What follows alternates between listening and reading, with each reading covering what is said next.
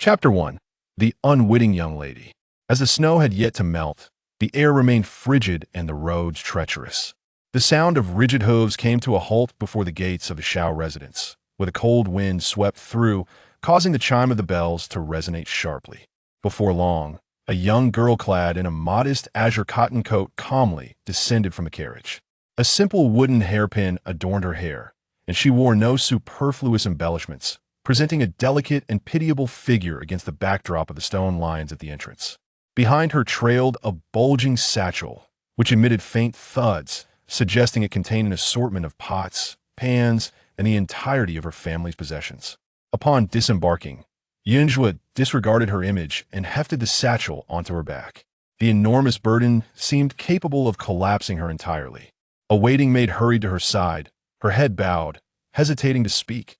"Miss," Madam said, "it would be best not to bring any unclean things into the house." Beneath her slightly trembling lashes, Yunjua possessed a pair of translucent eyes. She cast a gentle glance to her side, where an ethereal spirit lingered faithfully beside her.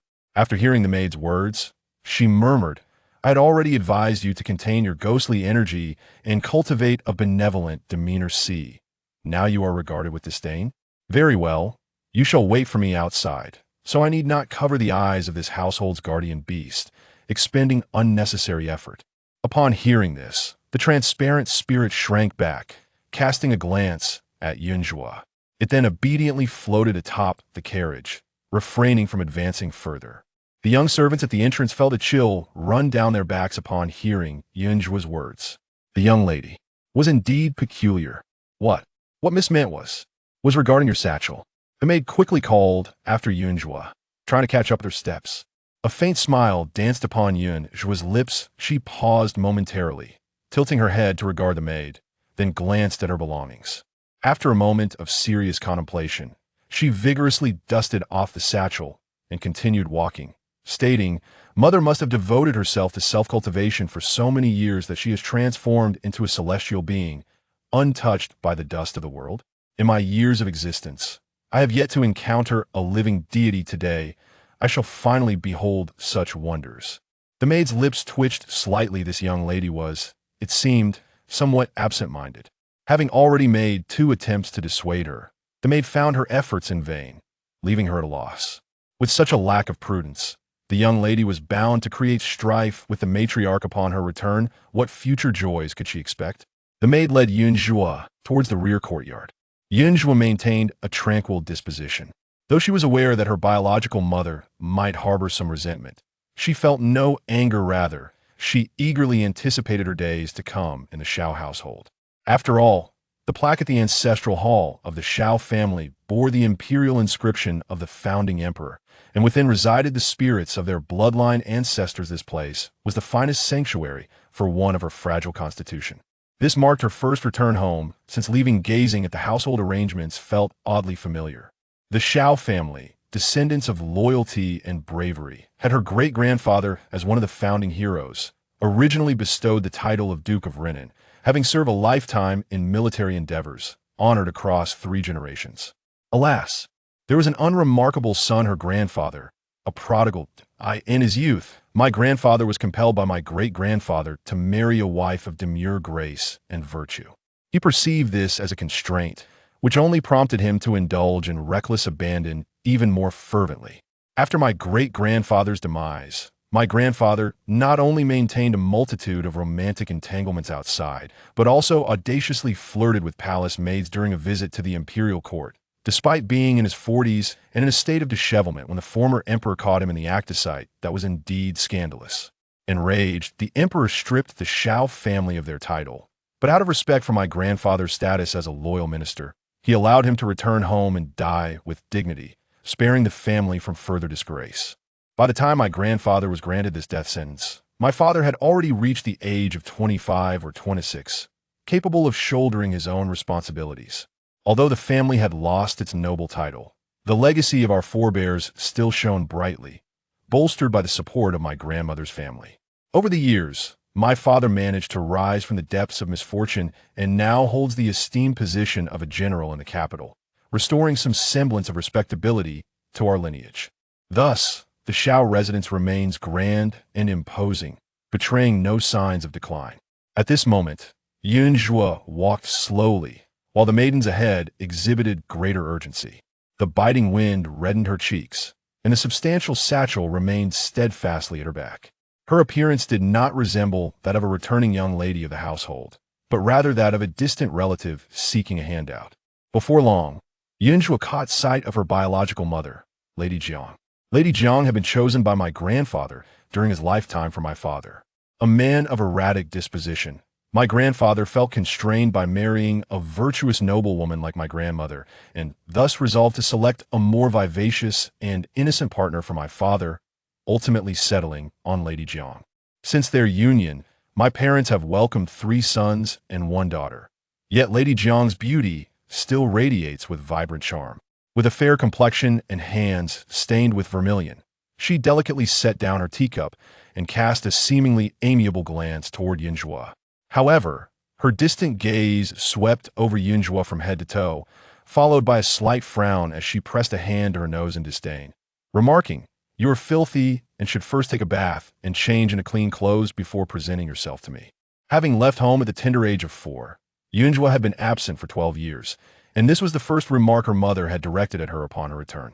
This statement stirred memories of resentment from the time her mother had discreetly arranged for her departure. I endured 3 arduous days to bring her into this world, nearly losing my life in the process. For years, my health has faltered, and every glance at her brings discomfort to my heart.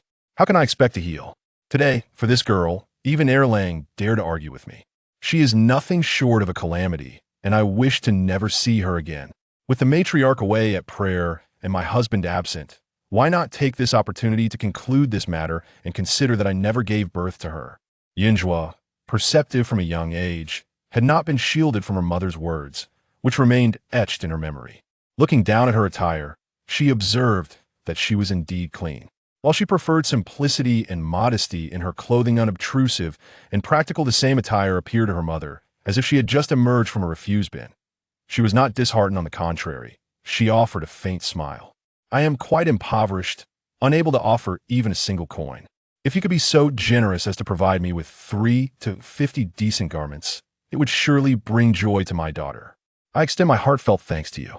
Her tone bore a hint of nonchalance, exuding an air of unbothered boldness, as if she felt no trace of humiliation. Her bright eyes were fixed upon Jiang, their clarity and straightforwardness momentarily unsettling her. Jiang's brow knitted even tighter. This daughter had never been to her liking. Her birth had been fraught with difficulty, almost costing Jiang her life, rendering the child difficult to embrace. Moreover, shortly after her arrival, her father-in-law had committed a transgression, leading to the loss of their family title, which made her view the child as a harbinger of misfortune. Furthermore, the girl bore little resemblance to her. Instead, her features echoed those of her mother-in-law, who had always held disdain for Jiang, having taken her eldest son to raise. This daughter also seemed to gravitate towards her mother-in-law, causing her second son, who had a fondness for his sister, to increasingly seek the company of his grandmother. Had she not sent the girl away years ago, she would have found her eldest son estranged, and undoubtedly, her second son would have aligned himself with that side as well. Such thoughts only deepened Jiang's irritation. Life had been quite manageable without the girl over the years. Now, with that old matron aging and no longer able to exert influence, Jiang's days had grown more pleasant. Yet, her husband and eldest son, in their pursuit of filial piety, had insisted on bringing her back. "You look quite wretched. I wonder to whom you have inherited such a disposition." Jiang diverted her gaze from Yunzhua's, letting out a soft huff as she rubbed her temples. "Now that you have returned, it is imperative that you amend your unpleasant habits. From this point forward, you shall remain in your own courtyard and refrain from wandering aimlessly." Chapter 2. The Heart's Trials and Tribulations. Jiang understood that her daughter had grown up. Now that she recognized their family, it would be difficult to cast her out. Yet, it was fortuitous that she was of marriageable age at 16, an appropriate time to arrange a match. In recent days, she had been meticulously selecting a distant family for her daughter to wed, aiming to treat her as if she no longer existed in her life. It was not out of cruelty, but rather an acknowledgement that the girl was beyond nurturing. Furthermore, She had heard that her daughter had been wandering aimlessly for years, likely unable to read or write, let alone master the arts of music, chess, calligraphy, and painting. Other than her pleasing appearance, she possessed little of value. The Xiao family had only recently begun to restore the dignity lost by her father, and it was imperative that they not suffer further embarrassment due to this girl. Jiang wished fervently to keep her daughter hidden from the world, ensuring no one outside was aware of her existence. Yunjua lowered her head slightly, appearing obedient. Yet, the casual indifference in her eyes incited Jiang's ire. You must heed my words. Our Xiao family has held noble titles. Should you disgrace our name in the future, I shall not forgive you. Jiang's tone shifted abruptly as she continued. Your elder brother has previously mentioned that upon your return, he would invite esteemed tutors to instruct you at home. However, knowing your lack of refinement, I fear you may not adapt well, so let this matter rest. When you see your brother, remember to politely decline his offer, and do not let him know it was my intention. Understood? Should renowned teachers enter the household, they would undoubtedly attract attention, and if you fail to achieve commendable results, our family's reputation would be utterly tarnished. That old witch from Jiwei Hall, along with her son who has designs of his own, has long since plotted to summon the finest scholars in the capital to instruct this unworthy girl. The thought of others discovering that Jiang Wenwei's daughter is a complete dolt made her head spin. Understood, Yunjua replied tersely, her words few and precious. She certainly comprehended her mother's intent, but whether she would heed it was another matter entirely. Very well, you may rest now. I shall have someone summon you for dinner later. Jiang waved her hand dismissively, signaling for the servants to escort Yunjua away. The sight of that vexatious girl only served to heighten her frustration. Yunjua did not glance back at Jiang, departing with a resolute demeanor. Though she had not countered her mother's words, the defiant air about her left Jiang feeling as though she had been slapped in the face by her own daughter. This child did not even grasp the simplest of etiquette. Enraged, Jiang slammed her teacup down. By noon, as the sun grew warmer, Yunjua arrived at her somewhat secluded courtyard. The place appeared somewhat desolate. Inside the house, a strong scent of incense lingered, presumably to mask the mustiness of the recently tidied space. The Xiao estate was vast, with many rooms left unoccupied. For her mother to have found such a tranquil corner, she must have exerted considerable effort. Yunjua paid little mind, instructing the servants to move the incense burner outside, as the mingling scents of charcoal and incense created an unpleasant atmosphere. She had long anticipated Jiang's attitude, abandoned by Jiang in her youth. It was only 2 months prior that the Xiao family had finally located her. Over the years, she had been acutely aware of her lineage, yet had little time to ponder it. However, those who came seeking her conveyed that her grandmother had grown frail with age and was increasingly worried about her well-being. After much contemplation, she resolved that a return to her familial home was indeed necessary. Moreover, she was not devoid of temperament. When she was cast aside, her birth mother had resolutely intended for her demise. The Xiao family, despite their disdain for her as a daughter, could have easily found another family to raise her. Yet her mother had callously entrusted her to a coffin, transporting her to the infamous Wanggupa, a place notorious for being a burial ground from past conflicts. Shrouded in an aura of malevolence, where countless bones lay buried, deterring even the most intrepid from approaching. Yet the Jiang matriarch had abandoned her, a mere child of not yet 4, to that dismal fate. Such old grievances, if left unresolved, would surely become a source of torment. On her journey back, she overheard much discourse from her companions, who were well versed in the affairs of the Xiao family. Her elder brother, Xiao Wenyu, raised by their grandmother since birth, was reportedly now a scholar preparing for the upcoming imperial examinations. Her second brother, Xiao Wenwei, who was the apple of Zhang's eye and merely 2 years her senior, was also said to be academically inclined but had not participated in examinations due to his frail constitution. She was the third child of the Jiang family.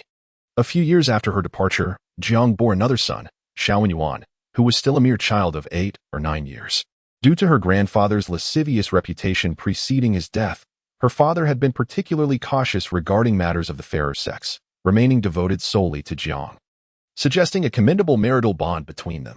Miss, a voice from the steward abruptly interrupted Yunjua's reverie. The steward approached with several maidservants, presenting one to her. This young lady was chosen by the mistress for you. Her name is Chunping.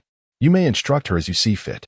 The others outside are mere handmaids, tasked with menial chores such as sweeping the courtyard and fetching water. Should you find any of them unsatisfactory, the mistress will provide replacements. The steward stated with a veneer of respect. Yunjua cast a glance at Chunping.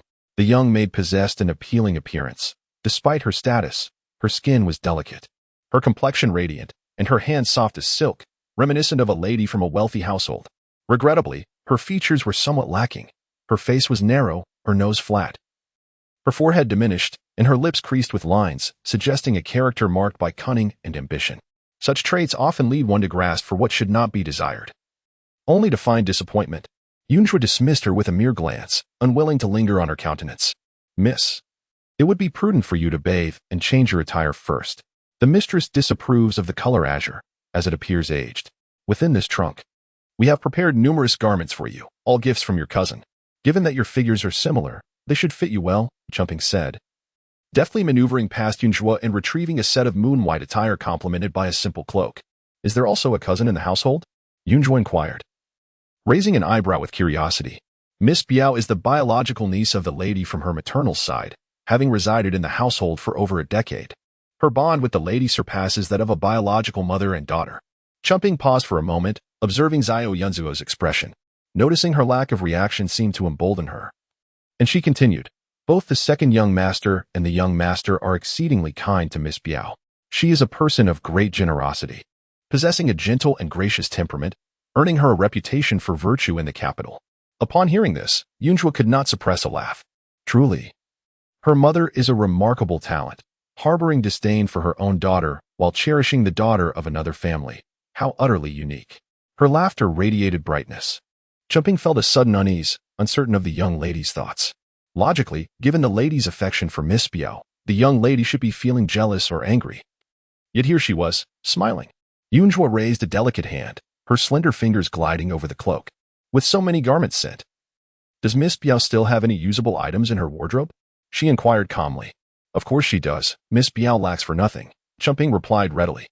Having been nurtured by the lady for a decade, Miss Biao enjoys unparalleled affection, receiving the finest in food, clothing, and other necessities.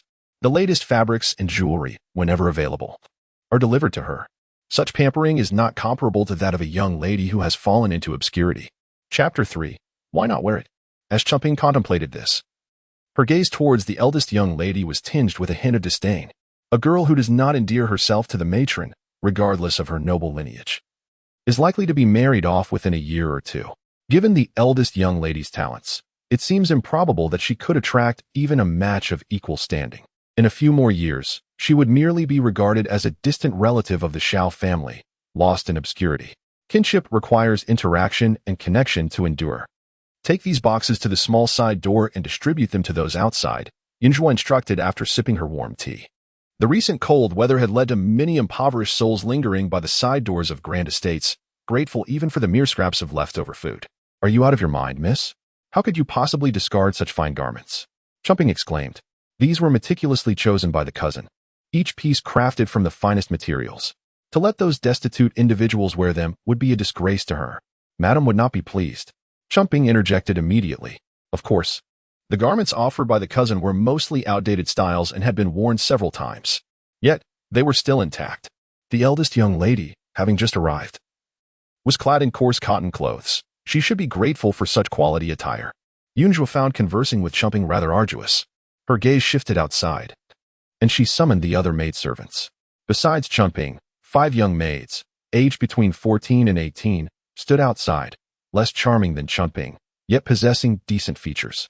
Chumping glanced at the other maidservants, unable to suppress a sneer.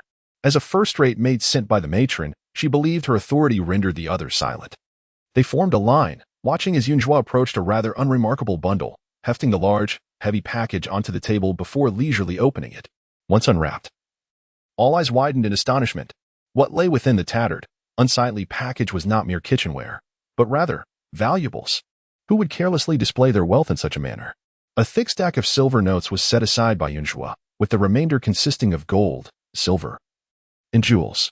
She rummaged through the contents and finally opened a small box, extracting a handful of gleaming gold beads, which sparkled brightly against her fair hands. Since I am new here, I may not have the means to command you, so I shall be straightforward. Chumping has been noisy and disrespectful.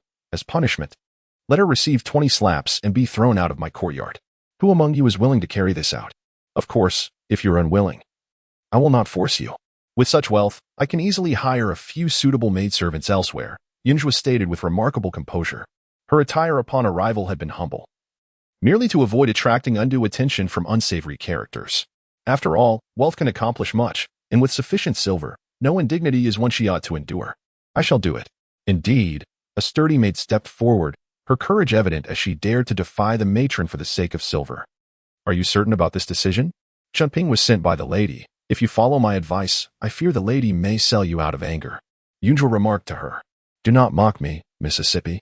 I have only recently entered the residence. A heavy snowfall last year collapsed the house, and without the means to repair it, my grandparents and younger sister succumbed to the cold. Out of desperation, I sold myself into servitude. Compared to being despised by the lady, I find the lack of money far more terrifying. If I were to take action, and Miss were to reward me, I would gladly risk everything for you.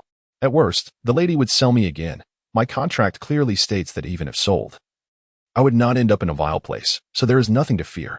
Upon finishing her words, she strode towards Chunping and delivered a resounding slap.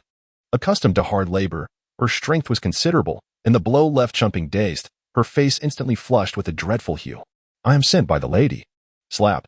Another sharp strike followed, delivered with remarkable precision.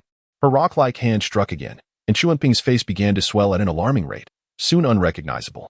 Being delicate in stature, she could not muster any resistance, while the others dared not intervene or assist, merely standing by as 20 slaps fell. Yunzhuo remained unfazed, her eyes betraying not a hint of emotion. There was no need for Yunzhuo to chase her away. After the beating, Chunping crawled away from the courtyard. What is your name? Yunzhuo inquired, satisfied to have found someone useful without the need to seek elsewhere. My previous name was rather unappealing upon entering the residence. The steward renamed me Dong Qi, she replied with utmost respect, her gaze lingering on a few golden pearls. True to her word, Yunzhuo rewarded her with 5 pearls. Though small, they were worth more than Dong Qi's wages for several months, a substantial fortune for the maids. From now on, you shall serve as the head maid in this courtyard. First, take care of these garments, Yunzhuo said amiably. Dong Qi, a diligent girl, immediately set to work. With Chunping as a cautionary tale, the others became significantly more compliant. By the end of the afternoon, all unsightly items had been cleared from the house, and both the interior and exterior of the courtyard had been scrubbed clean, the previous unpleasant odor gradually dissipating. Just as the courtyard was tidied, Jiang Shi arrived, accompanied by a young girl of about 16 or 17. The girl wore a butterfly-shaped jeweled hairpin, and her body was enveloped in a plain white fur cloak, its plush thickness shielding her from the cold, revealing a rosy complexion peeking out. Yunzhuo sat in the courtyard, unpruned plum blossoms blooming beside her. She turned to face Jiang Shi and her cousin with a neutral expression. Jiang Shi, visibly irate, hurried forward and raised her hand to strike Yunzhuo's face. Quick to react, Yunzhuo swiftly blocked her mother's stubborn wrist, slightly furrowing her brow in astonishment and amusement. Mother, with such delicate skin. To be careful not to hurt yourself. How dare you block me? Jiang Shi glared fiercely. I hear you have discarded all of Awan's clothing. Awan is of the same age as you. How could you possibly be unworthy of her garments? 2 large trunks filled with attire for every season, and yet, she harbors no disdain for her simplicity, while you dare to criticize her. Cousin, do not be angry. Simply have a heartfelt discussion with your cousin. Jiang Wan's face was etched with anxiety. It is indeed my fault for not selecting some new clothes. I shall return to fetch them at once. Please do not harbor any anger. The garments you chose have already passed my scrutiny and received my approval. You bear no blame. Jiang Shi unhesitatingly defended Jiang Wan, glaring at Yunzhuo and declaring, do not presume that because you are my offspring, you can overshadow Awan. Such thoughts are utterly unfounded. You are to apologize to Awan immediately, or else you shall kneel here in reflection until you truly comprehend your misstep. Only then may you rise. Chapter 4. The reunion of siblings. Zhang's demeanor was fierce, her eyes betraying not a shred of concealment regarding her disdain. Yunzhuo quietly lowered her hands, and in the face of Zhang's aggressive demeanor, the mirth in her gaze evaporated, replaced by a calm yet icy composure as she spoke. You are unworthy to punish me. The debt of gratitude for bringing me into this world was repaid long ago. You insolent wretch. Zhang's voice rose. I am your mother. Who taught you to speak to me in such a manner? What have you learned during your years away? Even the daughters of common folk understand the virtues of filial piety and integrity. Yet here you are, returning home only to defy your elders. Do you truly believe I shall not discipline you? Yunzhuo had been restraining her temper. Although she had just returned home and wished not to frighten anyone with her wrath, Zhang's incessant nagging was infuriating. Madam, Yunzhuo called out coldly, her voice low. 12 years ago, you yourself declared that from that day forth, I was to be considered no daughter of yours. What right do you have to assume the position of an elder now? If you wish for my obedience and understanding, perhaps you should spend 7 days lying in a grave at Wangupa. If you lack the courage to do so, then retract your critical demeanor. I doubt you desire the entire capital to know of your past actions and discarding your own flesh and blood. Upon hearing these words, Jiang's complexion turned pale. The child had been merely 4 years old at the time, and she had assumed that the long-buried past would be forgotten by her daughter. Nonsense. Jiang's voice faltered, her gaze flickering. Whether or not my claims are mere fabrications is of little consequence. What truly matters is whether others believe them. You, madam, have had a prosperous life these past years. I trust your husband and sons are unaware of the truth behind your past. Yunjua stood beside her, her voice chilling and soft, laced with veiled threats. This statement unsettled Jiang greatly. Although she had cast away her own flesh and blood, the girl was still a daughter of the Shao family. After her birth, both the matriarch and her husband had cherished the child deeply, and it was only in their absence that she had dared to abandon her. Later, she had simply informed her husband that the child had insisted on going out to seek her grandmother, had slipped away, and had gone missing. Jiang stood frozen in place, her daughter Jiangwan behind her, unable to comprehend Yunjua's words, her eyes filled with confusion and curiosity. Do I need to explain every single word to father and elder brother? A hint of audacious amusement flickered at the corners of Yunjua's lips. Jiang retreated a couple of steps, her gaze filled with horror as she regarded her. She had always perceived her daughter as a reflection of her mother-in-law, yet now she saw the resemblance was not so striking. The matriarch was a dignified woman, her emotions often veiled, emanating a serene and harmonious presence from years of devotion to Buddhism. But this girl, she possessed a hint of wildness, appearing obedient while being utterly unrestrained. Her dark eyes held a certain wickedness, and her chilling smile conveyed a profound indifference, yet she could feign innocence with ease. Jiang's heart was tumultuous, momentarily revealing her trepidation. But she quickly regained the authoritative demeanor befitting the mistress of the household.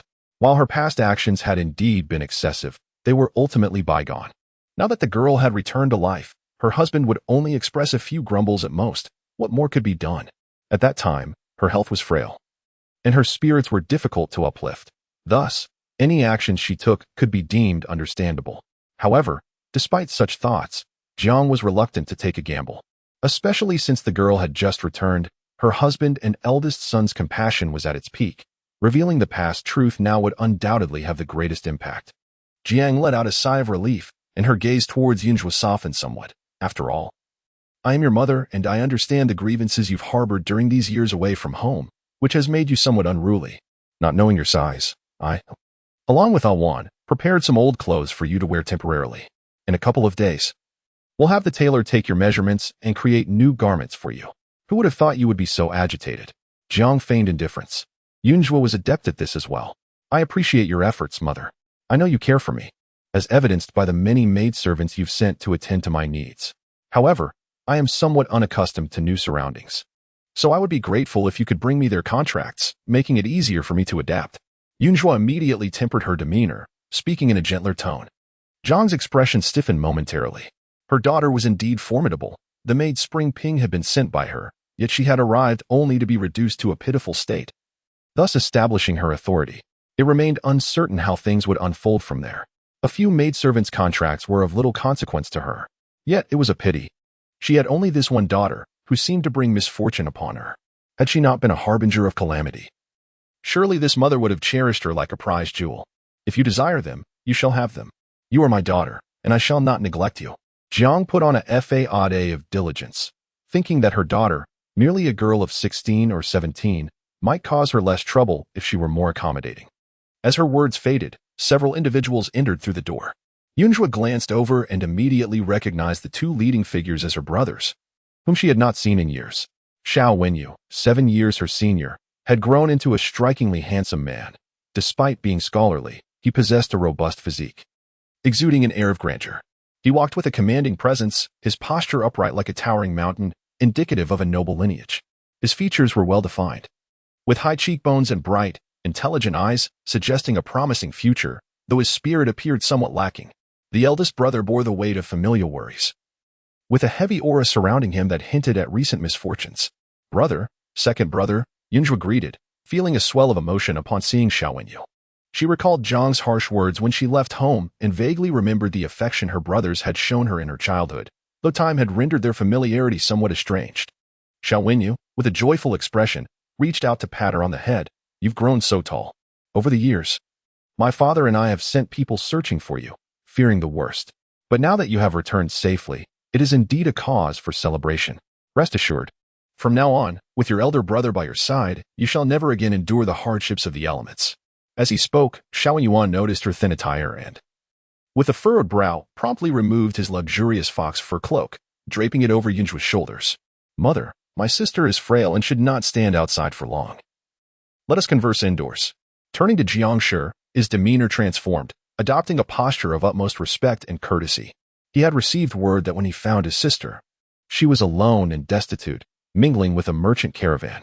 Had he arrived even a moment later, she might have been sold into servitude.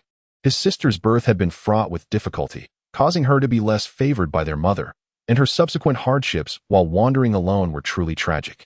Fortunately, she had managed to survive these years with her limbs intact, and from this day forth, her fortunes would surely improve.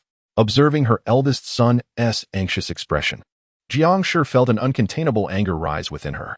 Why should he show such warmth to his sister he had not seen for years while neglecting to express even a modicum of concern for her, their mother? Mother, you seem unwell. Are you not feeling all right? Allow me to assist you inside. While Jiang Shi seethed with indignation, Xiao Wenwei swiftly came to her aid. Meanwhile, the unfamiliar younger brother, Xiao Wenyuan, approached Jiang Wan with a cheerful countenance, discreetly offering her a small item.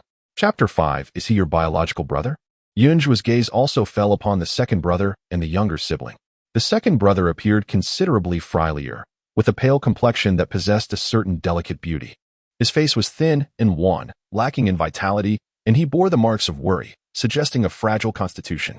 His nose was sharp like a sword, and his long eyebrows and eyes carried faint lines, as if devoid of light, reflecting a sinister heart and a potential for familial ruin. As for the younger brother, he was still under 9 years old, his youthful spirit yet unformed. Observing him, one could see the lively spark in his demeanor, accompanied by numerous little antics. Clearly a mischievous child, Xiao Wenyin presented to Jiang Wan a rather unremarkable gift, an ice rabbit, and, with a sense of pride, informed her, Sister, I carved this myself. Take a look, and later have someone place it at your door. It can last for several days in this cold. Thank you. Ayan, I truly adore it. Jiang Wan replied with a gentle smile, her eyes sparkling. Yet, in the next moment, a bittersweet smile crossed her face as she returned the ice rabbit to Xiao Wenyin. Cousin, you have never met Sister Yunjua, have you? You should give this to her. After all, she is your real sister. Xiao Wenyin paused, momentarily taken aback. Sensing Jiang Wan's sudden anxiety, his expression soured. This is a gift I made for you. He then shot a glare at Yunjua. You wicked woman. Did you just bully my sister? I heard you discarded the clothes she gifted you. You are so arrogant and dismissive of my sister. I refuse to acknowledge you. Enough. Xiao Wenyin's older brother, Xiao Wenyu, cast a cold glance in their direction. Xiao Wenyin, feeling intimidated by his elder brother, lowered his voice. Even if you scold me, I still need to speak up. I don't even know her. Look at how poorly she dresses. How can she be considered my sister? Where would that leave my dignity? Moreover, what does blood relation matter? Sister One has protected me all these years. No one can compare to her significance in my heart. To dare to rival her is to invite disgrace. Do not heed such foolishness. You are the eldest daughter of the Xiao family, and regardless of his opinions, that will never change. If not for Jiang Wan's presence, Xiao Wenyu would have likely lost his temper at this moment. Yunjua remained unfazed to her. Such harsh words were mere trifles that could not wound her. Indeed, Xiao Wenyin was a stranger to her, someone she had never interacted with, and felt no need to grow close to. Yet, she was taken aback by the second brother's silence. He did not express any denial or dissatisfaction. It seemed he agreed with the younger brother's sentiments. The affection he once held for her in childhood had long dissipated over the years of separation. She smiled gently. I will heed my elder brother's words. It matters not. Seeing her understanding demeanor, Xiao Wenyu felt a pang of sorrow in his heart. How much hardship must his sister have endured outside to maintain such composure and grace? He led Yunjua into the house, surveying the surroundings. He noted the stark simplicity of the abode, with barely any furnishings, and his brows knitted together in concern. His mother had assigned his sister to a rather remote courtyard, but he had not anticipated that the interior would be so sparsely furnished. He recalled the abundance of fine items in Jiangwan's courtyard, where even exotic flowers and plants were commonplace. Such glaring disparity truly saddened him. Grandmother's health has deteriorated recently, and she has been in a deep slumber for several consecutive days. When she regains some strength tomorrow morning, I shall take you to see her," said Xiao Wenyu in a gentle tone. Yunzhua nodded in agreement. "I am about to undertake an important examination, and my teacher has been reluctant to let me leave. For the time being, I cannot accompany you. After our visit to grandmother tomorrow, I will have my second and third brothers take you out for a stroll and procure any necessities you may require. Simply charge it to my account." Xiao Wenyu added generously. Jiang Shi, sitting nearby, observed the amiable interaction between the siblings and felt displeased. Her eldest son had not been raised by her and had his affections wholly directed towards the elderly matriarch. Over the years, she had urged him to treat Ah Wan as his own sister, yet he complied with mere words and offered no genuine kindness to her. "Do not think that I am neglecting her. She is new to our family and unfamiliar with our customs. If she were to offend someone while wandering about, it would bring misfortune upon you both. Before your arrival, I promised to have her new clothes made. With your impending examinations, you need not concern yourself with trivial matters. Focus solely on your studies," Jiang Shi asserted immediately. Among her 3 sons, she favored her second son the most. However, her eldest was robust and showed promise in his studies, destined to uphold the family name. Naturally, she wished for him to be capable. "Mother, my sister is merely a young girl. How could she attract trouble?" Xiao Wenyu expressed his dissatisfaction. If anyone were to cause mischief, it was the recent incident where a human trafficker was apprehended for targeting the legitimate heir of the Yonghuai marquis. It was likely a scheme orchestrated by others, as the young heir was but a child, and only his illegitimate brother harbored ill will towards him. Such matters of friendship must begin with an assessment of character. His second brother spent all his time in the company of that illegitimate son. What could he possibly learn from such an association? Speaking of this, Xiao Wenyu felt an immense anger. He understood the discord between his mother and grandmother, resenting his grandmother for raising him. However, his mother's temperament lacked magnanimity. The Xiao family had always struggled to establish themselves. If he, the eldest son, did not conduct himself with gravity and decorum, no matter how hard his father strove, the family could never reclaim the glory it once held during their ancestors' lifetime. Grandmother's harshness in claiming him was misguided, but at that time, she merely intended to guide him and did not obstruct his visits with his mother. Yet, his mother perceived his absence as a betrayal, and thus, from a young age, every encounter with him was met with cold words. Over time, this naturally drew him closer to his grandmother. His second brother, in contrast, had been nurtured closely by their mother. Yet what had he truly learned over the years? She coddled him as if he were fragile ice, fearing he might tire from studying or suffer from training, meticulously overseeing his provisions, and thus he grew picky and frail. This excessive indulgence, devoid of guidance, resulted in his seemingly obedient demeanor masking his cunning nature. The moment Xiao Wenyu criticized Xiao Wenwei, Jiang Shi's countenance darkened. "I recognize your accomplishments, but there is no need to look down upon your brother. Were it not for his weaker constitution, his scholarly achievements would surely rival yours." Jiang Shi defended immediately. Yunzhua cast a glance at her second brother, Xiao Wenwei, and noticed his calm demeanor as he sat beside Jiang Shi, as if he had grown accustomed to such remarks. It is evident that he understands the Jiang family will undoubtedly protect him. Thus he pays no heed to his elder brother's words. Instead, he watches with keen interest as Madame Jiang scolds his brother. "Mother, I am referring to matters concerning the Yonghuai marquisate. You must restrain our second brother and prevent him from associating with that illegitimate child." Xiao Wenwei, filled with ire, spoke with an undertone of helplessness.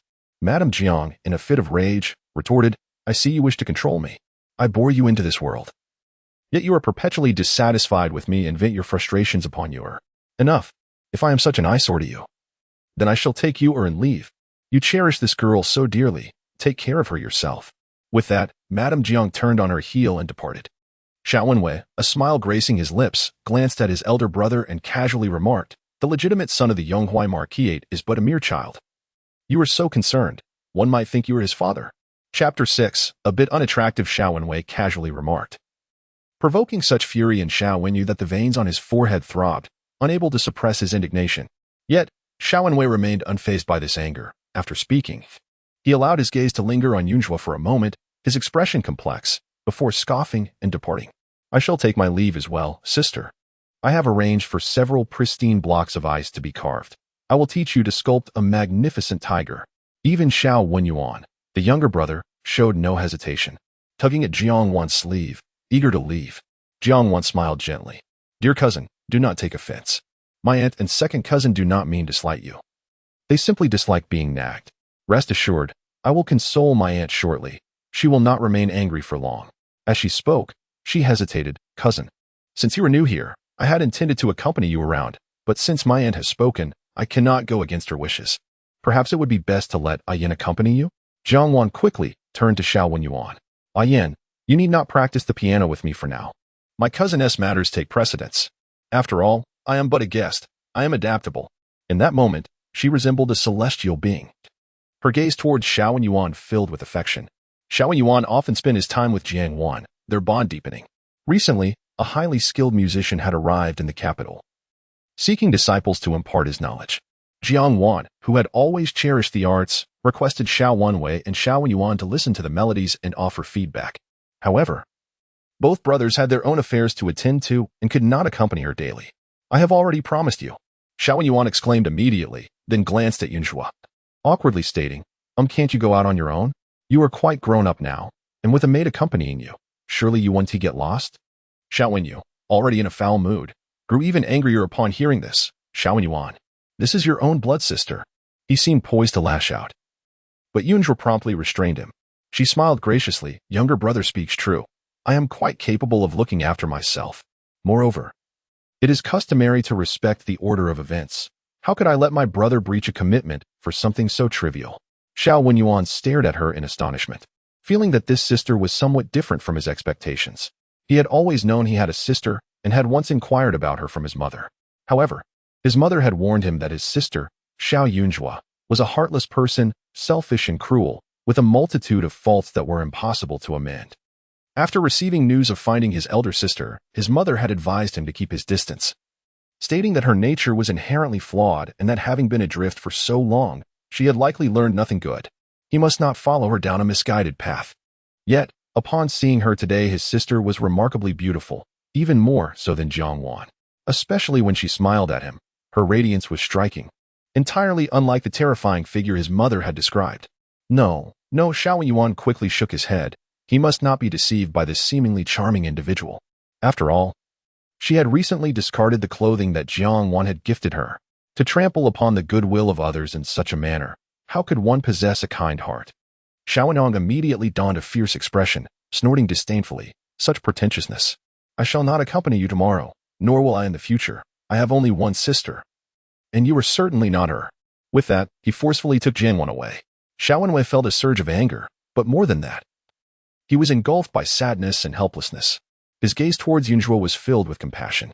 It was truly his elder brother's fault, subjecting her to such indignities upon her return. Xiao Wenyue felt a deep discomfort within, resolving to teach him a lesson, ensuring he would no longer blur the lines of kinship. He had attempted guidance many times, but every effort was thwarted by their mother standing in the way, rendering his endeavors futile. His mother's attitude towards him was already quite poor, and even more so when it came to Yunzhua. What grievance could there be over such a trivial matter? I am neither gold nor silver. It is only natural for them to hold no affection for me, and my elder brother need not be overly concerned. Yunzhua truly had a remarkable understanding of the situation. Xiao Wenwei was taken aback. His sister seemed to possess a heart unlike that of ordinary folk.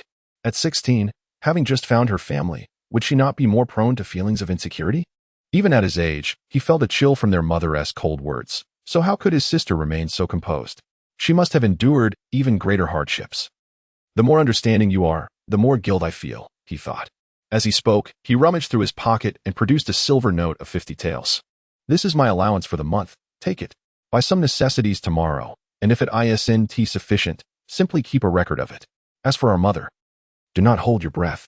This courtyard may seem a bit desolate now, but fear not, I shall gradually fill it. Xiao Wenwei felt the need to strive even harder in the future. He must excel in the imperial examinations and earn more silver to save for his sister's dowry. Though she was a daughter of the Xiao family, she was deprived of the treatment she rightfully deserved, which was truly lamentable. The Xiao family was indeed affluent, but that was merely superficial. The scandal involving their grandfather's misconduct with palace maidens had rendered the Xiao family a laughingstock throughout the capital. Thus, upon inheriting the family, Their father, despite earning little, would never allow the household to appear destitute. Consequently, over the years, every blade of grass, every brick and tile, was maintained to the same standards as in their great-grandfather's time. Their grandmother, aware of their father's worries and feeling for her grandchildren, had supplemented numerous dowries.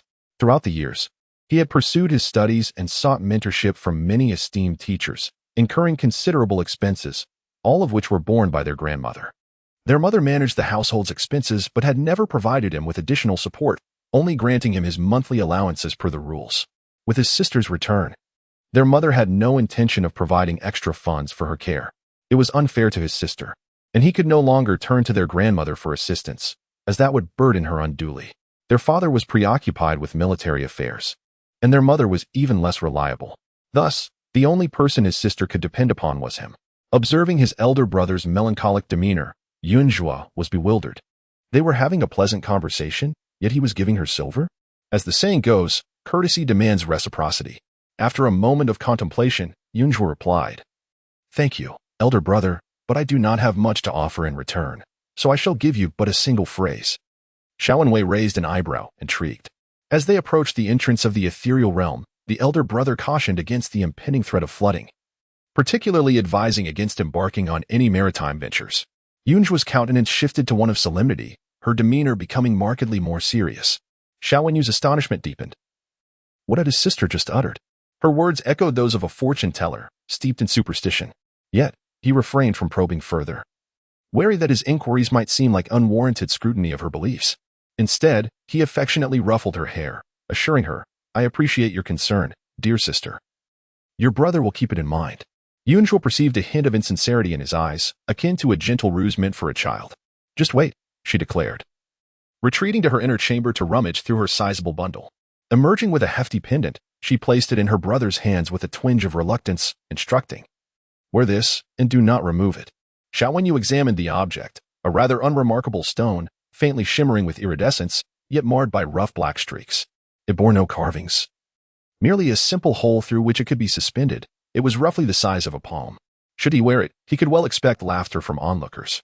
However, the earnest anticipation in his sister's gaze and the resolute tone of her voice rendered him unable to refuse. Thus, with utmost seriousness, he accepted her gift, saying, "Thank you, sister. I shall wear it at all times." Though it might lack aesthetic appeal, it was a token from his sister, and he would cherish it, whether a stone or mere clay. He would not let her feelings be slighted. Chapter 7. A brother as a father. The stone was too heavy for Xiaowenyu to bear, so he had no choice but to remove the jade pendant from his waist to replace it. When Yunjua first arrived, the family had intended to dine together, but as Jiang and others left in a huff, only Xiaowenyu remained to share a simple meal with her.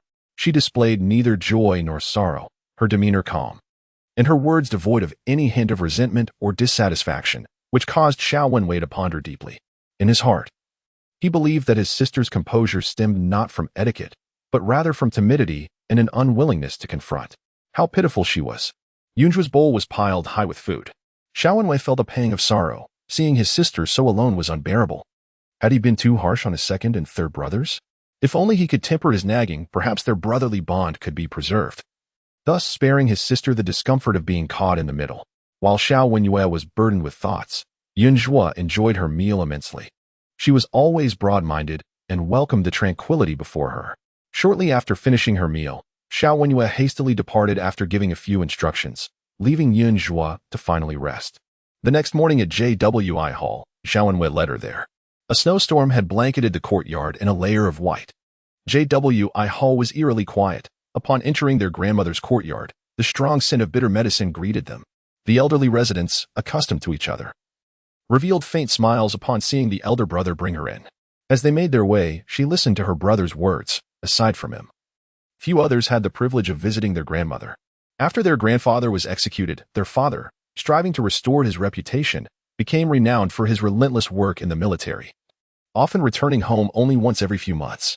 Moreover, Jiang had never favored her son's close interactions with the matriarch, ensuring that aside from festive occasions or when distinguished guests arrived, the grandmother would hardly see her second and youngest sons. Of course, Jiang was not so foolish as to allow others to seize upon her weaknesses.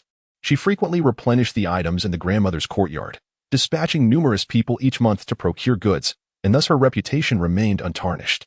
To the outside world, Jiang was viewed as an exceptionally dutiful daughter-in-law. At this hour, the grandmother would typically awaken for about an hour. The matron by her side spoke with warmth in her gaze, expressing affection for Yunjua. Noting that the old lady had been concerned for her over the years and had even eaten more upon learning of her return, Yunjua nodded and stepped into the room, where the scent of freshly opened windows lingered. The grandmother leaned against the bed, and upon seeing her, a glimmer of joy illuminated her aged features as she beckoned her closer. Xiao Wenwei quickly urged Yunjua forward. "Grandmother, this is my sister. Look at her now. She's well, with arms and legs intact, she can speak, and she hasn't been sold into servitude. Rest assured." Yunjua's lips twitched slightly. "Good, that is good." The grandmother rasped, her complexion poor, as her frail hand grasped Yunjua's. "Good child, you have suffered. I am all right." Yunjua's tone was somewhat stiff. After adjusting herself, she continued, "My granddaughter has not suffered much over the years. Although it has been arduous, it has also been several years since she was bullied." Her words were undeniably true. The old lady opened her mouth to speak but ultimately sighed. After waking, her maid had informed her of Zhang's words and actions from the previous day, and the old lady felt a sense of injustice for Yunjua. However, in her twilight years, she recognized that the more she intervened, the more difficult the future would become for the girl. "Yue, now that you have found your sister, you must treat her well. You siblings should support one another. Your second brother, he must be properly educated. Before I depart, I will have your father send your second and third brothers to Qingshan Academy, far away, to learn and return as accomplished men, even if Jiang harbors hatred towards me. Cough, let her hate me alone." The old lady's expression was filled with concern and reluctance. Her eldest grandson was indeed a promising martial talent. Initially, she had intended to send him to the frontier for training after he turned 16, hoping he would grow into a formidable general, thereby securing the Xiao family's position. Yet, warfare was perilous, and with uncertainties at home, how could her grandson engage in battle? The second and third brothers were under Zhang's influence, raised to be ineffectual, and should her eldest grandson perish in combat, the family would be left without heirs. Reluctantly, she compelled her grandson to pursue literary studies. He diligently applied himself day and night, nearing the imperial examination. However, he stood alone against the tide. Moreover, the second brother's temperament was not particularly virtuous. Should he lead a life of mediocrity, it would be bearable, yet there was a fear of future calamities that could implicate the entire family. Given her frail constitution, if she could endure until her grandson's examination, it would be a blessing. Matters of her grandson's upbringing were beyond her control, and she could only hope that her last words would inspire resistance against Zhang's influence. "Grandmother, rest assured, I will ensure that the second and third brothers are kept in line," Xiao Wenyu quickly assured. They were still young and had yet to grasp the path ahead. But if one day they could surpass their mother and mature, they would surely understand the earnest intentions of their grandmother and himself. As an elder brother, he would never abandon them. Observing the painful expressions on the faces of the old lady and his brother, Yunjua truly felt their burdens. Should the second brother harbor ill intentions, she would find a way to drive him away. If that did not suffice, perhaps she would resort to more drastic measures. The youngest brother was still innocent. If he did not comprehend the situation now, she could discipline him until he did. However, upon studying her elder brother's countenance, she realized his words were sincere, not mere platitudes to placate the old lady. As the eldest, he bore the weight of paternal responsibility, which was no small feat. The old lady and her elder brother had cared for her deeply over the years, and she could not afford to appear excessively unfeeling. Thus, she nodded in agreement. "I will keep a close watch over my elder brother to ensure he does not neglect his duties." Xiao Wenyu's sorrow ceased abruptly as he glanced at her. Just as he was about to speak, the old lady's eyelids began to flutter, indicating she was about to fall asleep again. Why, within less than half an hour? Did her energy seem to diminish further?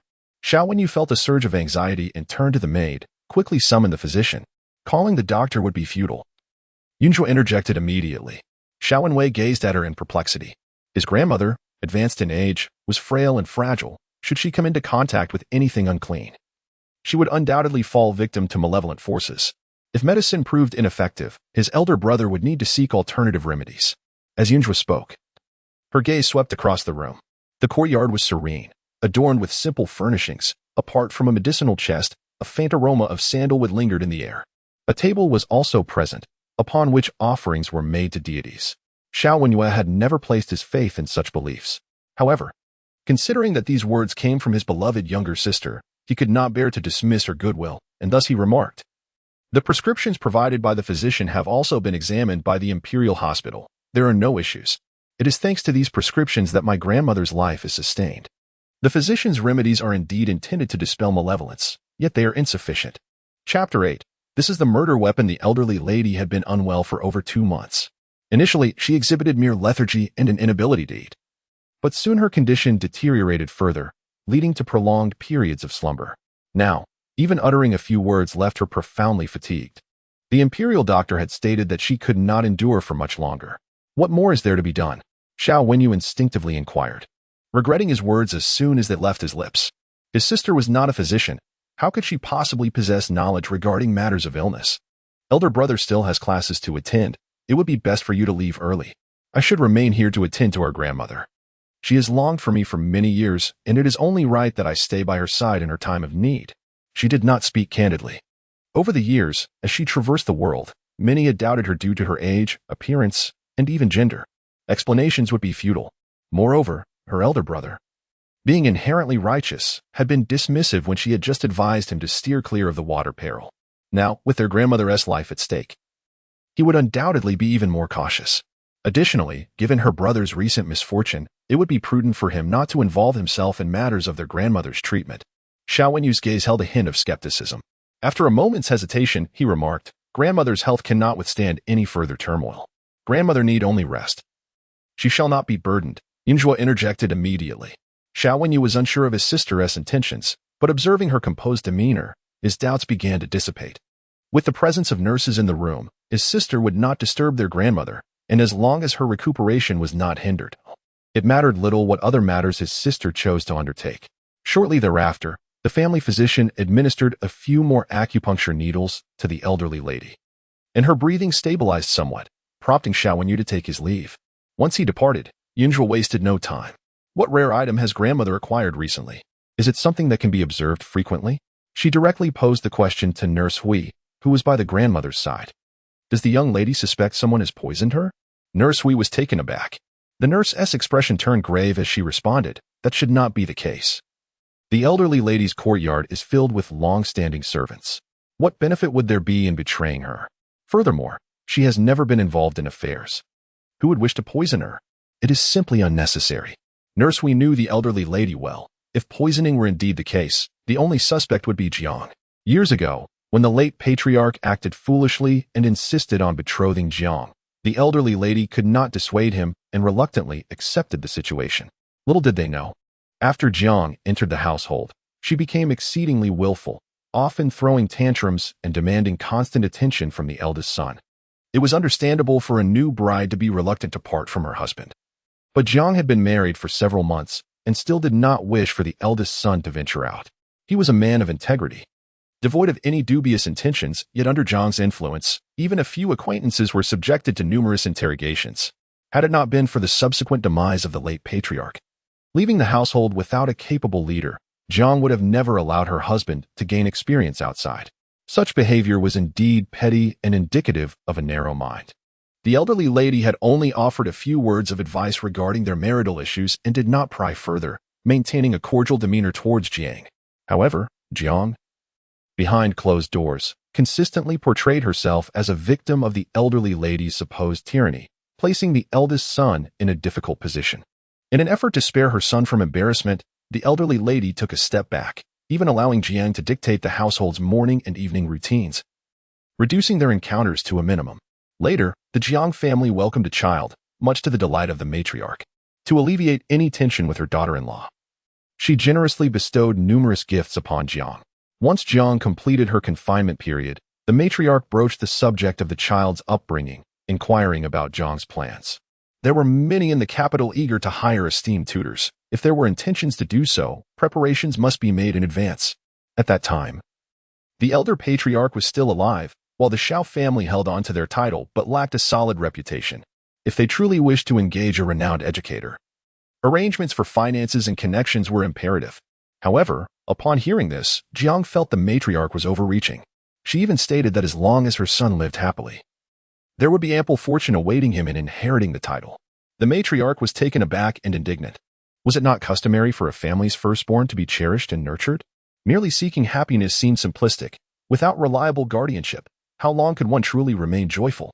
Although the Shao family still held the title of duke, the elder patriarch was a reckless man, and it was uncertain when he might squander the family fortune. The eldest son, who was doting on his wife, had become somewhat complacent after marrying Jiang, neglecting even the pursuit of a position. If he continued to disregard the welfare of the children, how could the family business be sustained?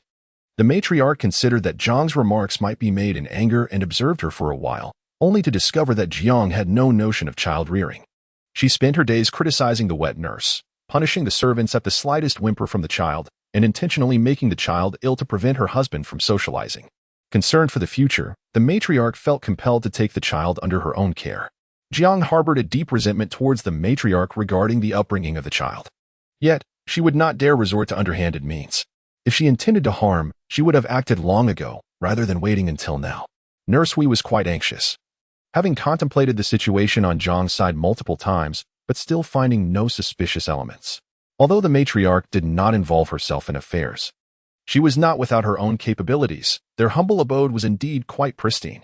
Perhaps the matriarch had acquired some new items, which might have been of questionable origin.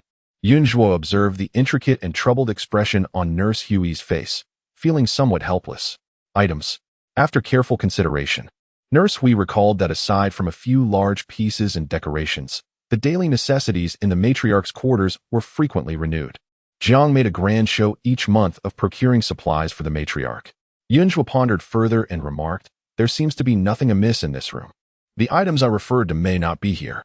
Nurse, is there anything that the matriarch insists on seeing even in her illness?" The matriarch rarely woke, and when she did, she preferred to sit quietly in the small Buddhist hall at the back. Nurse Hui quickly responded, "Take me to see her." Yunzhuo immediately insisted. The matriarch, in her advanced age, was indeed ill. However, it was also due to the influence of some sinister energy that her ailment persisted without remedy. Had it been a severe malevolent force, her frail constitution would not have withstood it, and she would have succumbed to acute illness long ago. Thus, the malevolence was not overwhelmingly powerful, yet it was frequently encountered, gradually accumulating and exacerbating her condition. Madame Hui, though perplexed, remained a devoted servant. Each day, witnessing the elderly lady's dazed demeanor filled her with profound sympathy. Now, with the young lady presenting a perspective that diverged from the doctoress, despite her doubts, she felt compelled to explore this new avenue. Hastily, she led Yunzhuo to the small ancestral shrine at the back. The elderly lady had endured great hardship over the years. When she had married into the Shao family, she did so in a state of confusion, harboring hopes that were soon dashed. Logically, considering that he was the young lady's grandfather, Madame Hui felt it inappropriate to speak too freely. Yet, her heart ached for the old matron. Over the years, she had suffered the disdain of the old master and the scorn of outsiders, left with no support. Seeking solace only in this shrine, Madame Hui's eyes glistened with unshed tears. For so many years, this was her routine: daily prayers, transcribing scriptures, and even in illness. She had never faltered. Surely, the items within the shrine could not be the cause of her ailments, she mused in confusion. The shrine housed various items, primarily old relics, alongside the usual ink, paper, and incense. It was not a gloomy place, as sunlight streamed in, imparting a warmth that surpassed that of the outside world. While the average person might not discern the underlying truths, Yunzhuo's gaze fell directly upon a pair of glazed lotus lamps on the altar. The lamp bases were exquisite, emanating a unique halo when ignited, suffused with an aura of tranquility. Having witnessed the shadows of this world, Yunzhuo was able to perceive the lingering aura of death surrounding them. This object was indeed a weapon of malevolence. Chapter 9. Filial piety exceeds heaven. Yunzhuo approached with unwavering resolve, grasping one of the lotus lanterns in her hand. This lantern was rather substantial, approximately the length of an arm, crafted entirely from bronze, with a lamp head adorned with a glass lotus candlestick, a work of intricate artistry, indeed a rare treasure. This exquisite glass lotus lantern had been procured after much effort by the lady of the house. The entire capital city was aware of the old matriarch's deep devotion to Buddhism. Not long ago, a pair of these lotus lanterns had been available in the market, sold by a wandering monk deeply enamored with the divine. The lady had personally sought him out, offering her sincere intentions to acquire them for the matriarch. Madame Hui was taken aback. Was there an issue with the item that the Jiang family had so ostentatiously acquired? The monk had claimed that these lanterns had illuminated the altar for nearly a century, coveted by many, yet only available to those deemed fated. It was only the lady of the house, through her genuine devotion and a modest offering of incense money, who managed to obtain them. Madame Hui, reluctant to speak ill of Jiang in front of Yunzhua, spoke with great deference, adding, "Since this item has arrived for the matriarch, no one in the capital has refrained from praising the lady's character, declaring her a devoted and filial daughter-in-law." Yet, outsiders were oblivious to the fact that Jiang had never been cordial towards the matriarch over the years. She relied on the old lady's uncontentious nature and her desire to avoid mockery, thus exploiting the matriarch's reputation for her own gain. The matriarch, in her reverence for Buddhism, actually abhorred ostentation and had no fondness for peculiar items cluttering her home, something Jiang was well aware of. Jiang believed the matriarch would indulge her for the sake of the children, showcasing the items, and thus she acted with impunity. The lanterns, while genuine, were tainted with a sense of blood and death, rendering them incompatible with their sacred purpose. The matriarch, already frail and often burdened by worries, was susceptible to illness. Yunzhua elucidated, "What shall we do about this?" Madame Hui, alarmed, exclaimed, "We must dispose of it immediately." The matriarch cherished tranquility during her devotions, and even those closest to her stood guard outside, never encroaching upon her space. It was already a transgression. Discarding it outright was not permissible. "We must first dispel the negative energies it harbors." Yunzhua placed the lantern down, instructing, "Madam, have someone wrap it in red cloth and take it to the courtyard." Placing it upon the altar, "Prepare offerings of incense and candles, and summon the family members." Yunzhua paused. With her father absent and not expected to return soon, sending someone to fetch him would be time-consuming and laborious. As for her elder brother, burdened with negative energy, she decided against involving him. This morning, he and the matriarch had discussed educating the second brother, so it was only fitting that they should also participate in expressing their filial piety. Invite the second brother and younger sibling to the matriarch's courtyard for a 3-day fast, after which they shall stand vigil for her, Yunzhua declared decisively. Since she had returned home, Jiang could leverage their blood ties to her advantage. Surely, the second brother and younger sibling ought to be submissively guided by the matriarch's elder authority as well. This is only fair, she reasoned. Devoid of any remorse for troubling her siblings, rather, she felt entirely at ease. Hui Mama hesitated slightly. It is not that this old servant is unwilling to convey the message, but the lady holds the two young masters in utmost regard. Forcing them to fast for 3 days for the old matriarch may prove difficult. Yunzhua, with a hint of a smile at the corner of her mouth, replied, "Just relay the message, but be sure to exaggerate grandmother's illness. I believe, given her disposition, she would be willing to let those brothers endure a few days of hardship. Since mother has garnered considerable praise in the outside world by leveraging grandmother's name, it is evident that she understands the weight of filial piety. Over the years, Jiang Shi has longed for grandmother's ascension to the heavens. Now, with the day of grandmother's passing approaching, Jiang Shi need not worry about her competing for the children. And at this juncture, her 2 sons, whom she cherishes, can also gain a good reputation. How could she possibly refuse?"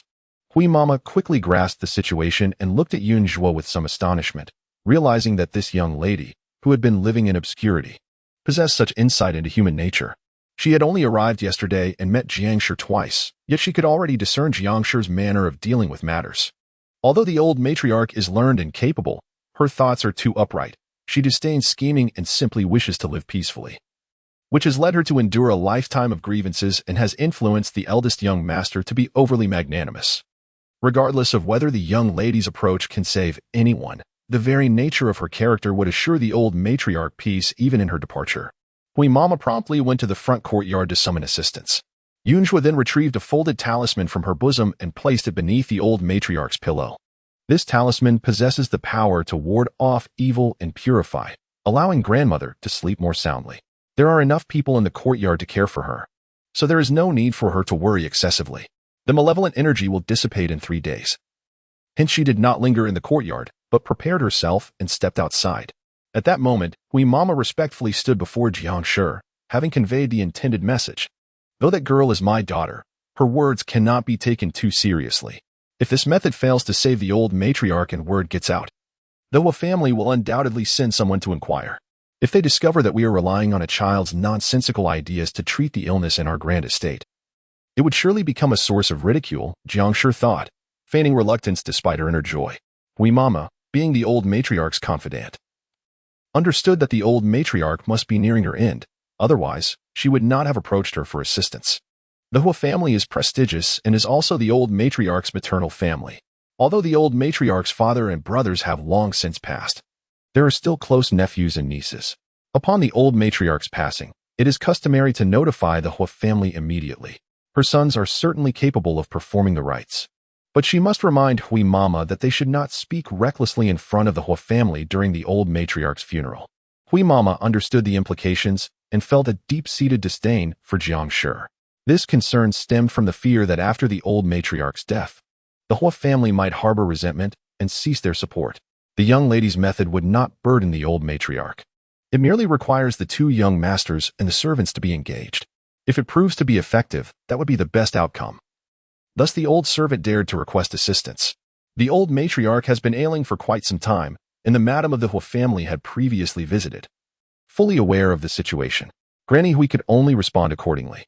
Jiang remarked with a faint smile, "It is best not to disturb the old lady too much, lest we provoke any incidents that might cast a shadow upon the children." She then suggested, "Let them go, but only for 3 days. It cannot be prolonged.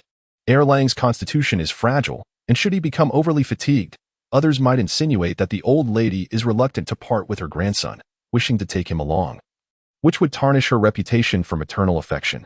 Jiang let out a sigh of relief. Granny Hui, harboring a deep-seated frustration, found herself powerless. For Jiang was the lady of the house, the mother of 3 sons and 1 daughter, and whatever she decreed, the servants had no choice but to obey. "Thank you, Madam," Granny Hui immediately replied with deference. She held no great expectations regarding the eldest daughter's approach.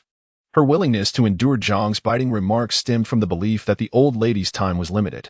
Allowing the 2 young masters to stay in Jiwitang for 3 days would grant the old lady a few more precious glimpses of them. Chapter 10. The comet. Jiang nodded in agreement, and Hui Mama let out a sigh of relief. The 2 young masters had always heeded their mother's words, so they would undoubtedly remain at JW at Ing in good behavior for the next few days. Hui Mama accompanied Jiang's servants to invite the 2 young masters. Observing Hui Mama's retreating figure, Jiang couldn't help but chuckle. Just then, Jiang Wan approached, and Jiang was even more delighted, urging her to take a seat. "Is there some joyful news, dear aunt?" Jiang Wan inquired, her long eyelashes fluttering with curiosity. Jiang opened her mouth but refrained from speaking ill of the old matriarch, tempering her exuberance before stating with poise, "There is no particular good news. I am merely gratified to see you children growing up. By the way, Alwan, the old matriarch has not been in good health lately, so do remember to wear more subdued colors." Jiang Wan, perceptive as she was, immediately grasped the implication of Jiang's words, realizing that the matriarch's condition was rather grave. The illness had indeed been severe, with numerous physicians unable to provide a remedy. Earlier, she had seen Hui Mama leading people toward her cousins, but now, Jiang Wan's voice lowered, her meaning unmistakable. Last year, when she came of age, her aunt had intended to select one of her cousins as her husband. The second cousin was gentler towards her, yet his health was poor, and despite her aunt's affection, as the second son, he faced certain indignities within the household, unlike the elder cousin, who was more stable in character. Thus, if given a choice, she would naturally prefer the elder cousin. Her aunt had always deemed the elder cousin insufficiently obedient and had indeed intended to betroth her to him, thereby fostering a closer bond between mother and son. Yet the matriarch vehemently opposed this. The elder cousin was already 23, yet the matriarch prevented him from marrying. With the eldest son unengaged, it was even more difficult for the second son to discuss marriage, which Jiang Wan found quite perplexing and frustrating. Hui Mama was not suggesting they attend to the matriarch's illness, but rather that Yunjua, the maid, had harbored some fanciful ideas and was contemplating performing a ritual in the matriarch's courtyard. Jiang said this with a mix of amusement and embarrassment, recalling how the steward had mentioned that the girl had rushed out without even bringing a maidservant, entirely unaware of her purpose. What young lady behaved so thoughtlessly? Fortunately, she had returned unnoticed. Otherwise, Jiang would have been utterly mortified. Yesterday, she had instructed everyone to remain at home and not venture out. Yet this girl took her words as mere whispers in the wind. Jiang Wan appeared astonished and hesitantly asked, "And how has my cousin been sustaining herself all these years? Wasn't it said by Chumping that the large package she carries is filled with gold and jewels? Where could such things possibly come from? With her rushing out in such haste, could it lead to trouble?" Jiang's expression changed. This girl was far too reckless. clad in such shabby attire, yet possessing considerable wealth. She had intended to inquire about it yesterday, but her eldest son's sudden arrival had caused her to forget. How could a girl of merely a few years manage to earn such a fortune? It was truly outrageous. With good intentions, I welcomed her back. Yet if she tarnished our family's reputation, it might be better to simply end her life with a white silk cord. Jiang was infuriated, slamming her hand on the table. At such a tender age, she had too many thoughts. After seeing the elder lady today, she believed she could showcase her abilities and insisted on performing rituals. As if she were a reincarnated deity capable of resurrecting the deceased with mere breath. The family's affairs could hardly provoke much laughter behind closed doors, yet she, having assumed the role of the head of the household, still sought to cause a scene outside. It truly exasperated me. Jiang's head throbbed with frustration. How could I have given birth to such a creature? It was one thing for her to be troublesome, but to be so boisterous was intolerable. Jiang Wan quickly positioned herself behind Jiang, gently massaging her temples. Do not be upset. I have heard that when the common folk cannot afford medical treatment, they seek the village shaman for help. My cousin's intentions are good. She believes that the mysterious methods can indeed work. Jiang Wan spoke softly. In due time, my cousin will realize that her methods are futile, unable to avert the inevitable fate. When a significant event occurs in the family, my uncle will return. Seeing my cousin's immaturity, he will likely feel compelled to impart more wisdom. At that time, you can confine her indoors. And my elder brother will certainly refrain from further comments. With the elder lady's passing, the family will enter mourning, and Xiao Yunjua will also be unable to leave. The more raucous she becomes, the greater disappointment my uncle will feel, regardless of how you teach her. You speak wisely. Jiang felt her anger dissipate considerably upon hearing this. Truly, we have no mother-daughter bond. If you had emerged from my womb, there would be far fewer troubles. It was rumored that my aunt nearly faced a difficult delivery with my cousin, and every time one thought of the suffering her aunt endured, her heart ached profoundly. If I were my aunt's daughter, would that not subject you to further hardship? I would never wish that upon you. Although I am not born of you, I can still show my filial piety. I am already quite content, Jiang Wan quickly replied. Jiang could not help but recall the perilous moments of childbirth. During that time, her father-in-law was still alive, while her husband wished to leave for the border after her delivery to pursue a career as a soldier. He claimed to have already given her 2 sons and now carried another child, thus fulfilling his familial duty, even if he were to lose his life in the future. There would be no need to worry about the Xiao family lacking heirs. Therefore, he yearned to fight and fulfill his long-held aspirations. Naturally, she was unwilling. The frontier was so far away. Once he left, he might not return for years, and who knew if he would take another woman. This led to frequent arguments between them. In their years of marriage, that period felt like they were adversaries, even when her husband occasionally relented. It was merely out of concern for the child she carried, clearly indicating that the child held more importance than she did, especially later, when she endured great hardship to give birth to that girl, nearly losing her life. Her husband did not even check on her first. Instead, he held the child tightly, reveling in joy as if he had acquired a rare treasure. This child's birth was an ill omen. After giving birth, her body grew increasingly weak, and the intimacy between them could no longer be restored. She was plagued by daily worries, fearing that she might awaken one day to find more sisters in the household. Shortly thereafter, her father-in-law was granted death, and her husband was compelled to engage in social obligations.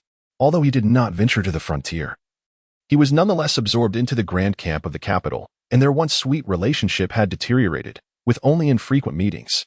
She had always believed that these misfortunes were brought upon her by that girl, and later, upon consulting a sage, she discovered this belief to be true.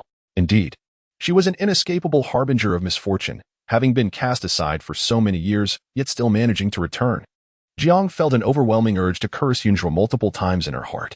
At this moment, within the serene waters of Qing Shui Garden in the capital, Yunjua mingled among a throng of people.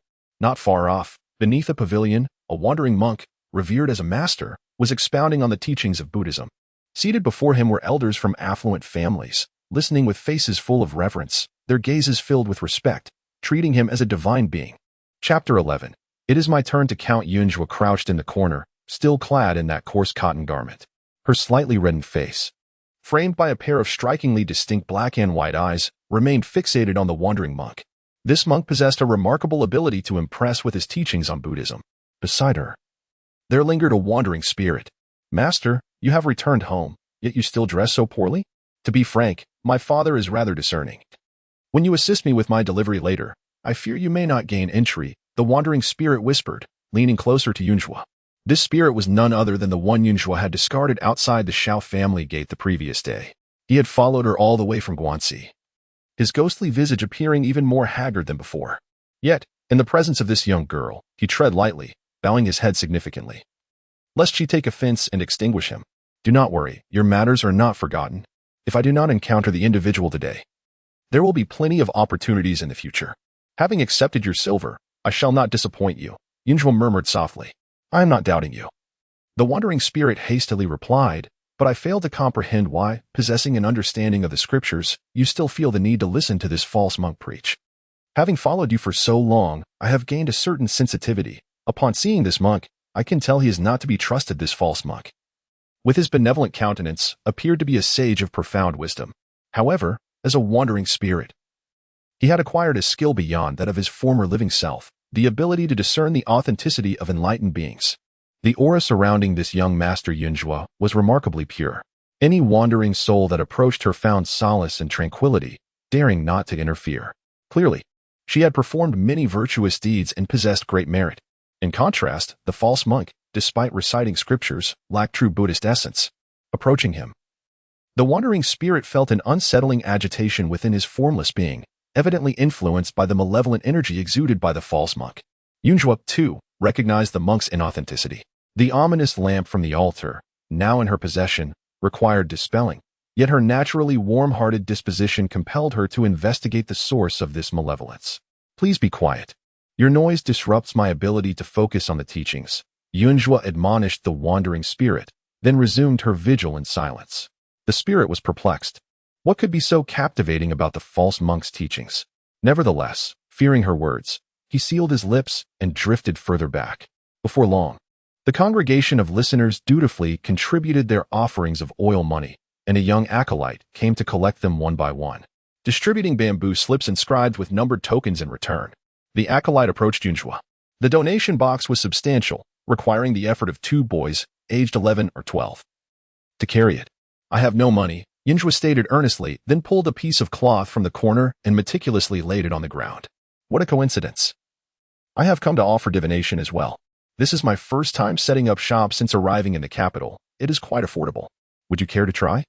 The 2 young acolytes paused momentarily, then swiftly turned to glance at the old monk. The wandering spirit behind Yunjua let out a ghostly chuckle. She has no money? What a ruse. In the borderlands of Kansai, he encountered the young master Yunjua, who collected his remains, provided him with a proper burial, and vowed to return his hard-earned wealth to his elderly father in the capital. The expenses for the burial and the efforts made were not insignificant. She took the seal found beside his remains and absconded with the fortune he had accumulated over the years, claiming all his treasures except for the banknotes. Naturally, before being taken in by the Xiao family, Master Yunjua had already amassed a considerable amount of riches. Leaving less than half in the bundle, he had moved to the Xiao residence the previous day. The thought alone caused him great anguish. At that moment, upon Yunjua's utterance, the attention of others was drawn to her. Amitabha. Master Kongchan wore a compassionate expression. Little benefactor, I am here today to speak of the Buddha. I kindly request that you refrain from disturbing me. If you wish to discuss Buddha's teachings, please wait a moment until the crowd disperses, and then we may engage in discourse. This Qing Shui garden permits entry to all who pay the entrance fee, allowing the master to speak of the Buddha here. And I too can set up a stall without conflict, correct? Yunjua replied unabashedly, adding, I have heard that the master offers divinations 3 times daily. Yet these readings are not accessible to all. One must first pay no less than 50 taels for incense, and then draw numbers. Only those with fate may receive guidance.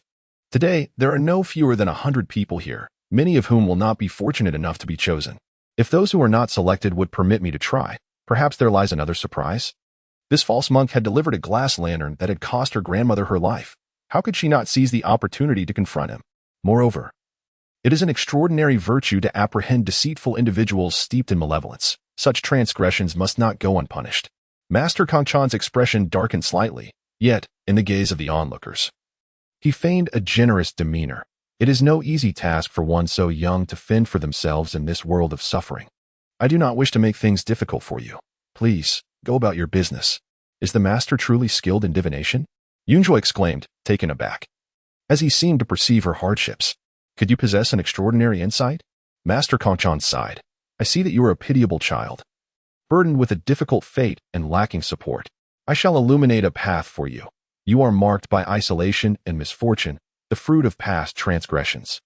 If you seek safety, cultivate your character, and consider retreating to a monastery outside the capital to seek enlightenment in your next life. The wandering spirit twitched at the corner of her mouth. This false monk bore a grudge because Yunzhua had interfered with his affairs. He suggested that a mere girl of tender years should shave her head and become a nun? How heartless. Yet, Yunzhua remained unperturbed, even expressing astonishment. Are you implying that my previous life was devoid of virtuous deeds, hence my current state of being without parents, siblings, or wealth? Amenba, indeed so. The false monk replied with faint compassion. A young girl clad in tattered cotton attire, without guardians at her side, acting recklessly and without restraint, was undoubtedly ungoverned and solitary. She possessed a modicum of cleverness, attempting to profit from this situation, setting up a stall as a fade. While her true intention was to elicit charity from the affluent nearby, she was, in fact, more astute than the beggars outside. Recognizing the importance of first paying the entrance fee to ultimately gain a greater reward. How clever. Yunzhua clicked her tongue and then chuckled softly. You have just calculated my fate, so it is only fitting that I assess yours as well. You are a fraudulent monk. Yunzhua spoke directly.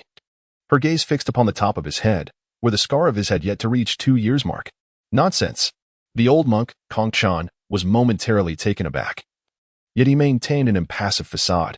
It appeared he was merely a deluded madman. Someone should expel him. Upon finishing his words, Master Kongchan displayed a hint of humiliation. The others, witnessing this, instantly grew irate, their gazes toward Yunzhua now devoid of sympathy and brimming with disdain. What an uncouth girl. Master Kongchan is a venerable monk. How dare you defame him so brazenly? Begone at once. No one here seeks your fortune-telling or offers you silver. Chapter 12. The True Living Buddha. Oh, Master Kongchan, please do not be angered. This wild girl speaks thoughtlessly out of ignorance. We have greatly benefited from your teachings on Buddhism over these past days, and just last night, I beheld the Buddha in my dreams, receiving his enlightenment. As soon as dawn broke, I rushed here, convinced that today I shall be chosen. Kindly begin without delay. Indeed, do not engage with this little girl. We are all aware of your remarkable abilities. Listening to the anxious crowd, Master Kongchan felt a twinge of satisfaction. Since arriving in the capital, he had invested considerable effort to cultivate his current reputation.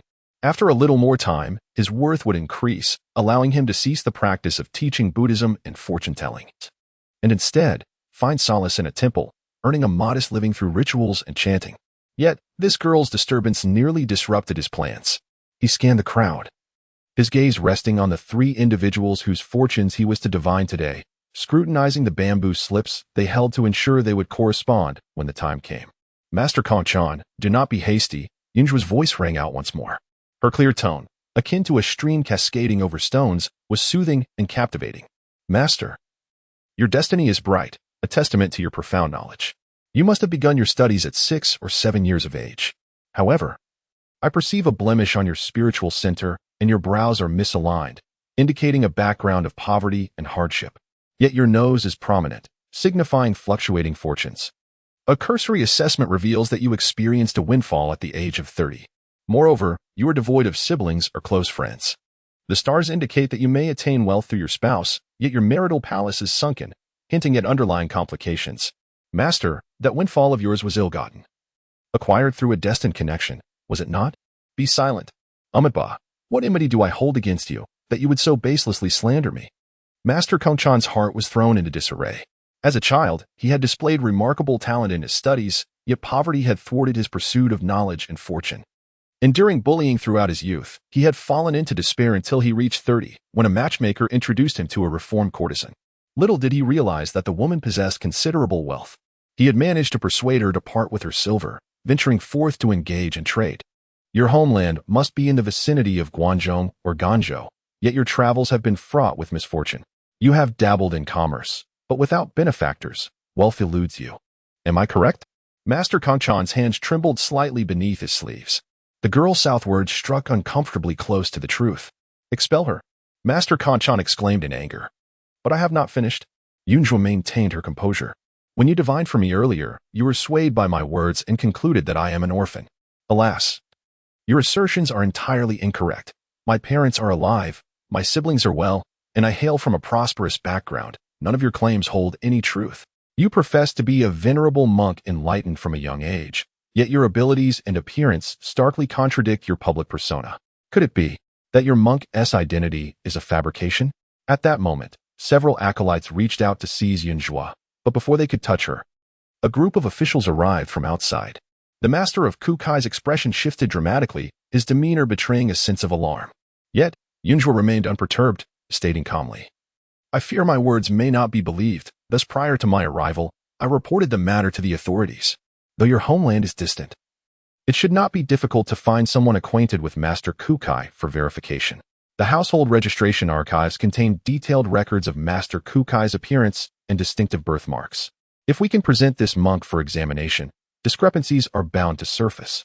Once we have identified any inconsistencies, the next step would be to extract the truth from him.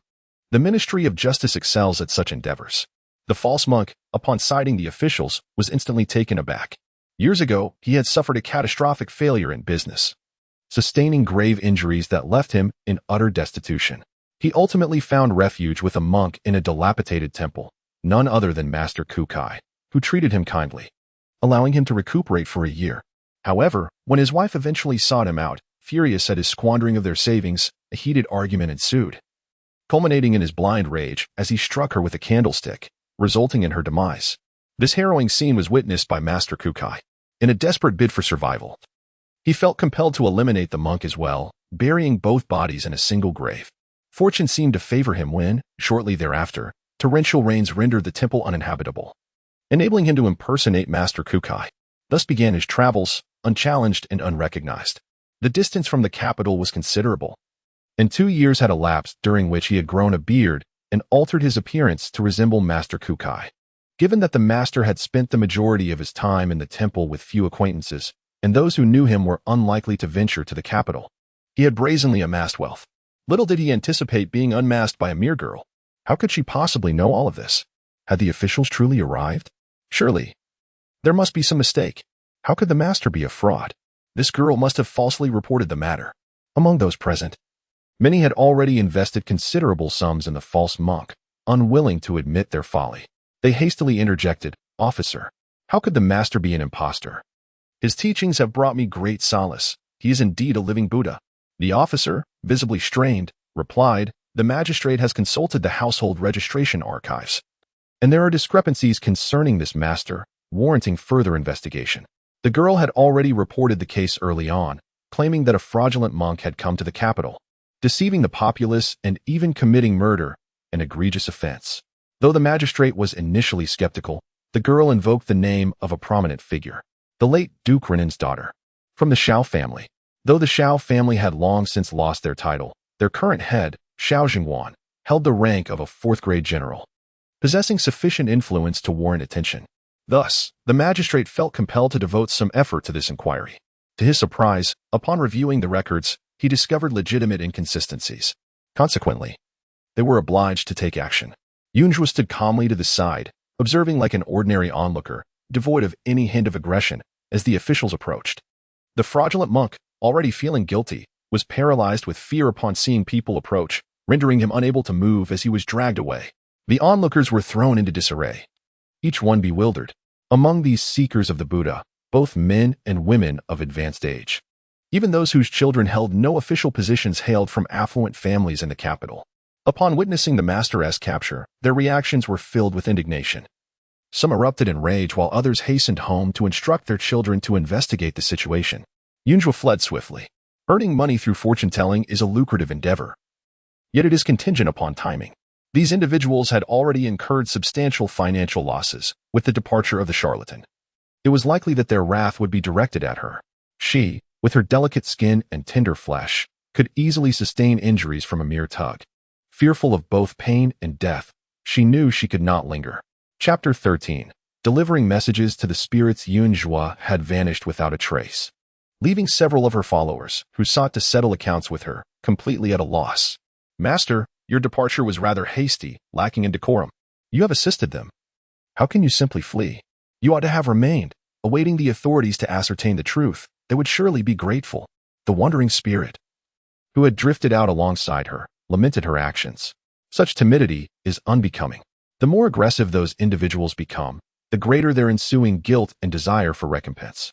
A master so miserly and fond of wealth should not squander such an opportunity. You should have stayed, proven your integrity, and subsequently gathered the followers of that fraudulent monk. With so many gullible individuals and a wealth of silver at stake, would one not worry about an empty purse in the future? They are not my source of income. Yunzhuo replied nonchalantly. The falsehood is ultimately just that, false. The doctrines espoused by that charlatan monk are hardly profound. If those people were genuinely seeking enlightenment, how could they be deceived by such simplistic rhetoric? Moreover, with so many temples and monasteries in the capital, why pursue a wandering monk from afar for praise? Why indeed? The wandering spirit paused, taken aback.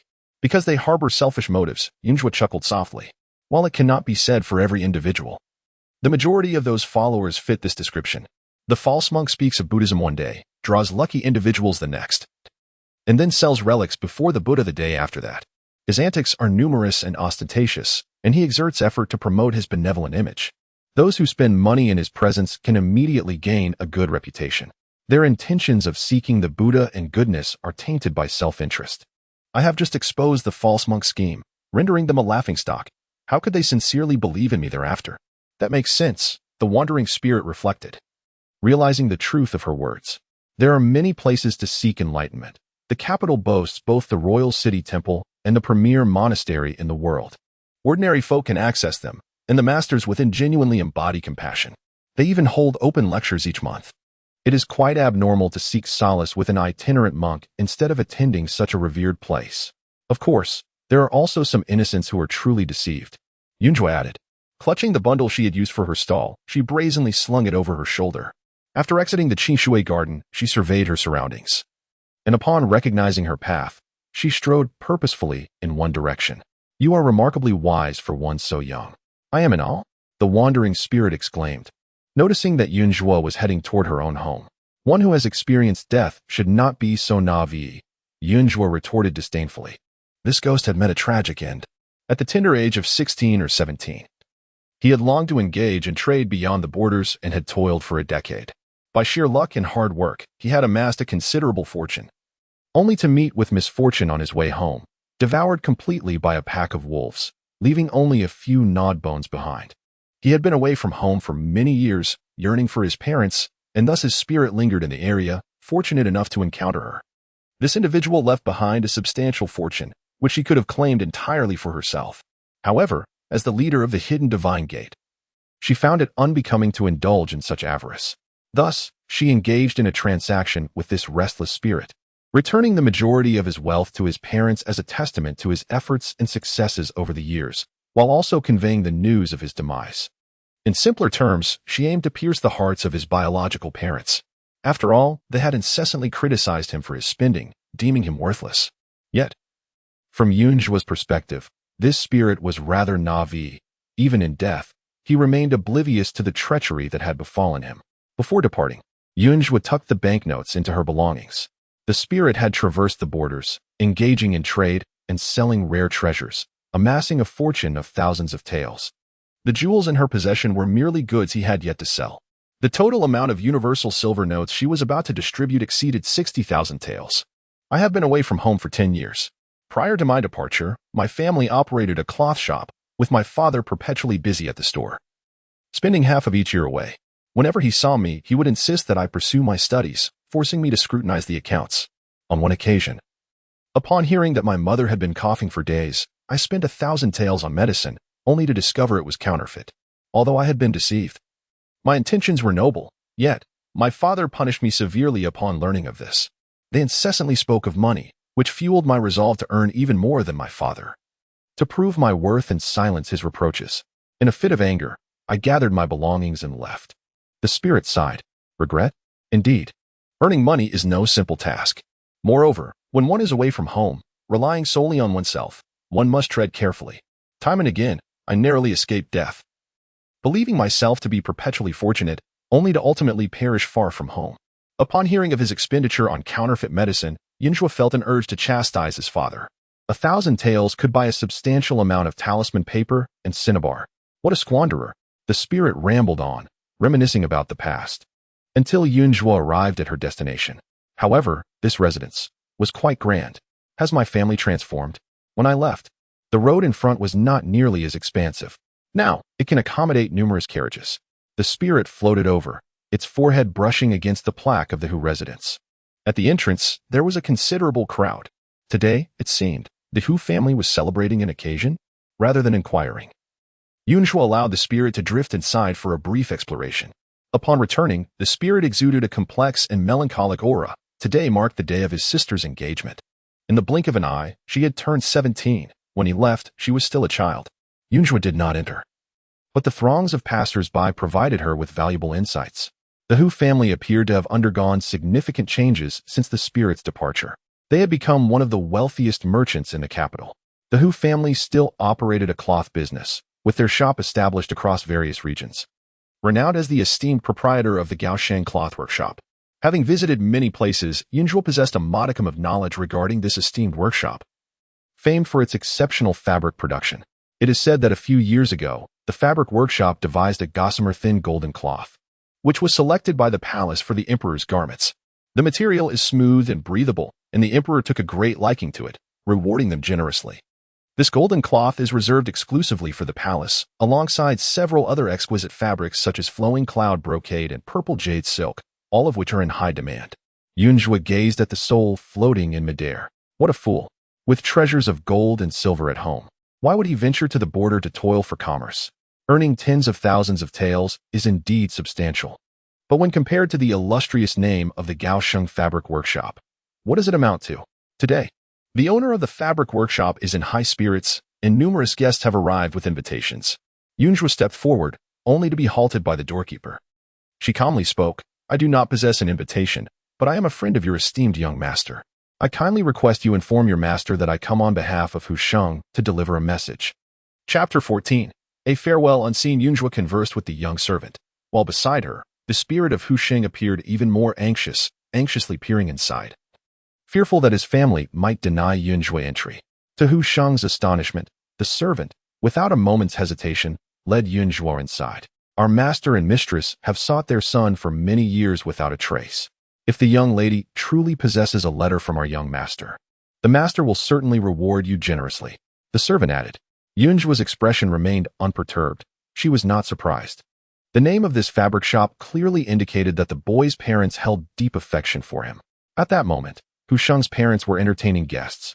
When the servant came to relay the message, they promptly instructed the steward to continue managing the trivialities, while they, along with their daughter and future son-in-law, made their way to the side hall to meet Yunzhua, evidently unwilling to miss any opportunity to find their son.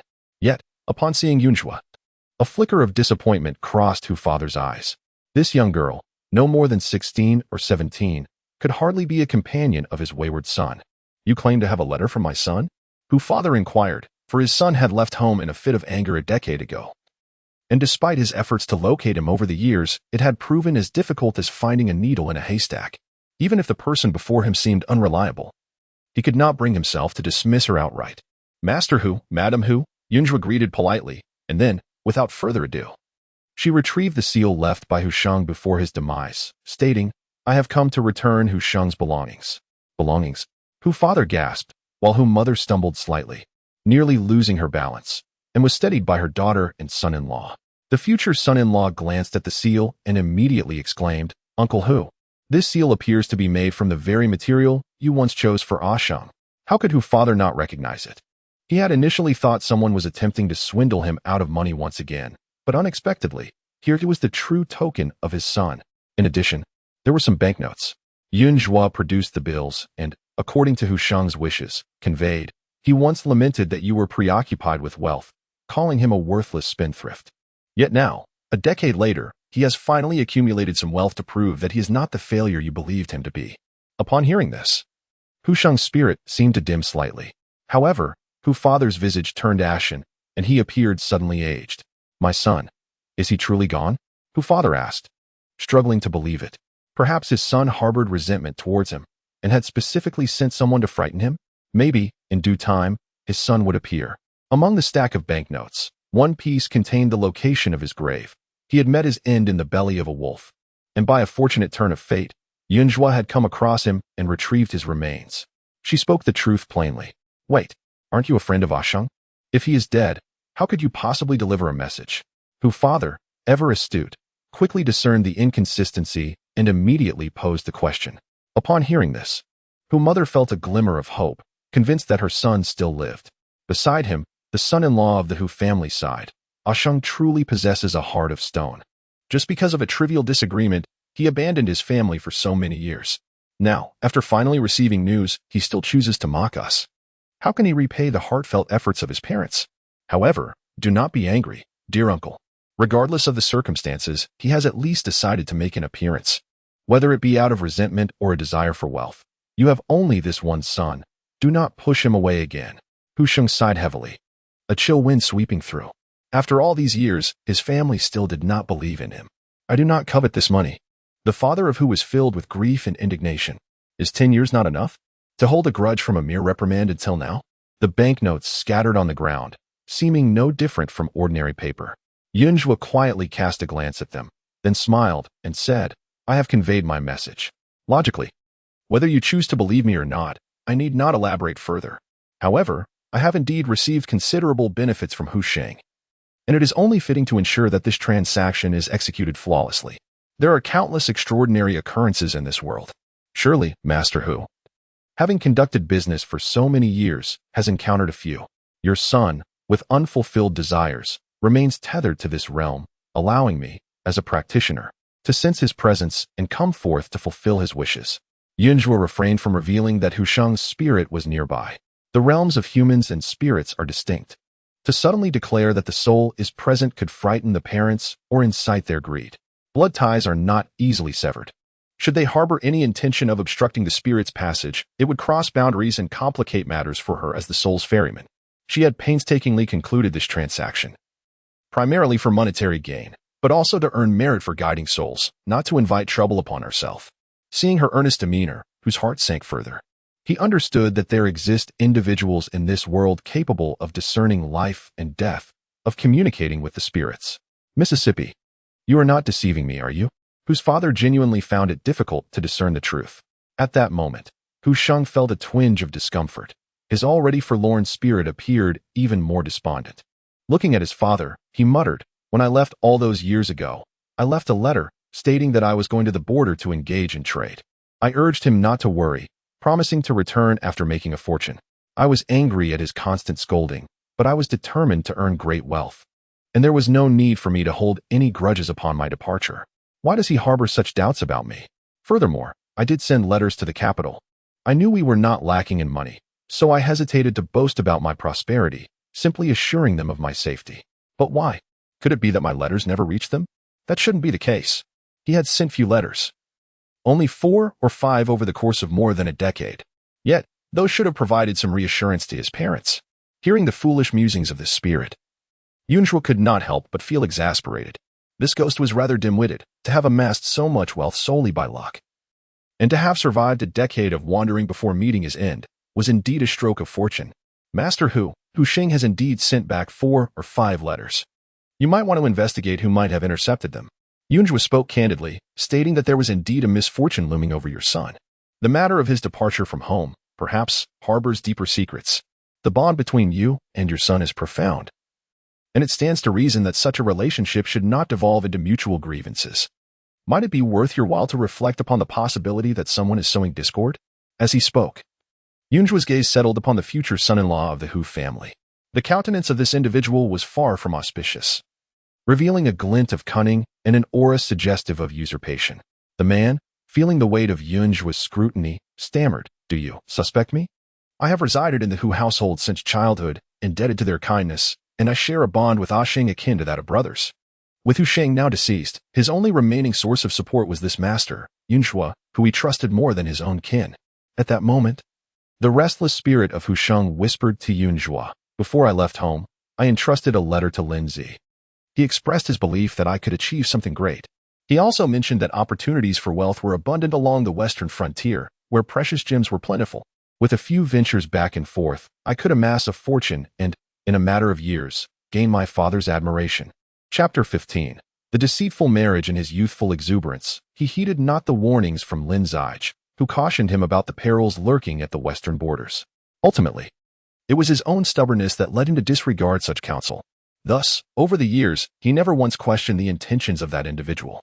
The principle of reciprocity, where a grain of rice given invites a measure of enmity, seemed applicable here. The Hu family appeared to have but one son. With his demise, only this young lady remained. Moreover, the son-in-law was no longer in his youth. After all these years spent in the Hu household, how could suspicions not arise? Additionally, Hu Lei, it would be prudent to investigate whether this gentleman has received any correspondence from the western borders in recent years. Those letters were sent by Hu Xing. Yunj was stated decisively. Hu Fu furrowed his brow, genuinely unaware that his son had dispatched letters. Fong Lin was the son of a deceased friend. Out of compassion for his orphaned state, he had brought him home. This child had always exhibited maturity beyond his years. His temperament a stark contrast to that of his son. While Hu Sheng was alive, he had shown great deference to Fong Lin, who, in truth, was not particularly bold, but rather naive and impulsive. Indeed, it seemed unlikely that he would have ventured away from home without someone inciting him. Yet, in the past, he had pondered that perhaps his son had been chastised too harshly. He had hoped the boy might return after a time. Why cast suspicion upon others? Throughout the years, Fong Lin had demonstrated profound filial piety, treating them as though they were his own parents. After all, he was a child they had watched grow, and it was inconceivable that he would wish harm upon their family. Knowing his virtues and his upbringing, they had considered him a suitable candidate for marriage. Should their son not return, entrusting the family legacy to him. "Uncle, I have not," Fong Lin hastily interjected. Just as he was about to clarify, the previously silent Hu girl suddenly spoke up. "You have. I distinctly recall seeing a partially burnt letter in your study, bearing a fragment of a seal." The remaining rice paper had the unique hue of that from the western borders. Her conviction was palpable, her eyes ablaze with fury. Her family was engaged in commerce.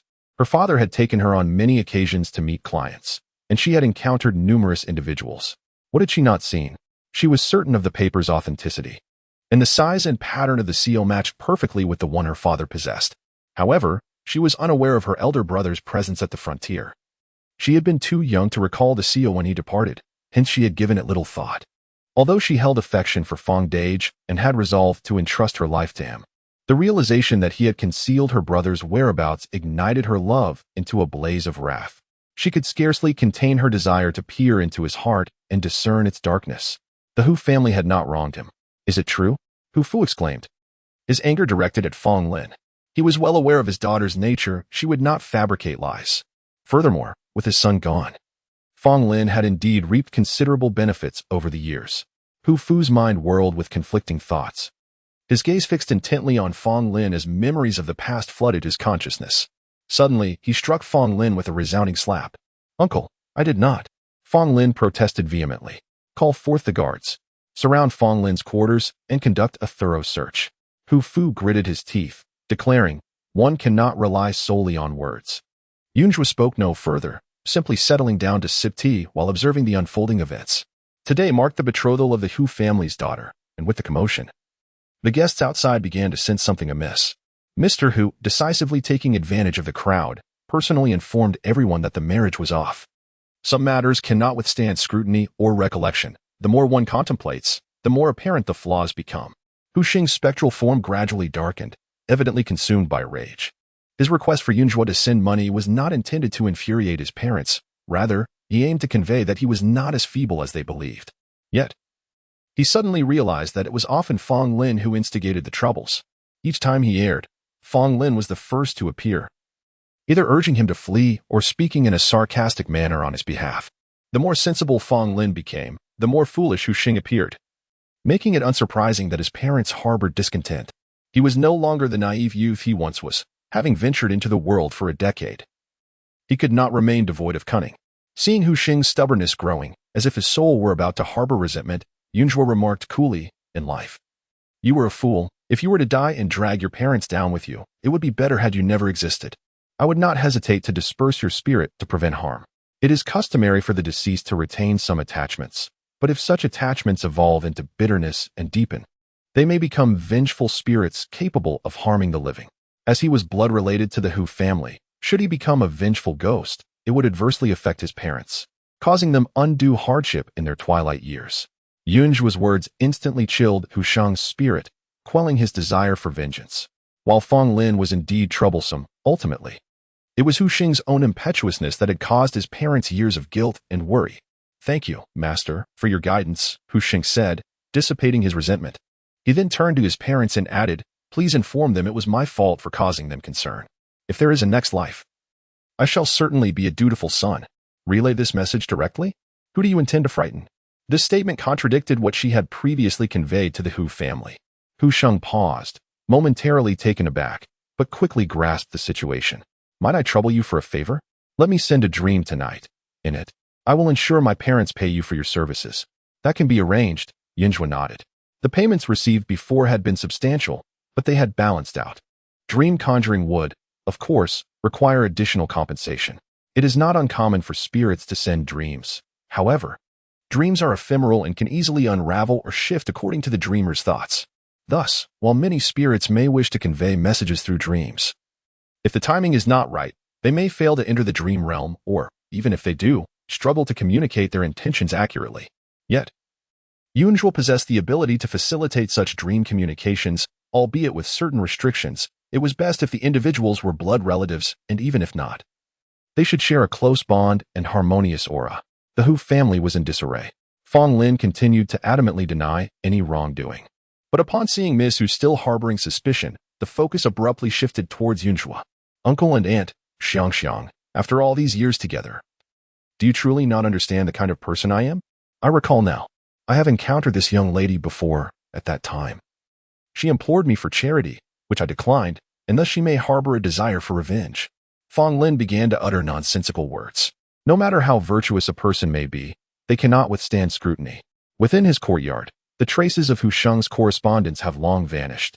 Yet over the years, as he worked in the Hu family's textile workshop, he secretly accepted benefits, inevitably leaving behind some evidence that attests to his dishonesty. The young master bears a countenance adorned with the allure of peach blossoms. Does this imply the presence of a second wife? Yunjua remarked with neither displeasure nor anger. At your age, it is indeed no small feat to have endured until now to become engaged. Yet this does not serve as an excuse for maintaining a mistress and bearing children outside of wedlock. Deceiving a spouse is a disgraceful act, one beneath even the basest of creatures. The spirit of Hu Sheng scoffed softly. As for that little brat, Fong Lin, what does it matter if he denies it? Why provoke the master? Look, it has been revealed once more. Fortunately, the master arrived in the nick of time. Had he come only after the younger sister's wedding, the Hu family would have faced dire consequences at the hands of Fong Lin. Chapter 16. Special Constitution. The astonished and furious gazes of the Hu family parents and their daughter could nearly engulf Fong Lin. He was momentarily taken aback. He had concealed his secrets so well. How could this woman possibly know of his extramarital affairs and children? Had she already uncovered every detail about him? It was over. Utterly finished. Upon seeing his expression, Hu Laoi understood everything. At that moment, he wished he could drag Fong Lin away and reduce him to mere pulp. This man had harmed his son and now sought to ruin his daughter. He had taken Fong Lin under his wing with good intentions, only to receive such treachery in return. Rage, resentment, and regret surged within him, nearly causing him to faint. Yet, his robust constitution held firm. His face was ashen, and he found himself at a loss on how to confront his wife and daughter. Unbeknownst to him, night had fallen. The servants of the Hu family had rummaged through Fong Lin's courtyard and uncovered ample evidence of his nefarious intentions, revealing him to be anything but the honest and loyal man he pretended to be.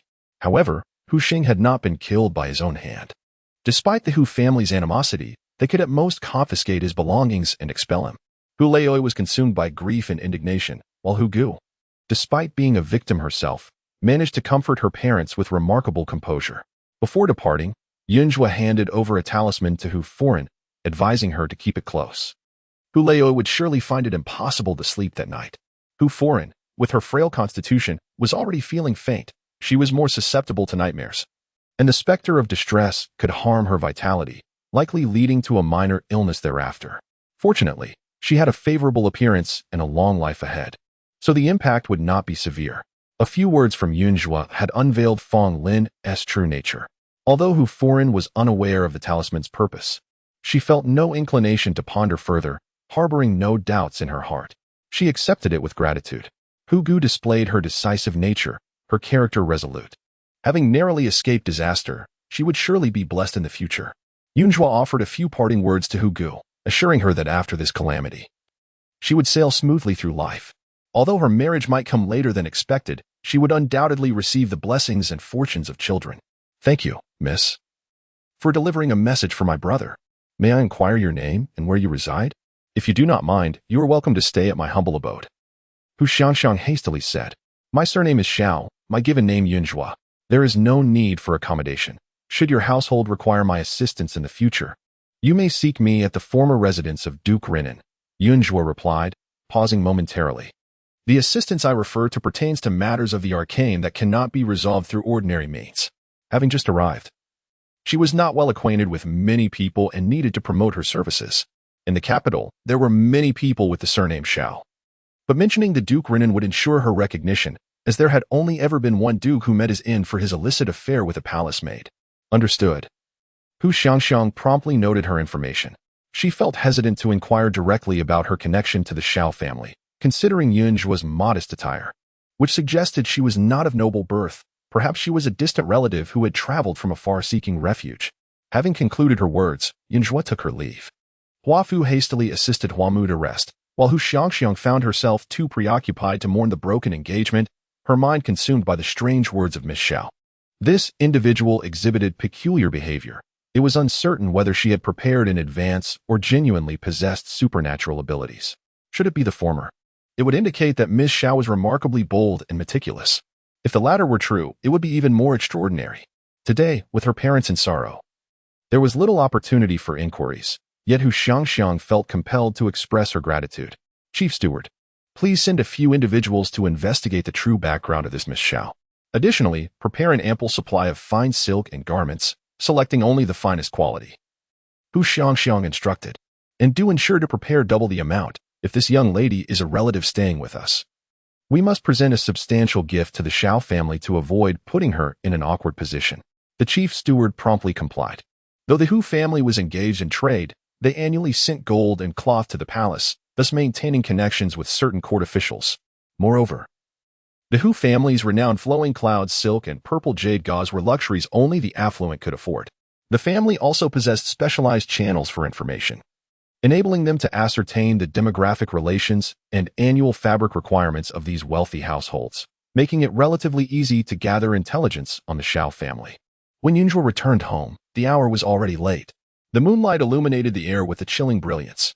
Miss, earlier today, someone from the madam's side came to inquire about your family background. Dong Qi reminded her before she retired for the night. Fortunately, the young lady had prudently designated a room as a storage space early on, securing it with a lock. Otherwise, it might have been difficult to prevent any potential theft of gold and jewels. What else did they say? Yunzhua inquired. They wish for me to observe your movements, to ascertain your preferences and habits, and to learn about your past endeavors, Dong Qi replied. They also mentioned that should I provide useful information, the madam would reward me handsomely. Previously, she had followed the young lady's directive to discipline Chun Ping strictly for the sake of profit, yet she was not foolish. She understood the importance of seizing opportunities and not being indecisive. Having already received the young lady's reward, it would be unwise to covet more and risk losing everything in the end. Besides, she was now the young lady's foremost maid, a position of significance that required unwavering loyalty. Very well, I understand. In the future, if anyone from the main courtyard comes, respond as you did today. If it becomes unavoidable, accept the benefits and report back to me. I shall handle the situation, Yunzhua said, finding Dong Qi quite amusing, greedy yet principled. I shall heed the young lady's wishes. Dong Qi replied with a smile. The room was comfortably warm, the charcoal fire of superior quality compared to the previous night, devoid of any smoke. The bedding was neatly arranged, evidently freshly pressed. Dong Qi had not been idle that day, exhausted from her labors. Yunzhua soon drifted into a deep slumber. Upon awakening, she felt refreshed and invigorated, relishing the tranquility of life.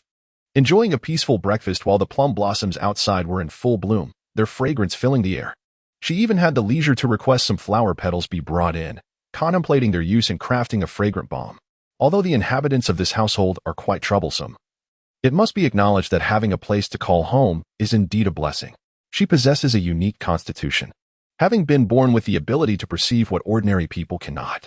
However, due to her upbringing in a household steeped in martial history, her ancestors having led lives filled with warfare and having taken countless lives, thus exuding a heavy aura of malevolence, she was not much different from other children during her early years. Everything changed after she was cast into the Valley of 10,000 Bones.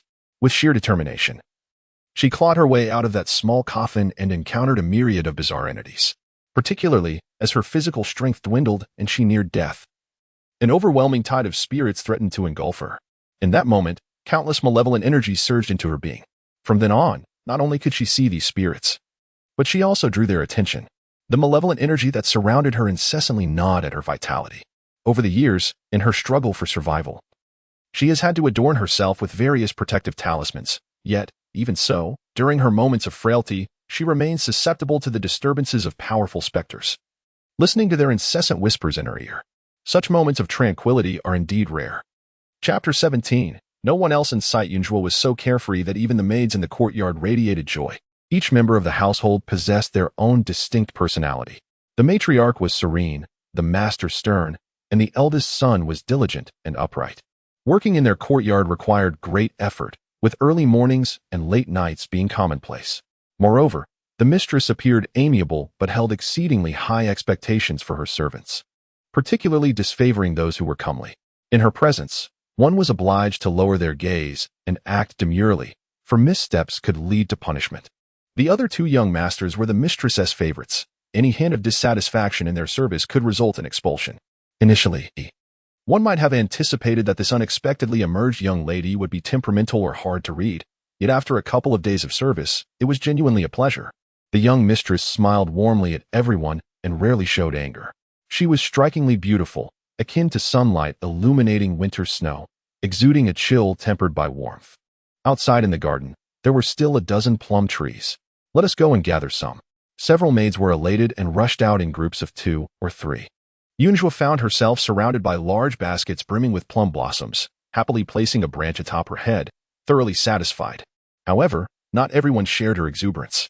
In the main courtyard of the Jiang family and the matriarch's Jiwei Hall, the servants walked with their tails between their legs, cautious and apprehensive. Xiao Wenwei and Xiao Wenin had unexpectedly begun a fast yesterday, a practice they were unaccustomed to, but out of filial piety, they could not refuse. In addition to fasting, they were required to attend to the matriarch for a brief period each day. Although she was their biological grandmother, they had heard many disparaging remarks about her over the years.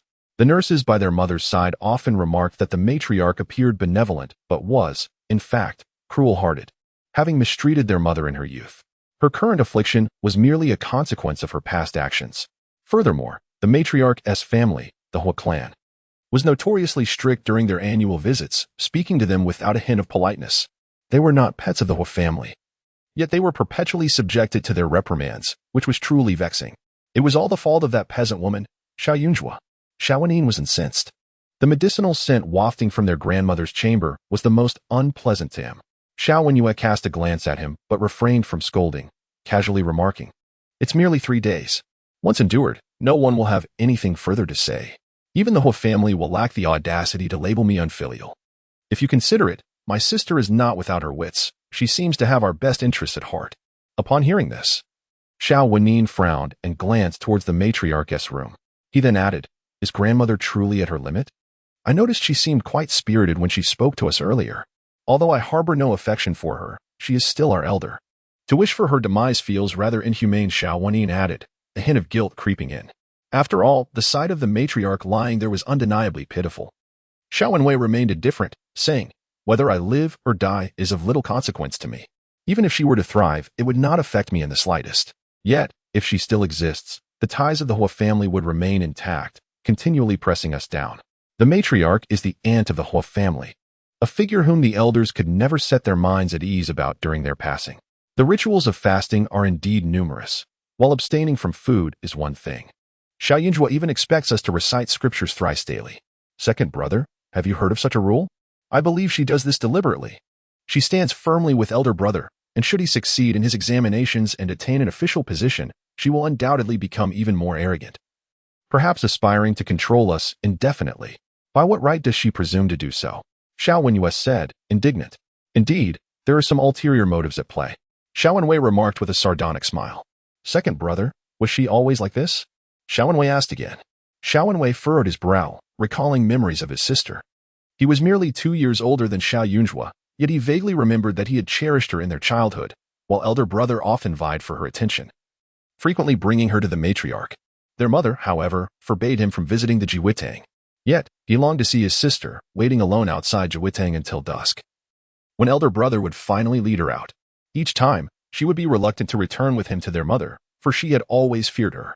Reflecting on the past, Xiao Wenwei felt a twinge of discomfort and coldly remarked, she always favored elder brother more. The pastries he had saved for her were intended for her enjoyment, yet she would secretly hide them away to give to him. She even deceived elder brother by claiming they were gifts from our mother, hoping to please him. Unfortunately, that little brain of hers was rather dim. Failing to grasp that elder brother is a man of strict principles, he would express gratitude to our mother upon receiving anything, and she, without hesitation, would reveal the truth, leaving her in an even more embarrassing position. Once grandmother's affairs are settled, just wait and see how I will deal with her. Humph, Xiao Wenwei thought, resolute that she must never prevail again.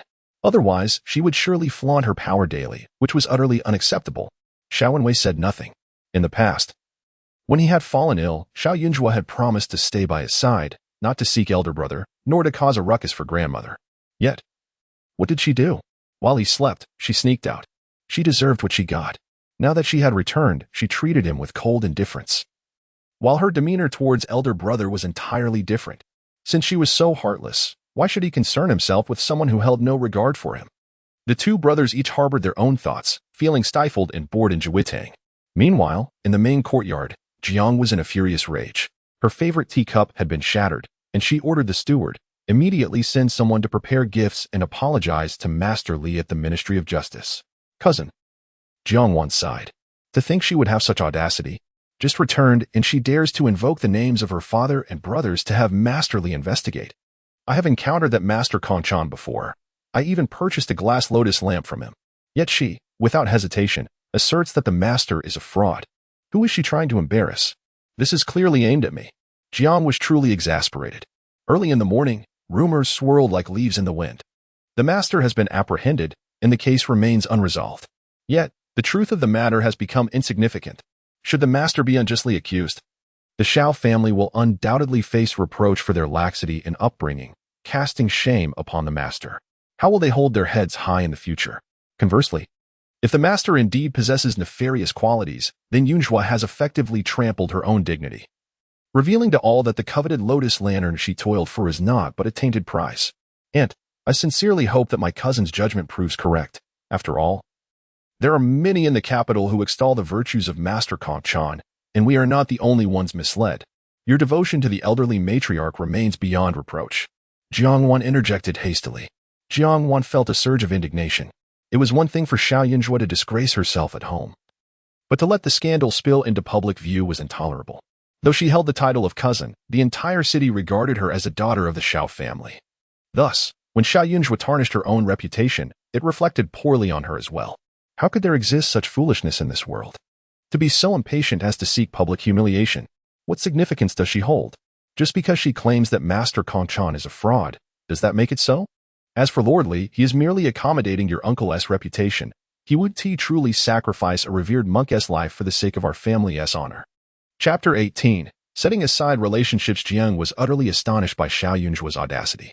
The previous day, she had refrained from stopping the girl from leaving, believing that this young lady, new to the capital and unfamiliar with its ways, would merely venture out with some silver to purchase trinkets and indulge in leisure. Who could have anticipated that she would dare to create a disturbance at the Ministry of Justice? Jiang could not suppress her headache and turned to Jiang Wan, saying, although Master Konchan is not on par with the monks from the Imperial City Temple, he has garnered considerable praise among the affluent families of late and is enjoying a surge in popularity. Who would dare to offend someone in the presence of the Buddha? Besides, your uncle by marriage is a military general, known for his strict demeanor over the years. His reputation for being formidable and ruthless is well established. This ruckus stirred up by that girl will inevitably lead others to believe our family is comprised of ungrateful villains. Her husband, Xiao Zhan, had been amiable in his youth, but after his father was executed, the entire family relied on him, compelling him to shoulder the burdens of responsibility. to prevent the Xiao family from being bullied. He gradually adopted a more austere demeanor. Even with her, he had become markedly less gentle than in the past. The old master had worked diligently to improve their circumstances. Yet as soon as that girl returned, she tarnished the Xiao family's reputation with her reckless antics. "And what should we do now?" Jiang Wan inquired anxiously. "What else can we do? From this day forth, that foolish girl is not to step outside." Jiang continued, "We shall send gifts to Lord Li to express our apologies, and dispatch someone to the Ministry of Justice to clarify matters. We must personally escort Master Konchan out. Once he is imprisoned, he will carry misfortune with him. How can we possibly celebrate the festival in such a state?" After a moment's contemplation, Jiang added, "By the way, I recall that a few years ago, the younger generation of the Hua family presented several scriptures to the old lady, claiming they contained relics. Those items are of no use to us. Once our family matters are settled, we can select one to offer as an apology to Master Konchan. The old lady does not have much time left after her passing. We can dispose of those belongings as we please. Master Konchan, though recently renowned, is ultimately just a wandering monk with limited valuable possessions.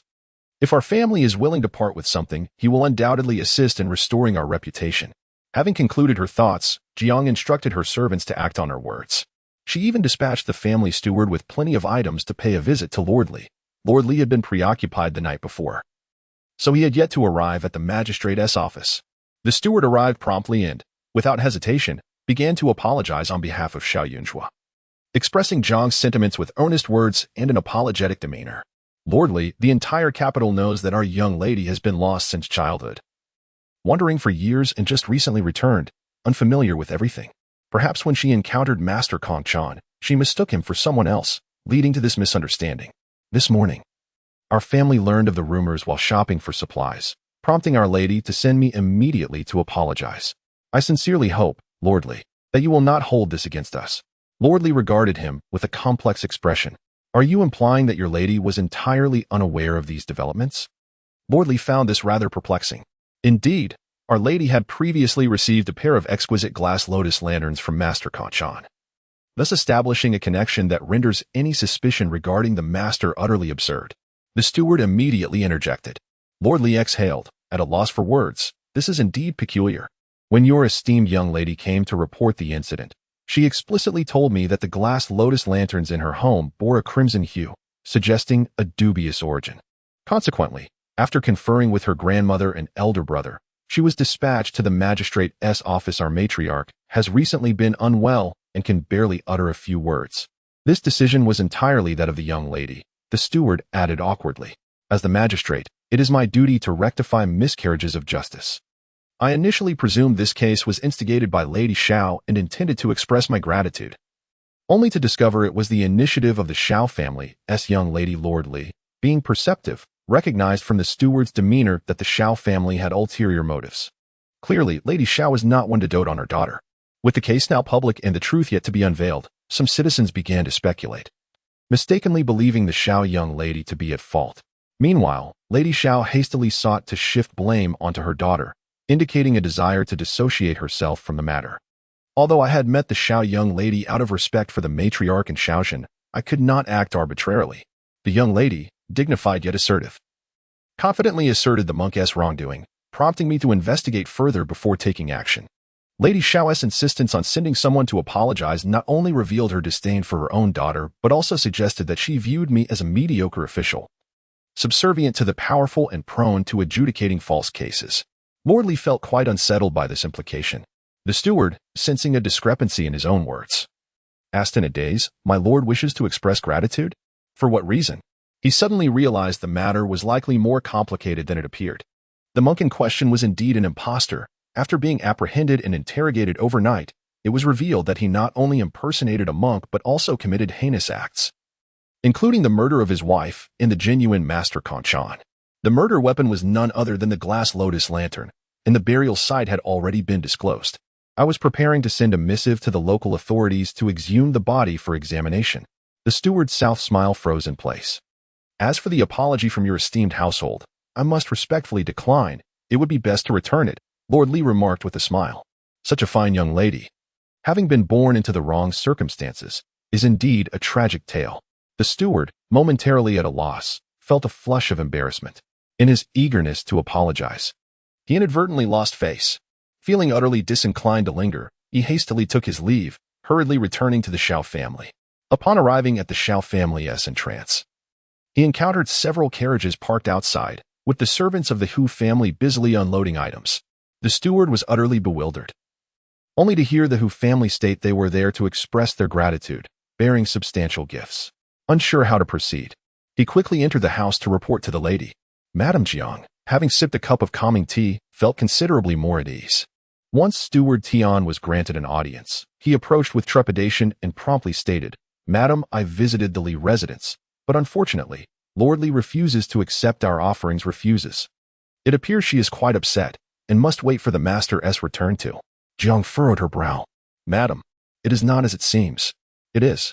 Lord Li stated that the monk was indeed an impostor, and it was thanks to the young lady that this heinous criminal was apprehended. Lord Li also mentioned that the false monk confessed to having killed someone with that glazed lotus lantern. Steward Tian felt his heart leap into his throat. Indeed. Jiang stood frozen in place, her eyes wide with disbelief and her anger boiling. Does that not mean that Lord Li has been made a great fool of? Xiao Yunjua's report was indeed correct, and not only did she obtain the lantern from the perpetrator, but she also assisted in exonerating the criminal.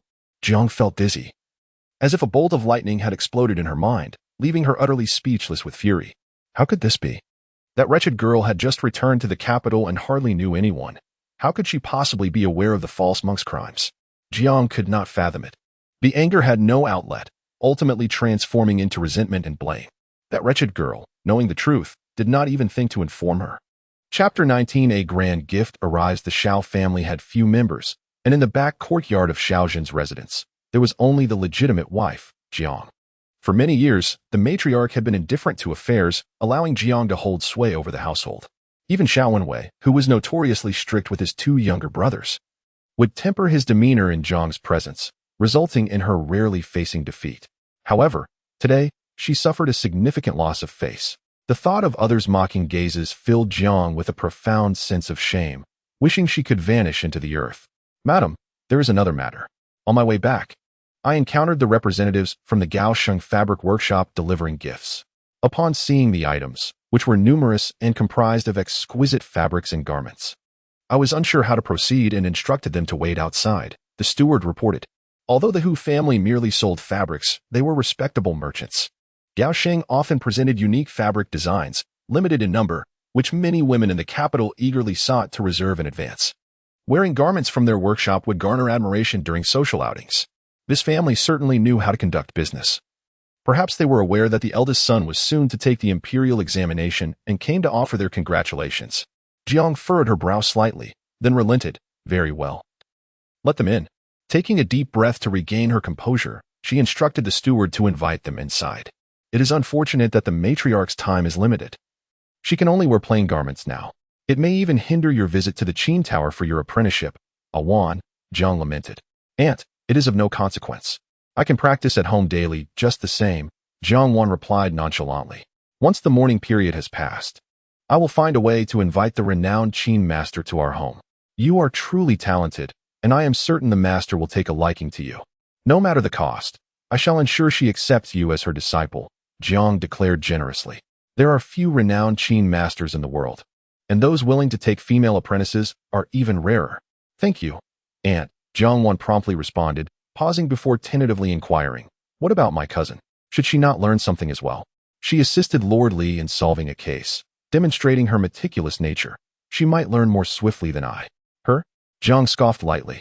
With her impetuous demeanor, what could she possibly learn?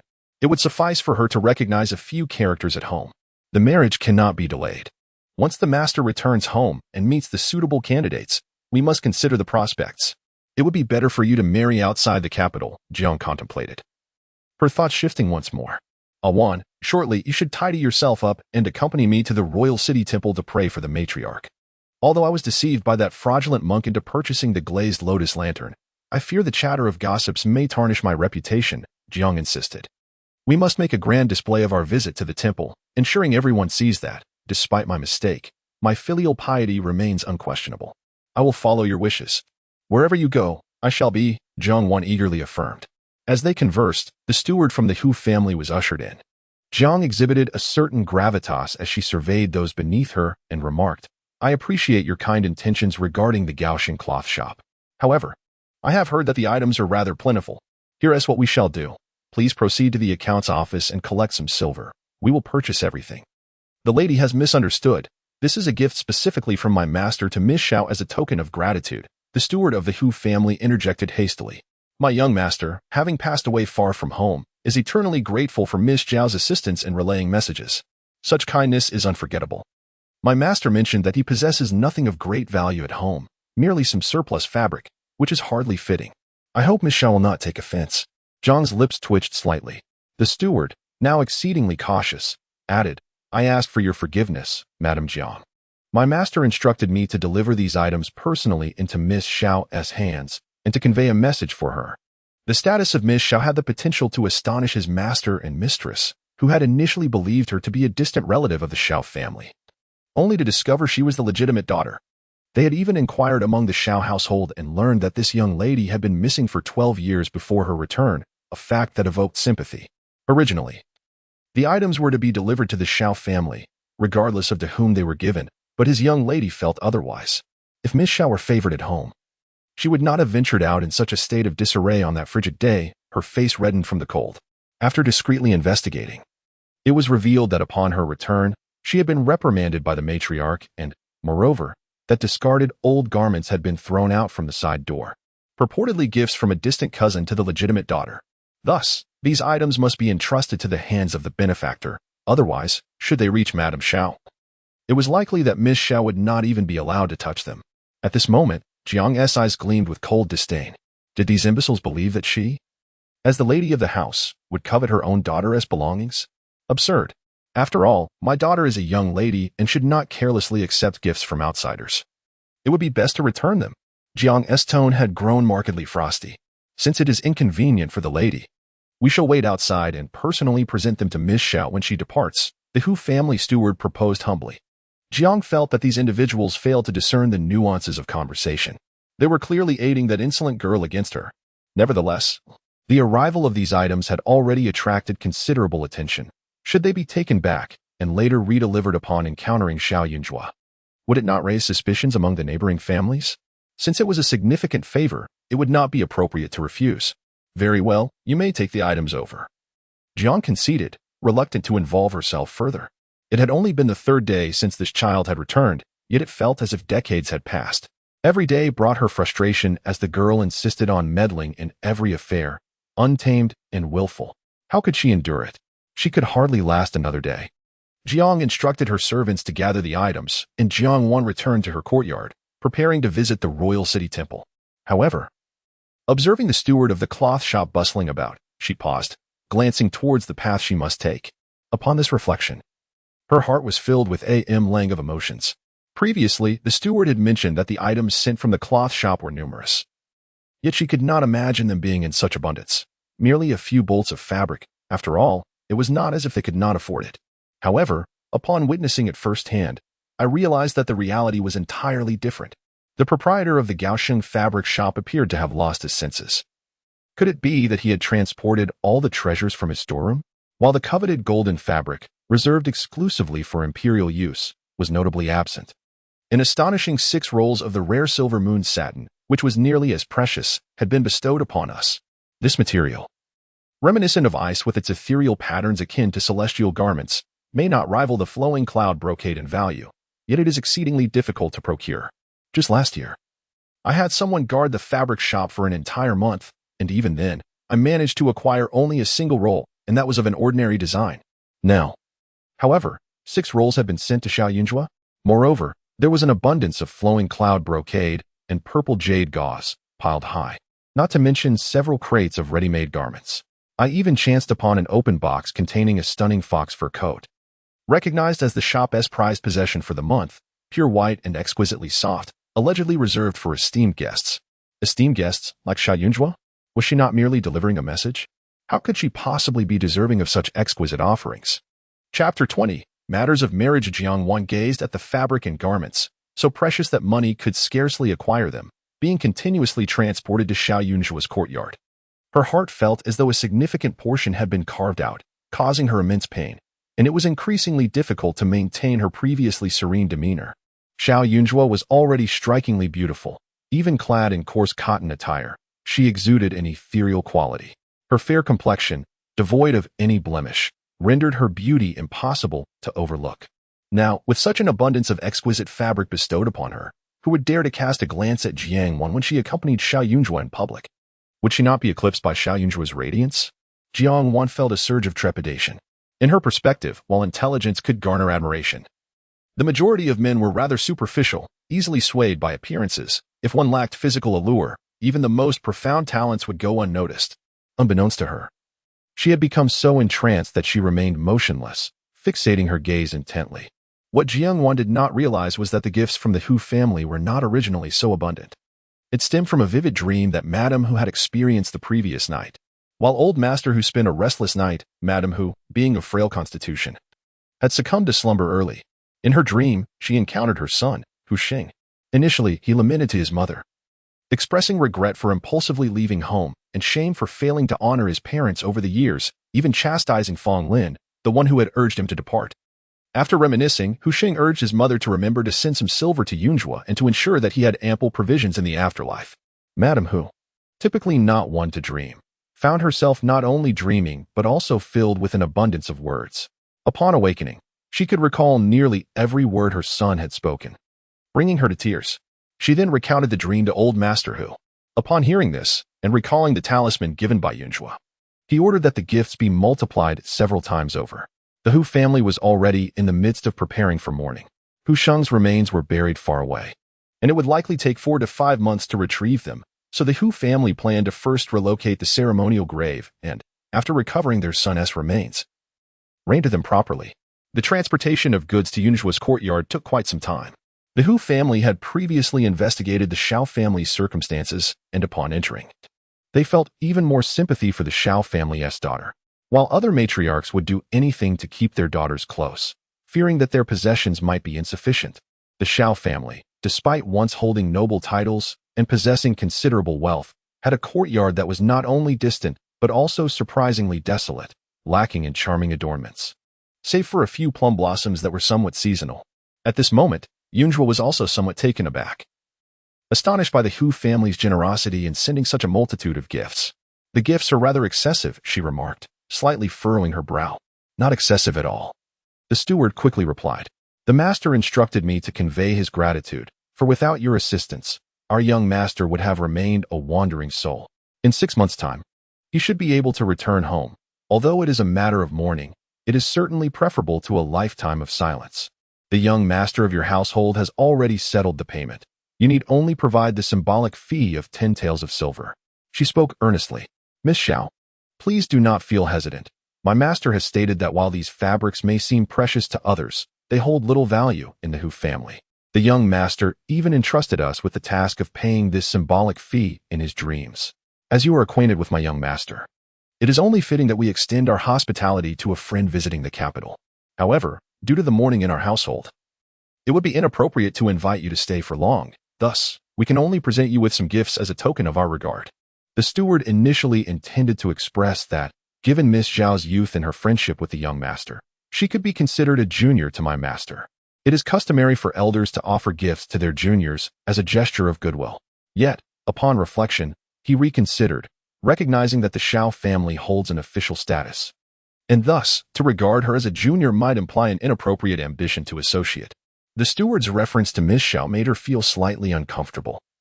Although she had introduced herself, it was the first time she had been addressed with such a rare and respectful title throughout the years. The steward approached and retrieved another 10 taels of silver. Yunjua accepted the silver ingots. However, the expenses incurred by Hu Sheng's errand were considerable. The goods he managed to secure before his demise were of excellent quality, including a dozen pairs of gold bracelets embedded with gemstones, each potentially worth 300 to 500 taels. There were also silver-inlaid combs, hairpins, hair ornaments, and a fair number of gold locks, along with strings of small pearls and various uncut gemstones. In total, the value was certainly comparable to the banknotes she had presented to the Hu family. Of course, more than half had already been spent, and what remained was valued at over 20,000 taels. This wealth was indeed substantial, yet the demands for expenditure were numerous. For instance, A significant portion of her expenses on the journey had been donated in Hu Xing's name to county magistrates and local leaders for charitable works like bridge construction and road repairs. Among the spirits she had encountered, there were certainly affluent individuals akin to Hu Sheng, but she also faced impoverished souls who could not afford to pay her, sometimes requiring her to contribute from her own resources. She understood that in business, one inevitably faces losses. What she could do was to meticulously save a portion, storing it away until she could purge her body of the lingering and no longer worry about a premature demise, at which point she would seek a picturesque location for her retirement. At this moment, with the abundance of gifts from the Hu family, she contemplated reciprocating. Shortly thereafter, Xiao Yunzhuo retrieved her collection of talismans from her travel bag. "These are for your master," she stated, selecting a few. Among them were talismans for wealth attraction, fortune enhancement, disaster alleviation, home protection, and personal safety, around 10 varieties in total, all gentle and harmless, which would surely bring benefits if worn regularly. The steward promptly accepted them with gratitude before taking his leave. "Miss, this multitude of garments and fabrics will last us for over a decade," Winterchi exclaimed joyfully once the guests had departed. Xiao Yunzhuo felt a twinge of melancholy. While there was an abundance of items, they were ultimately gifts from others, and the rare fabrics were not easily exchanged for silver. "A plethora of garments lies before me, far more than I could ever wear, and thus I must simply leave them there. I shall first take a few pieces to my grandmother's house, and then arrange the remainder appropriately." Xiao Yunzhuo pondered for a moment. Upon her return to the capital, she would inevitably engage in more social interactions, and bestowing gifts upon close friends and relatives would not be amiss. However, what about the madam and the cousin? Dongqi hesitantly reminded her. "Surely my mother and cousin do not regard my possessions with any esteem. There is no need for such superfluous gestures," Xiao Yunzhuo replied candidly. Dongqi expressed concern. After all, the madam is an elder. She feared that the young lady's overly forthright demeanor might lead to a reputation for defiance, complicating her prospects for marriage in the future. "Miss, might it not be wise to curry favor with the madam?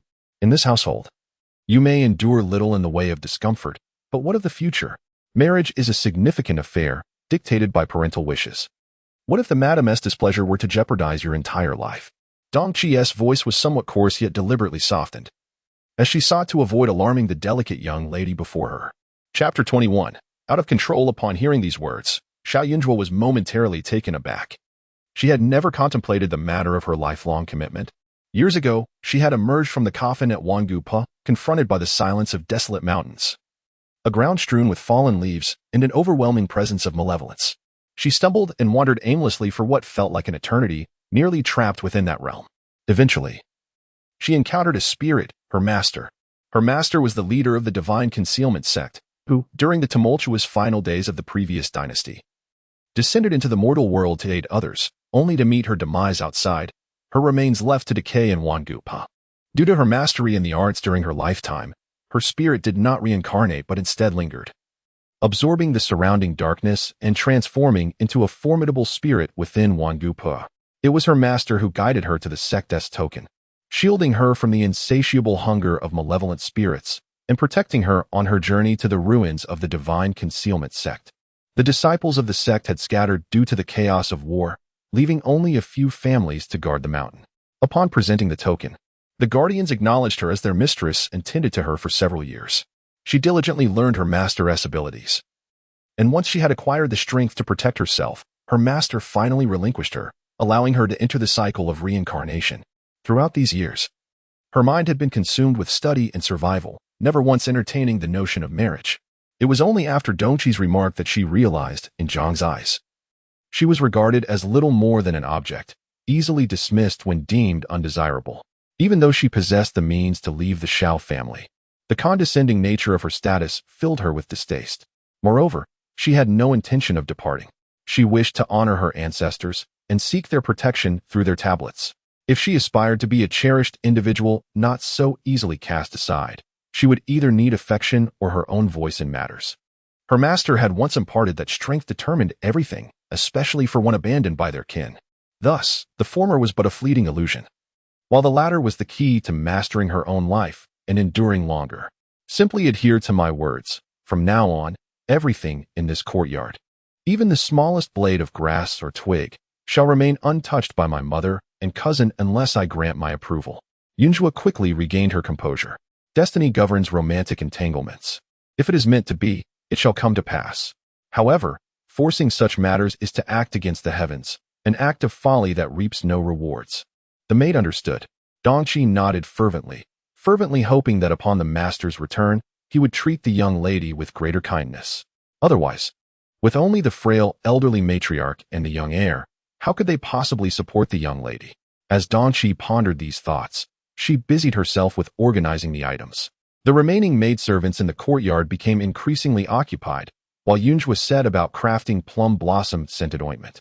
Not far outside, Jiang Wan had just regained her composure after being overwhelmed by a large array of gifts, instructing her personal maid to tidy up, before promptly hurrying to Jiang's side. Upon seeing Jiang, she hesitated momentarily. Jiang immediately sensed something amiss. What troubles you?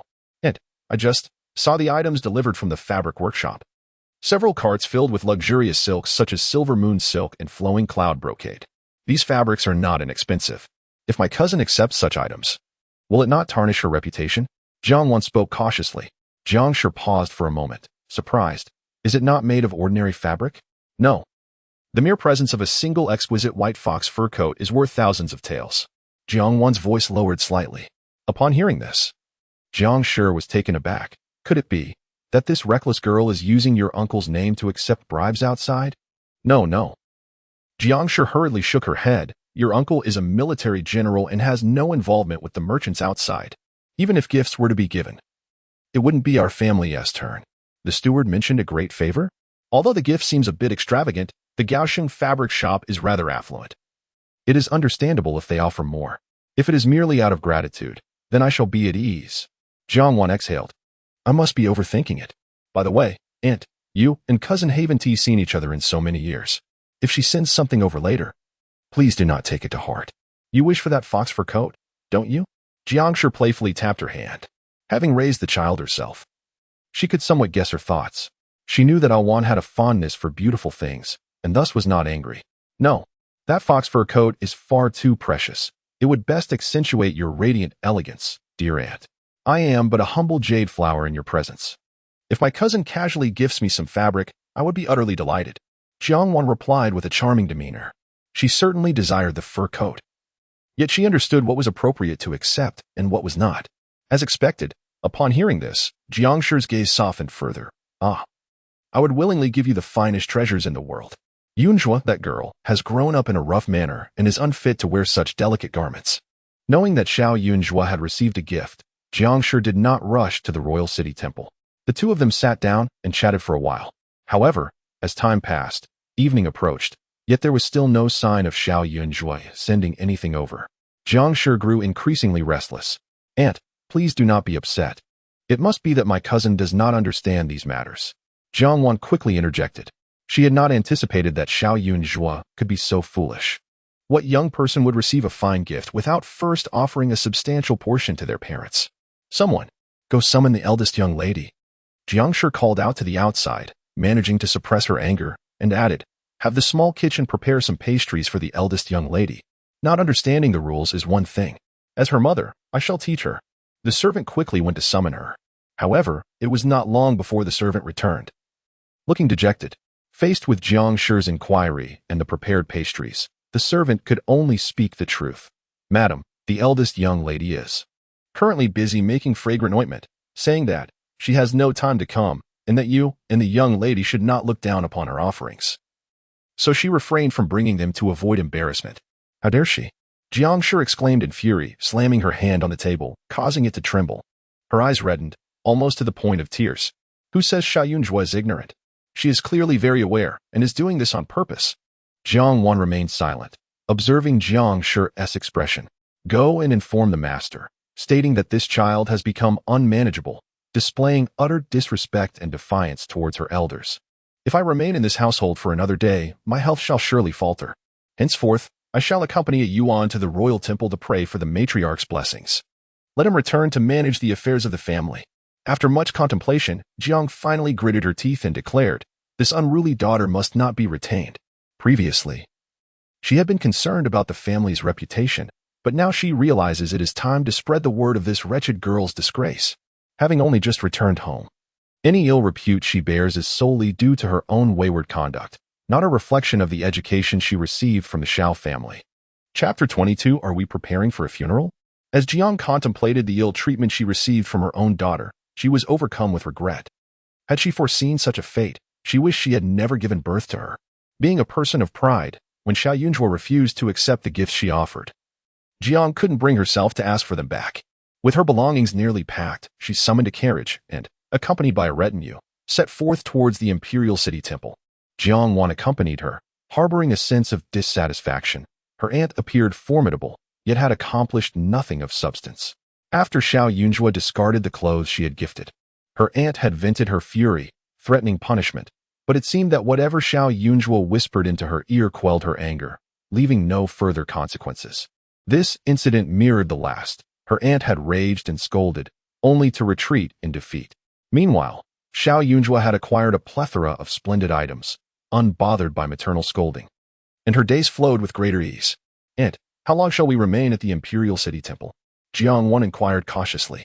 The atmosphere inside the temple was stifling, and the prospect of consuming vegetarian meals for too long was unbearable.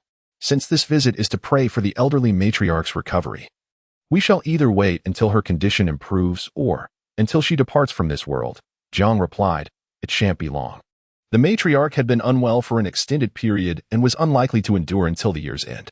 "You must be diligent, attending morning prayers without fail, and listen closely to the teachings of the masters. This temple attracts many noble women who come to pay their respects. If you exhibit sufficient devotion, surely someone will take notice, and word will spread. In time, there will be many opportunities awaiting your selection," Jiang advised. Her niece was always obedient and sensible, already possessing a reputation for virtue. Were it not for the family's loss of title and the fact that only the master remained employed, her niece's prospects would be even brighter. It was worth noting that her father-in-law, during his lifetime, indulged in the pleasures of the flesh, keeping several concubines and countless paramours, yet only the matriarch bore offspring. While many regarded her as virtuous, Jiang harbored doubts. If she were truly so, the master would have several half-siblings to support him by now. A scoff escaped Jiang's lips as she considered the matriarch's impending demise, easing the weight on her heart. Though Jiang had left home, affairs were still managed by the steward, and everything proceeded as usual. The next day, the steward dispatched a message to the military camp. Upon entering the capital's military encampment, Xiao Zhenguan was no longer young and possessed no military merit. Had it not been for the support of the Xiao and Hua families, he would have had to start from the bottom, even within the ranks. After years of perseverance, he had attained the rank of a fourth-grade military officer. Though his position lacked prestige, as a descendant of a duke, he should have been closer to those with hereditary titles. Yet the disgrace surrounding his father's death led to his ostracization by those who held military titles through legacy. The comrades who had risen through their own merits looked down upon him as well, resulting in an awkward position during his early days in the military. However, after many years, Xiao Zhenguan had grown accustomed to his circumstances. Upon receiving the family letter, his cold visage remained as stern as ever. Upon opening the content, Xiao Zhenguan furrowed his brow tightly. Was there discord between mother and daughter? Jiang Shi had actually taken Jiang Wan, that girl, to the Imperial City Temple. If his memory served him correctly, he had only received news recently that his daughter had returned home safely. In such a brief span, why had Jiang Shi's attitude shifted so dramatically? Xiao Zhenguan read further. The steward had articulated the matter quite clearly, stating that his daughter, upon arriving home, had disregarded the items prepared by Jiang Shi, then left the house without permission, frivolously filing a report without consulting her elders, receiving lavish gifts from the cloth shop, showing utter disrespect for her superiors. And the final note. She intended to perform rituals at home to treat the ailments of the elderly matriarch. Performing rituals? Xiao Zhenguan's hand trembled slightly as he scrutinized the text, confirming that he had indeed read correctly. Despite her brief time at home, his daughter had already stirred up quite a commotion. The previous incidents might have merely tarnished her reputation, but the matter concerning the elderly matriarch, she was his own mother. What on earth was she thinking? Unable to remain seated, Xiao Zhenguan promptly rose, preparing to request leave. However, he had numerous trivial matters to attend to. Even if he sought leave, he would first need to delegate his current responsibilities to others, making it impossible to reach home in a timely manner, and the time for the rituals was set for noon tomorrow. Alas, it seemed he would struggle to arrive in time. Since entering the military, Xiao Zhenguan had been diligent, having only taken leave on 2 occasions. once for the joyous birth of a child, and the other 2 months prior when the matriarch fell ill. Thus, when he expressed his desire to return home, his colleagues were taken aback, their faces instantly clouded with concern, already contemplating what condolences to extend to the Xiao family. While others in the military may have looked down upon Xiao Zhengguan, he had forged a few decent relationships over the years, and at this moment, they regarded him with considerable sympathy. He was about to return home to observe mourning. Feeling the weight of their gazes, Xiao Zhengguan found it difficult to articulate his thoughts. Should he confess that his daughter intended to perform rituals for his mother, fearing that she might succumb in the northwest? That would be absurd. My daughter, who has been lost for so long, has returned, and she longs for her father. Thus I must return to see her. Xiao Zhengguan steeled himself as he spoke to his superior. The others were unconvinced. Just days prior, he had received a letter from home, and the servants of the Xiao family had even brought some items, stating that the child had been found. At that time, he had not considered returning immediately. Understanding. His superior maintained a serious demeanor. Ensure you hand over your duties properly and return tomorrow. If there are any uncertainties, you may inquire at home after some time. After some time? No, he would return swiftly. A rare expression of helplessness appeared on Xiao Zhengguan's otherwise stoic face. He opened his mouth to explain but ultimately refrained, deciding that everything would be clarified upon his return to report back. The period of fasting had concluded, and Yunzhua was well prepared. Xiao Wenyue and Xiao Wenyun stood before her, both looking pale and lacking vitality, yet their demeanor radiated a certain elegance that made her feel somewhat at ease. Where was the master? Xiao Wenyun was also curious about how the rituals would be conducted. The courtyard was very tranquil, with even the servants having retreated. There seemed to be no eminent monks or Taoist priests in sight. I am, she replied. Yunzhua wore a serious expression, inquiring about her grandmother's condition over the past 3 days. The two individuals always appeared with expressions of deep sorrow whenever they saw her, which is why she refrained from visiting her grandmother, yet she was still aware of the situation. Surely, you do not intend for the 3 of us to sit here and chant scriptures together? If such an endeavor could cure my grandmother, I might as well ascend to immortality myself. Xiao Wenyuan exclaimed, taken aback. No, you are not yet worthy of reciting scriptures. Even if you did, it would yield no effect. Therefore, I shall undertake this task alone, while you 2 stand guard on either side of my grandmother's door, Yunzhua asserted with unwavering determination. Chapter 23. Are we going to die? Xiao Wenyuan felt that the person standing before him was not his so-called elder sister, but rather a madwoman. If she was deranged, that was one thing, but to drag them into her madness was another. Though he was young, he was not foolish. If others were to witness this scene today, he would be ridiculed for a lifetime. Meanwhile, the expression in Xiao Wenyue's eyes shifted from disdain to a complex mix of emotions as he gazed at Yunzhua. After a moment's hesitation, he casually inquired, how have you been living these past years? Could it be that you have sustained yourself through these means? Indeed, Yunzhua nodded. Not only could she fend for herself, but she had also amassed a considerable sum of silver. Initially, she might have faced misunderstandings and harsh words from others, but her agility and combat skills had spared her from physical harm. Xiao Wenyue's demeanor grew somewhat uncomfortable, and he let out a slight snort. She, who should have been a pampered lady of the household, living a life free from worries, had instead chosen to disregard her mother's counsel. When her mother forbade her from seeking out their grandmother, she not only disobeyed but also brazenly left with a maid in tow, leading to this predicament. Was it not fitting that she face such consequences? Ah, now you realize how arduous life can be outside? Xiao Wenwei scoffed, then positioned himself at the entrance of the old lady's chamber, arms crossed, adopting a nonchalant posture that lacked any semblance of propriety. Hey, second brother, how could you heed her words? Xiao Wenyuan exclaimed in indignation. Xiao Wenwei cast a sidelong glance at him. She only understands this. Will she relent until her goals are achieved? Do you wish to fast within this courtyard for eternity? Come here quickly, let us conclude this matter. I have engagements to attend. Xiao Wenyuan paused for a moment, contemplating. It was true. His elder sister was indeed a meddlesome individual. If she did not achieve her aims, who could predict what ill-conceived notions might arise? The 2 of them stood firm, and Xiao Wenwei closed his eyes, feigning sleep. His delicate visage appeared even paler under the sunlight, and his frail frame seemed incapable of supporting his attire. Yunzhua, ignoring him, focused on her task. Incense burned. The ominous lotus lamp was brought forth by Yunzhua, and after arranging it, she dipped her brush in vermilion ink and began to draw talismans. Her gaze was resolute, her cheeks slightly flushed.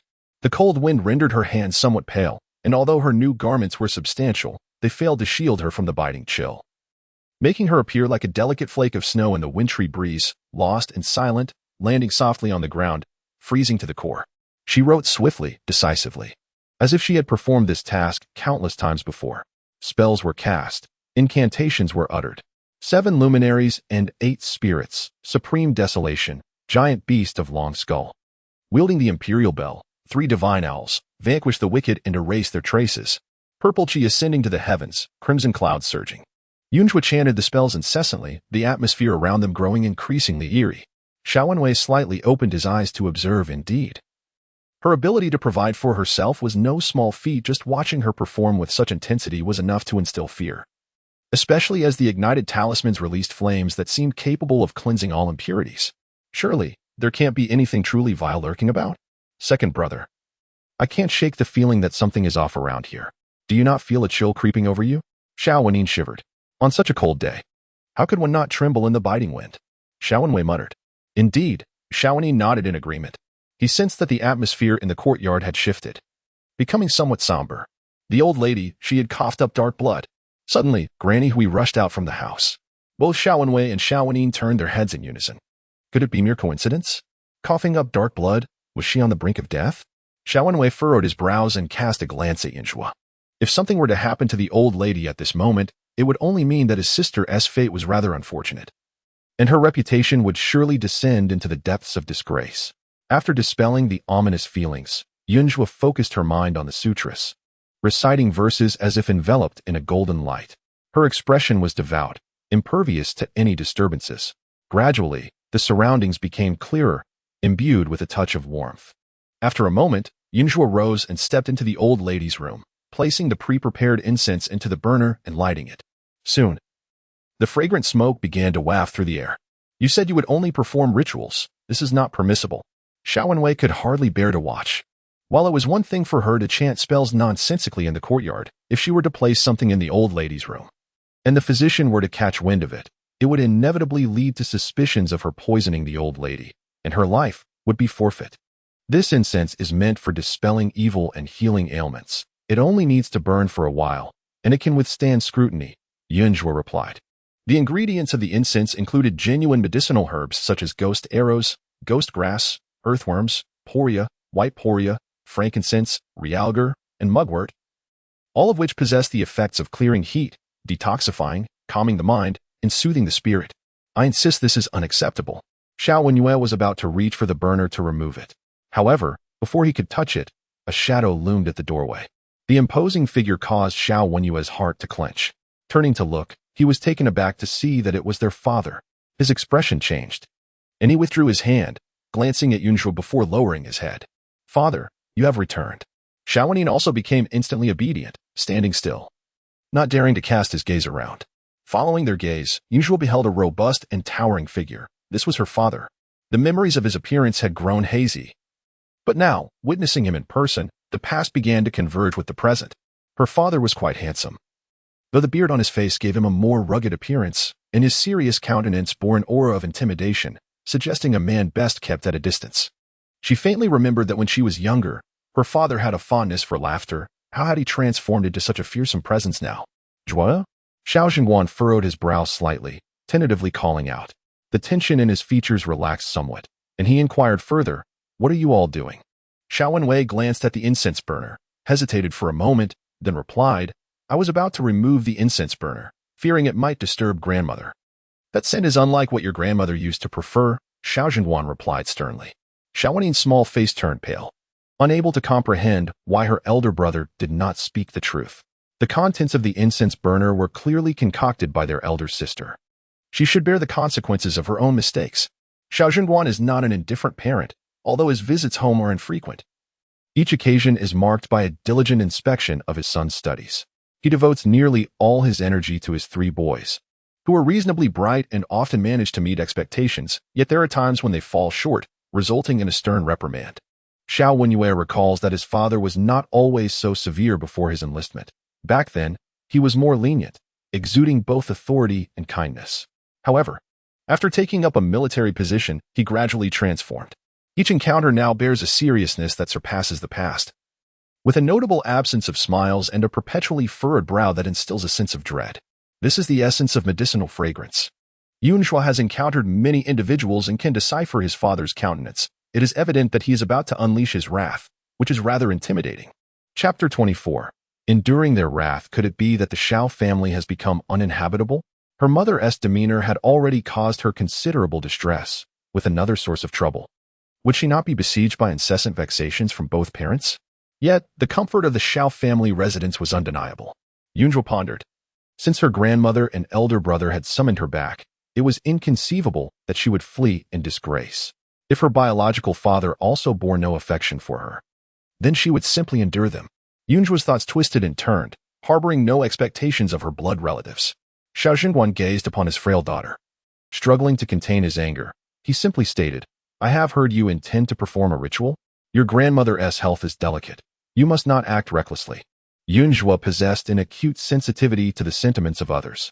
For instance, despite Jiang's pretense of maternal affection, she could still detect the disdain and aversion in her eyes, as well as the physical distance and harsh words that were akin to those of an adversary.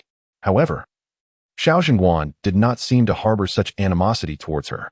He was stern and aloof, yet he did not deliberately maintain a distance, his gaze steady upon her, serious, yet resolute. You are late. I have already completed the ritual. Xiao Yunhua spoke truthfully, as her second brother and younger sibling had participated, assisting her in guarding the entrance. None were to escape. Xiao Yuan immediately lifted his head to stare at her, the flicker of indignation in his eyes barely concealed.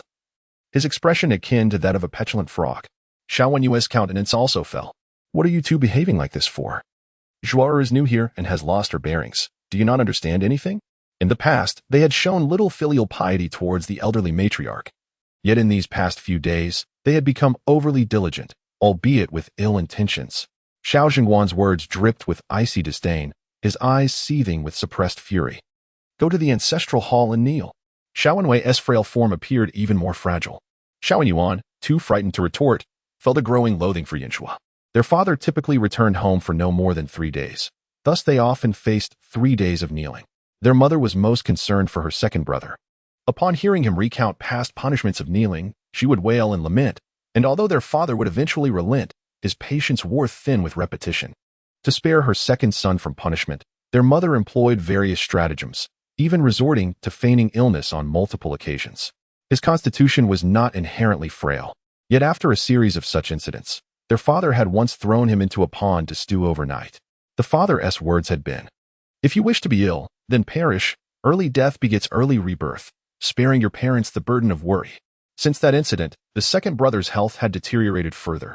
Yet, it was also after that episode that their mother no longer dared to allow him to feign illness, and even when he truly fell ill, she refrained from lamenting before their father, who was the epitome of unfeeling severity, the most terrifying and indifferent man imaginable. The ancestral hall. I wish to go as well. Yunhua's eyes sparkled with enthusiasm. I have been home for several days and have yet to visit. My grandmother's health should be improving. I shall return to see her when she longs for my presence. With that, Yunhua stepped forward, heading outside. The ancestral hall is indeed a sacred place, and the Jiang family would certainly not permit her entry. However, she yearned to behold the ancestral tablets and to gaze upon the plaque bestowed by the founding emperor, hoping to dispel the ominous energy that enveloped her. Halt! Xiao Jingguan was momentarily taken aback by her words. Since I have not punished you, there is no need for you to go. We have not seen each other for many years. Stay here with me to keep watch over your grandmother until the doctor concludes his examination. Xiao Yunju furrowed her brow. What more is there to say? There was little to discuss with her so-called relatives. She was aware that her grandmother cared for her elder brother harbored affection for her, and even her biological father before her may possess some concern. Yet, she felt that a simple acknowledgement of mutual regard sufficed. Sharing the same roof, exchanging occasional greetings was ample. After all, familiarity breeds contempt. Very well, I shall visit later. Xiao Yunju cast a fleeting envious glance at Xiao Wenyue and Xiao Wenyuan. These two were indeed fortunate. The brothers' figures receded, their departure swift, vanishing from view in an instant. Meanwhile, Xiao Yunju remained by the incense burner, leaning in to inhale the fragrant aroma. Xiao Jingguan anxiously awaited news from the doctor. When the elderly matriarch had coughed up blood, Granny Hui had promptly summoned the physician, who was now busy within the confines of the room. Upon arriving, Xiao Jingguan dared not intrude, fearing he might disrupt the doctor's efforts to treat her mother. After a considerable time, the physician finally emerged, astonished to see Xiao Jingguan. General Xiao, you seldom return home. Dr. Liu, how is my mother faring? Xiao Jingguan inquired with palpable anxiety. He had arrived late and was oblivious to what his daughter and those two rascals had done regarding the elderly matriarch. Previously, whenever he encountered Dr. Liu, he had been a picture of worry and lamentation, yet today, his demeanor seemed markedly different, leaving him perplexed. How curious. How strange. After your mother expelled a clot of congealed blood, her breathing has become significantly smoother than before. Just days ago, her pulse was weak, akin to a flickering lamp. But today, there is a glimmer of vitality. She is no longer in grave danger. The doctor's words were suddenly interrupted by the scent of incense wafting through the air. He leaned closer to inhale deeply and remarked, "This medicinal aroma has a soothing effect. It would be beneficial to burn it for an hour each day, but do not position it too closely, lest it become overly pungent for the elderly matriarch. Does this imply that my mother's condition has improved? That there is no serious issue?" Xiao Jingguan hastily sought confirmation. The doctor continued, "I have heard that there is joy in the household these days. Not only has the eldest daughter returned, but both young masters also frequently tend to the matriarch. This is indeed a blessing. Elderly individuals often take delight in the company of their descendants. Observing their younger kin brings joy and naturally eases their spirits, fostering a stronger will to live. Although the eldest daughter's actions may seem absurd, if the matriarch believes in them, they will surely yield positive results." With that, Dr. Liu resumed his preparations for the medication. Though the matriarch's condition had improved, she would still require medication, and the nature of her ailment had shifted, necessitating a different treatment approach. Xiao Jingguan grasped the implication. The matriarch had previously been burdened by emotional turmoil, leading to her illness, but recent joyous events had lightened her heart, catalyzing her recovery. Upon reflection, Xiao Jingguan felt an overwhelming sense of guilt. His elderly mother had endured a lifetime of repression.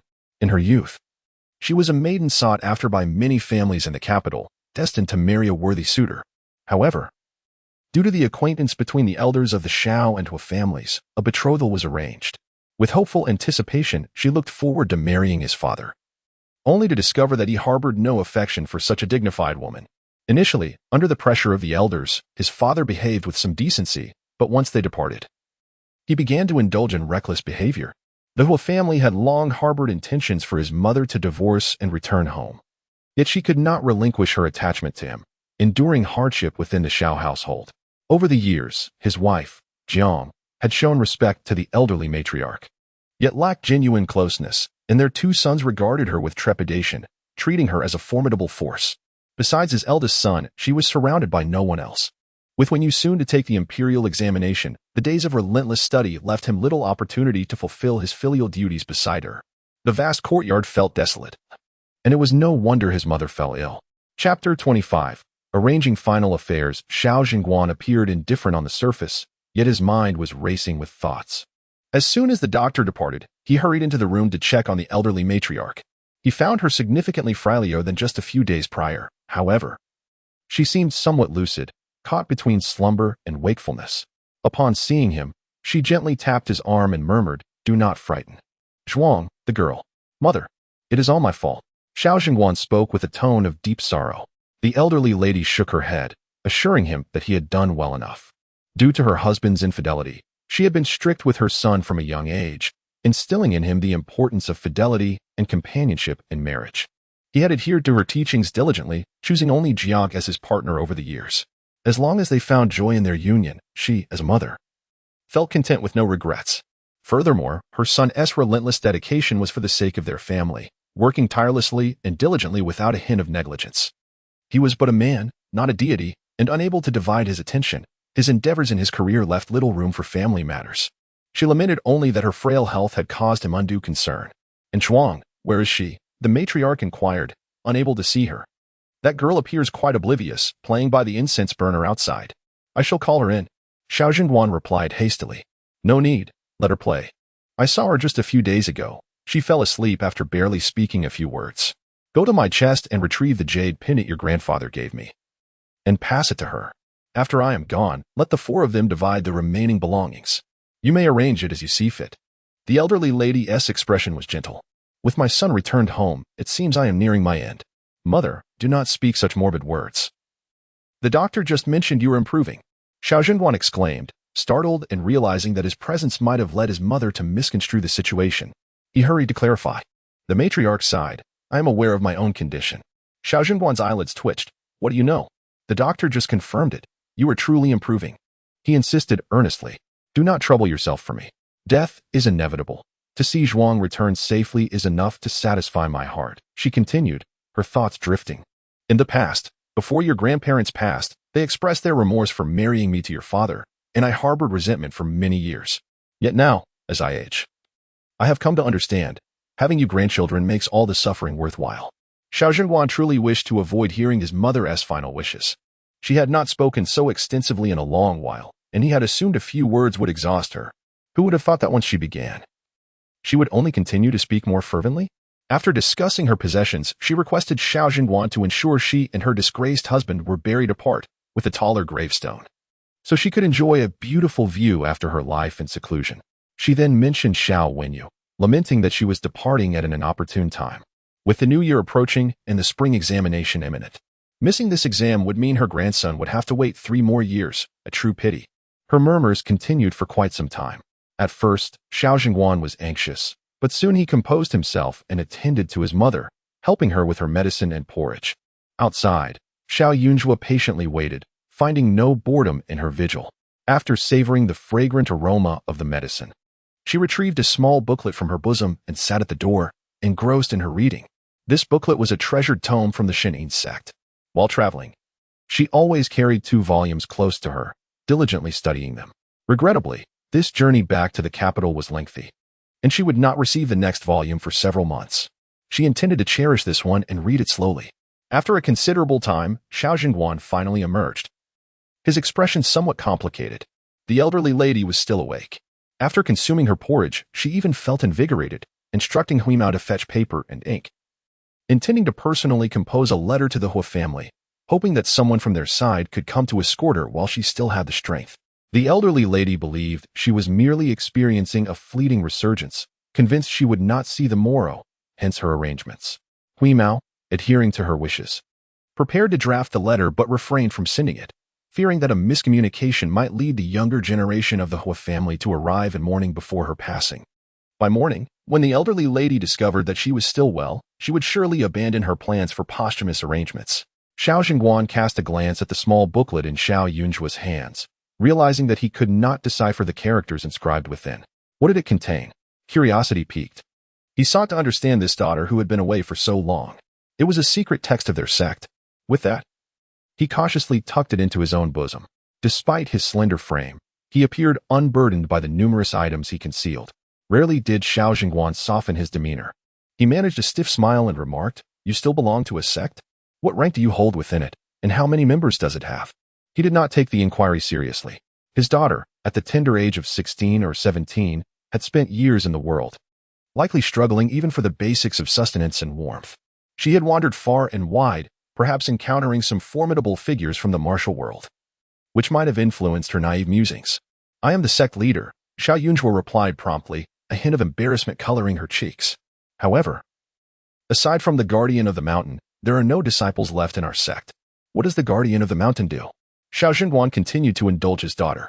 They protect the sect from outsiders and safeguard the collection of tomes. Moreover, they took care of me when I was young and unable to cook or fend for myself. I relied entirely on the Guardian. Xiao Yunjue spoke openly about her circumstances. Xiao Zhenguan nodded, his expression complex. The Guardian she mentioned must have been her foster parents. She had been lost at the age of 4. Without the care of adults, how could she have survived? In the future, you could invite the Guardian to the capital. I shall treat them well, Xiao Zhenguan said with as much patience as he could muster. This child had grown so much. In her youth, she had always gravitated toward him, whether climbing onto his shoulders to tug at his hair or demanding to raise a pony. She had scrawled all over the books in his study, and though she could hardly read, she once insisted on burning a particular book, claiming it was too difficult, believing that consuming its contents would unite her with the text. They are to guard the mountains for generations, remaining immobile. Xiao Yunjue uttered a phrase, then inquired, "Do you have anything else to say to me? If not, I wish to proceed to the ancestral hall." Xiao Zhenguan found himself momentarily speechless. How had his daughter become so taciturn? Once, she was a veritable chatterbox. A sense of melancholy washed over him. Yet he maintained a serious demeanor befitting his elder status and replied earnestly, "The physician has just informed us that the old lady's condition has improved, likely due to your diligent care. Therefore, you must continue to pay your filial respects. However, it would be prudent to refrain from any further actions of that nature. Furthermore, I have heard that you used my and your elder brother's names to approach Lord Li at the Ministry of Justice, even accepting substantial gifts from merchants. The contents of that letter were rather vague, and I was initially taken aback. Yet, upon seeing you here, so small and obedient, I find it hard to believe you could engage in the audacious acts described therein." Chapter 26. I shall punish you by kneeling. Xiao Jingguan hoped that everything was merely a misunderstanding. In his eyes, his daughter was inherently different from his son's. She had always been exceptionally intelligent and self-assured from a young age. Moreover, she had endured considerable hardship during her time away from home. Now that she had just returned, he, as her father, did not wish to inundate her with admonitions. Listening to her father's words, Xiao Yunjua could not help but chuckle. No wonder her biological father was so eager to return. It seemed someone had been whispering behind the scenes. In her mind, her actions were justified. Even her elder brother had nodded in agreement. As for the other two matters, they were indeed true. It was only natural to assist when witnessing injustice, especially since that fraudulent monk had sold a murder weapon to their grandmother. She could not turn a blind eye to that. If she did not leverage the Xiao family name, she would have to expend far more effort to achieve her aims. To save time, she had borrowed her father's and brother's names for her endeavors. If her father disapproved, she could simply use her elder brother's name next time. Xiao Yunjua remained steadfast in her beliefs, not yielding in the slightest, even presenting her case with conviction. Regarding the matter of receiving gifts, she reflected and found no fault in her actions. She stated earnestly, "I traveled countless miles to help retrieve the remains of their loved one and to convey messages. Such a significant favor warrants some tokens of gratitude. After all, I have also sold numerous charms. It was a fair transaction. What is wrong with that?" Xiao Yunjua was not a person of few words. When engaging with spirits who could converse, she could talk through the night. The tasks she had undertaken recently were all within her purview, and she felt compelled to clarify her position. Thus, she articulated her thoughts clearly, asserting that the one who had abandoned her was not her father standing before her, and since he was willing to inquire, she was prepared to respond truthfully. Her explanations were not difficult to grasp. However, Xiao Zhengguan discovered numerous facts he had been entirely unaware of. The letters he had received had exaggerated how ungrateful his daughter was and how she had upset her mother, but they had failed to clarify the underlying circumstances. A murder weapon? What object was that? Xiao Zhengguan quickly inquired. "The glazed lotus lantern," replied Xiao Yunjua. Xiao Zhengguan's expression darkened. He recognized the item. Previously, while visiting home, his grandmother had mentioned that the Jiang family had treated her well, even going so far as to procure a pair of lanterns for the altar, assuring him that he could focus on his duties without concern for matters at home. The Jiang family had often emphasized how difficult those lanterns were to obtain. Yet, to discover it was a murder weapon? Xiao Zhengguan was skeptical of the notion that it was a weapon. Yet he was displeased that such a filthy item had been brought into his mother's presence. Thus, it seemed his daughter had reported the matter out of filial piety. Regardless of whether the accusation of it being a weapon was a misunderstanding, Jiang should not blame her daughter for being rash. Furthermore, since she was a daughter of the Xiao family, there was no wrongdoing in utilizing her blood ties to facilitate her actions. As a father, he felt inadequate. Merely a junior officer in the army, had his grandfather been alive, even Masterly from the Ministry of Justice would have treated his daughter with greater respect. His diligent efforts were all for the sake of his children's future. As long as she was not engaged in oppressive acts against the populace, it mattered not what title she used. The benefits were hers to claim. If his wife were to become upset over this, it would be entirely unwarranted. Moreover, his daughter had elucidated the matter of receiving gifts with utmost clarity. To collect the remains and convey messages, such fortunate deeds warrant unreserved gratitude. Xiao Yunjua spoke of selling charms, but Xiao Zhengguan merely pretended not to hear, dismissing it as mere childish nonsense. As a father, I understand you have grown accustomed to making decisions on your own while living outside, but now that you have returned home, it is imperative to discuss any trivial matters with your mother and clarify them with her. Xiao Zhengguan sighed, expressing his helplessness. Jiang has always had a peculiar habit. She insists on keeping those around her, including her children, close, as it brings her a sense of security. I imagine her thoughts regarding her daughter are no different. She perceives this child as insufficiently affectionate, which has likely incited her ire. Have you ever considered that your mother may be in the wrong? Xiao Yunjue asked with a smile. Xiao Zhengguan frowned slightly. When my elder brother learned of my intentions to perform a ritual, he initially opposed it. Only after I repeatedly assured him that I would not disturb our grandmother did he relent.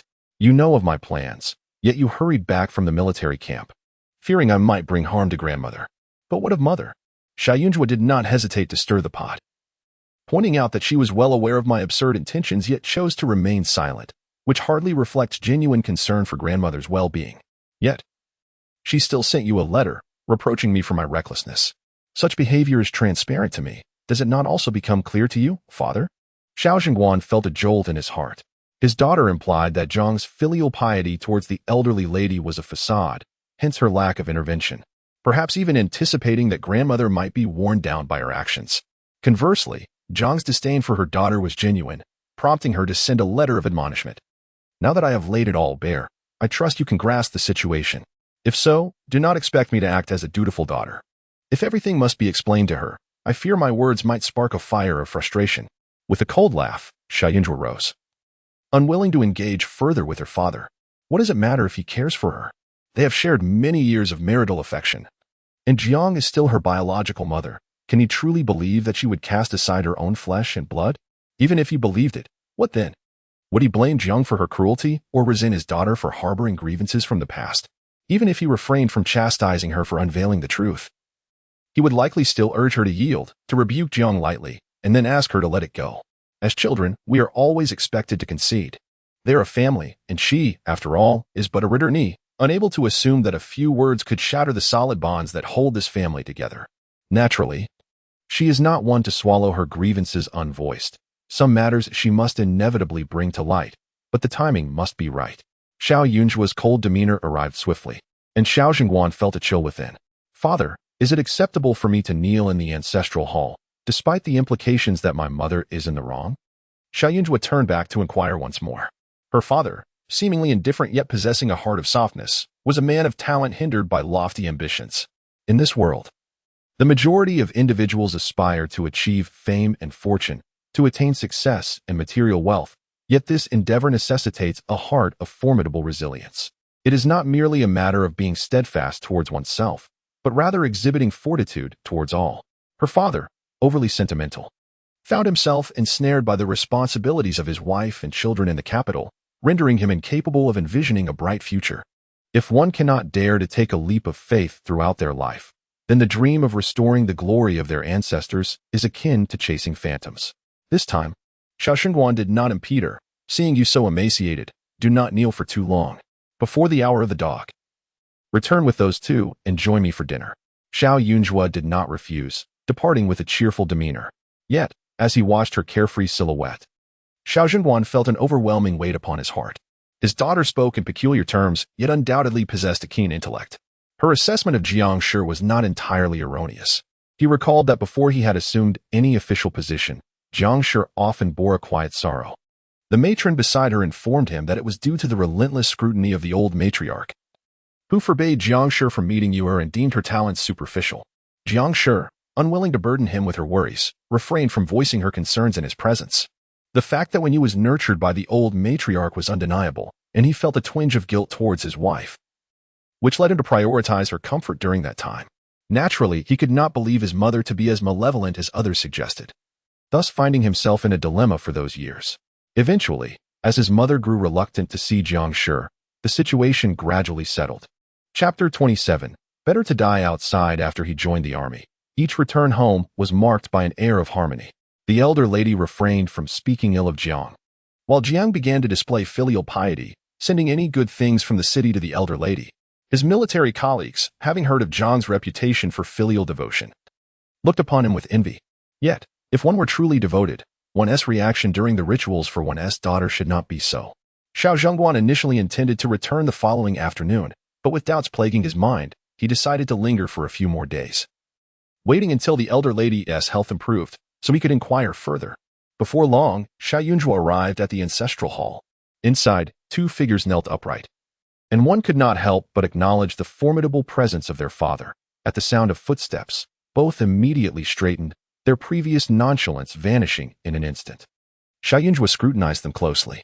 After a moment of silence, Xiao Wenin, not hearing their father's voice, mustered the courage to glance back, only to be met by the sight of Xiao Yunjua, which incensed him. "You traitor, what are you looking at? Surely you revel in our misfortune. Your malice runs deep." Xiao Yunjua tilted her head, raising her thumb in approval. "I was simply observing your incongruity. It's truly remarkable, and I must learn from it.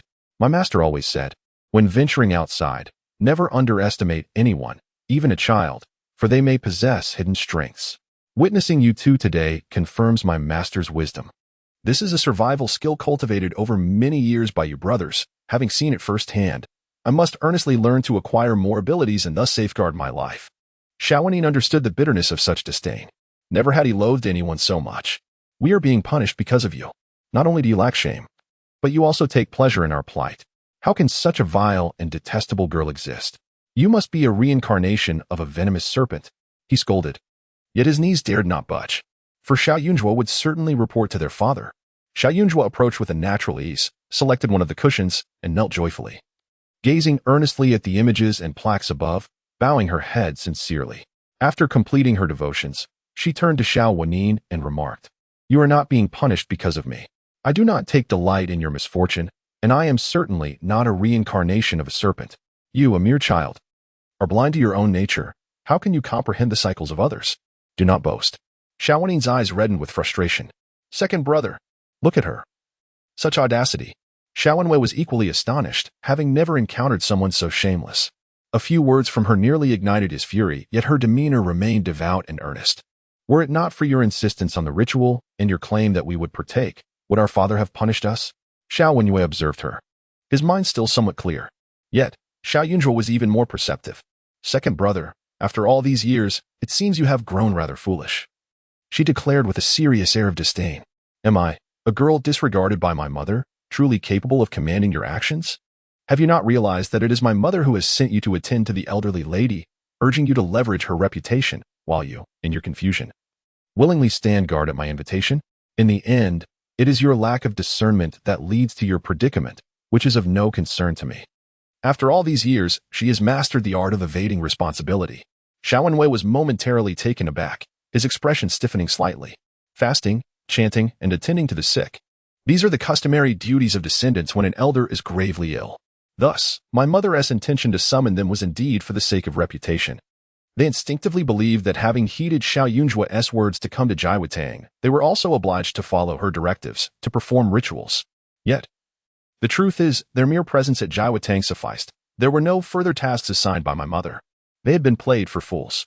All of this was a result of your own choices. You must bear the consequences of your actions. Xiao Yunjua felt a profound sense of relief. She was fond of this place. The plaque bestowed by the founding emperor enveloped her in comfort, while her great-grandfather's martial achievements and formidable aura kept any negative energies at bay. Here, she could rest for eternity. Xiao Wenwei was genuinely astonished that his younger sister had outmaneuvered him. "You accuse us of duplicity, yet what of you? Are you not equally calculating in secret?" Xiao Wenwei scoffed softly. "Just like in our childhood, when careful schemes were devised for our grandmother and elder brother. I act with complete transparency. See, I too am here in the ancestral hall." Xiao Yunjua smiled broadly, unburdened by guilt.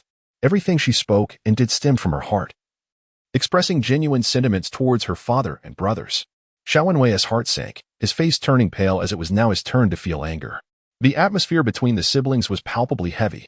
Particularly, Xiao Yuan seemed to wish to intimidate Xiao Yunjua with his fierce demeanor, often casting glares in her direction, making faces, and muttering curses under his breath. As one's appearance reflects the heart, Xiao Yunjua admonished him, "Your disdain for me only tarnishes your own spirit. In time, your fortune shall dwindle. I refuse to heed your nonsensical ramblings." Xiao Yuan felt an insurmountable wall stood between him and his elder sister. Her words were beyond the realm of reason. He was genuinely infuriated. "Even if you wish to listen, I cannot share more." Xiao Yunjua maintained her composure, calm and serene, as if no amount of fury could penetrate her tranquility. Xiao Yuan, akin to a puppy whose tail had been stepped on, barked in frustration, "If you detest us so, why return? When you were absent, my mother would not have been so incensed at the royal temple, nor would Sister One have secretly grieved. If it weren't for you, father would not have punished us. Xiao Yunjua, why are you so oblivious to your own shortcomings? A person like you would be better off perishing outside." Xiao Yunjua smiled softly, remarkably composed. She sought life, never death.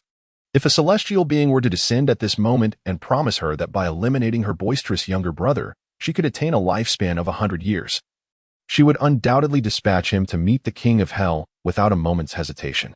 In the sacred halls of the ancestral shrine, before the spirits of her forebears, mere words of malice hold little weight. However, a glint of coldness flickered in Xiao Yunjua's eyes. A smile that was neither here nor there. It would be prudent for us not to encounter one another outside the Xiao residence. Who are you trying to intimidate? Xiao Yuan, in a fit of anger, raised his voice defiantly. Enough. Xiao Wenwei interjected. Do you wish for our father to witness such a reckless display? At that moment, how many layers of skin do you think would suffice to endure his wrath? A chill ran through Xiao Wenyuan's heart, and he reluctantly fell silent. It was not fear of Xiao Yunjua that gripped him, but rather the dread of their father. Chapter 28. Ignorance and fearlessness within the ancestral hall. An eerie silence prevailed. A cool breeze wafted through the windows, causing Xiao Wenwei to shiver involuntarily. Casting a glance at Xiao Yunjua, he noted that she was dressed much more elegantly today, her pale pink cotton shirt adorned with peony patterns accentuating her delicate features, though she still appeared frail. Xiao Yunjua knelt quietly, engrossed in her little booklet. Before long, Xiao Yuan began to fidget restlessly, as if tiny insects were gnawing at his bones, his cherubic face contorting in discomfort. It must be said, despite being their biological mother, Jiang was hardly a competent figure for these two. The eldest brother, raised by their grandmother, was immensely different from the pair before him. The second brother, born at full term and quite robust in his youth, now resembled little more than skin stretched over bones, coughing repeatedly after just a short while of kneeling, unable to withstand the chill. Xiao Wenyuan was equally delicate, shifting his position and rubbing his hands, sneezing several times. Despite their evident discomfort, the servants stationed outside failed to close the windows, presumably under the orders of her biological father. As dusk approached, the steward arrived and, observing the three kneeling in a line, respectfully announced, "Second young master, young lady." "Young master, the master has summoned you for dinner." At this, Xiao Wenyuan's expression shifted dramatically. "Must we go?" I could continue kneeling here. "The dishes have been prepared," the steward replied, exuding a sense of resignation. Hearing this, Xiao Wenyuan slumped, utterly devoid of energy, while Xiao Wenyuan's complexion mirrored his distress. As though facing a grave threat, Xiao Yunjua, puzzled, wondered why they were so anxious over merely having a meal. In truth, her stomach was grumbling. Although reluctant, the trio did not delay and soon presented themselves before their father. Indeed, the table was lavishly adorned with an array of dishes, and Xiao Yunjua casually took her seat. Once their father, Xiao Zhengguan, signaled for them to commence their meal, she dove into the feast, realizing that the fare was far superior to what she was accustomed to. After the meal, Xiao Zhengguan's demeanor turned serious as he instructed, "You must bring me the assignments I assigned last time. I wish to scrutinize your recent progress in writing." While leisurely consuming his food, he inquired, "Erlang, have you memorized the texts I asked you to read?" Xiao Yunjua's eyes widened in astonishment. Was there to be an examination during dinner? Suddenly, the reason behind her brother's despondent expressions became clear. With a complex look, Xiao Wenwei steeled himself and replied, "Ren, Yi, Zhang, Xin, Yong, Mao are the six guardians. De Nong, De Gong, De Shang are referred to as the three treasures." "Elaborate," Xiao Zhengguan urged, a hint of satisfaction flickering in his gaze. Xiao Wenyue opened his mouth but failed to articulate a response, stammering, "I have been busy studying the classics and have not thoroughly reviewed this text." Instantly, the atmosphere grew somber. "Not reviewed thoroughly? Your elder brother toils day and night without causing concern for anyone, yet what of you? How many times have you attended school in the past month? And how many times have you met with your tutor? Today, I summoned the young servants near you to inquire, and they reported that of late, you have been neglecting your duties, indulging in revelry with the illegitimate son of the Yonghuai Marquis, and have withdrawn nearly 1,000 taels of silver from the accounts. Is that true?" Xiao Zhengguan questioned fiercely. Xiao Yunjua found herself doubting whether her father was inadvertently inviting ire upon her elder brother. She was well aware of the household dynamics. With their father absent, her elder brother, as the eldest, ought to be more attentive to his younger siblings. The steward and young servants by her brother's side had been arranged by their grandmother and father, rendering Jiang unable to exert influence over them. Xiao Wenyue, pale-faced, bowed his head in silence. Even with a plethora of exquisite dishes before him, he found it difficult to swallow. "Remember the 30 strokes of the rod." Xiao Zhengguan was indeed incensed, Yet mindful of his daughter's presence, he refrained from frightening her too severely, opting for a relatively light punishment. Yes, Xiao Wenwei replied, his eyes cast down. Shuar, do not perceive your father as a tyrant. Our Xiao family is not what it once was, to ensure the prosperity of our clan. I must impose stricter guidance upon you. Regrettably, I cannot be at home every day, thus I must rely on you children to demonstrate greater understanding. As he spoke, his tone shifted. Both women and men should not feign ignorance. You learned a few characters in your youth, and now you can hold a small booklet to read. Therefore, your studies should not be neglected, comprehend? One should not speak while eating nor converse in slumber. Shall I pause until you finish speaking before I eat? Xiao Yunjue thought him quite verbose. Xiao Zhenguan was taken aback. Xiao Wenwei and Xiao Wenyun stared at her in astonishment. Indeed, it was evident that she was new and unafraid. Their father had always felt that time was limited. Thus, every visit, even during festivities, could unexpectedly lead to the posing of questions. I have no objection to his reprimands, but I cannot endure such treatment. Xiao Yunjue earnestly conveyed. My constitution is frail, and I must prioritize my health. If you scold me, I shall become discontented, my energy obstructed, and my spirit diminished, which would jeopardize my longevity. The three were momentarily stunned. Xiao Zhenguan had not anticipated such directness from his daughter. She offered him no semblance of face. Yet, her reasoning was not without merit. For many years, the second and third sons had passively endured, never daring to speak truthfully in his presence. Instead, they would contrive to deceive him, seeking excuses that only served to aggravate him further. He was not a man who could not bear the truth. After a moment of calm, Xiao Zhenguan stated, then after the meal, I shall test you. That will not do. Today I performed rituals that drained much of my energy, and I require rest to recuperate. I plan to retire early this evening as I must venture out tomorrow, leaving no time to adhere to your requests, replied Xiao Yunjue. Xiao Zhenguan furrowed his brow. What do you need to go out for? As a young lady, you ought not to roam outdoors incessantly. His words seemed peculiar.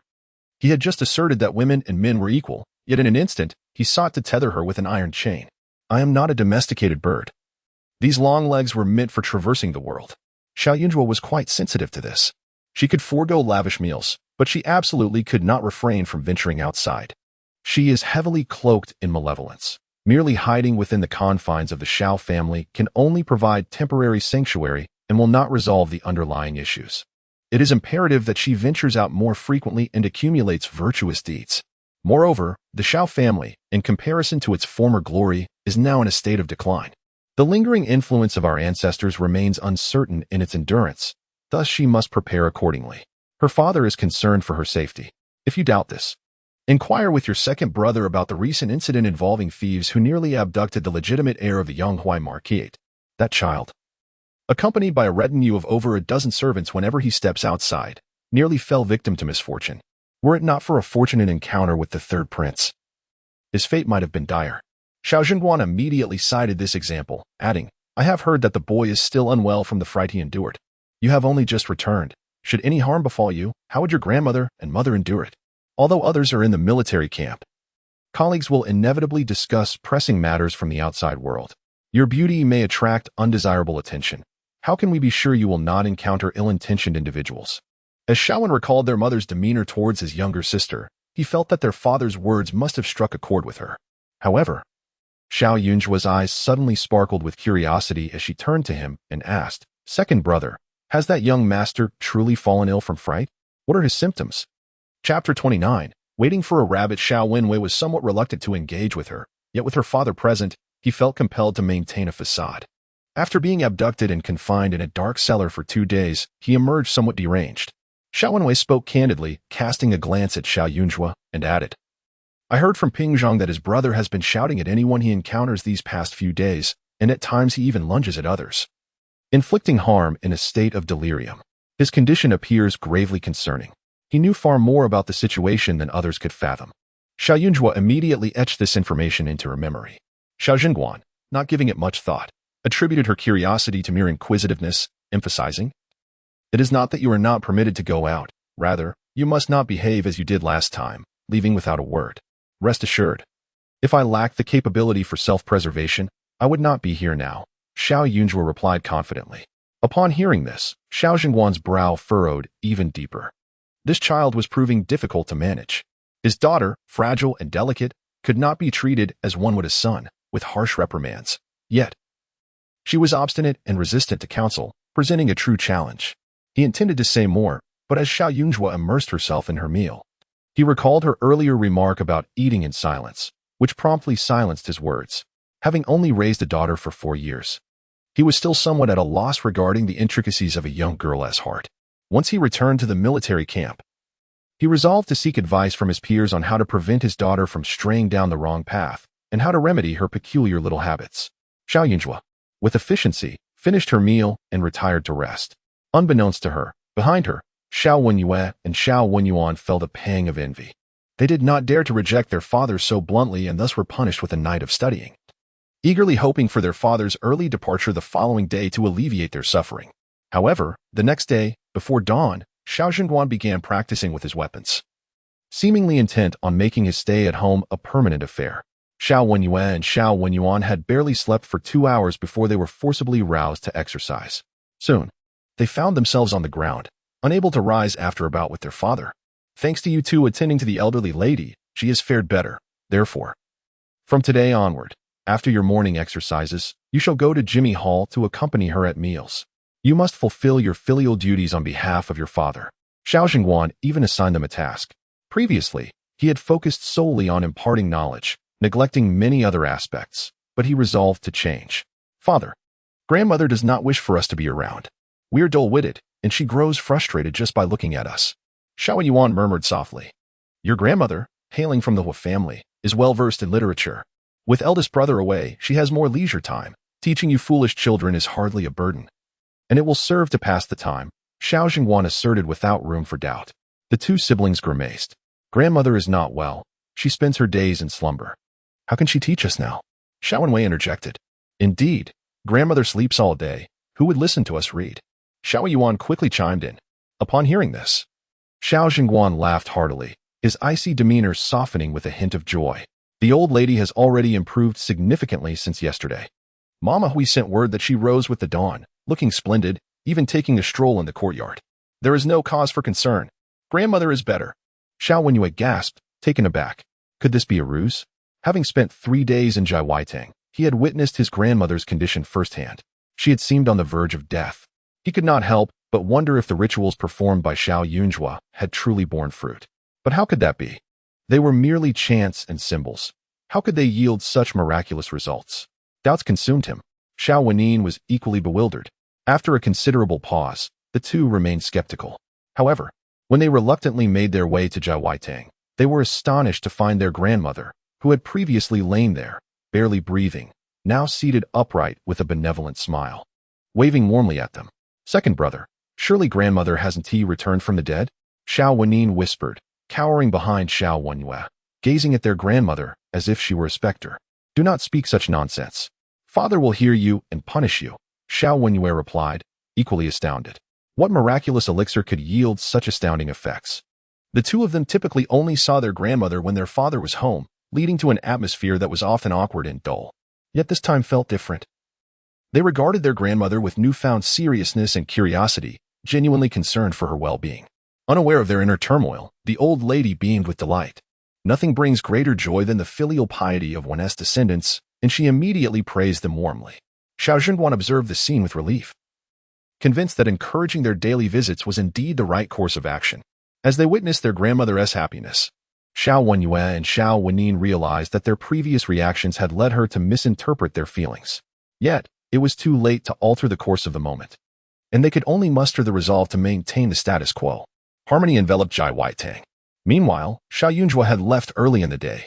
She found herself resting outside the most prosperous pastry shop in the capital, having generously purchased every last sweet cake available. At this time of year, fruits were costly. Yet these pastries, crafted from fruit juices, were both delectable and pricey, with the shop producing only a limited number each day. Xiao Yunjua had spent a considerable sum for these treats. Having set out early, she had consulted an oracle, learning that to gain entry to the Yonghuai Marquise, one must wait patiently. Thus, she remained unhurried, surrounded by an array of pastries, savoring them as she waited. Indeed, within less than an hour, a young girl emerged from a sedan chair and approached the pastry shop. I apologize, young lady, But all the sweet fruit cakes have been purchased by the young lady seated over there, the shopkeeper indicated towards Xiao Yunjua. The girl, puzzled, turned to see Xiao Yunjua, encircled by oiled paper, and her expression shifted to one of astonishment. What an odd sight this is. Yet, after a moment's contemplation, she approached and spoke. Excuse me, miss. Would you be willing to sell me 2 portions of your pastries? In my household, my younger brother is clamoring for food. If the young lady is willing to part with a little, I am prepared to offer a greater sum of silver. Are you Miss Meng from the esteemed Yonghuai Marquiate? Xiao Yunjua fixed his gaze upon her and inquired candidly. Miss Meng was momentarily taken aback. Indeed, but may I ask who you are? She could immediately discern that the garments adorning this individual were crafted by the esteemed Gao Shen Cloth Workshop, made of the rare and exquisite flowing cloud brocade, adorned with intricate yet elegant patterns. The overall appearance was simple, yet the price was anything but modest. My surname is Xiao, and I am an augur. Xiao Yunjua pondered for a moment before providing his answer, then continued. Miss Ming, there is a crimson mark at the root of your mountain. Did you encounter a fire this very morning? Meng Yongxi felt a jolt of surprise. How do you know? It is merely a calculation. I can also discern that not only did you witness a fire, but you have recently endured a calamity involving bloodshed, one that originates from a close kin. Xiao Yunjua continued to weave his words. Meng Yongxi was astonished. Indeed, just before dawn, her brother had awoken from a nightmare, causing a commotion and accidentally knocking over a candle, nearly igniting the entire room.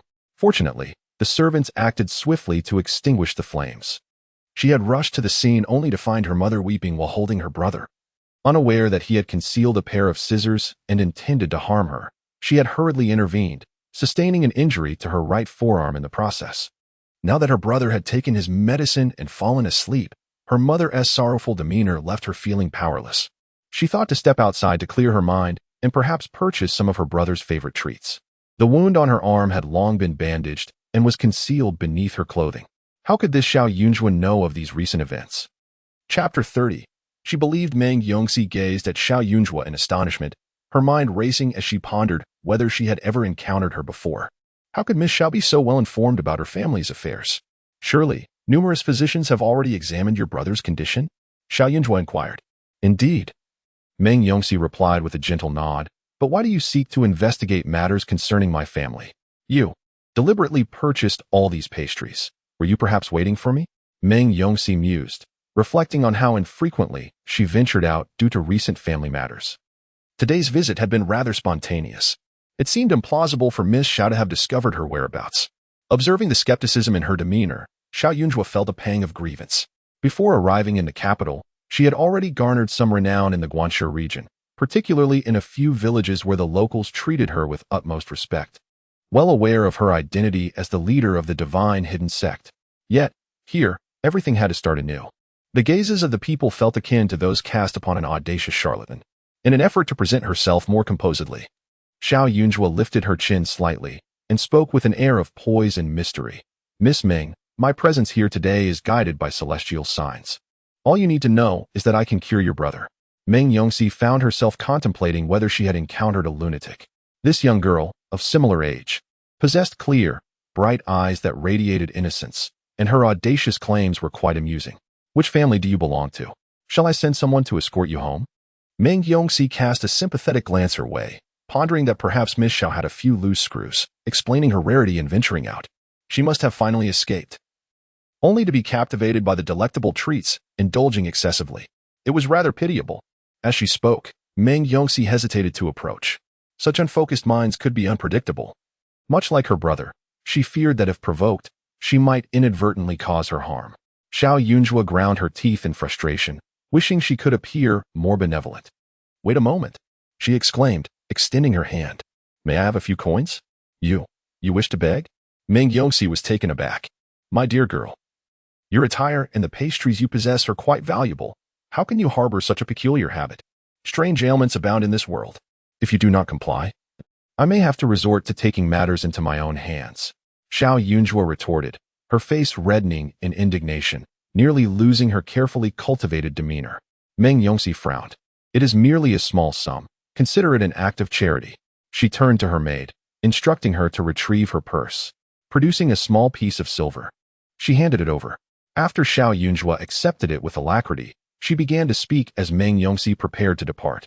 Miss Meng, having accepted your silver, I must offer you a divination. Meng Yongxi felt a tinge of embarrassment. Her outing was not intended for fortune-telling.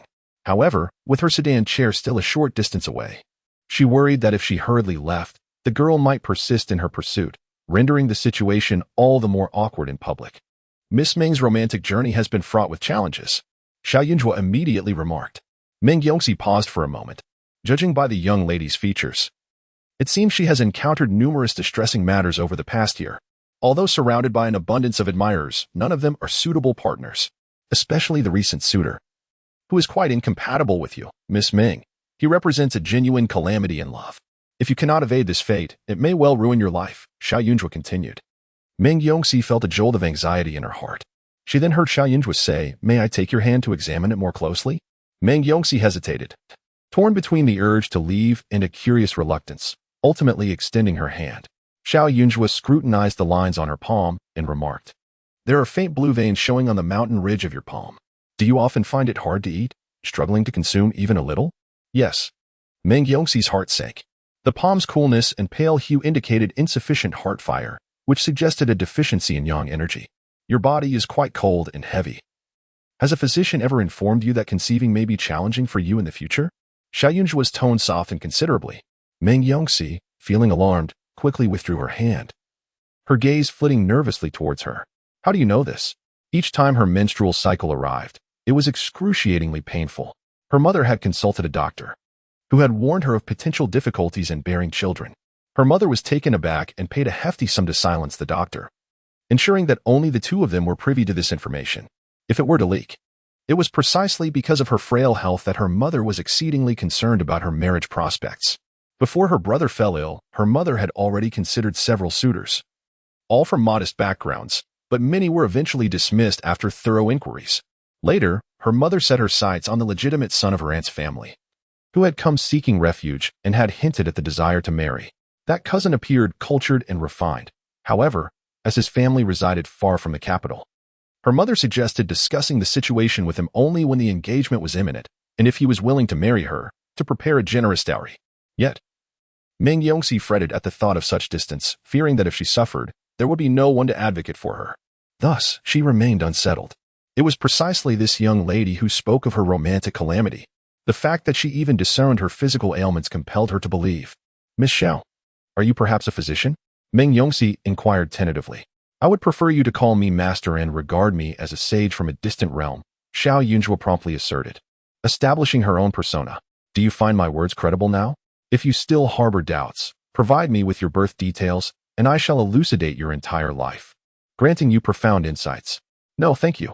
I believe you now." Meng Yongxi felt a mix of apprehension and intrigue. Just moments ago, she found those clear, youthful eyes innocent. Now, they seemed somewhat uncanny, as though under her gaze, not a single secret could remain concealed. "Miss Xiao, I kindly invite you to converse further in my carriage," Meng Yongxi stated cautiously. Once she uttered those words, she felt quite audacious for inviting a stranger to her home. "Very well."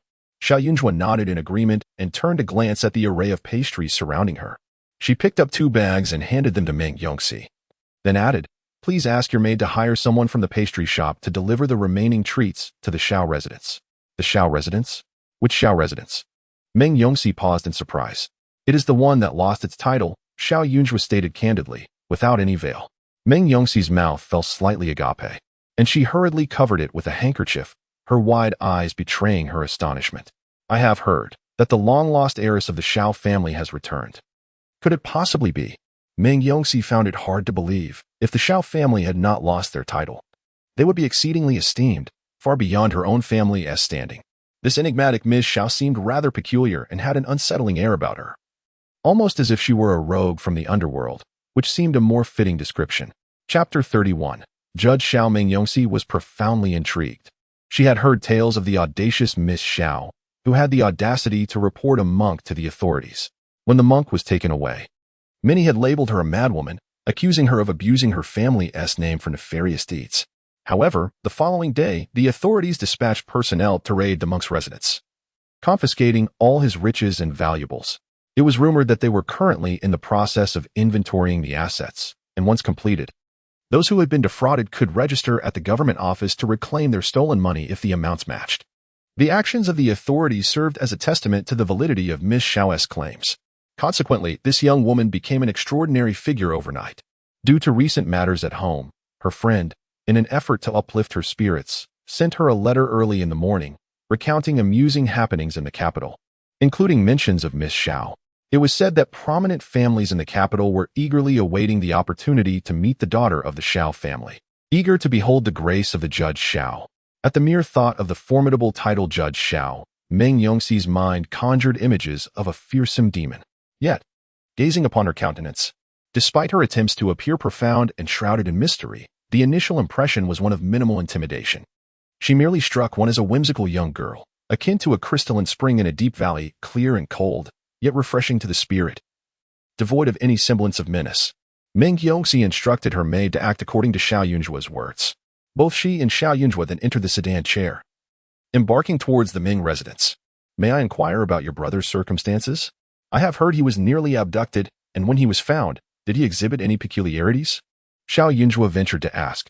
Upon hearing this, Meng Yongxi suddenly recalled a matter, her gaze towards Xiao Yunjua becoming considerably more intricate. Miss Xiao, regarding this matter, it would be more prudent to inquire with your elder brother for clarity. She could not help but directly mention. My mother has been married into the Marquis' household for many years, and we are but 2 children, my brother and I. He is only 6 years old, and prior to his birth, my mother lived in a state of humiliation. The son born of my father's concubine was actually my father's cousin, which rendered my mother's life arduous. Conversely, my half-brother was almost in a position to inherit titles under my mother's name. Had it not been for the arrival of my brother, who will eventually inherit the title.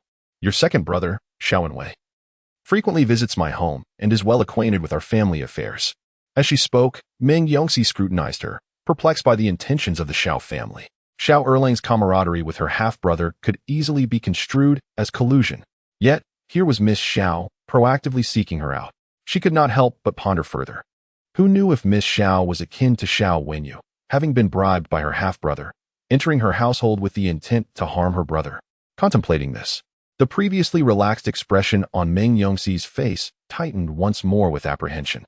I am asking you about the circumstances of your brother's abduction. Why are you sharing this with me? Xiao Yunjua regarded her calmly and then spoke candidly. Are you concerned that I might side with your half-brother? Just as my second brother does, won't you? After all, he is your own brother. Meng Yongxi scoffed with a trace of sarcasm. My younger brother is innocent. My mother is gentle, while my half-brother has grown immensely arrogant and powerful. In the past, he would intentionally tease my brother. And Xiao Erlang never offered a word of admonition, merely enjoying the spectacle. Now that my brother has been abducted, one cannot help but wonder if this is not somehow tied to your brother's schemes. Yet, there is no evidence to support such claims. My second brother is indeed not a good person. Xiao Yunjua did not refute this. Meng Yongxi found her words lodged in her throat. How could she respond? The bond of blood is something I cannot alter, thus I cannot dispel your doubts. However, I believe that if I truly wish to harm your brother, I would not be foolish enough to present myself at your doorstep for you to witness my actions.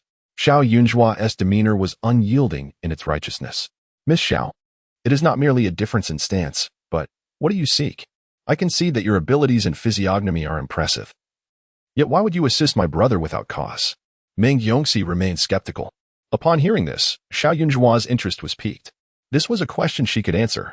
My motivations are manifold. After all, your Meng family is esteemed and affluent. Surely my remuneration for services rendered would not be trivial? Additionally, should anyone require assistance in exorcising malevolent forces in the future, I trust you would be willing to provide recommendations? Xiao Yunjua spoke without a hint of hesitation. Remuneration for services? Meng Yongxi was taken aback. The Xiao family is not impoverished. As a daughter of the distinguished Xiao family, she should want for nothing. Adorned in flowing clouds brocade, how could she stoop to peddle herself as a charlatan for monetary gain? We can formalize an agreement. Once I meet your brother and ascertain that I can indeed help him, we may establish a life-and-death contract if that brings you peace of mind. Xiao Yunjua's patience was unwavering. Her words left Meng Yongxi perplexed about whether to continue harboring doubts. Would one truly sign a life-and-death contract merely to assist a half-brother in causing harm? Who would be so foolish? Meng Yongxi's mind was in turmoil, her gaze occasionally drifting toward Xiao Yunjua. Observing her calm demeanor gradually eased her apprehensions. Since her brother had been frightened, numerous physicians had examined him, all concluding that he was merely startled and required gradual recuperation. However, after several acupuncture sessions, the effects were fleeting. Her brother continued to be easily agitated and would often spiral into madness. To achieve a complete recovery could take a year or more. And they must identify the triggers of his distress. If his episodes occurred too frequently, he might never return to a normal state. Their mother wept daily, and their father had grown increasingly distant, rarely inquiring about his son. She truly felt at a loss. Since Miss Xiao professes her capability, perhaps it is indeed a possibility. She could even discern the ailments in her own body. There might just be that 1 in 10,000 chance that her brother could return to his former self. Miss Xiao, if my brother truly recovers, I am willing to personally visit your family to offer my apologies. Meng Yongxi stated earnestly. No, even if you were to hold a knife to his throat, I would have no objections, as long as you remember to compensate me. Xia Yunjua thought Meng Yongxi to be rather dim-witted. She had already stated that her second brother is not a good person. Apologies? It would be better to eliminate him entirely. Xiao Yunjua's resolve was unwavering, while Meng Yongxi appeared somewhat more composed. Soon, they arrived at the residence of the Yonghuai Marquis. In truth, when the doctor declared that her brother had been profoundly frightened, her mother immediately sought divine intervention and contemplated taking him to the royal temple for assistance. However, her father, concerned about his reputation and fearful that others might discover the severity of her brother's condition, obstructed her plans. Therefore, Miss Xiao, might I implore you, in the name of our friendship, to visit the estate? It is imperative that my father remains unaware of your true intentions, Meng Yongxi said anxiously. Xia Yunjua nodded in acknowledgement. Indeed, it was essential to first enter and assess the situation. Yet she could not guarantee that this matter could remain concealed from the Marquis of Yonghuai. Chapter 32. Devouring her. Xia Yunjua followed Meng Yongxi through the door. The estate of the Yonghuai Marquis was somewhat smaller than the Xiao family's. When the late emperor ordered the execution of her grandfather, he chose not to reclaim the duke's residence, hoping that the descendants of the Xiao family would eventually produce a figure akin to their great-grandfather, thereby restoring the family's honor. However, despite the Xiao family's prominence, they could not rival the grandeur of the Meng family. The number of servants in the Meng household surpassed that of the Xiao family, and each appeared more disciplined. Their garments, both in fabric and design, were of superior quality. Over the years, the Xiao family, striving to maintain appearances, had adhered to the customs of their great-grandfather's era in terms of decor and hospitality, which had led to a certain financial strain, making them somewhat frugal in household expenditures. Though Xia Yunjua had not been back for long, she had a keen understanding of her family's affairs. Soon, she arrived at the courtyard of the Meng matron. As she stepped inside, a shard of white porcelain flew towards her. Meng Yongxi gasped, instinctively reaching out to block the object, but her grasp fell short. Just as the shard seemed poised to graze Xia Yunjua's face, she remarkably managed to catch it deftly between her fingers. That was a close call. Meng Yongxi rushed forward to retrieve the shard, exclaiming, "Thank goodness you reacted swiftly. Otherwise, your face, if it were marred, I could not compensate for that." The appearance of a woman held great significance, and the thought of nearly ruining another's life filled Meng Yongxi with dread. "It's nothing to worry about," Xia Yunjua said with a calm smile. "You certainly have a bold spirit," Meng Yongxi remarked, unable to contain herself. The moment she saw her brother being restrained by the servants, she felt reassured and led Xia Yunjua further inside, inquiring of the servants, "Where is my mother?" "Your aunt has arrived at the manor and has summoned a lady," one of the servants promptly replied. Meng Yongxi's expression darkened. Her pent-up frustration had no outlet, and thus she did not conceal it from Xia Yunjua, stating directly, "This aunt is my grandfather's sister. She meddles in every affair of our family. My father is rather impressionable and has been swayed by her on several occasions. Now that she has heard about my brother's severe illness, she will undoubtedly try to persuade my father to expedite the recognition of my half-brother under my mother's name, according to our dynasty's laws. Unless all legitimate sons and grandsons have perished, the title can only pass to the illegitimate son, correct? The bloodline cannot be confused. And even a nominal recognition would be futile," Xia Yunjua, well-versed in the law, observed. "Indeed, they believe my brother is frail and may not survive to adulthood." A hint of sorrow crossed Meng Yongxi's face. Her brother's health had indeed been precarious. He had always been easily frightened, having been traumatized multiple times since birth. Xia Yunjua glanced over and spotted the temperamental young Master Meng. His eyes reflected a vision of something terrifying, and he was shouting frantically, attempting to grasp everything within reach to hurl it around him. However, the situation began to improve after Xiao Yunjua's arrival. His emotions began to gradually stabilize, tears and snot streaming down his face, as he sobbed in a daze, seemingly venting his fears and frustrations. The turmoil within this young lad was not without reason. At this very moment, Xiao Yunjua could clearly see a female ghost clad in red slowly turning her head. It seemed she had caught a whiff of the peculiar scent emanating from her, gliding towards her with a slow yet menacing grace. Xiao Yunjua stood there, motionless. As the ghost drew closer, as if savoring a delectable feast, she suddenly lunged at her, her gaping maw resembling a cavernous abyss, intent on devouring her. However, the instant the ghost's hands made contact with Xiao Yunjua, her fingers recoiled as though seared by flames, emitting wisps of black smoke. With a pained retreat, she let out a series of delirious cries. In an instant, a chilling wind swept across the ground, carrying a few tiny stones that clattered at Xiao Yunjua's feet. The wind had risen. One must assist the young master indoors to shield him from the biting chill. Meng Yongxi hastily instructed her servants and then turned to Xiao Yunjua, saying helplessly, "Miss Xiao, might I implore you to take a seat inside?" Following her brother's illness, their father had denied visits from relatives and friends. Even when guests arrived, they were merely ushered to the front hall. Fearful that they might witness her brother's madness, their father must have been concerned about the shame brought upon the family. Your brother must possess a predominantly Yin constitution. Did any peculiar events occur at his birth? Xiao Yunjua inquired softly as she entered. Upon hearing this, Meng Yongxi was taken aback. Her brother's birth chart had been altered. Due to the excessive Yin nature, their mother had changed the time of birth. A fact unbeknownst even to their father, yet Xiao Yunjua had discerned it at a glance. During that period, my father was away from the capital, and my mother's pregnancy was fraught with difficulties. Thus household matters fell to concubine Zhao. I recall that evening when a wild cat appeared, yowling fiercely. Concubine Zhao led a group to chase it around the courtyard, ultimately killing it in my mother's garden. I later heard from the servants that the wild cat was pregnant with kittens, a gruesome sight which my mother witnessed, causing her great distress. And that night she gave birth to my brother. Meng Yongxi recounted thoughtfully. In this world, all sentient beings, endowed with intelligence, can harbor grievances. Therefore, in most households, during joyous occasions, they tend to avoid taking lives, fearing ill omens. Your brother, born with a Yin constitution, was tainted by resentment from the moment he entered this world, making him more susceptible to fright than ordinary children, a phenomenon commonly referred to as losing one's soul, Xiao Yunjua elucidated. Indeed, my brother cannot endure even the slightest scare, Meng Yongxi exclaimed eagerly. In that moment, she felt she had found the right person.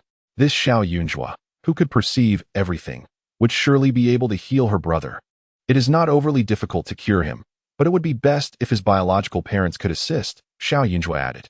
Of course, it is not strictly necessary for the biological parents to retrieve the soul. However, this method is the most straightforward and direct. Otherwise, it would require significantly more time and effort. Since both of her parents are alive and well, how could one seek distant shores? My mother would certainly be willing. However, my father, Meng Yongxi, was in a state of turmoil. If I were to reveal this to him, he would undoubtedly be enraged. Miss Meng, although I have never met Lord Meng, your demeanor and countenance allow me to infer a few things. It seems you share a bond with your father, though it has gradually faded over the years. Am I correct? Xiao Yunjua inquired. Indeed, we used to have a good relationship. But after my younger brother was born, he continued to favor my half-brother and concubine Zhao. Meng Yongxi admitted. If you have not completely given up on your father and still desire your brother to receive his affection, then this matter must be addressed directly by your father himself. Chapter 33. Let him suffer. Meng Yongxi was perplexed. Her father was utterly indifferent to her younger brother. If he was unwilling, she could not compel him. When your brother was born, Lord Meng was absent. He showed no concern when the child fell ill. Thus, the bond between father and son will only grow more distant. This is not to say that you and your mother have failed in your duties, but rather that in this world, emotions do not arise without reason. One must first invest, and only then will feelings of attachment and sorrow emerge, Xiao Yunjua continued. If you do not seek this paternal affection, you may easily pretend that Lord Meng does not exist. Such a mindset will render your heart lighter and more expansive. However, it was evident that Meng Yongxi could not achieve this. She even wished that her father would direct his attention toward her and her brother. After a moment of contemplation, Meng Yongxi pondered deeply. Xiao Yunjua's words held merit. Initially, Their father had indeed cared for the younger brother. Yet, their mother placed excessive importance on him, taking charge of everything, which rendered their father increasingly irrelevant in the child's life over time. I shall plead with father. Meng Yongxi seemed to have made a momentous decision. Xiao Yunjua produced a talisman. Let your brother carry this close to him. It will help stabilize his emotions.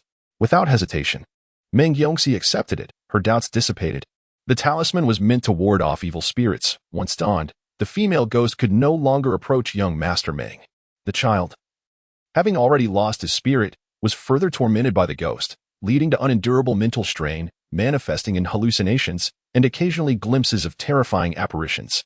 Even if these visions were indistinct, they were sufficient to drive the child into a frenzy. Meng Yongxi delicately placed the talisman in her brother's embrace.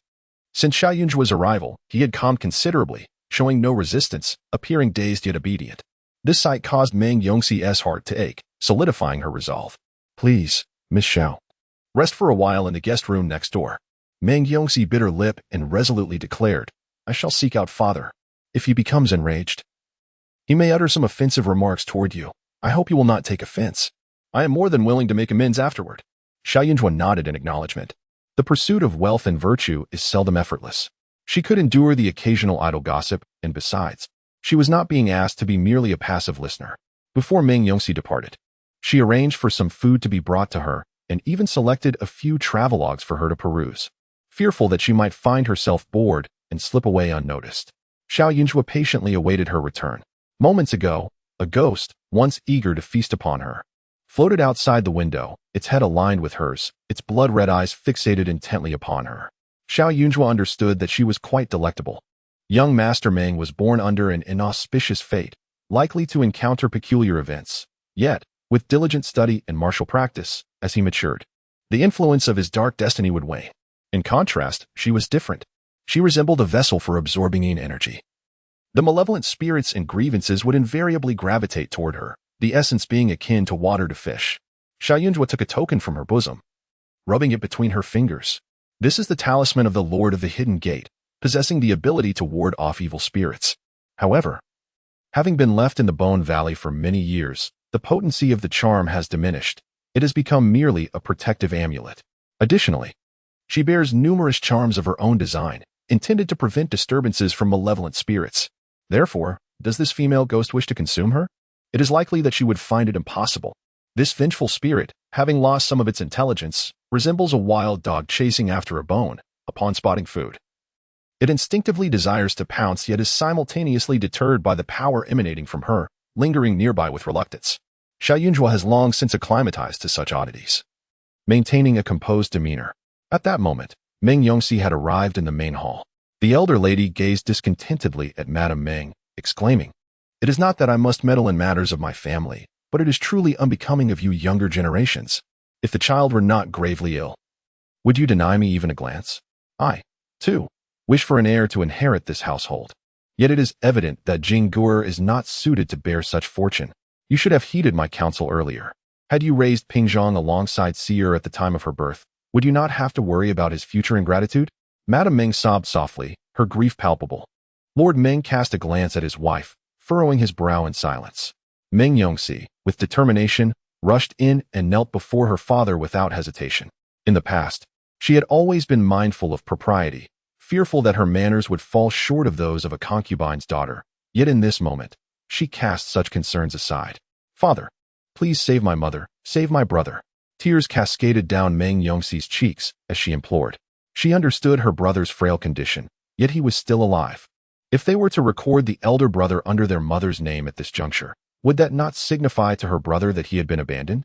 I have heard mother say that before my brother was born, you yearned for a legitimate son who could stand tall like you. Although my brother's health is poor and he cannot compare to you, he is still your flesh and blood. As she spoke, Meng Yongxi discreetly pinched her own thigh. Lord Meng had never witnessed his eldest daughter in such a state and was taken aback. This was his only legitimate daughter. Though they were not particularly close, she had always been dignified and sensible. If not for being frightened, she would not have appeared so flustered. The elder lady remarked that her nephew must remember her words, yet Jinger was ill, making it an inappropriate topic. Lord Meng recalled the pitiful sight of his legitimate son and addressed the elder lady. She shot a stern glance at Meng Yongxi, about to retort, when Meng Yongxi interjected, "Father, my brother is feeling slightly better. You should go see him. As the head of the family, your presence would surely bring him much comfort." Lord Meng, somewhat astonished, noted how both his wife and daughter cherished the child, perceiving him as a treasure. They seemed to believe he, as a father, was unreliable, fearing he would favor the Zhao family and the illegitimate son over his legitimate heir. Hence, whenever he visited Jinger, his wife wore a worried expression or incessantly reminded him of Jinger's significance. After numerous occurrences, he found it wearisome. Thus, he resolved to visit. Lord Meng did not refuse. He still harbored a fervent hope that his legitimate son would thrive. Although the child was but a mere infant, the customs of the capital dictated that legitimacy reigned supreme. Should a bastard be allowed to inherit the title, it would invite scandal and dishonor the ancestral lineage. Meng Yongxi let out a sigh of relief and hastily followed in her father's footsteps. She even grasped her mother's anxious hand, lowering her voice to whisper in Meng's ear, "If you wish for my brother's well-being, then entrust his life and death to father. Let father bear the burden of worry and pain." Miss Xiao was indeed correct. My brother did not emerge from father's womb. He has several children of his own. If we do not allow him to bear the weight of concern, how can he truly feel the pangs of sorrow? Meng's mother, frail and overwhelmed, had long since lost her composure after her son's illness, and now she acquiesced to her daughter's counsel. Chapter 34. Do not expect peace. The Meng family hurried to see their child, and after a long wait, the aunt finally seized the opportunity to follow them. At this moment, Meng Xiaogangzi's emotions had stabilized. The child's eyes were red and swollen from crying, and the once bright gaze was now filled with confusion and fear, appearing much more docile, akin to an innocent infant, evoking a sense of pity. Seeing this, Aunt Ming furrowed her brows. "Isn't this akin to raising a fool? Would you have a simpleton inherit the marquisate?" "Father," Meng Yongxi suddenly spoke, "daughter understands your concern for the family's honor and disgrace, and I too do not wish for my brother to bring you shame. Hence, today I have defied your wishes and insisted on inviting a renowned healer. She claims she has the ability to save my brother. Even if there is but a 1 in 10,000 chance, I wish to try. Please, father, grant me this." "A renowned healer? What sort of healer?" Marquis Meng, without much thought, assumed his daughter had sought out a celebrated physician. Meng Yongxi exhaled and instructed her maid, "Please summon Miss Xiao." The maid promptly made her way to the adjacent guest room. Upon hearing the name, Marquis Meng furrowed his brow. "Miss Xiao? Do not blame me, father. The healer I have invited, she possesses certain extraordinary skills. She is the young lady of the Xiao family who has just been found after years of being lost. Though young, she is indeed capable. She solved the case of the false monk in the capital. It is said that she discerned the monk's true nature with but a glance." Meng Yongxi endeavored to embellish the mystique surrounding Xiao Yunjua. However, upon hearing this, Marquis Meng became furious. "Nonsense. You dare to believe the words of a young girl. If you had merely sought a physician, it would have sufficed, but to trust in those rumors from outside is utterly foolish. I have heard that the girl from the Xiao family reported to the Ministry of Justice, claiming that the false monk sold lethal weapons to her grandmother. Though she addressed the matter correctly, a mere girl exhibiting such audacity is indeed reckless. While it is true that the monk was a fraud, it was merely coincidence. Who would genuinely commend such a girl? Yet my daughter, rather than being cautious, has gone so far as to invite her back. What will become of my reputation if this spreads?" Meng Yongxi's complexion paled, but she remained resolute. "Father, please trust me just this once. If Miss Xiao cannot heal my brother, I shall accept any punishment you deem fit, but I implore you to cooperate with her in treating him." At this juncture, Marquis Meng finally comprehended why his daughter had so unusually summoned him. She had been deceived by that girl from the Xiao family to such an extent. It is understandable to be concerned for her brother's well-being, but one must not be so obstinate. This matter shall be concluded here, and I forbid you to mention that Miss Xiao again. She is to be expelled at once, from this day forth. There shall be no further dealings with her." Marquis Ming exclaimed in exasperation. "The young lady of the Xiao family? She is merely distantly related to them. Having grown up outside, she has not learned proper etiquette and behaves recklessly, displaying a free-spirited nature. Such a person, if associated with for too long, would surely lead my daughter astray." Before Xiao Yunjua even crossed the threshold, she was already met with a torrent of furious words. Lord Meng turned to glance. Momentarily taken aback, the young lady's demeanor was unassuming, her appearance quite demure. However, the audacity of manipulating his daughter was utterly inexcusable. "You are the daughter of the Xiao family? I trust you overheard the earlier remarks. Hence this lord shall take his leave." Lord Ming scoffed coldly, speaking with disdain. Beside him, the Ming family matron let out a derisive laugh, her aged face creasing with delight. I say, my dear C, your father always claimed you to be intelligent and sensible, yet who could have anticipated that you would engage in such behavior? If outsiders were to harm your brother, how would you reconcile your conscience? Meng Yongxi gritted her teeth in frustration. Aunt Zhao was the illegitimate daughter raised by this matron, lacking a biological daughter of her own. The matron had taken Aunt Zhao under her wing in her youth, frequently bringing her to the Marquis's residence, and over time, Aunt Zhao became the concubine of her father. Thus, the matron favored Aunt Zhao, seemingly wishing for her brother's demise. Your words bear the weight of fate, dear matron. I observe a dark, ominous aura surrounding your mouth. A sign of ill fortune. You are destined to suffer from a grave illness that will not easily be cured, even should a divine physician arrive. There exists no art to reverse death. I advise you to hasten home and prepare for your final arrangements, Xiao Yunjue declared candidly upon encountering the Ming family matron. When death looms, fate cannot be altered. Some secrets are best revealed. Naturally, if a monetary reward could accompany such revelations, it would be most welcome. Alas, the matron appeared exceedingly enraged, making it unlikely she would part with any funds. Upon hearing this, the Ming family matron charged forward, raising her hand to strike Xiao Yunjue. But Meng Yongxi swiftly interposed herself. Matron, Miss Xiao would never speak frivolously. How dare you, a mere junior, curse me? Who taught you such manners? The matron glared at Meng Yongxi in fury. Xiao Yunjue, concealed behind Meng Yongxi, harbored no intention of stepping forward. Instead, her tongue continued to weave its ominous narrative. In the past month, at least 2 of your trusted aides have perished, a consequence of your numerous misdeeds. Every life must meet its end, yet the manner of death varies. From my perspective, you and those around you shall not meet a pleasant fate. You will be tormented by illness until your last breath. Old matron. The moment those words escaped her lips, the elderly matron's maid gasped audibly. This exclamation startled both the matron and Lord Ming. The old maid, trembling, looked at the matron. Matron, she speaks the truth. What shall we do? The matron, known for her ruthless nature, meddled not only in her family's affairs but also in those of her in-laws, causing considerable distress. Though she had never directly taken a life, her actions had led to many untimely deaths, including that of the mother of Aunt Zhao. A fate driven by the matron's machinations. Additionally, the matron had wed 3 daughters-in-law. The first met a sorrowful end, the second perished during childbirth. Trying to save her child. This month alone, 2 of the matron's long-serving maids had also passed away. All had succumbed to grievous illnesses, enduring excruciating agony in their final days, suffering for several months before ultimately drawing their last breath this very month. The elderly matriarch of the Ming family felt a flicker of panic within her, her countenance twisted and uneasy, as she fixed her gaze upon Xiao Yunjue with an intensity that seemed to convey a desire to devour her. As if the demise of the 2 wet nurses were somehow the fault of Xiao Yunjue. Your scrutiny does not alter reality. Xiao Yunjue harbored no fondness for the woman before her. This individual had never shown even a modicum of kindness throughout her lifetime. By the way, should you offer me a bit of silver, I might also provide you with some insight into your son's fate, for after all, a mother's wickedness begets a son's downfall. He too must bear the weight of karma. Xiao Yunjue boldly continued. Lord Ming was taken aback. Just moments ago, he had perceived this young girl as harmless and obedient, yet now it seemed she was utterly unrestrained. With the birth of such a daughter, General Xiao would find no peace for the rest of his days. Chapter 35, Asking for fortune-telling fees at this moment. Meng Yongxi regarded Xiao Yunjue as her sole beacon of hope.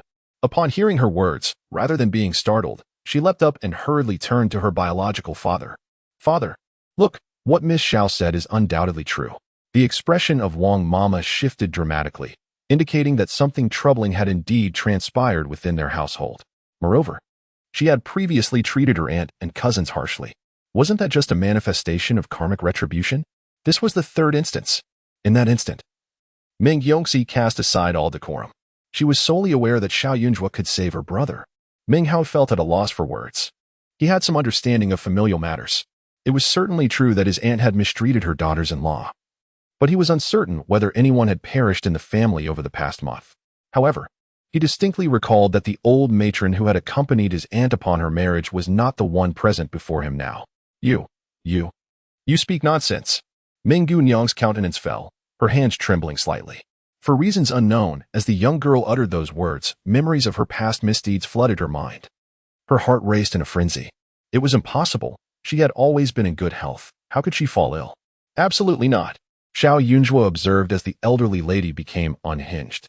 A disordered mind led to a disordered spirit. Alas, yet another misfortune was unfolding. You are in for a calamity today. I advise you to speak less and find some peace, lest your misfortunes multiply, Xiao Yunzhua remarked, showing no restraint. You impudent, ill-fated girl. I care not who you are. I will not allow you to speak so freely. With that, the old lady commanded the maid beside her to take action. Meng Yongxi was taken aback and immediately stepped in front of her. Yet, Wang Mama, equally flustered and fearful for her own fate, stumbled as she approached, tripping over her own feet and crashing forward. Xiao Yunzhua swiftly pulled Meng Yongxi aside to avoid the chaos. Wang Mama toppled over the tea set, the force causing the teacups to tremble.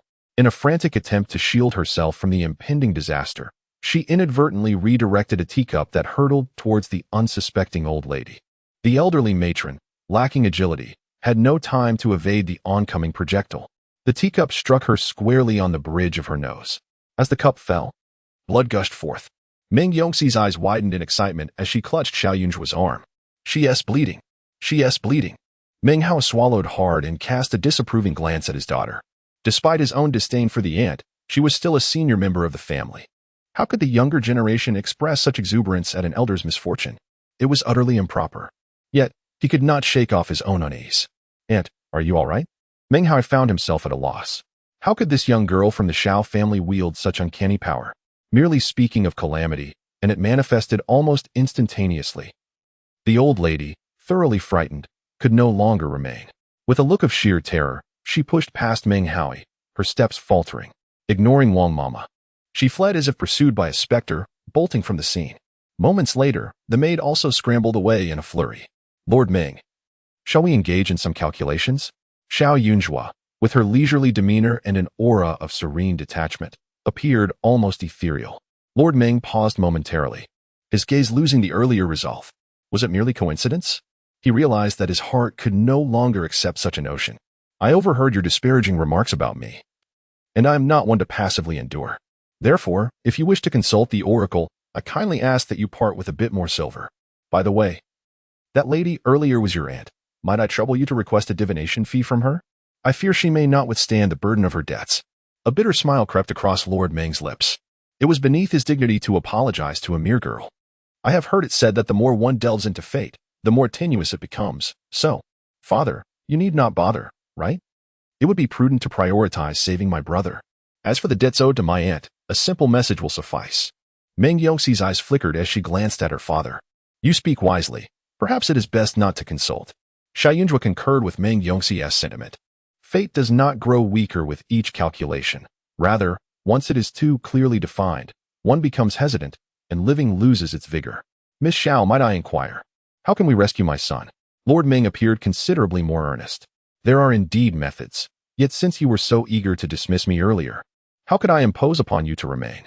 Xiao Yunzhua immediately took a stand. Everyone has their pride. Speaking ill of her was permissible, but one must also accept the consequences and offer an apology, surely? Lord Meng regarded the astute young lady before him, though he was the one embarrassed. He found himself pitying Xiao Zhenguan even more. That man, far more concerned with appearances, often wore a stern expression. He would surely suffer under the whims of his own daughter. I apologize for my earlier lack of hospitality, Miss Xiao. Please forgive me.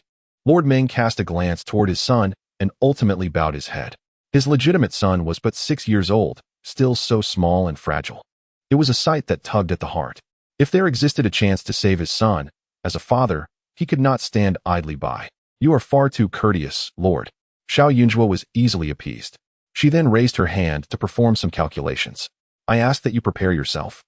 For at the hour of the rat tonight, you and your lady wife should visit the place where the young master was previously confined to summon his spirit. Xiao Yunzhua immediately turned to the matter at hand.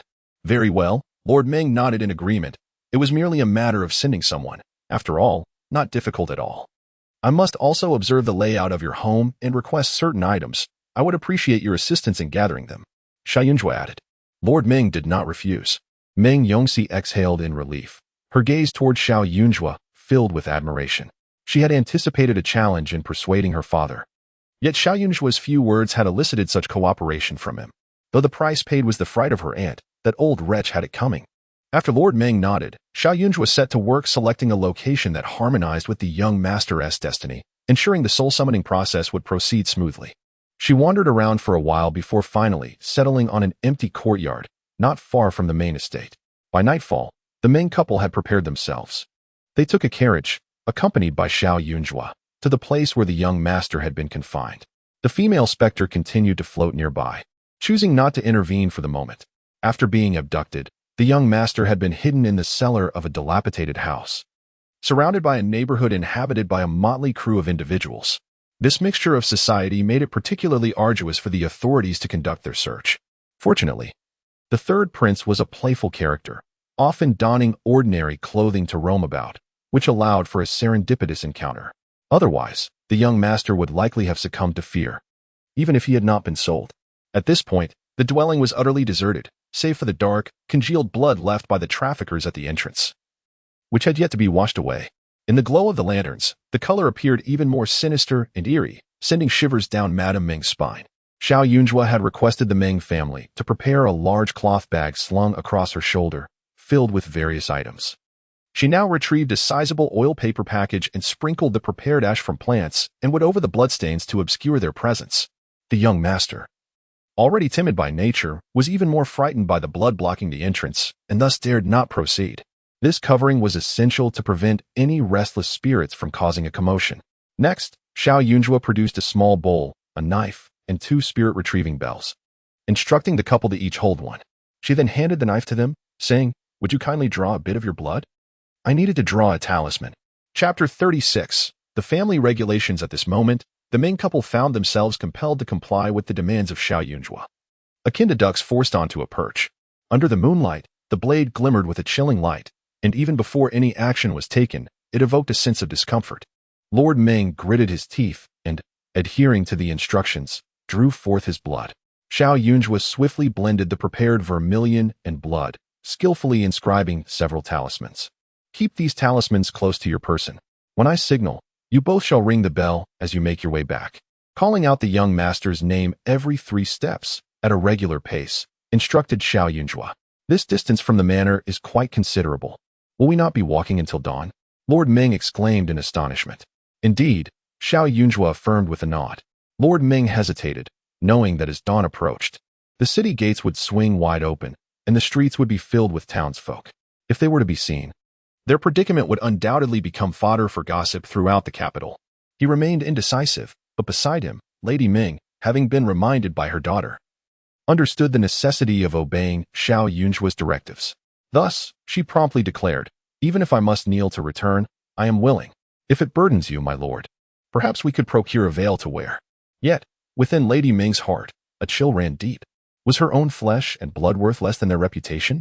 Had her daughter not cautioned against quarreling with her husband over their son's troubles, she might have succumbed to the simmering resentment and sorrow within her.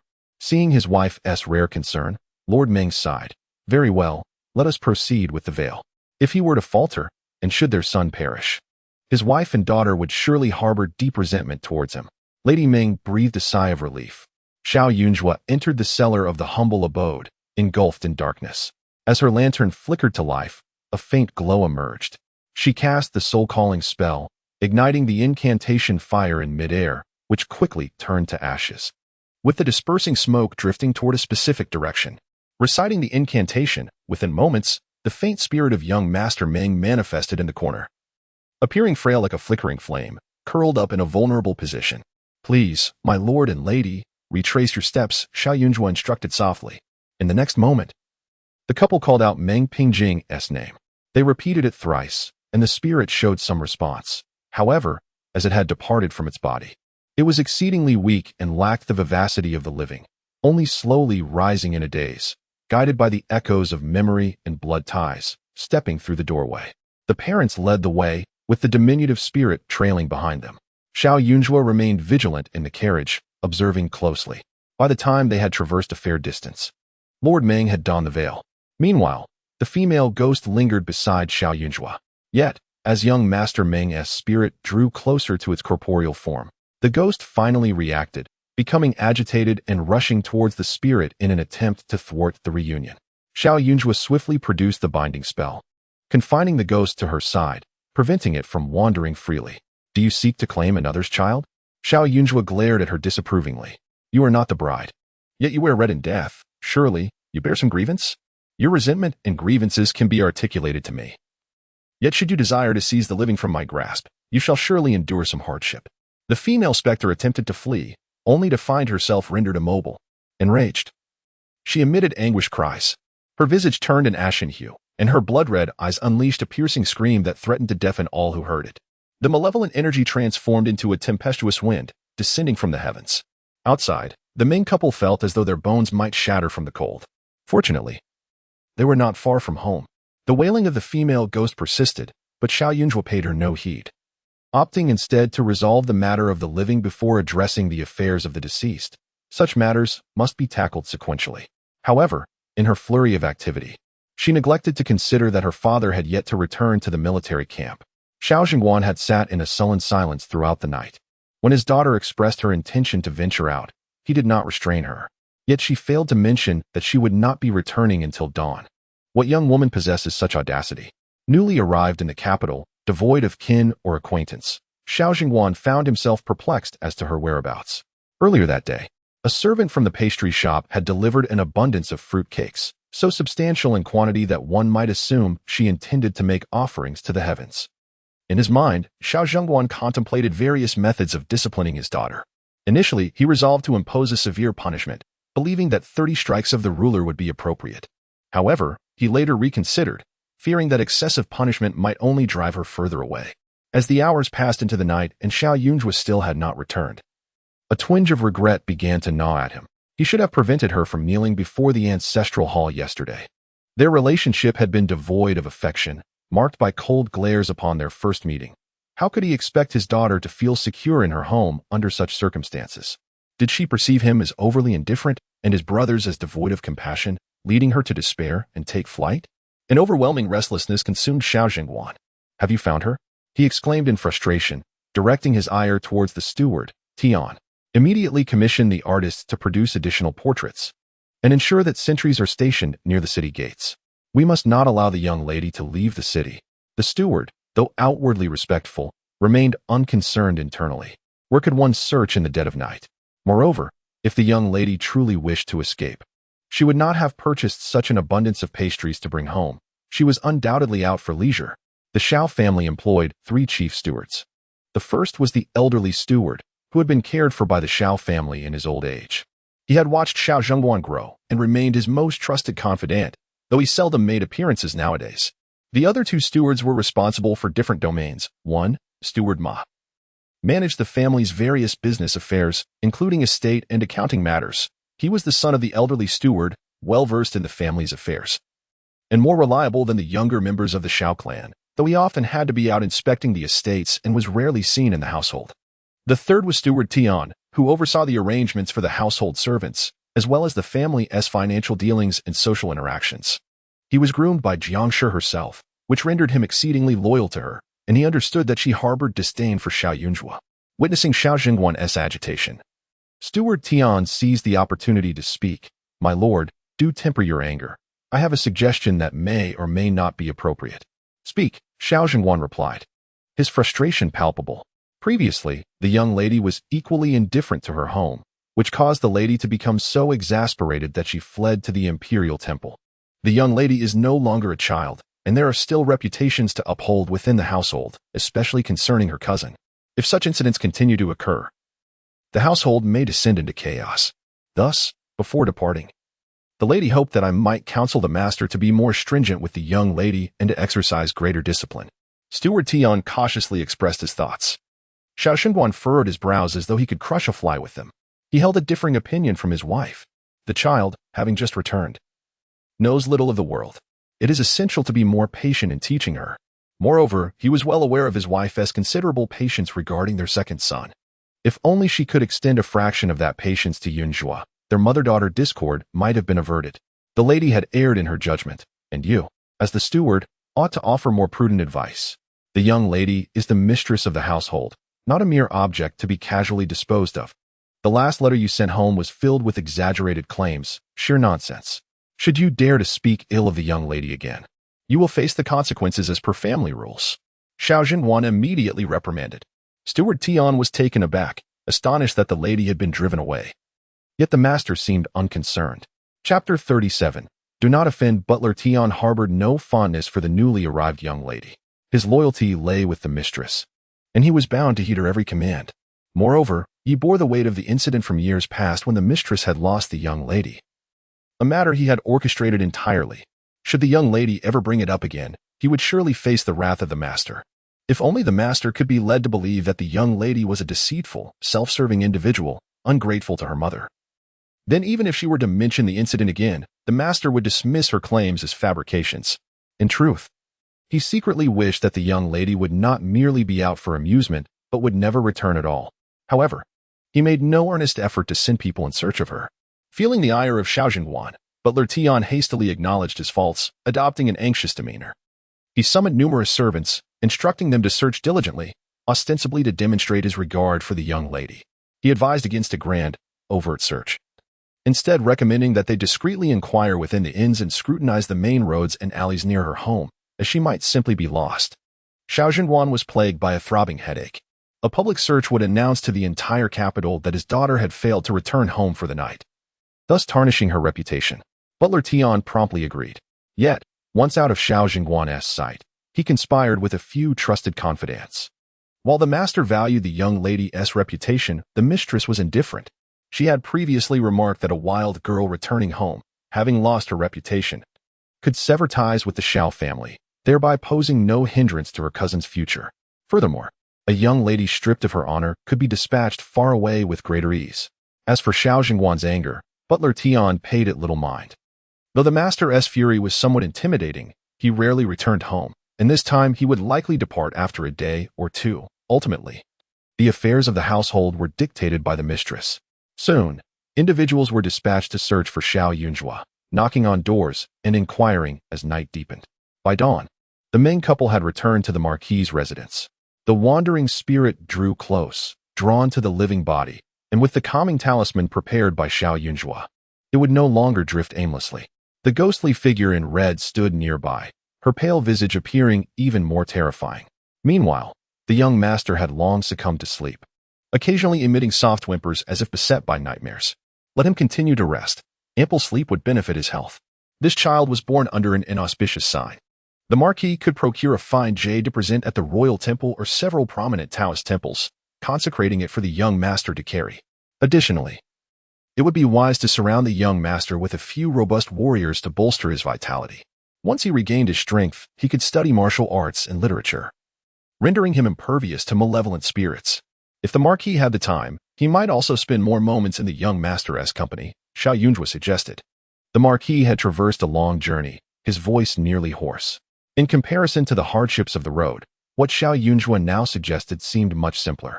Her intentions were not merely to curry favor with Madame Meng. The young master's frail disposition would benefit greatly from the protective presence of his parents. Parents serve as the steadfast support and foundation for their children. If a child seeks to cultivate courage and confidence, a father must indeed take action. Meng Yongxi and Meng Pingjing are her employers. Since they are to receive payment, it is imperative that the tasks be executed flawlessly. Having completed these duties, Xiao Yunjua returned to her guest room to rest for a while. She hesitated to leave before Master Meng awakened. However, Lord Meng could not help but harbor some doubts. He had not witnessed any formidable incantations from Miss Xiao, nor sensed any aura of the extraordinary. Could a mere stroll around accomplish the healing of his son? This family of three remained by the child's side, and Master Meng did not awaken until midday. Brother? Meng Yongxi felt an overwhelming anxiety as she cautiously shielded her mother behind her, fearing her brother might become agitated and harm their mother once more. Master Meng gazed at them with a bewildered expression before obediently asking, "Sister, I am so hungry. I wish to eat fresh fruit cake." "Brother, look at mother," Meng Yongxi exclaimed, gripping Meng Pingjing's arm tightly, recalling the malice her brother had exhibited towards their mother during his previous outburst. "Mother," Master Meng called out in confusion, suddenly remembering something, and immediately added in a pitiful tone, "I had a nightmare last night, dreaming of a wicked woman in red trying to catch me. Mother, I am so scared." Upon hearing this, Ming's mother was overcome with tears. "My dear, do not fear. Mother is here, and I will surely protect you." Lord Ming observed closely and noticed that his son seemed to genuinely be free of significant issues. No nonsensical ramblings, no shouting, and even the color in his face had improved considerably. This suggested that his son may indeed be recovering.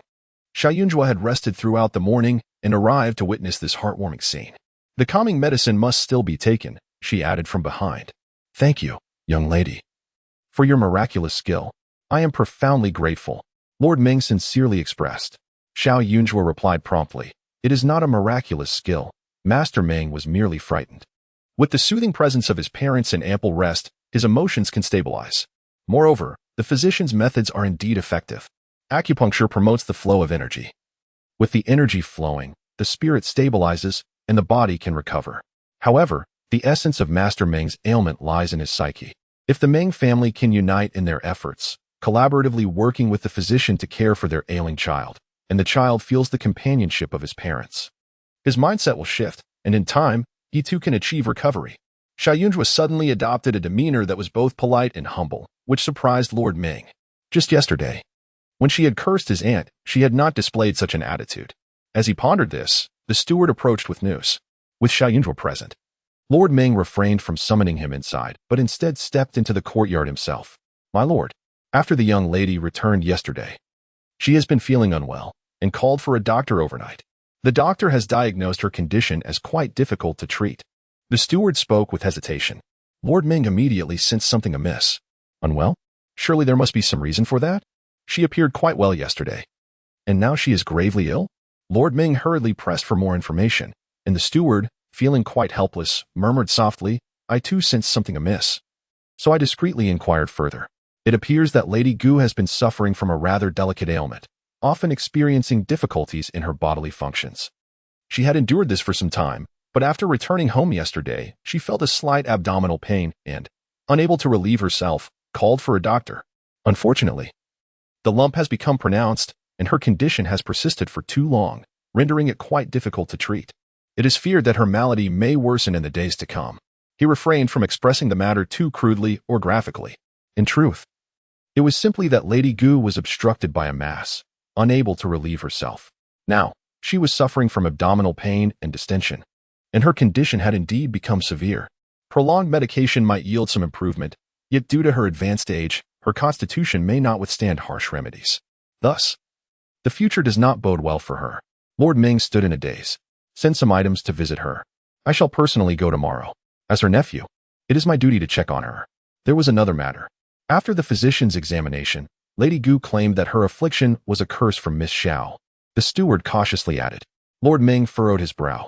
Had it not been for Miss Xiao's words the previous day, Lady Gu would not have summoned a doctor for her discomfort. But in truth, it was Miss Xiao who had helped her identify the ailment early on. How could such a thing be labeled a curse? Nonsense. The young lady of the Xiao family had no enmity with her, having formed a bond during her visit to the residence. Why would she curse her? Send someone to inform my aunt and cousin to be more discreet. Though the Xiao family no longer holds the title of Duke Renan, they are not without influence. Such slander against their daughter would surely not go unchallenged by General Xiao. Lord Ming's actions were not motivated by concern for Miss Xiao, but rather for his own interests.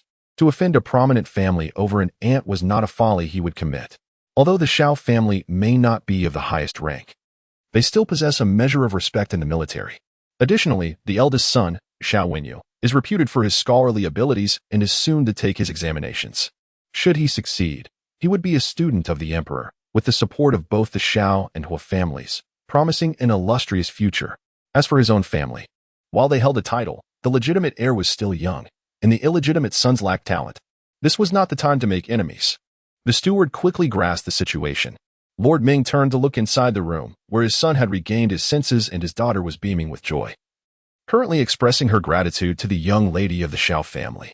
This young lady was somewhat unconventional. If his daughter were to associate with her more frequently, she might acquire some of her unorthodox traits. Yet, her abilities and discernment were not to be underestimated. It remained uncertain from whom she had learned her remarkable skills. Given the current favor, it was prudent to treat her with respect. At this moment, Meng Yongxi gazed at Xiao Yunjua with admiration, her eyes sparkling like stars. Recollecting their first encounter, it felt like a dream, as if heaven had shown her mercy by sending Xiao Yunjua to save her brother. Miss Xiao, though our acquaintance began as a transaction, my brother's life cannot be measured in mere monetary terms. From now on, in my heart, you shall be as dear as a sister. Should you ever require my assistance, do not hesitate to ask. Meng Yongsu clutched Xiao Yunjua's hand, reluctant to part ways. She had already arranged for a token of gratitude. Yet, mere tokens of thanks seemed insufficient. Meng Yongsu was profoundly moved, while Xiao Yunjua remained remarkably composed. Her gaze drifted to the Meng family patriarch outside, and with a smile in her voice, she remarked, as biological sisters, we may have exaggerated our sentiments. After all, your family consists of more than just you and your younger brother. I cannot bear the weight of such a large kinship. However, we can certainly be friends. The more friends one has, the more paths open up. Chapter 38. A nest of vipers. At this moment, Meng Yongxi had completely relaxed. Her face devoid of the tension and sorrow that had once marked it, now adorned with the charming shyness and sincerity typical of a young woman. Listening to Xiao Yunjua's words, she understood that the latter found her family situation complicated, yet she felt no anger towards her. In her eyes, Miss Xiao possessed a pair of discerning eyes that could see through the hearts of others. Such individuals are intolerant of deceit. As for her own family, while her parents appeared amiable, the underlying conflicts and sordidness were far from negligible. After the new year, the capital will be bustling with excitement. For the renowned first female Qin player will hold a gathering at Xinghua Tower to connect with friends through music. Many young ladies will be eager to witness this event. And I have already secured a place for myself. Would you care to join me? Meng Yongxi inquired eagerly. Although the young women of the capital may not be well acquainted, they often share a few common acquaintances. Since Xiao Yunjua had just arrived and knew no one, even with the title of Judge Xiao, making friends would not be an easy feat despite her talents in fortune-telling. She was still a young woman of similar age. It would not do for her to spend her days solemnly helping others with their ailments and spirits. Certainly, Xiao Yunjua replied without hesitation. She had a fondness for music. Her ghostly master had once told her that those from the Shinin sect were not only adept at mystical arts, but also delighted in the study of music, chess, calligraphy, and painting. Most disciples were individuals of extraordinary fate, who, having endured hardships in the mortal realm, chose to live in seclusion, retreating to the mountains to cultivate their skills and engage in hobbies to pass the time. However, one must not forget the world while avoiding it. When war arises, the number of tormented souls multiplies. Historically, the leaders of the Shinin sect possessed innate abilities to commune with spirits and quell malevolence. Thus they traveled the world to mitigate any possible grievances and misfortunes. After joining the Shinin sect, her master, fearing that his spirit might not endure, forced her to study diligently each day. Consequently, she became acquainted with numerous collections and texts, learning a few melodies. However, after her master's passing, she focused on making a living and seldom played thereafter. Having made plans with Meng Yongxi, Xiao Yunjua decided it was time to take her leave. Just before departing, Meng Yongxi suddenly grasped her arm, a hint of bashfulness coloring her cheeks as she spoke again. Miss Xiao, I know you are an insightful person, so I hope you will indulge me as I share a few more words in your ear. Your second brother and my half-brother can be likened to a nest of vipers, though there are some distinctions. Your brother possesses a deeper cunning.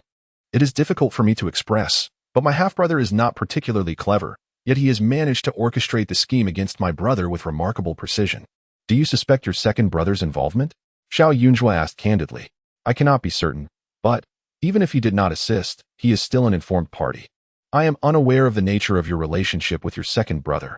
If it is amicable, I hope you can advise him against associating with my half-brother, who tends to stir trouble. If your relationship is not good, then, Miss Xiao, you should exercise caution. In noble families, the bonds of kinship can be precious. Yet they can also be quite trivial, Meng Yongxi remarked as she escorted Xiao Yunjua to the door. Though she had not intended to speak on such matters, she feared that, being newly returned home, Xiao Yunjua might harbor a significant reliance on her family. And indeed, Xiao Yunwei was not one to be trifled with. If it were merely a case of watching from the sidelines, it would be one thing. However, what terrifies her is the potential for treachery. Xiao Yunjua is well aware that her second brother is a man of intricate thoughts and certainly not a gentleman. Yet, she never imagined he could descend to the depths of harming his own sister. After all, she does not serve as an obstacle for him. Perhaps her elder brother might. Though, Xiao Yunjua remained silent, while Meng Yongxi recognized that speaking ill of others was inappropriate, yet she could not fathom why, despite sharing the same mother. The disparity between the siblings was so profound. In the blink of an eye, the two were about to step outside when they encountered three individuals entering the Ming residence.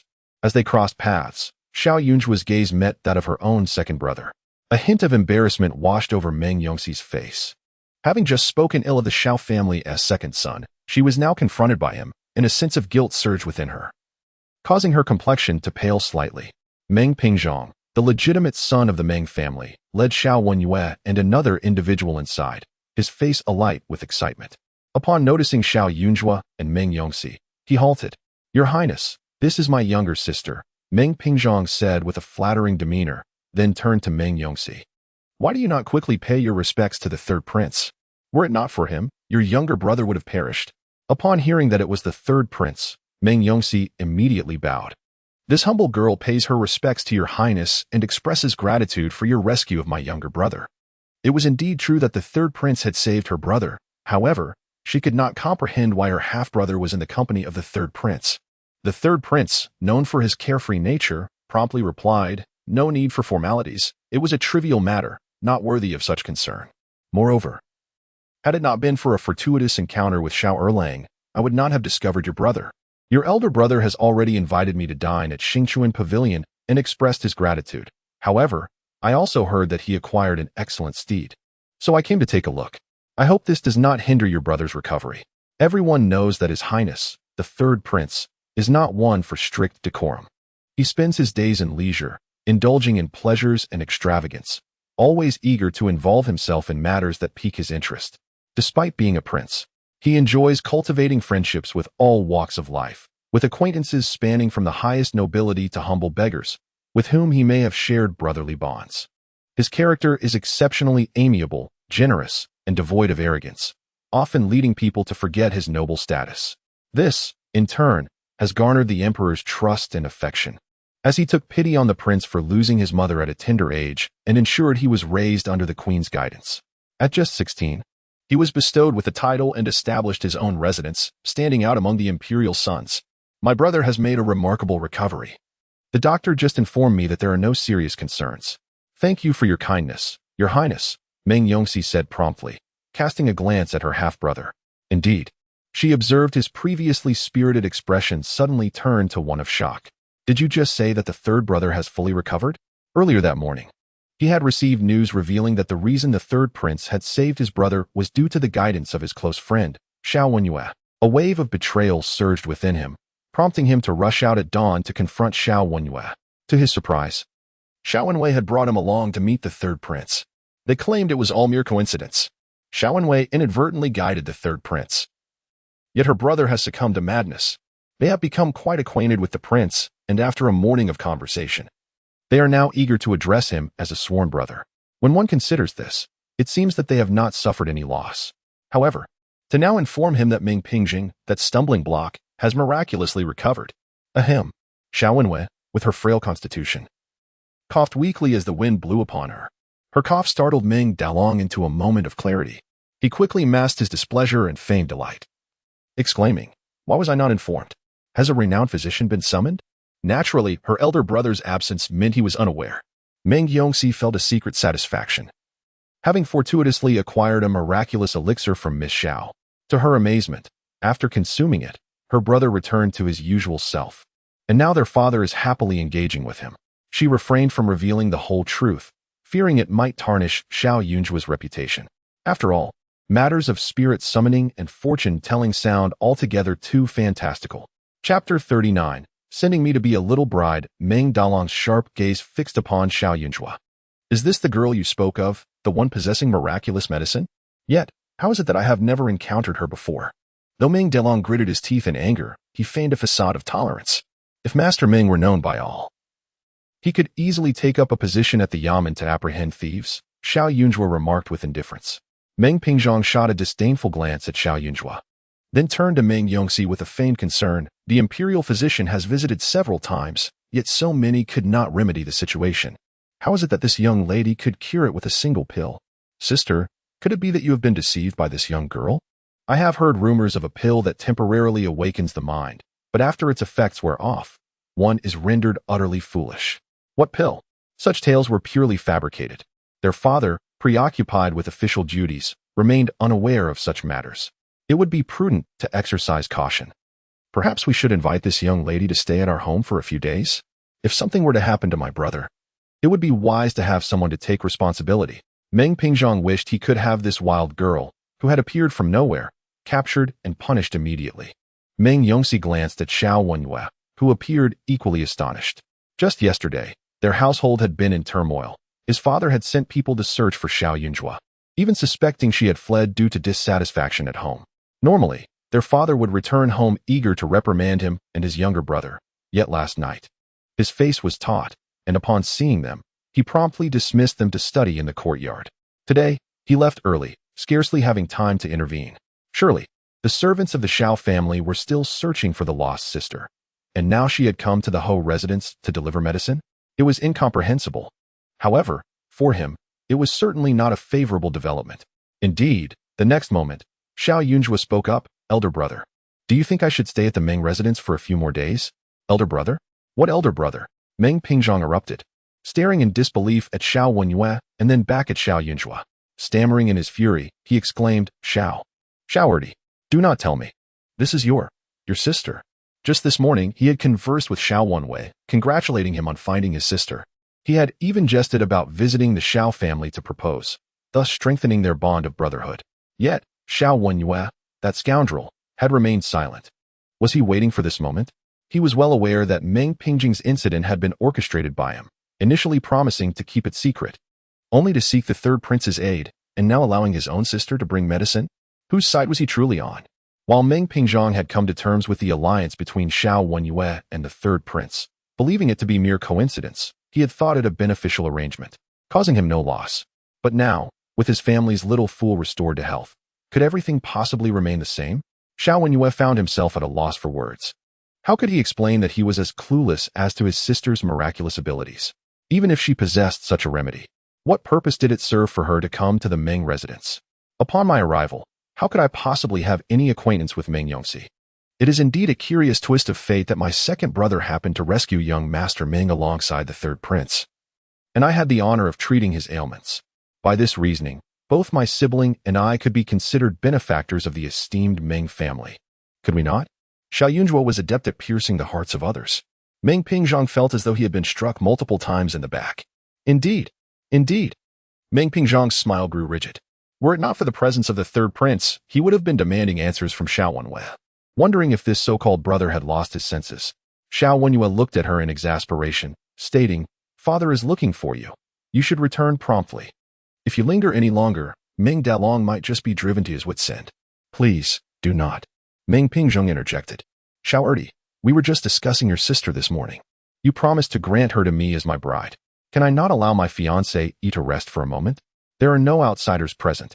It would be just the right opportunity for the third prince to bear witness. I shall visit your home this afternoon to propose. Xiao Wenyue's countenance stiffened, and his gaze turned icier. Elder brother, marriages are arranged by our parents. When did it become the prerogative of a brother? Xiao Yongxi exclaimed in a fluster.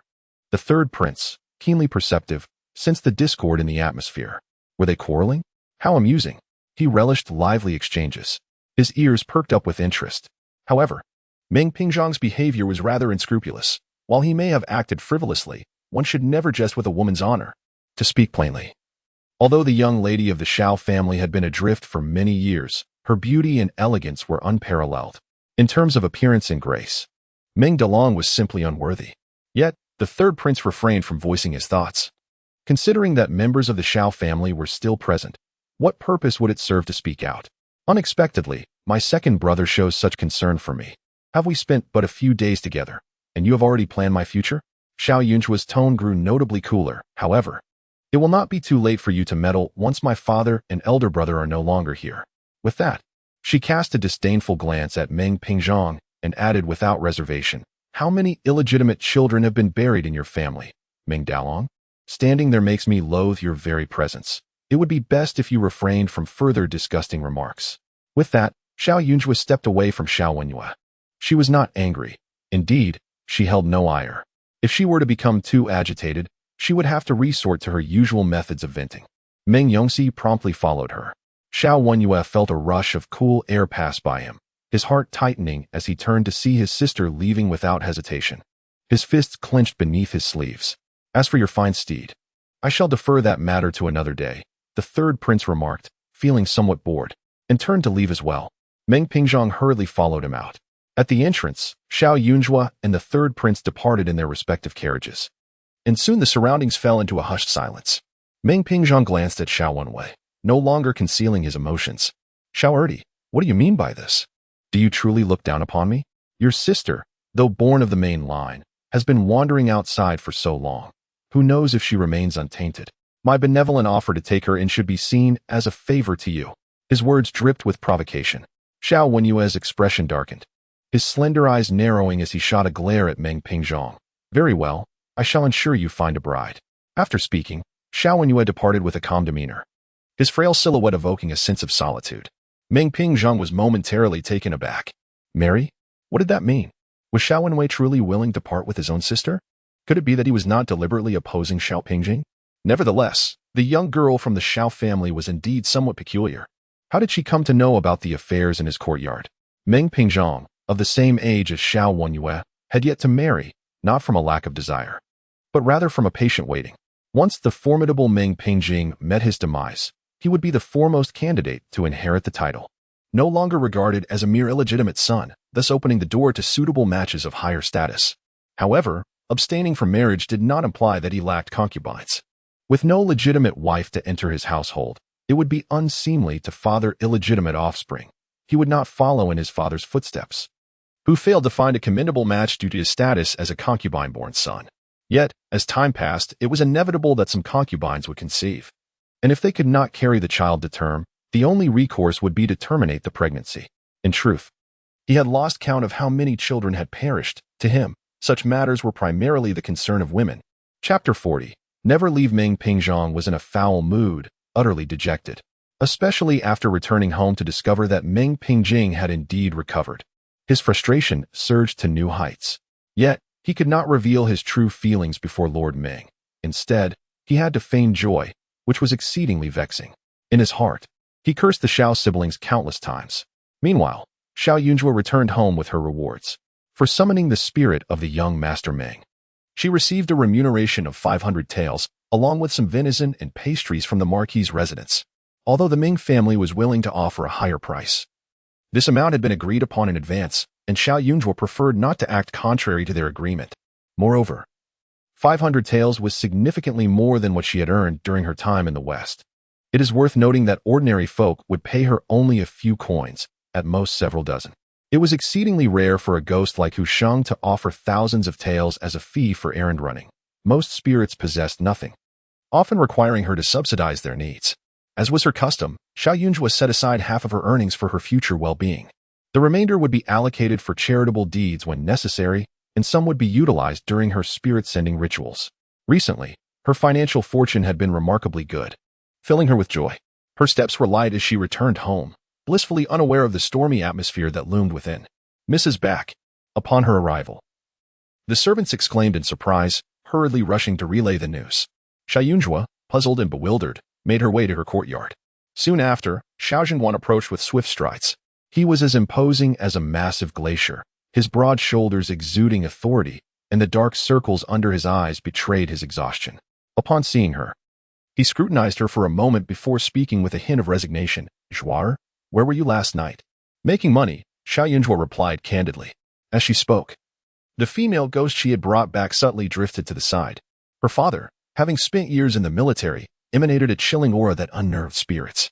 In simple terms, his robust vitality, combined with the protective charms bestowed upon the Xiao family by the late emperor and the ancestral spirits, rendered the ghost trembling and lacking in confidence. Had it not been for Xiao Yunjua's binding spell, the spirit would have fled. Of course, not all imperial gifts held such power. The founding emperor, having amassed great virtue, was indeed exceptional. The ancestors of her family had vanquished countless foes and were renowned warlords of tumultuous times, their authority formidable. Without the combined protection of these two forces, her grandmother, afflicted by illness for so long, would have succumbed long ago. Xiao Zhenguan was taken aback. Could the household truly lack for your sustenance? He instinctively remarked. Upon uttering these words, he suddenly noticed the garments his daughter wore were a gift from Gao Xing's fabric shop. Today, he could not locate his child at all. And growing anxious, he summoned his trusted old steward to investigate the matter. It was only then that he learned his daughter had returned home without a single decent outfit. In the past, I lived as such. If my father deemed my actions inappropriate, I could simply change my attire and refrain from introducing myself by the Xiao family name. Xia Yunjue spoke gently, for she understood well the pride inherent in prominent families. Yet, she could not refrain from venturing outside, as her life hinged upon it. Thus, she resolved to temper her approach, striving to achieve a delicate balance. Do you know that the household searched for you throughout the night? It is not that I forbid you from going out. Rather, the night bears its dangers. As a young lady, it is unwise for you to linger outside. In the future, I shall not hinder your daytime excursions, but when the hour grows late, you must return early. Does that seem agreeable? Xiao Zhenguan inquired. His brow furrowed with genuine concern. Xia Yunjue was taken aback momentarily. Having enjoyed unfettered freedom for years, she had grown unaccustomed to constraints. Her eccentric master busied himself each day with her education, showing little concern for other matters. Indeed, he believed her position as the leader of the Shunin sect, capable of severing the ties between life and death, rendered her fearless. If I were to fail to return next time, I shall send word to the family. Xia Yunjue replied, avoiding her father's gaze, her tone composed. Xiao Zhenguan sighed. That is fair enough. He wished to inquire further, perhaps about where she had spent the previous night, whom she had encountered, and what transpired, but he found himself at a loss for words. Though she was his blood, she felt alien to him, and there was an air of wariness between them. As a father, he felt he had little right to impose upon her. If only she had not been lost all those years ago. The old lady is well. I have sent someone to the Imperial City Temple to fetch your mother. Once they return, do not hold any grievances against them, Xiao Zhenguan said, reaching out to stroke his daughter's head. However, Xia Yunjue tilted her head away, evading his touch with a carefree demeanor. Understood. I am exceedingly busy each day and lack the leisure to harbor grievances. Father, you should return to the military camp early and not trouble yourself with my affairs. Such actions are unnecessary. Xiao Zhenguan's hand lingered in the air before he sheepishly withdrew it. Why did the mention of the Jiang family immediately cause her to distance herself? Was it solely due to their favoritism towards Jiang Wan? A sense of unease washed over him, seeing her unharmed. He did not linger further and promptly instructed the steward to call back all the servants he had dispatched to search for her. Master, have you quarreled with the young lady? Steward Tian inquired, noting the displeased expression on Xiao Zhenguan's face. After a moment of silent contemplation, Xiao Zhenguan scanned Steward Tian with an inscrutable gaze and asked, how has the mistress treated the young lady since her return? Naturally, it has been good. Steward Tian responded promptly. In what manner has it been good? The residence has long been desolate, and the garments are all gifts from outsiders. Aside from a few meals, what has the mistress prepared for her? Xiao Zhenguan suppressed his confusion and anger. Master, it is the young lady who is unwilling to accept. The mistress wishes to grow closer to her, yet the young lady's demeanor remains distant. Sweat began to beat on Steward Tian's brow. Could it be that the young lady has expressed her sentiments? Xiao Zhenguan was well aware of Zhang's temperament. She could not tolerate any imperfections and demanded unwavering love and dedication from her husband and children. Yunjue, with his stubborn disposition, was not one to utter gentle words. Since childhood, Jiang had been particularly strict with her daughter, which had naturally resulted in a strained relationship between them. However, he had not anticipated that their bond would deteriorate to such an extent. Over the years, Jiang had often expressed her sorrow and longing regarding her daughter's absence, which was why he had consented to keep Jiang Wan by her side. Yet now, it was evident that there was no trace of the cherished reunion one would expect. With a cold expression, Xiao Zhenguan dismissed the housekeeper, Tian, who felt uncertain in his presence. Soon after, Xiao Zhenguan made his way to the front courtyard and summoned the elder housekeeper, Ma. Although the elder had not been involved in affairs for many years, he was still well informed about the happenings within the household.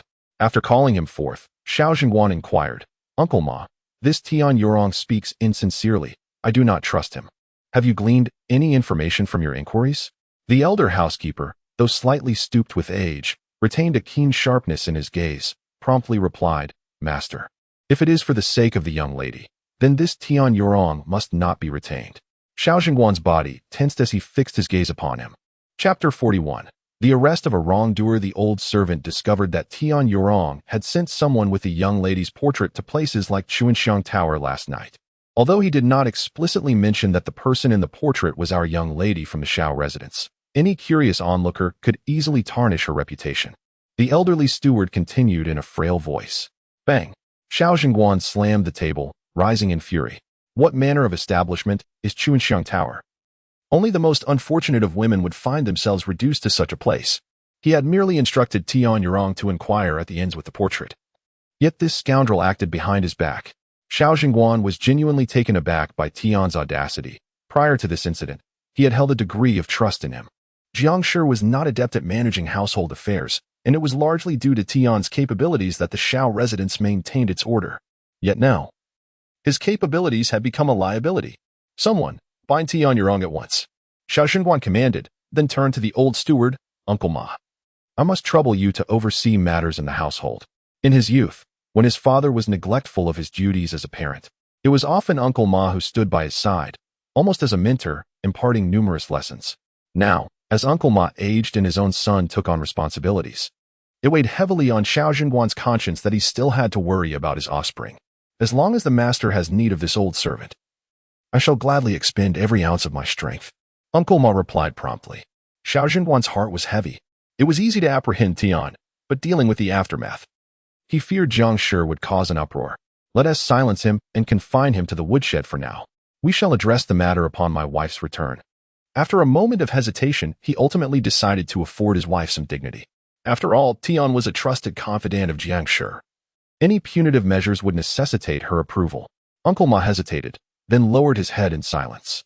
In his eyes, the master was commendable in many respects. But one flaw stood out. He was excessively sentimental. The master had been deeply influenced by the late elder's indulgent desires. Having witnessed firsthand the ruin that such passions could wreak upon a family's reputation and even lives. Thus, after marrying Jiang Shi, he had lavished upon her the utmost affection, fearful of even the slightest indignity befalling her. Yet, as the head of the family, he ought to prioritize their future. Continually yielding to Jiang Shi effectively placed the family's fate in the hands of a woman. Had Jiang Shi possessed the wisdom and stature of the late matriarch, such a decision might not have been utterly misguided. But she did not. She was merely the daughter-in-law selected by the late elder, entirely untrustworthy. This was a matter he could not advise upon.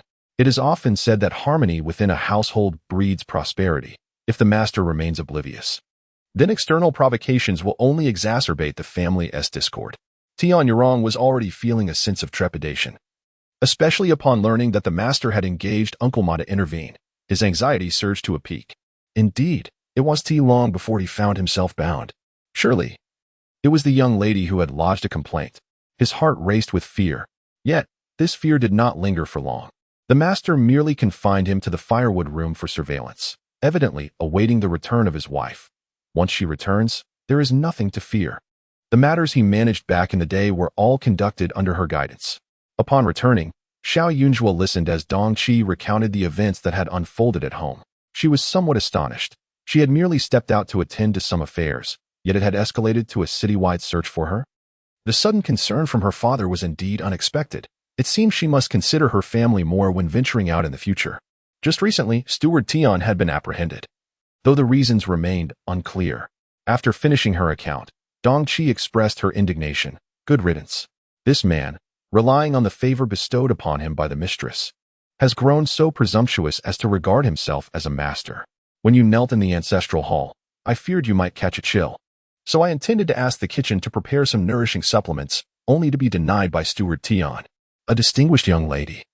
Needing permission from the steward to consume some nourishment is indeed unheard of. What crime did he commit to warrant his capture? Xiao Yunzhua felt a twinge of curiosity. The audacity of Steward Tian stemmed from the indulgence of her parents. Thus, unless he had committed a serious offense, her father would not take action against him, especially since her father was tightly controlled by her mother, Jiang, who, despite appearing stern and severe, was, in truth, quite domineering. Anyone daring to confront Jiang was essentially preparing for a marital quarrel. This was news to her. Dong Qi had made efforts to inquire, but as a newcomer who did not recognize many people, her information was delayed. Xiao Yunzhua paid little heed to it. Family matters were not hers to meddle with. At this moment, in the royal city temple, Jiang was living quite comfortably with Jiang Wan, accompanied by some familiar elderly ladies who gathered daily to chant scriptures and pray for blessings. Jiang presented herself as the epitome of a dutiful daughter-in-law. Even though the scandal of the faux monk had become widely known across the capital, no one reproached Jiang for her pursuit of the weapon. In fact, those aware of the situation expressed sympathy for Jiang, believing her intentions to be sincere and filial, merely having made a mistaken purchase, leading to her bewilderment and distress. Perhaps it was the seemingly benevolent yet truly stringent matriarch of the Shao family that made Jiang tread so cautiously. Did my aunt and uncle send word? How's the matriarch? After receiving a message from the servants of the Shao family, Jiang Wan hurriedly approached Jiang. Jiang first opened the letter, which was personally penned by Shao Jingguan. It conveyed his intention to take an extended leave and not return to the military camp. Upon reading this, Jiang's brow furrowed tightly as she continued reading. With each line, the gentle smile on her face vanished without a trace. Shao Jingguan stated that the matter of the weapon was merely a misunderstanding and urged her not to dwell on it. He also mentioned that the matriarch was now eating and drinking well, with no further issues. Since she had recovered so well, he suggested she return home soon, adding that since her daughter had just returned, as a mother, she should not linger outside for too long, lest it hurt her daughter's feelings. Every word conveyed a lack of consideration for her. When I departed, was the matriarch not still in a daze? How could she have recovered so swiftly? Jiang, in her agitation, directly inquired. After being ill for over 2 months, it seemed implausible that she would recuperate within just a few days of Jiang's absence. The messenger, bowing respectfully, conveyed, "My lord and the 2 young masters dine with the old matriarch daily. The lord has also requested the 3rd young master to stay in the old lady's courtyard for an extended period. The physician has noted that her spirits have improved considerably, and her health has strengthened as well. She no longer experiences episodes of lethargy, suggesting that all is well." Jiang's countenance changed dramatically, her teeth clenched in fury. "You mean to say the 3rd young master has moved to the old lady's courtyard?" "Yes, but he only took a few garments. During the day, he remains in the front courtyard," the messenger replied, startled. Jiang felt as though a piece of her flesh had been ruthlessly torn away, the pain piercing her to the core. That old woman had already taken her eldest son. Now she sought to claim her 2nd and 3rd sons as well. "Return home. We must go back at once." Jiang's voice rose, her heart racing, consumed with the desire to reach home immediately and reclaim her sons. Chapter 42. His unattractive appearance. Jiang Wan was taken aback, bewildered by the sudden revival of the old lady. "Aunt, please do not be anxious. Uncle must have his reasons for acting this way. Once you return, ensure that you maintain a cordial demeanor and refrain from questioning him directly, so as not to embarrass him," Jiang Wan urged hastily. Indeed, things were perfectly fine until that girl returned, and everything changed. "I have already entrusted my eldest son to the old lady, but I have resolutely decided to take full control over the other 2 children. For years, your uncle has constantly belittled Erlang and San Lang whenever he returned, treating them with undue harshness. I have tolerated it thus far. But now I must witness my sons gravitating towards the old lady? What was the purpose of my bearing them?" Jiang Shi was unable to maintain her composure. She could endure many things, but this was intolerable, particularly with Erlang, who was the child she had painstakingly raised, embodying her hopes and aspirations. She would not permit anyone to take him away. Jiang Shi had already made preparations. They had brought various items, expecting to stay for an extended period, but now, as they hurried to pack, chaos ensued. By this time, night had fallen, and they could not enter the city, forcing Jiang Shi to suppress her temper and resolve to return at the break of dawn. At dawn, as the city gates opened, Jiang Shi's carriage entered the city. Observing her mother's intense demeanor, Jiang Wan's resolve solidified. If she were to marry, it would be her utmost desire to find a noble and gentle husband. However, if that were not feasible, she must absolutely avoid marrying her 2nd cousin. He was far too favored, and such a union would alter her relationship with her aunt, depriving her of the current ease and affection she enjoyed. In contrast, her elder cousin, who stood in opposition to her aunt, might be a more favorable choice. Alas, there was an unnecessary elderly lady in the house. This old lady was an inconvenience in life, and her death would only usher in a period of mourning for the family, proving utterly useless. As Jiang Shi returned in a flurry, Shao Yunjua had just arrived at his grandmother's side for breakfast. Jiang Shi first went to Ji Hall to ascertain the situation. Upon being invited inside, she indeed found the old lady with a rosy complexion, her face radiating kindness and devoid of any signs of illness. Sitting beside her were her two beloved sons and that ungrateful daughter, all seemingly engaged in cheerful conversation, having just paused their meal. Jiang Shi felt her expression falter. "Mother, you are well?" Her voice trembled slightly. The old lady regarded her daughter-in-law, displaying no excess emotion, remaining as calm as ever. "You have returned. I heard from town guard that you went to the Imperial City Temple to pray for me. You have worked hard. It is the duty of a daughter-in-law," she said. Jiang Shi tugged at her handkerchief nervously. Raising her gaze to her second son, she noticed he was holding a fruitcake and promptly stepped forward to snatch it away. I have told you that this fruitcake is both sweet and cloying, which can induce phlegm. You should not indulge in it excessively." Xiao Wenyue found his hands empty, but did not protest, merely smiling casually. Son listens to mother. He had only just arrived. After an encounter yesterday at the Meng residence, Xiao Yunjua and the others parted ways somewhat unhappily. However, early this morning, their father insisted that the younger generation pay their respects to the elderly matriarch, which brought them back together, though their conversation was sparse. The matriarch paused momentarily and set aside what she was holding. The fresh fruit cake, purchased by her granddaughter, was in abundance, far more than they could consume. Fortunately, the cold weather allowed it to be preserved for a longer duration. Its flavor was aromatic and not overly sweet.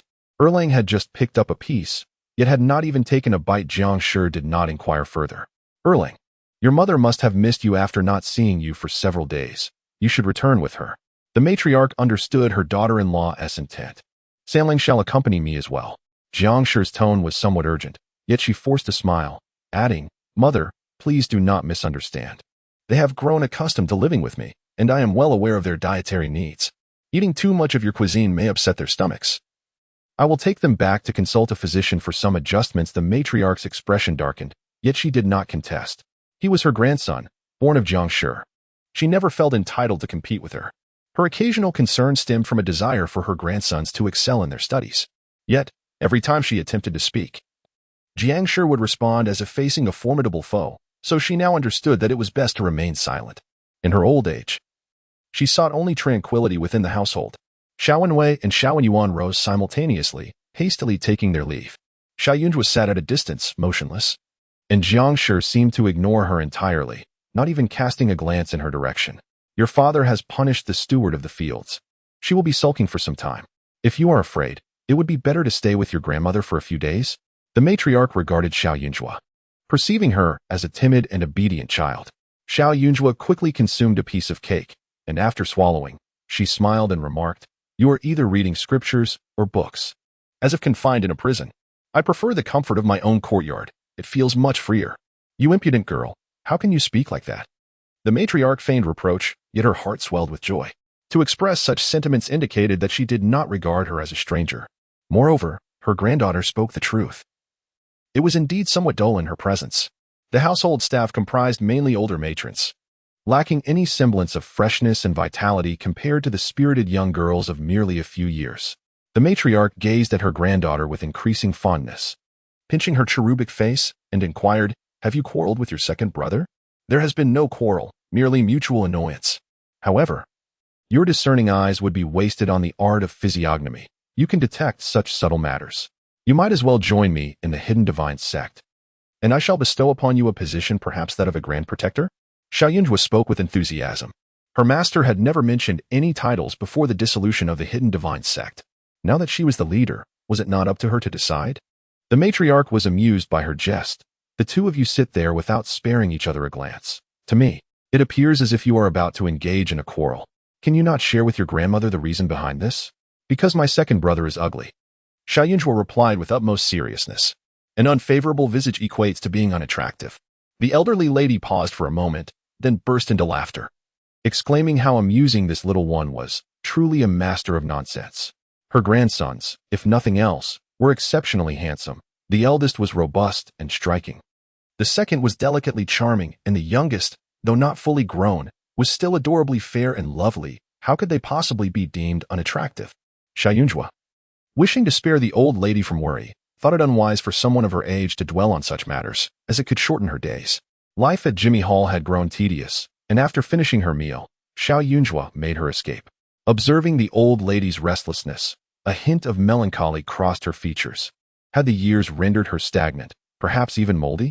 It was nearly the new year. Perhaps it was time to invite a theater troupe to liven things up at home. After contemplating, the elderly woman suddenly realized that life could not continue in such a monotonous fashion. With a lively little treasure in the house, it was imperative to introduce some delightful diversions, lest the child lose interest in visiting. The old lady's perspective broadened considerably in that moment. Meanwhile, however, Zhang's heart felt as if it were being twisted until it bled. Chapter 43. It is all their fault the two brothers were brought back to the main courtyard. However, upon seeing her husband, Zhang was taken aback as he immediately informed her of his intention to dismiss Steward Tian. I am aware that you have nurtured Steward Tian and hold him in high regard. I too once thought him commendable. Yet, just last night, he had someone take our daughter's portrait to that disreputable establishment, Chuanxiang Lu, in search of her. This will ruin our daughter, and such a person must not remain. Xiao Jingguan's expression was grave, his brow furrowed, appearing both stern and aloof. Jiang felt her eyes welling with tears. You have returned home after so long. Yet instead of inquiring about my well-being, you immediately demand the dismissal of a member of our household? You know that I have raised Steward Tian, and your dissatisfaction with him reflects poorly on me, does it not? I harbor no such intentions. He is merely a servant. And we cannot allow him to hurt our daughter, Xiao Jingguan retorted swiftly. And what about me? Do you not care if my heart is wounded? Jiang was unable to bear such indignity, tears streaming down her face. Your daughter has already gone out on her own to cause trouble, and I could not restrain her, which is why I called you home. Look at this. You have failed to manage her as well. She has even learned to stay out all night. You do not punish her, but instead blame Steward Tian. What sense does that make? The faults of the master are his own, but a servant must not overstep their bounds. I merely advised him to be discreet in his search, without drawing attention. Did he make a fuss? No. How could anyone know how your daughter was raised? For all we know, she may have ventured into such places, and Steward Tian's suspicions are not unfounded. Jiang replied, her displeasure evident. Jiang Wenyu. Xiao Jingguan raised his voice sharply. Jiang was taken aback, incredulous at his words. Is this how you envision our own daughter? Despite her shortcomings, she is still the daughter of the Xiao family. How could you, as her mother, think of her in such a manner? What will others think of her? I do not expect you to regard her with the same affection as you do Jiang Wan, but at the very least, she deserves your respect. Xiao Jingguan's irritation was palpable. Jiang, feeling the coldness radiating from her husband, grew increasingly despondent. Indeed, that girl was a bane to her, destined to take everything from her. I endured great pain to bring her into this world, and I am at fault? Jiang's voice softened, filled with despair and anguish. Awan is understanding and knows how to care for me. She has never defied my wishes. My affection for her is only natural. Yet, that girl returns, disobedient and dismissive of me as her mother. What am I to do? Xiao Jingguan felt a sense of helplessness. The matter at hand concerns Tian Yurong. I have kept him here until now for your sake, allowing you to handle the situation personally. In the future, household matters will be managed by Uncle Ma. However, he is advanced in years, and I urge you to find a suitable steward soon. If you have no one capable, I shall make the arrangements myself. Xiao Jingguan spoke with a heavy heart, knowing his wife's biases and having little hope for her change. His only request was to remove Steward Tian. Yet for Jiang, her dignity had already been stripped away, and she was soon in tears once more. Outside, Jiang Wan, along with Xiao Wenyue and Xiao Wenyun, sat in the courtyard, catching snippets of a heated conversation. She truly knows how to stir up trouble, can't she behave? It's causing arguments between our parents. Xiao Wenyun muttered, clearly displeased. Yet, father is right, that Steward Tian is incompetent and should be dismissed. Don't you agree, second brother? Did my cousin really spend the night outside? Steward Tian found her at Chuanxiang Pavilion? Jiang Wan exclaimed, astonished. My cousin has such audacity. How could she possibly go to such a place? Xiao Wenyun paused, taken aback. She did not go to that kind of establishment. Xiao Wenwei suddenly spoke up. Jiang Wan, flustered, quickly interjected. I didn't know, I only overheard their quarrel. It was my fault. I thought my cousin, I'm sorry, second cousin, it was my intention. Xiao Wenwei felt a wave of irritation. An insubordinate servant deserved to be punished. Their presence was merely a nuisance. Then where did she hide that night? Father sent many people to look for her. It's impossible that there were no traces at all, Xiao Wenyun said, curiosity piqued. The Yonghuai Marquis residence, Xiao Wenwei replied. The Yonghuai Marquis residence. The Meng family? Second brother, did you take her there? Xiao Wenyun gasped in shock. Since when did you become so concerned? Xiao Wenwei regarded his overly dramatic brother with a look of disbelief and replied, She is close friends with the Ming girl and stayed there for the night.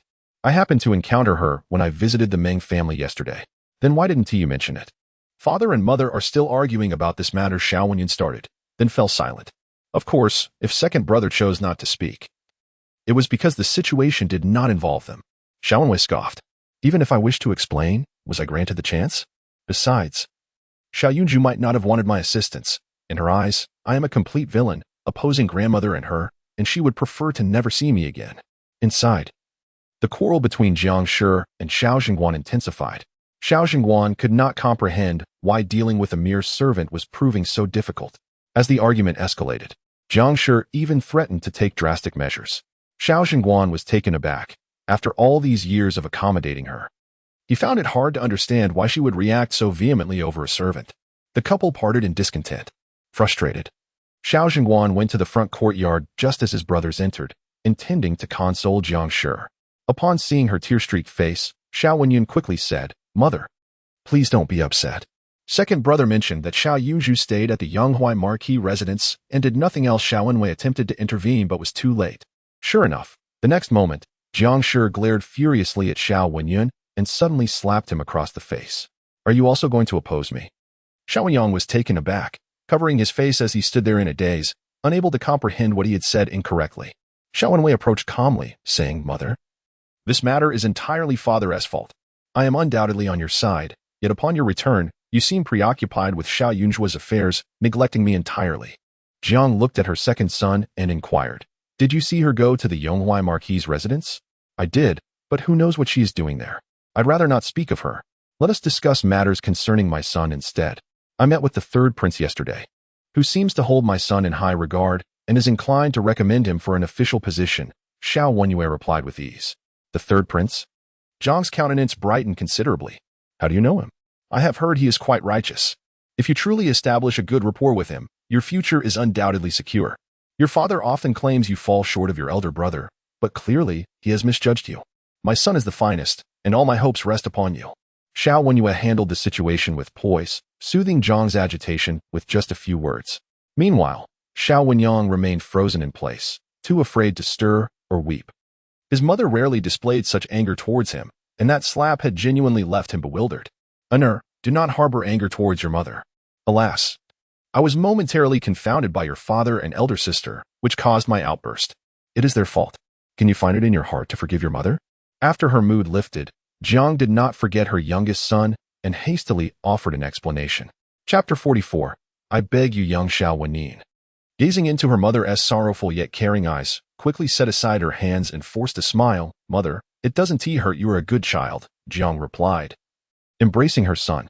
Within the room, the atmosphere was filled with maternal affection and filial piety, while outside, the storm raged on. The situation with Steward Tian had reached an impasse. The couple remained obstinate, unwilling to yield an inch. For several consecutive days, the mood in the Xiao household was somber. Xiao Yunjua merely observed, expressing no desire to intervene. In fact, she had become unusually subdued, spending her days indoors without venturing outside. Before long, the new year arrived. Meng Yongxi sent her a letter, which included a small token from the Ming family's great-aunt, merely a piece of silver. The letter also mentioned that the elderly lady was gravely ill, causing her to be quite difficult to care for, leading several servants to abandon their posts. With her terminal condition, the family awaited a time of mourning. Even Lord Meng had visited, only to be scolded out by his aunt, leaving him quite furious over her unreasonable behavior. Furthermore, it was noted that recently, Lord Meng and young Master Meng had been getting along well.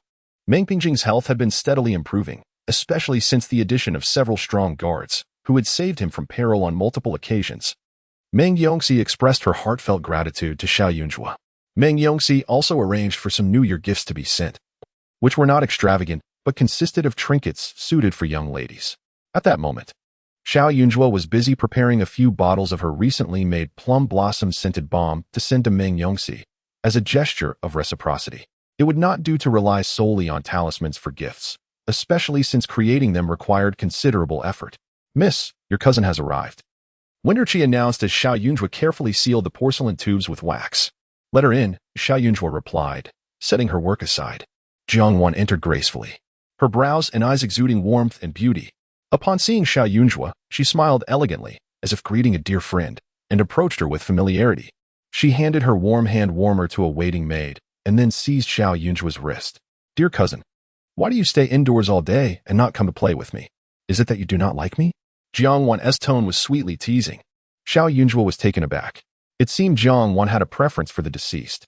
The ghosts that encountered her were either like connoisseurs drawn to delicacies or like benefactors seeking favors, straightforward in their intentions. For instance, the female ghost she had brought back from the Ming family days earlier had taken every opportunity to bare its teeth at her, far more agreeable than her present cousin. Xiao Yunjua forcibly withdrew her hand. "Let us converse without such gestures," she stated, her dislike evident. Jiang Wan appeared slightly disheartened, her eyes reflecting a touch of disappointment as she softly remarked, "Cousin, there is a delightful fragrance of plum blossoms in your room, subtle yet enchanting. From where did you obtain such a treasure? Perhaps you could share some with me?" She was undoubtedly aware that Xiao Yunjua was capable of crafting the bomb herself, having witnessed her depleting the family's plum blossoms not long ago. "Are you certain you wish to use it?" Xiao Yunjua gazed at her with a hint of exasperation. "You are adorned with the fragrance of spring's embrace, a scent so captivating that it evokes the blooming of flowers even in the heart of winter. Such a rarity is not a product of the capital, thus its price is exceedingly steep. If you truly find no joy in the fragrance you possess, why not exchange it for my plum blossom ointment? I would not mind at all." Jiang Wan was taken aback. "Cousin, you are even familiar with spring's embrace? You hardly seem like one who has toiled for years to make a living." To common folk, such aromas would merely elicit a casual compliment. Her curiosity about Xiao Yunjua's past intensified. What kind of life had she led? While her uncle and elder cousin regarded her with pity. How could one truly be pitiful while surrounded by such wealth and treasures? Xiao Yunjua paid her no heed. Jiang Wan took a deep breath, gathering her thoughts before continuing. "Are you aware of the recent turmoil at home? Uncle and aunt have been quarreling for several days.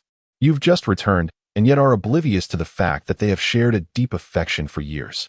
Uncle has always been accommodating towards aunt, rarely provoking her ire."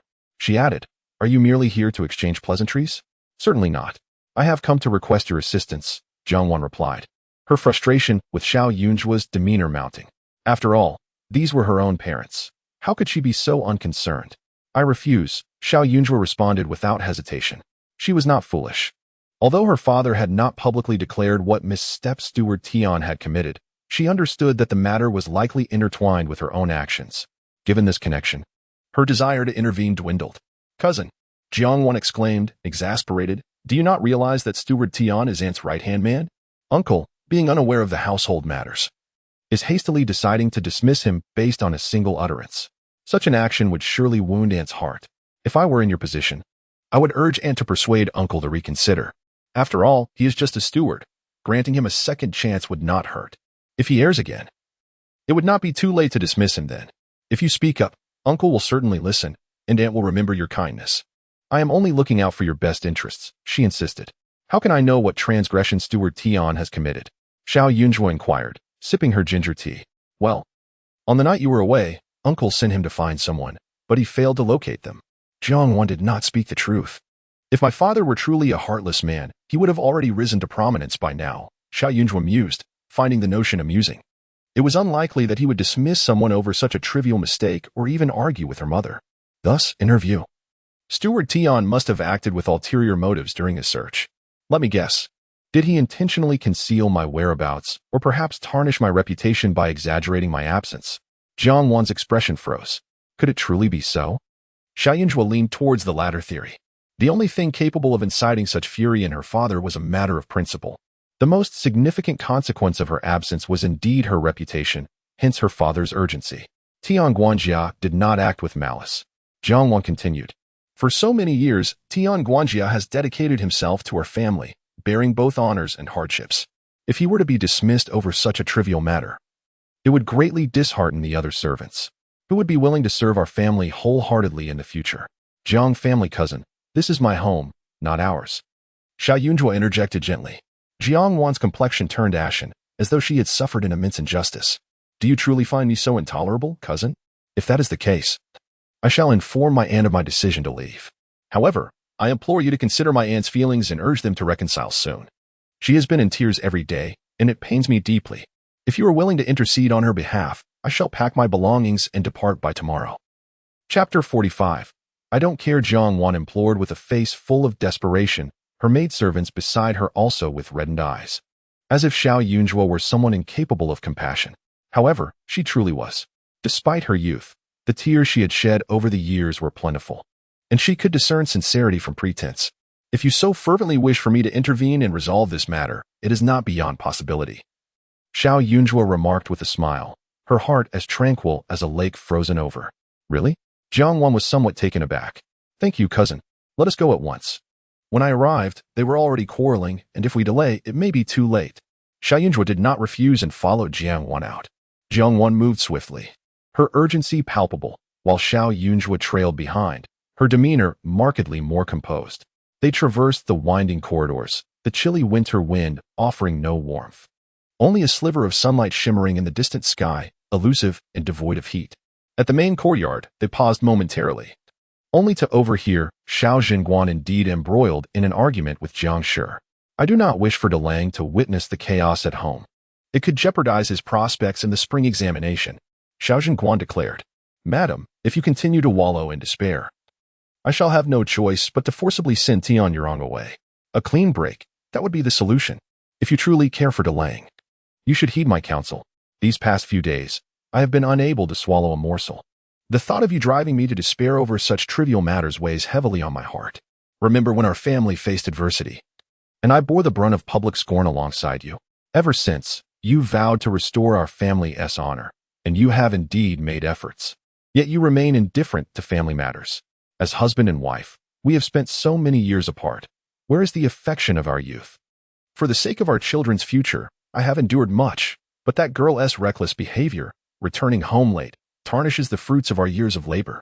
Steward Tian only wishes to distance himself from her for our family's sake. Consider this, Jiang Shi implored, if she is now shrouded in disgrace. Others will only pity our family for having lost a child, not criticize our upbringing. But if we conceal her misdeeds, when further disgrace befalls us, our Xiao family will bear the burden. That is not the way of things. Jiang Shi retorted. Regardless of the children's actions, we must stand as their support. She has just returned home, and you wish to cast her out, creating a division within our family. Such is not the conduct of loving parents. Xiao Zhenguan remained unconvinced. Very well, I shall be deemed a heartless mother. Jiang Shi exclaimed in despair. If it is for the sake of the children, then let it be for Delang's benefit. I shall take a step back. Tian Yurong shall receive a severe punishment. Beat him so thoroughly that he cannot rise from bed for 3 to 5 months, allowing him ample time for reflection. Is that acceptable? I will not agree to casting her out. Xiao Zhenguan fell silent for a moment. Upon seeing him still unmoved, Jiang Shi's tears burst forth. Husband, I care for that girl as well. Consider it. I lost so much vitality giving birth to her. It took years to recover. How could I possibly not care for her? I find myself at a loss regarding how to interact with her, for she is vastly different from Jiang Wan. Jiang Wan's voice was tinged with a sense of grievance. Xiao Zhenguan felt utterly helpless. Over the past few days, the Jiang family had nearly resorted to starvation, her complexion deteriorating alarmingly. The last time she cried so was when he had thrown Erlang into the water. Very well, a beating it shall be, yet should there be a next time, I shall not show mercy. Xiao Zhenguan gritted his teeth, ultimately choosing to take a step back. Outside, Jiang Wan's face lit up with joy. Wonderful news, cousin. Uncle has agreed to give Steward Tian another chance. Xiao Yunjue cast a profound glance at her. Hence, the purpose of summoning her was not to plead for Tian Yurong, but to allow her to witness how her father succumbed to her mother, to comprehend who truly holds dominion over this household. Is my mother aware of your bringing me here? Xiao Yunjue inquired with a smile. Of course, my aunt is oblivious. It is out of compassion for her that I acted. Jiang Wan appeared bashful yet concerned. She merely wished for Xiao Yunjue to understand her position. What of being the eldest daughter of the Xiao family? Ultimately, she is but inferior to even a servant. For the sake of her elder cousin's upcoming examination and her aunt's health, her uncle would choose to forsake her. This is an undeniable truth that she can never evade. Xiao Yunjue raised an eyebrow, stepping forward to push open the door. The noise startled the occupants within. Xiao Zhenguan turned to see Xiao Yunjue's cold countenance, a flicker of panic crossing his eyes. He immediately furrowed his brow and exclaimed, Zhue, what brings you here? I was merely, no need for explanations, Xiao Yunjue interjected decisively. Recently, the family had been enjoying good fortune, with the spring festival approaching and her grandmother's health improving. Moreover, Her elder brother was soon to take his examination. If the matriarch of the household caused an uproar, it would be inappropriate. We understand. Xiao Jingguan gritted his teeth, feeling powerless. Indeed, he had been the sole support of the Xiao family for many years. Despite his capabilities, lacking military merit, he never dared to take the lead in matters of conflict. Enduring in silence, his situation appearing more glamorous than it truly was. He sought nothing but stability, hoping his sons would mature swiftly, allowing the family to thrive and escape ridicule. At long last, his eldest son was nearing the path to an official career. If the boy could achieve success in the imperial examinations, he would have the opportunity to strive for greatness. No longer burdened by the fear of having no support behind him, Jiangshi gently wiped away her tears, regaining her composure. Child, why did you not announce your presence before entering? It is improper to eavesdrop on elders, Jiangshi instinctively remarked. Steward Tian's mistakes concern me, do they not? Shouldn't I be the one to handle this? Xiao Yunzhua asked directly. Your father and I have already come to an agreement. There is no need for you to interfere. Jiangshi replied promptly. Xiao Yunzhua regarded Jiangshi with a smile. I just heard father mention giving Steward Tian another chance. My cousin from the Jiang family advised me similarly, stating that it would not be too late to punish him when he errs again. After much contemplation, I find her words to be reasonable. However, has he not already committed a grave mistake in the past? Hence, is this not merely the second transgression? Raising him high only to let him fall gently again should surely not be permissible. A sense of unease gripped Jiang as he exclaimed, Xiao Yunzhua, your elder brother is about to take his examination, and yet you insist on creating turmoil within our household. Xiao Yunzhua turned to face his father. He was imposing and authoritative, yet there lingered a hint of coldness that rendered him incapable of soaring to great heights. Whether I stir trouble or not, certain events have already transpired. To seek to evade the shadows of the past for a lifetime, one must tread carefully and live in constant vigilance. If one cannot achieve that, then one must be prepared to confront the unvarnished truth. Xiao Yunzhua remained composed and insightful, devoid of any inclination for revenge, and quietly remarked, You cherish festive occasions, the health of the elderly, and the futures of children, but to me, these are merely excuses for avoidance. He gazed at Xiao Jingguan, stating, I am not so easily swayed. Chapter 46. The abandoned child. Xiao Yunzhua's expression remained serene, devoid of sorrow or joy. Her return to the capital was primarily for the elderly matriarch, whom she had not seen in many years, as a means of providing closure. To spare the old lady any lingering regrets at the end of her life. Additionally, it served her own need for a stable residence. Though it was not necessarily the Xiao family that she sought, the resentment stemming from the Jiang family's abandonment remained a bitter memory, despite her inner turmoil. Her original intent was never vengeance. She merely wished to comprehend the reasons behind her abandonment and find solace within herself. Harboring anger and resentment was never the path she intended to tread. However, this did not imply that she would foolishly accept all burdens. The survival lessons imparted by her master had never encompassed such a notion. Xiao Jingguan listened to her words with a hint of confusion, sensing that there was something concealed between his daughter and wife. What further transgressions could Steward Tian have committed? He inquired immediately. What are you talking about? Do not cast all the blame upon him merely to justify your desire to dismiss Steward Tian. Zhang's voice rose in urgency. Let her speak. Xiao Jingguan felt an ominous premonition that this matter was significant, undoubtedly a reason for his daughter's estrangement from Jiang, and perhaps he too could not suppress his own speculations. Yet, as those thoughts surfaced in his mind, he quickly stifled them. After all, the daughter before him was their own flesh and blood, and he could not bear to contemplate that Jiang could be capable of such callousness. I have heard that the entire household believes it was my own childishness that led me to leave in search of my grandmother, resulting in my disappearance. Xiao Yunzhua stated plainly, disregarding Zhang's murderous glare as she continued. Though this incident occurred over a decade ago, I vividly recall that my mother called me over to speak. But after only a few words, she grew impatient, pointed at my nose, and declared me to be unlucky, a source of annoyance. Subsequently, she instructed Steward Tian to confine me with two tight-lipped matrons. When I finally regained consciousness, I found myself in a small coffin, which swayed for quite some time before ultimately being deposited at the Bone Hill. Am I to bear the blame for this? Can Steward Tian still remain? Xiao Yunzhua inquired with an air of detachment. In that instant, Xiao Jingguan felt as though he had been pierced by 1,000 arrows. The overwhelming shock and heartache rendered his mind a cacophony of disbelief as he turned incredulously towards Jiang, his eyes ablaze with fury. Why? With Xiao Yunzhua's straightforward revelation, Jiang could no longer contain herself, and her resolve hardened.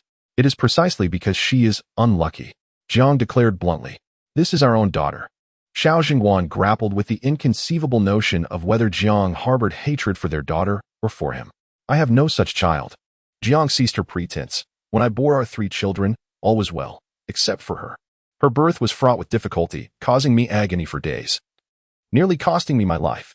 A child born at such a perilous cost is in every way unlike me and has rendered me bedridden for so long. The family title was secure until she arrived, and then it vanished. Although Jiang was furious, she restrained herself, withholding the entirety of the truth. Xiao Xingguan understood that his wife had suffered during their daughter's birth, and his heart ached for her. Yet, he found it difficult to comprehend Jiang's perspective. After all, the choice to bear children was a decision made by them as parents, while the children themselves had no say in the matter. Even if she harbors resentment in her heart, it should be directed towards her husband, rather than venting her anger upon their daughter. At this moment, Xiao Jingguan found himself at a loss for words to describe his emotions, and even more so, he was unable to confront Jiang Shi. Previously, he had perceived Jiang Shi as overly gentle, somewhat petty, while she did not pose a significant issue in matters of great importance. Now, upon recalling her ruthless abandonment of her own flesh and blood, he felt a chill of fear. If you do not desire this child, then from this day forth, you shall no longer concern yourself with her upbringing. Xiao Jingguan was filled with fury, glancing at his wife and then at Xiao Yunjua. He continued, as your father, I owe you an apology, and I shall certainly provide you with an explanation. I merely spoke the truth as I know it, and I do not require my father to speak on my behalf, Xiao Yunjua replied calmly. It is better to rely on oneself than to seek help from others. She would not allow herself to suffer indignities. Xiao Jingguan sighed. I shall first go to see your grandmother. Oh, Xiao Yunjua replied nonchalantly. Xiao Jingguan took the lead. His sleeves swirling as his cold demeanor appeared rather intimidating, leaving one to wonder about his intentions. Once Xiao Jingguan departed, Jiang Shi glared at her with malice. Are you pleased now? Quite pleased, Xiao Yunjua responded, initially feeling indifferent, but upon Jiang Shi's inquiry, she could not help but smirk. It was actually my cousin from the Jiang family who insisted I come and witness the spectacle, asking for my assistance in resolving this matter. Upon reflection, does it not seem rather foolish for you two to quarrel endlessly over a mere steward? Perhaps it would be better for me to escort him on his way. You see, now, the matter concerning the steward seems trivial, does it not?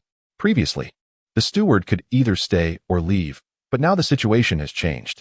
Losing the daughter of the main family carries such grave implications that even the authorities would not dare to pursue it. Jiang Wan stood outside the door, her face pale. She quickly intervened, her voice tinged with tears, and I merely wished for my cousin to plead for leniency on my behalf. Little did she know. Between her aunt and Xiao Yunjua, there existed such past grievances. No wonder her aunt had previously avoided punishing Xiao Yunjua. It turned out she had been at the mercy of Xiao Yunjua's secrets.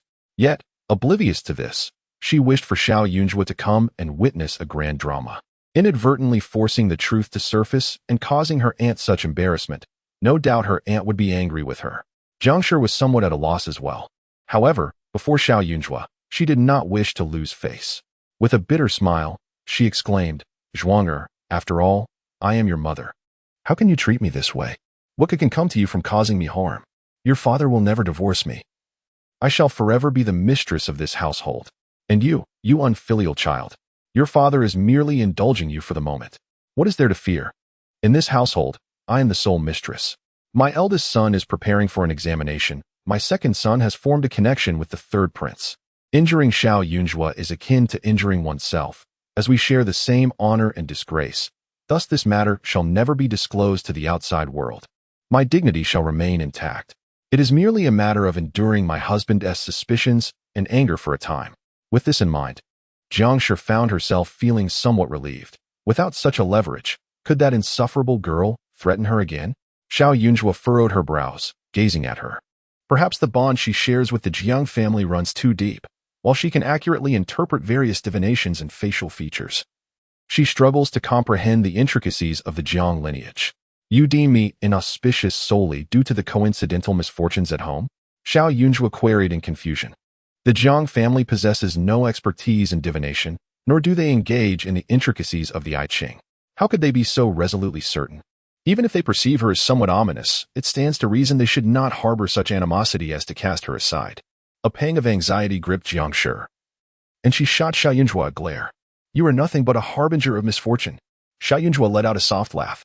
She had entered the realm of the hidden doors because of her innate ability to discern yin and yang, later absorbing an abundance of yin energy, which resulted in her unique constitution. Furthermore, she was fortuitously rescued by her master. Yet, that was the extent of it. Her short lifespan was a consequence of acquired factors, bearing no relation to inherent attributes. Her master had long calculated her fate, revealing that not only was she not destined for misfortune, but if she were to evade that calamity, she would surely bring prosperity and longevity to her family. Did Jiang Shi wish to instill doubt regarding her fortune? She would never allow herself to feel inferior due to her fate. You are the one who brings ill fortune, Xiao Yunjua retorted sharply, then elegantly turned on her heel and departed, leaving Jiang Shi with a defiant silhouette. Once she left, Jiang Wan cautiously approached. "Aunt, who told you to meddle?" Jiang Shi shouted, venting her frustration before adding, "Enough. I wish to be alone. You may leave." Jiang Wan felt utterly wronged, believing herself to be the unluckiest of souls. Xiao Yunjua was indeed cunning. She clearly had her plans, fully aware of everything, yet feigned innocence, leading to Jiang Shi's reprimand of her. In the Xiao household, apart from Xiao Yunjua, no one was in high spirits. As the new year approached, Xiao Yunjua began to have small lanterns hung in the courtyard, creating a festive atmosphere. Meanwhile, Xiao Jingguan, a sturdy man, was practically fuming, kneeling before the matriarch.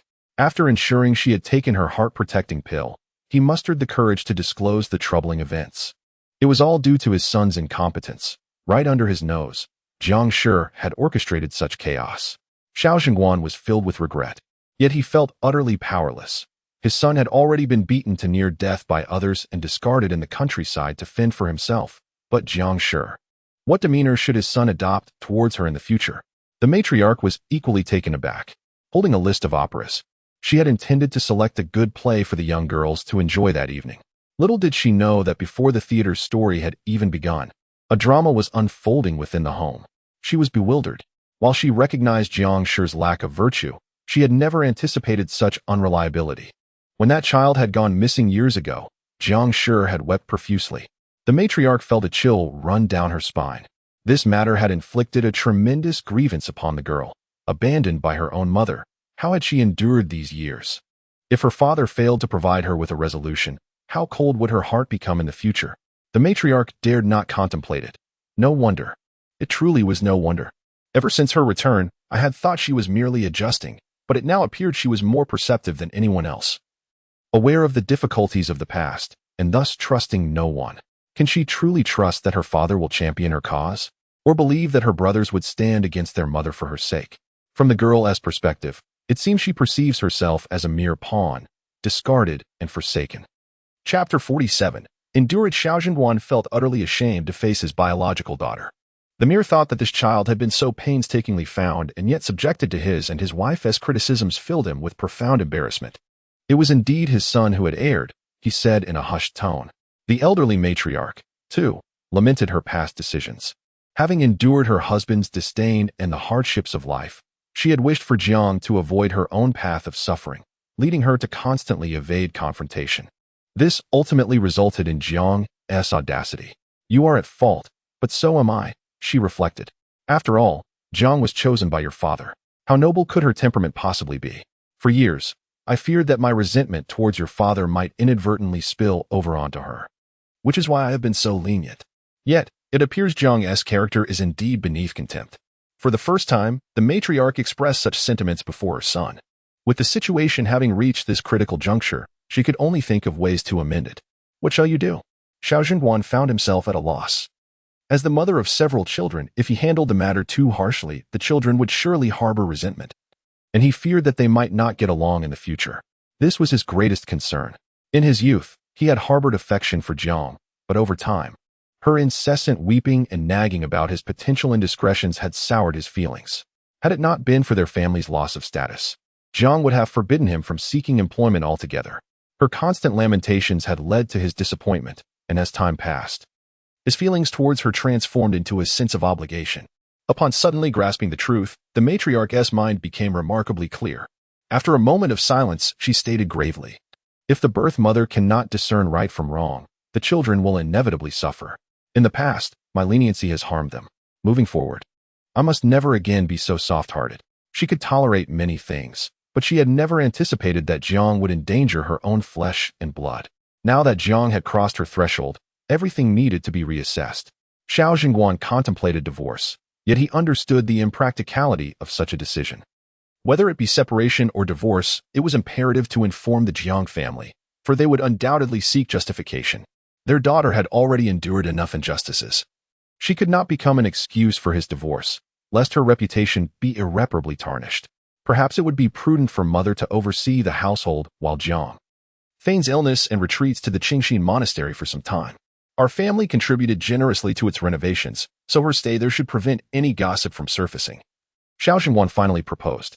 There seemed to be no other viable solution. Jiang had maintained a commendable reputation. Any alternative punishment might invite unwarranted speculation from outsiders. Furthermore, their children were growing older and would soon seek to establish families of their own. Any scandal involving their birth mother would be detrimental to them. The matriarch sighed, offering no objections. Let us discuss this further after the new year, she added. After leaving the matriarch, Xiao Jingguan chose not to return to Jiang. Instead, he instructed the servants to pack his belongings and took up residence in the front courtyard. Jiang felt a twinge of guilt but did not bow her head in acknowledgement of her faults. That evening, a doctor was summoned, diagnosing her with a condition of deep-seated melancholy that threatened her longevity, seemingly transmitting this news inadvertently to the front courtyard. This tactic was one she had frequently employed in the past, particularly during the early days of her marriage when her husband was prone to late-night reading, especially of military texts, often neglecting sleep and sustenance. If she were to continually send someone to urge him, it would reflect poorly on her as a dutiful wife. Hence, she resorted to feigning illness. As the instances accumulated, Xiao Jingguan became aware of her ill health and thus was less inclined to berate her. Over the years, aside from his stubbornly serious demeanor concerning their son's education, he heeded her wishes in all other matters. This was a source of great pride for Jiang Shi. Among the noble women of the capital, even the most dignified often had concubines, yet she alone maintained a united front with her husband, never wavering. However, this time, Jiang Shi waited through the night without a visit from Xiao Jingguan. Even her sent emissaries reported that he had not stepped out of his study at all. After a sleepless night, her frustration grew more intense. How could he expect anything from her in such a state? Did he mean to wait until she was laid to rest before forgiving her? Jiang Shi felt deeply aggrieved. Jiang Wan felt a twinge of fear and confusion, unable to comprehend why her aunt had once committed such a heartless act. To abandon her own child, what would that mean for her, the niece? Suddenly, she felt the affection she currently received was as fragile as mist, uncertain of when it might vanish. If her aunt and cousins were to uncover the truth, would they not lean more towards her cousin and disregard her? A sense of unease settled within Jiang Wan. That would not happen. I am their mother. Despite my indifference to the eldest over the years, he would still show me respect and filial piety. The second son is the most obedient and would never defy me for another. As for the youngest, he is still so young, swayed by whoever treats him well. Past grievances may stir a temporary uproar, but they could never permanently upend my position. Jiang Shi dismissed the notion with disdain. Jiang Wan wished for it to be true. No matter how fearsome her aunt might be, she remained her sole support within the household. May I dare to inquire? When you abandoned my cousin all those years ago, did you truly feel no sorrow? Jiang Wan ventured cautiously. Jiang Shi paused, then let out a cold laugh. Could a mother truly feel nothing for her own flesh and blood? It was impossible. After all, she was human. Yet, the master had declared that the girl was a creature draining her vitality, a foe seizing her fortune. As long as she remained in her sight, her health would not improve. If Xiao Jingguan could tend to her while she was alive, what would happen if she were to die? The children were still young. Her husband would certainly remarry, and all she had would belong to another. Moreover, after discarding that child, her health indeed began to improve, proving the master's words correct. You will understand once you marry. To live well, one must have a devoted husband and children who place their hearts entirely upon you. A child who turns their back will only bring you headaches and unrest.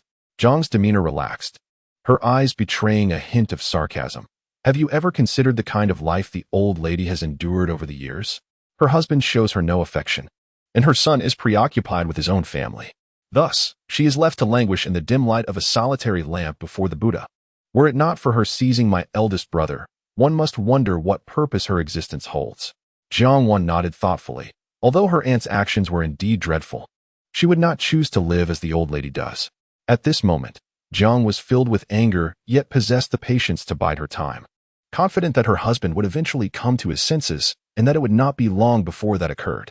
Meanwhile, the household began to adorn itself in festive decorations. Xiaojun instructed Xiaowen to deliver a sum of silver notes to Xiao Yunjue. Xiaowen's expression was one of complexity, unsure of his father's intentions. Previously, when Xiao Yunjue had ventured out and failed to return home for the night, not only was he not punished, but he was even rewarded. In the past, when Xiaowen himself had been absent from home, why was he not similarly rewarded? Chapter 48. Is he ill? Xiao Wenyue slightly raised his head, his gaze casually surveying the banknotes, observing Xiao Yunjue's reaction as she collected the money. You truly possess remarkable skills, having erred.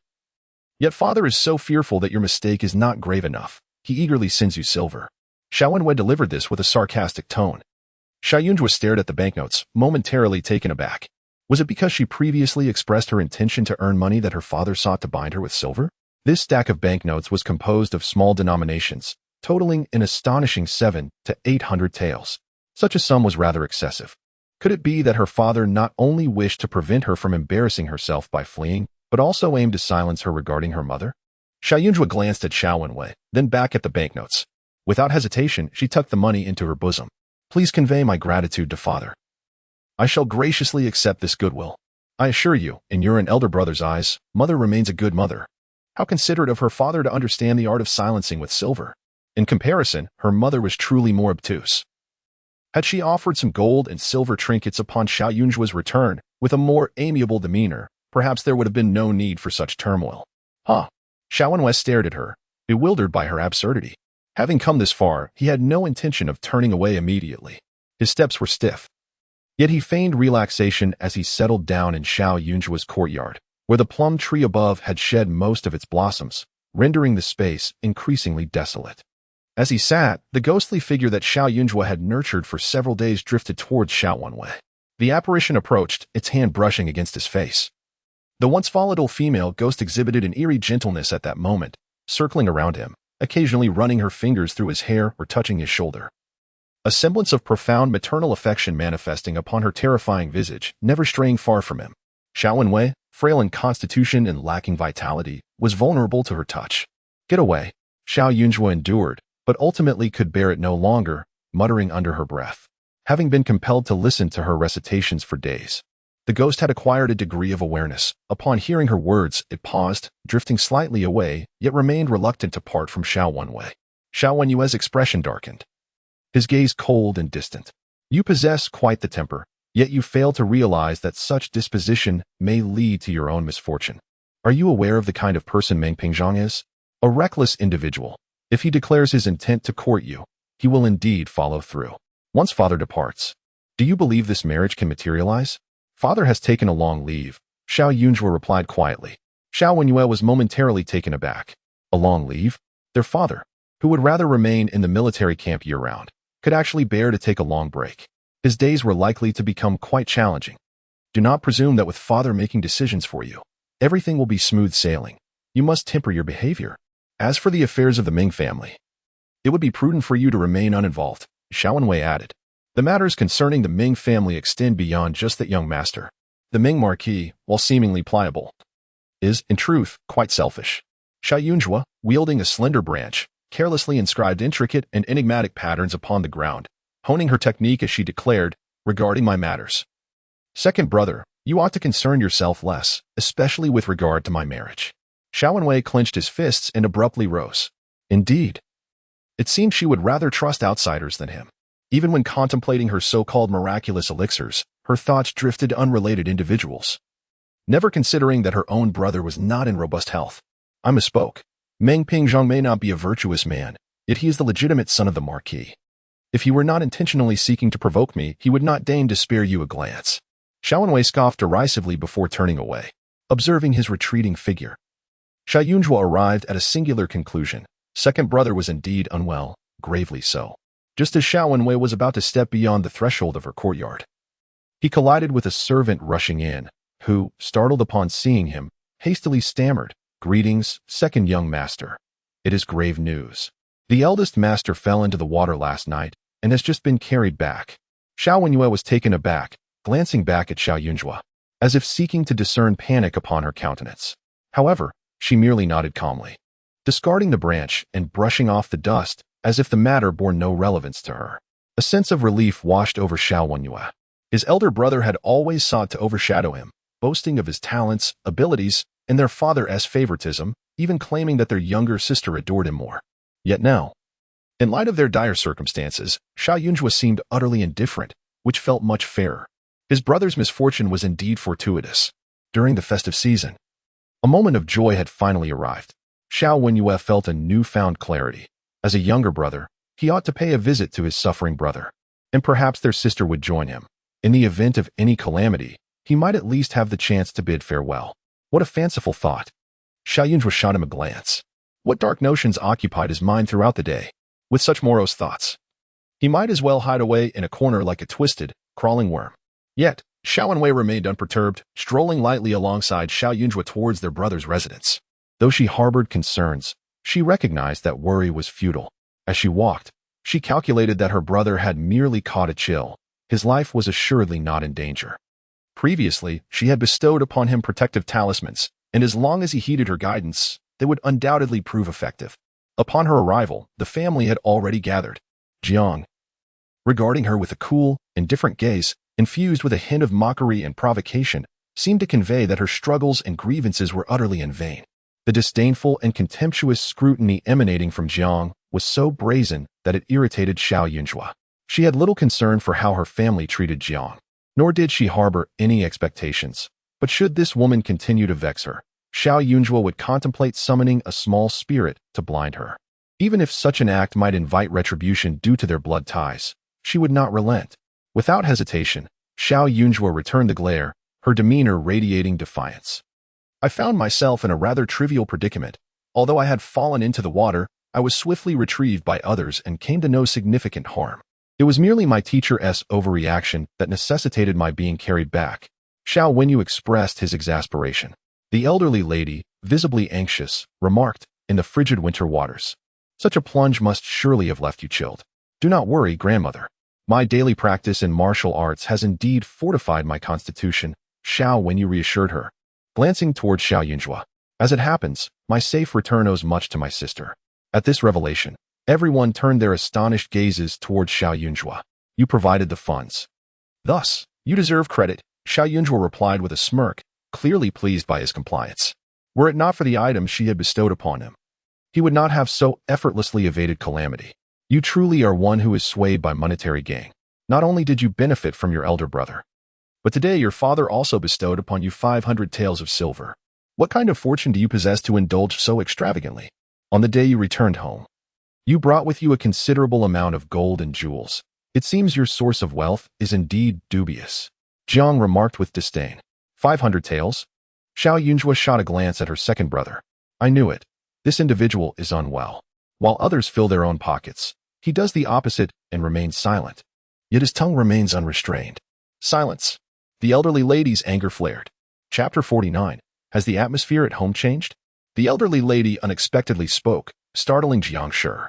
For all these years, it was the first time she had reprimanded her. Since you are unwell, return to your courtyard and rest. Do not come out to be a nuisance. It's the new year, and as your elder, I do not wish to hold this against you. We shall discuss everything after the festivities. However, if you continue to prattle on, you might as well return to the Jiang family. No one wishes to keep you here. The elderly lady stated sternly. Jiang Shi's body stiffened instantly, as if she were hearing things. How could the elderly lady reprimand her in front of so many people? If you wish to label me, your elder, as malicious, then I accept that. From now on, refrain from bringing up your past grievances to irritate me. True. Juara is your daughter, but I remain your mother-in-law. Should you continue to use your status to bully her, do not expect any kindness from me. The elderly lady was no longer willing to maintain even a facade of peace. Had she not been patient long enough? And what was the outcome? Jiang Shi was utterly unrestrained, even going so far as to personally cast her granddaughter away. Moreover, she had been sent in a coffin to a place as grim as the Wangupa. This was a deliberate intent to see that girl, Yunjua, meet her demise. If it were not for the child's remarkable fortune, she would have long since turned to bones. Each time she reflected on this, regret washed over her. At this moment, not only was Jiang Shi astonished, but also Xiao Wenyu and Xiao Wenwei, who could hardly believe what they were witnessing, especially Xiao Wenyu. Previously close to the elderly lady, he knew her to be a gentle and accommodating person who would never speak ill of his mother, even in moments of her shortcomings. But today, everything had suddenly changed. What had transpired in his absence? Jiang Shi, feeling humiliated, turned her gaze towards Xiao Jingguan, her eyes filled with desperation and sorrow. Utterly aggrieved, my lord, mother is correct. If you are unwell, you should return to recuperate, Xiao Jingguan replied with an impassive demeanor. His gaze towards Jiang Shi cold and unfamiliar, as if he had lost all patience overnight. Jiang Shi felt as if her breath had been snatched away. Very well. I shall take my leave. Unable to endure the situation, she implored, Erlang, assist me back. They were all in a fit of anger, treating her with contempt and disdain. She believed that enduring for a short period would suffice. She could not fathom that Xiao Jingguan would maintain this attitude towards her for a lifetime. Xiao Wenwei felt a sense of confusion as well. If this turmoil was merely over the matter concerning the steward, it should not have escalated to such an extent. However, he had to heed his mother's words and, at that moment, approached obediently to support Jiang Shi as they departed, glancing back at Xiao Yunzhua, who remained fixated on her elder brother. At that moment, Xiao Wenwei thought that his 300 taels of private savings were worth less than tossing them into the river. At least there would be a sound. With Xiao Wenyu gone, Xiao Wenyuan naturally followed suit. Grandmother, what has transpired at home? Why have you suddenly treated mother this way? Xiao Wenyu inquired, utterly perplexed. Your mother has a disdain for your sister, as you well know. Her actions have crossed the line, and I merely scolded her to prevent her from becoming increasingly ungrateful. The elderly lady did not speak the truth and instead asked, you mentioned that it was fortunate for your sister. Why is that? Upon the mention of this matter, Xiao Wenyu felt a sense of astonishment. As the new year approached, several instructors from the academy took us students on a boat ride to admire the night scenery along the shore. Unfortunately, one of the boat's railings was loose, and my classmate almost fell overboard due to a moment of carelessness. I swiftly pulled him back, but in doing so, I lost my balance and fell into the icy water. Having consumed some alcoholic beverages, my senses were dulled, and I found myself struggling as my legs cramped, nearly sinking. The old lady's heart tightened at the tale, and then, however, Xiao Yunzhu muttered a word of disdain. What do you mean by a moment of carelessness? It was clearly the work of a schemer. My sister had given me this stone earlier. Xiao Wenyu promptly retrieved the object. Although it appeared unattractive, it unexpectedly reflected a spectrum of colors upon entering the water. Last night, my dark clothing made it difficult for others to notice me after I fell. But thanks to this stone, attention was drawn to my plight, allowing me to be rescued swiftly. I was a good swimmer, so I did not take my sister's warning about the water lightly. Yet, no matter how proficient one is in swimming, it proves futile when one's mind is clouded and limbs are cramping. In such frigid temperatures, even a brief immersion left my bones feeling rigid. Had it not been for this stone, I could have remained in the water for much longer before being rescued, undoubtedly falling ill. That was truly perilous. The old lady clutched the stone as if it were a treasure, sighing repeatedly. Brother, have you never considered that the reason others failed to notice you immediately was not merely due to your dark clothing, but rather because someone deliberately obscured you, preventing them from seeing your struggles in the water? Xiao Yunzhu remarked, her voice filled with gravity. Your recent misfortune suggests that you have indeed been schemed against. Xiao Wenyu had contemplated this notion, yet he refrained from voicing it out of concern for his grandmother and father, and without evidence, he felt it inappropriate to accuse anyone. Thus, his sister's blunt statement struck a chord within him. Your sister speaks wisely, eldest brother. One must always guard against others, never allow transient affections to blind your judgment. Xiao Jingguan imparted this lesson with profound seriousness, having experienced such treachery himself. Xiao Wenyu increasingly sensed that something was amiss within his household. The old lady seemed off, and his father even more so. His father had always instructed him to avoid being overly sentimental like their grandfather, emphasizing the importance of loyalty and virtue, cultivate friendships, but do not indulge in lust. How could it be that after such a short time apart, he was now being taught to be wary of others? While he harbored doubts about his father's counsel, the absence of proof left him no choice but to maintain a cautious distance, ensuring he would not fall victim again. I shall be more prudent, Xiao Wenyu proclaimed with a newfound maturity. However, Xiao Yunzhu shook her head. No, eldest brother, you speak too soon. I fear you will still fall prey to someone. She gazed earnestly at his face. Your fortunes have been poor lately, making you susceptible to schemers. The signs of misfortune are already upon you. Attempting to evade it may exacerbate the situation.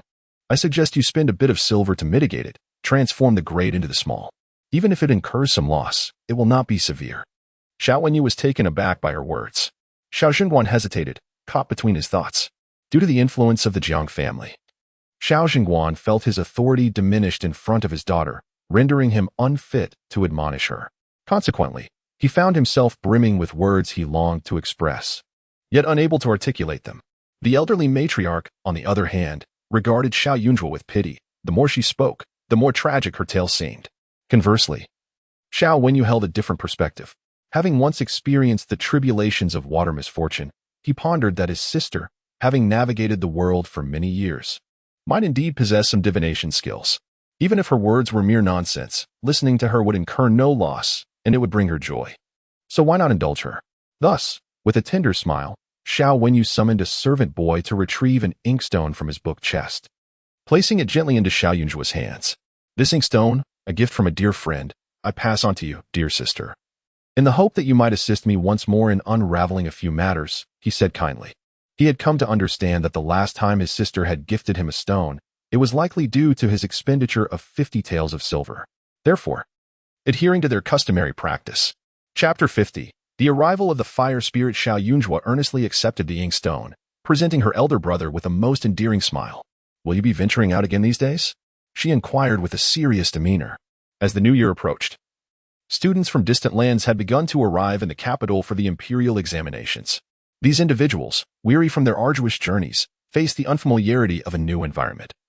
And there was a concern that they might struggle to acclimate, potentially encountering unforeseen challenges. Thus, it was customary for local scholars to extend their hospitality to them as hosts. I too shall be at the city gate to welcome them and guide some students in search of suitable inns for lodging, Xiao Wenyu stated with enthusiasm. The competition among these students from afar was intense. However, the court viewed them as a vital influx of fresh talent, leaving no room for error. Naturally, not everyone could host these out-of-town scholars. One had to be recommended by a mentor. Moreover, competition was transient, and once on the path of officialdom, good relationships could significantly influence future achievements. Though his knowledge was not the most exceptional, he was well-liked in the academy, and his mentor valued his straightforward nature, granting him a quota to host 3 students whose identities had already been determined. They were expected to arrive in the capital shortly, and he must be at the city gate to await their arrival. Which inn have you reserved in advance, brother? Xiao Yunzhuo inquired. Naturally, the top scholar inn. This establishment has always been favored by students, and each year, more successful candidates emerge from it than from any other inn. Xiao Wenyu replied matter-of-factly. Let us consider another option, Xiao Yunzhuo suggested after a moment of contemplation.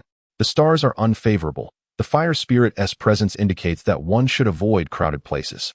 It is preferable to choose a quieter inn, one where tranquility prevails. Xiao Wenyu grasped the essence of her words and pondered. We do have a splendid location at our residence, the northwest corner of the courtyard, with a separate small entrance, where the pond water flows nearby. However, it is exceedingly quiet, almost devoid of visitors. Being undisturbed is beneficial. A serene environment fosters better study. Xiao Yunzhuo nodded in agreement. I shall have someone tidy up that courtyard.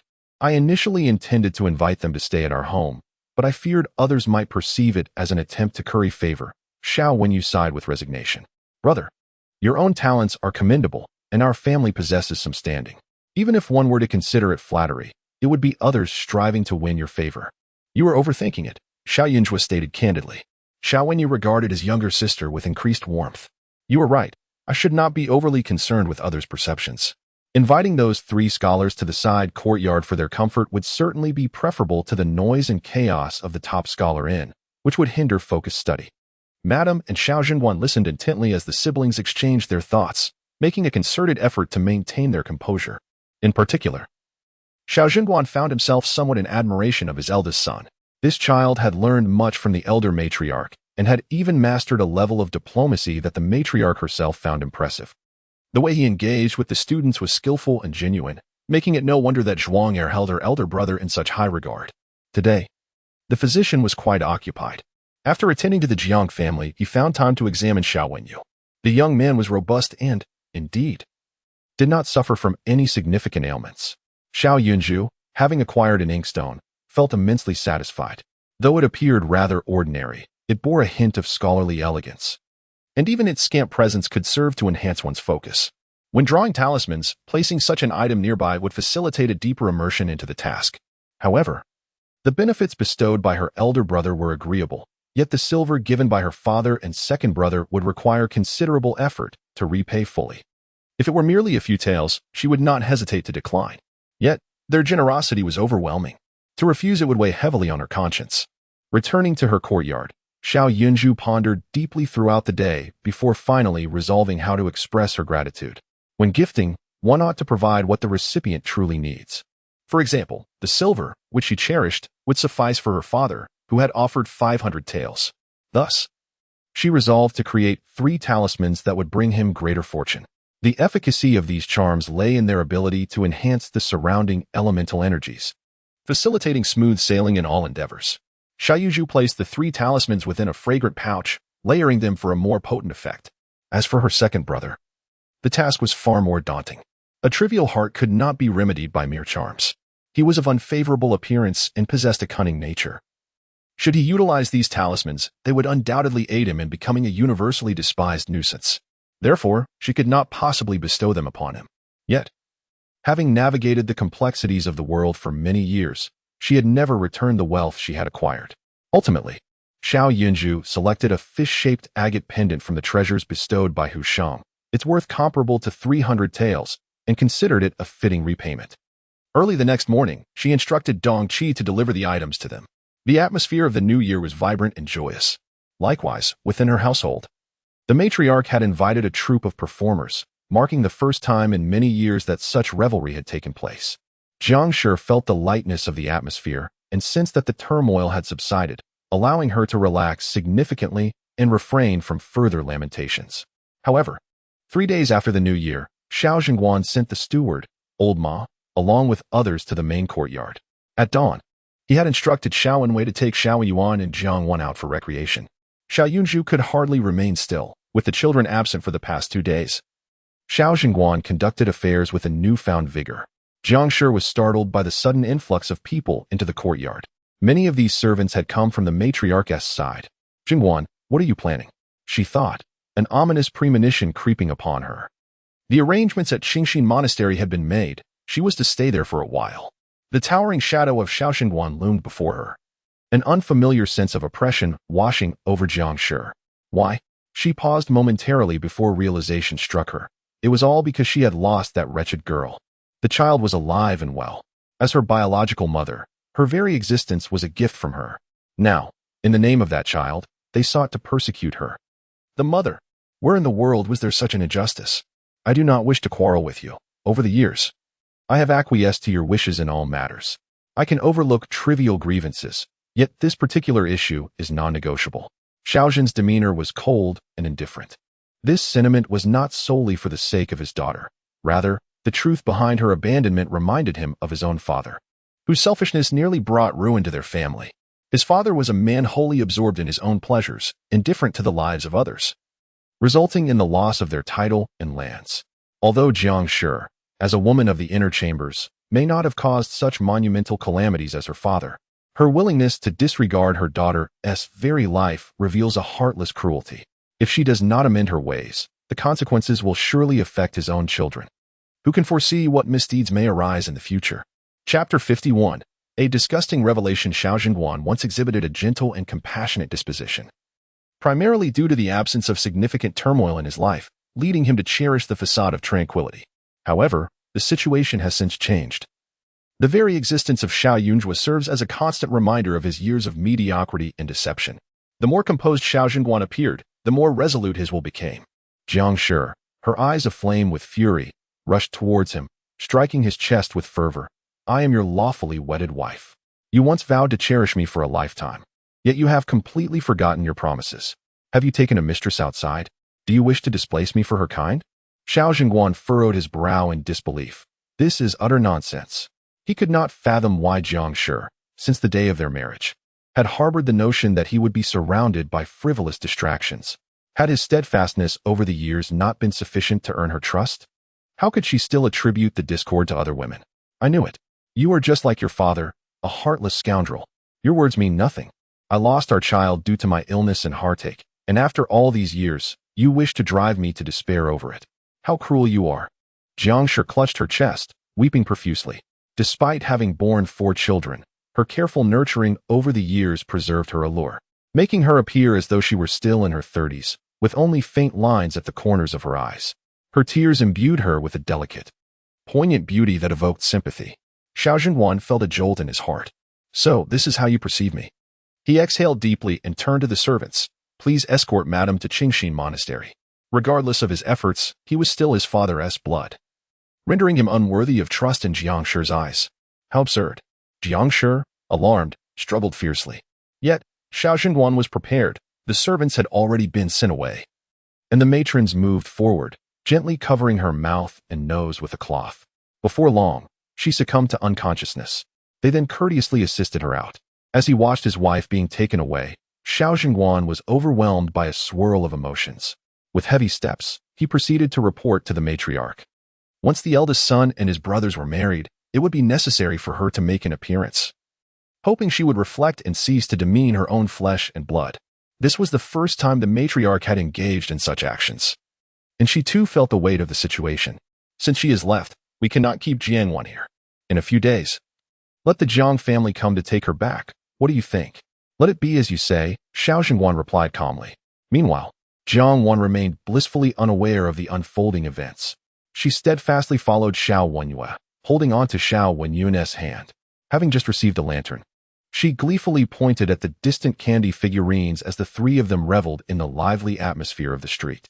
Cousin, Big Brother has matters to attend to and cannot accompany you. What shall we do about Cousin?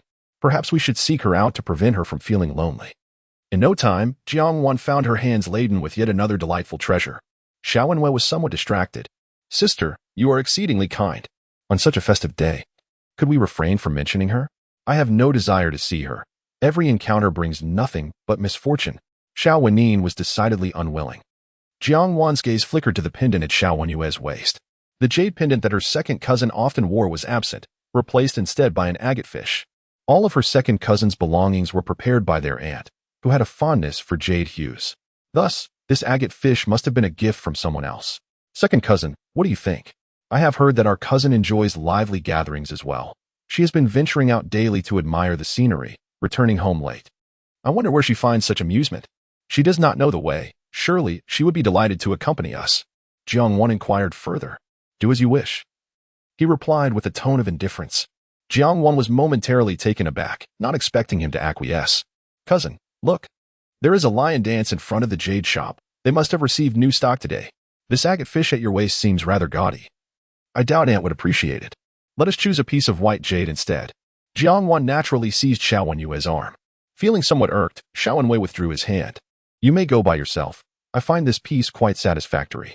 Jiangwan was somewhat astonished. When did Aunt's reputation lose its influence? This agate fish, could it possibly have been a gift from our cousin? I heard she returned home with a significant amount of gold and jewels. Aunt was previously concerned that these treasures were of dubious origin yet felt unable to intervene. If she were to discover that you accepted something of unclear provenance, she might very well be displeased. Jiangwan suddenly recalled Xiao Yunjua. Recently, it seemed that her second cousin had grown distant from the Meng family's illegitimate son. For some reason, they had not been in contact for several days. In previous years, they would gather to feast and revel at this time, but this year, he remained at home, keeping her and Xiao Wenin company. Thus, this gift could not have come from an outsider. It must be from Xiao Yunjua. This individual appeared to maintain an air of superiority, yet unexpectedly, he seemed to be discreetly seeking favor with her second cousin. Enough of this noise. Xiao Wenwei was vexed by her incessant chatter. You may explore on your own. I have matters to attend to, so I shall take my leave. What more need be said about their mother's temperament? Since childhood, his needs and desires had to align with her preferences. His elder brother enjoyed martial arts, but he could not. Their mother deemed it too messy. He aspired to excel in his studies beyond his brother, yet after studying for just an hour, their mother would spend half an hour nagging beside him. Each day, it was either lamenting their father's indifference or recounting their grandmother's maliciousness, or perhaps discussing the trivialities of neighbors, rendering him no different from the household pets. People in this world invariably concoct various excuses to satisfy their selfish desires, which is truly revolting. Just like Jiangwan before him, She could occasionally be charming and amusing, but once her innocent facade was marred by avaricious intentions, it became utterly tiresome. Jiang Wan was taken aback. She understood that her second cousin was not as easygoing as her elder cousin. Cousin De is composed and steady, his emotions clearly etched on his face. Even when angered, he strives to maintain dignity and decorum. Cousin Air, however, is a different matter. He can be gentle and accommodating at times, yet when his temper flares, it chills the air around him.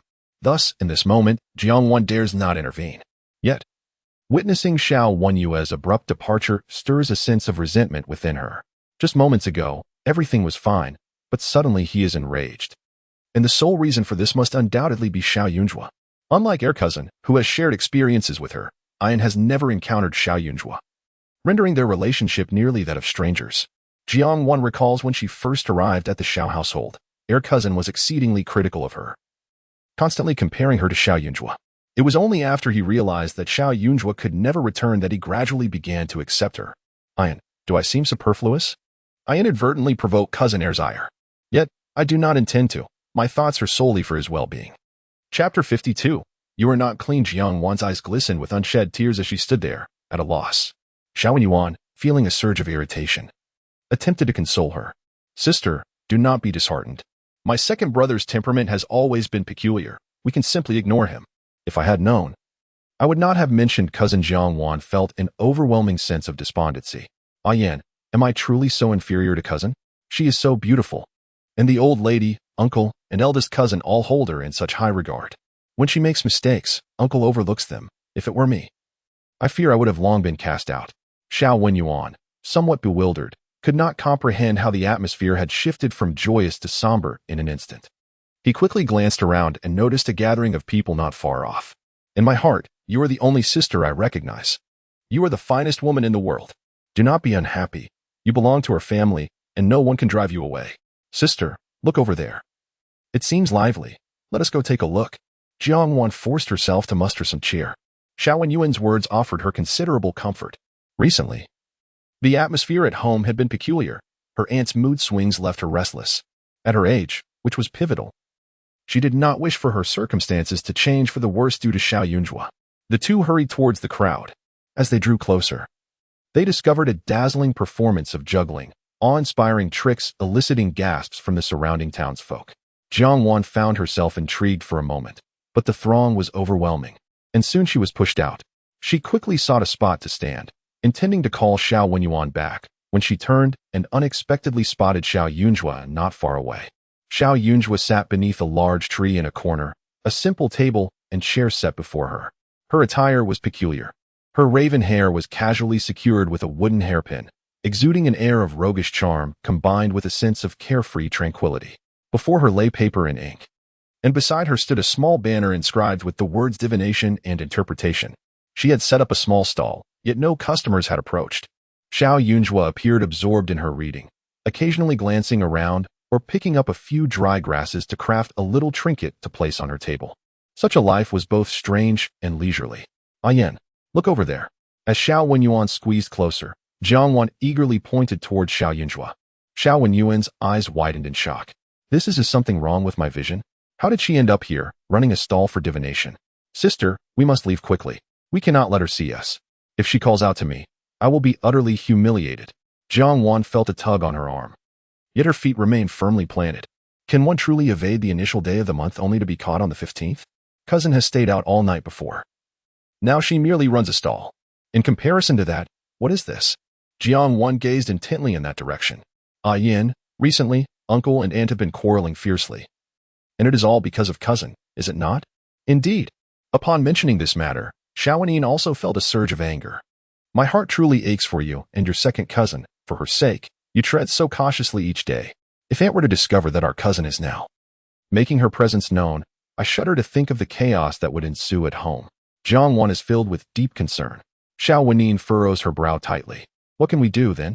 Xiao Yunjue is rather peculiar, and her father indulges her whims.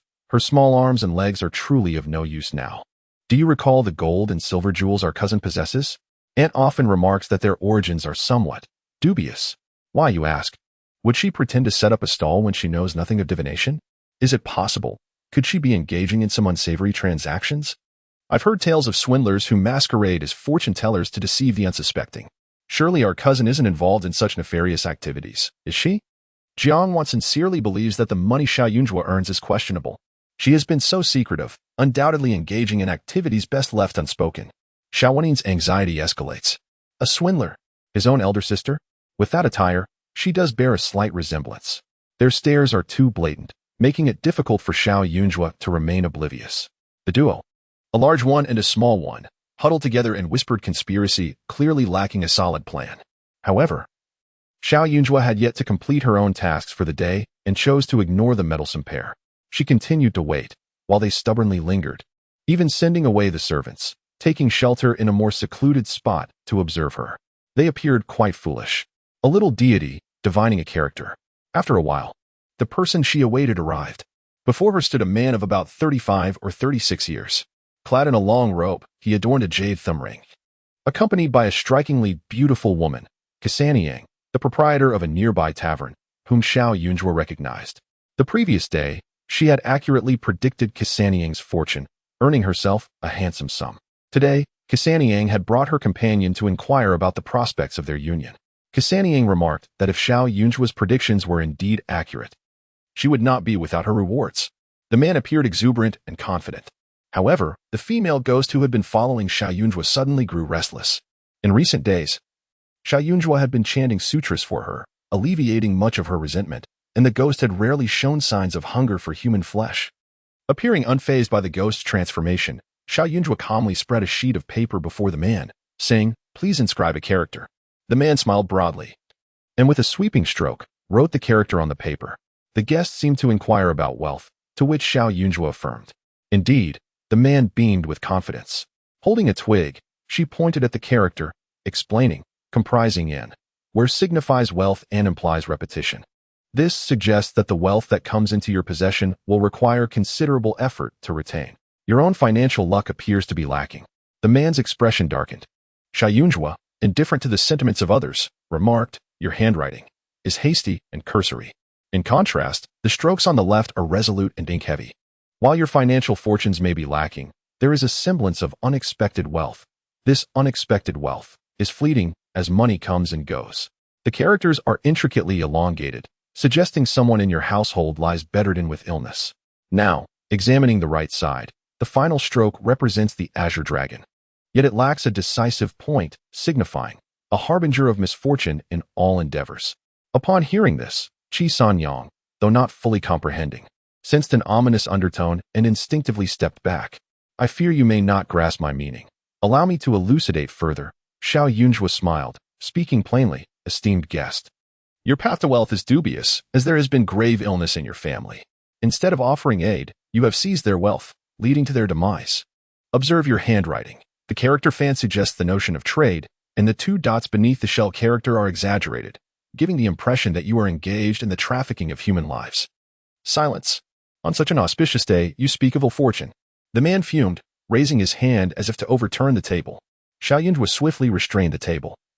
Her gaze icy. "Not only have you appropriated others' wealth, but you have also sold their children. These hands of yours are far from innocent, are they not?"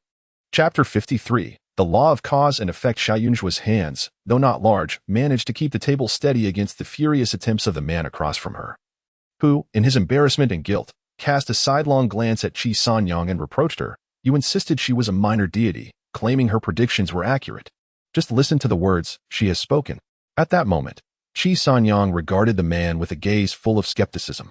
Wu San and the minor deity. She had complete faith in the minor deity. When she sought her fortune the previous day, the minor deity had accurately recounted her entire past. She felt a sense of respect for her. Had she not been delayed, she would not have reached this age before contemplating marriage. She was no longer a Navi girl in her teens. What she sought now was the stability of her later years, and she needed to choose her partner wisely. Moreover, Wu San, your elder brother passed away due to illness, did he not? I have heard that he left behind 2 sons. Qi Sanyang inquired nervously. Wu San, infuriated, retorted, "Oh, so now you come to interrogate me. Enough. Our engagement is off. I cannot marry a woman who is so riddled with suspicion." Qi Sanyang opened her mouth, realizing that she, too, was not as eager to marry anymore. Inheriting her brother's fortune was of little concern. but the implication of the minor deity's words suggested that her brother had been murdered. Xia Yunjua, unperturbed by the man's anger, shifted her gaze to the jade ring he wore. This jade ring is no ordinary trinket. The inner surface should be inscribed with sacred mantras.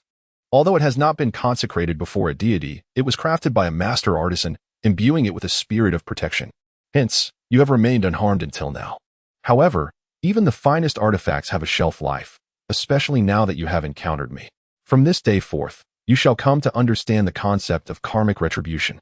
Since the moment she had taken her seat, the simple array of talismans surrounding her had already begun to take effect. Wu San felt a sudden jolt of alarm and instinctively touched his jade ring. This item was a memento of his elder brother. Their family had relied on herbal medicine for generations, and during his brother's lifetime, he had been a successful herb merchant, possessing some self-defense skills that allowed him to navigate the treacherous terrains with ease. With his knowledge of medicinal herbs and ability to protect himself, he had accumulated considerable wealth, married, and lived a most contented life. And what of Wu San? Misfortune had followed him since childhood. He lacked his brother's sharp wit and could not match his brother's financial success. During his youth, while accompanying his second brother on herb-gathering expeditions, his brother had tragically fallen to his death while trying to save him. Upon returning home, he had nearly faced the wrath of his father, and from that point on, his family showered him with little affection, always viewing him with suspicion and teaching him minimal self-defense skills. Later, inheriting all of his father's skills, his elder brother led a far better life. But why should that be? The knowledge of herbalism belonged to the Wu family. He too was of their bloodline. Heaven favored him while his brother, unsatisfied with the wealth he had amassed, ventured into the mountains for fortune once more, only to return injured. Taking advantage of his brother's convalescence, Wu San surreptitiously sprinkled poison on his wounds, ensuring that his brother's recovery would be prolonged and ultimately worsen. As his elder brother lay on the brink of death, he naively believed that it was merely a result of accidentally coming into contact with toxic plants in the woods. In his final moments, thoughts of his younger brother surfaced, prompting him to summon him close. He entrusted him with the ancestral medical tome, urging him to look after his two nephews. Witnessing his brother's frail condition, he finally whispered the truth into his ear. Thus, he beheld his brother's shock, the blood rushing to his face as he lost his breath before him. The jade ring, which his brother personally handed to him, was intended as compensation for his care of the nephews. This precious item had been traded by his brother for a ginseng root from an elderly craftsman. He had coveted it for a long time, and had it not been for his brother's dying request, he would have never parted with it. However, how could this peculiar charlatan possess knowledge of such matters? The incantation etched on the inner surface of the ring was minuscule, invisible to outsiders. You little trickster. You do possess an uncanny ability to deceive the masses. I see now that you have likely made inquiries in advance, hoping to swindle me out of my silver. Bah! I conduct myself with integrity. Even if karma exists, it shall not befall me. Wu San raised his voice, noticing several onlookers scrutinizing him, and he further exclaimed, "Who does not know of my righteousness? My elder brother met a tragic end, and I have cared for his sons for 2 years, teaching them skills. My sister-in-law never spoke ill of me while she was alive." With that, Wu San spat angrily on the ground and strode away. Xia Yunjua observed his departing figure without attempting to stop him. Instead, he released the restraints on the female ghost. This spirit, brought back from the Ming family, was none other than Wu San's sister-in-law, Qin Yang. Over the past few days, he had recited scriptures to her, helping her regain some clarity of mind. And she had shared her experiences with him. At the tender age of 12 or 13, Qin Yang's family fled to the capital due to a calamity in their hometown. When her younger brother fell ill, her family forced her to go to the pharmacy, hoping to exchange her for some medicinal herbs to save him. Wu Da happened to be at the pharmacy selling herbs and, upon seeing her plight, took her in. Years later, she married Wu Da and bore 2 sons. The couple shared a deep bond, but fate dealt a cruel hand when Wu Da met with an untimely accident. Before his passing, he entrusted the family to Wu San's care, which led her to place immense trust in her younger brother-in-law, allowing him to educate her sons. Little did she know, within the span of 2 years, calamity would befall both of her sons.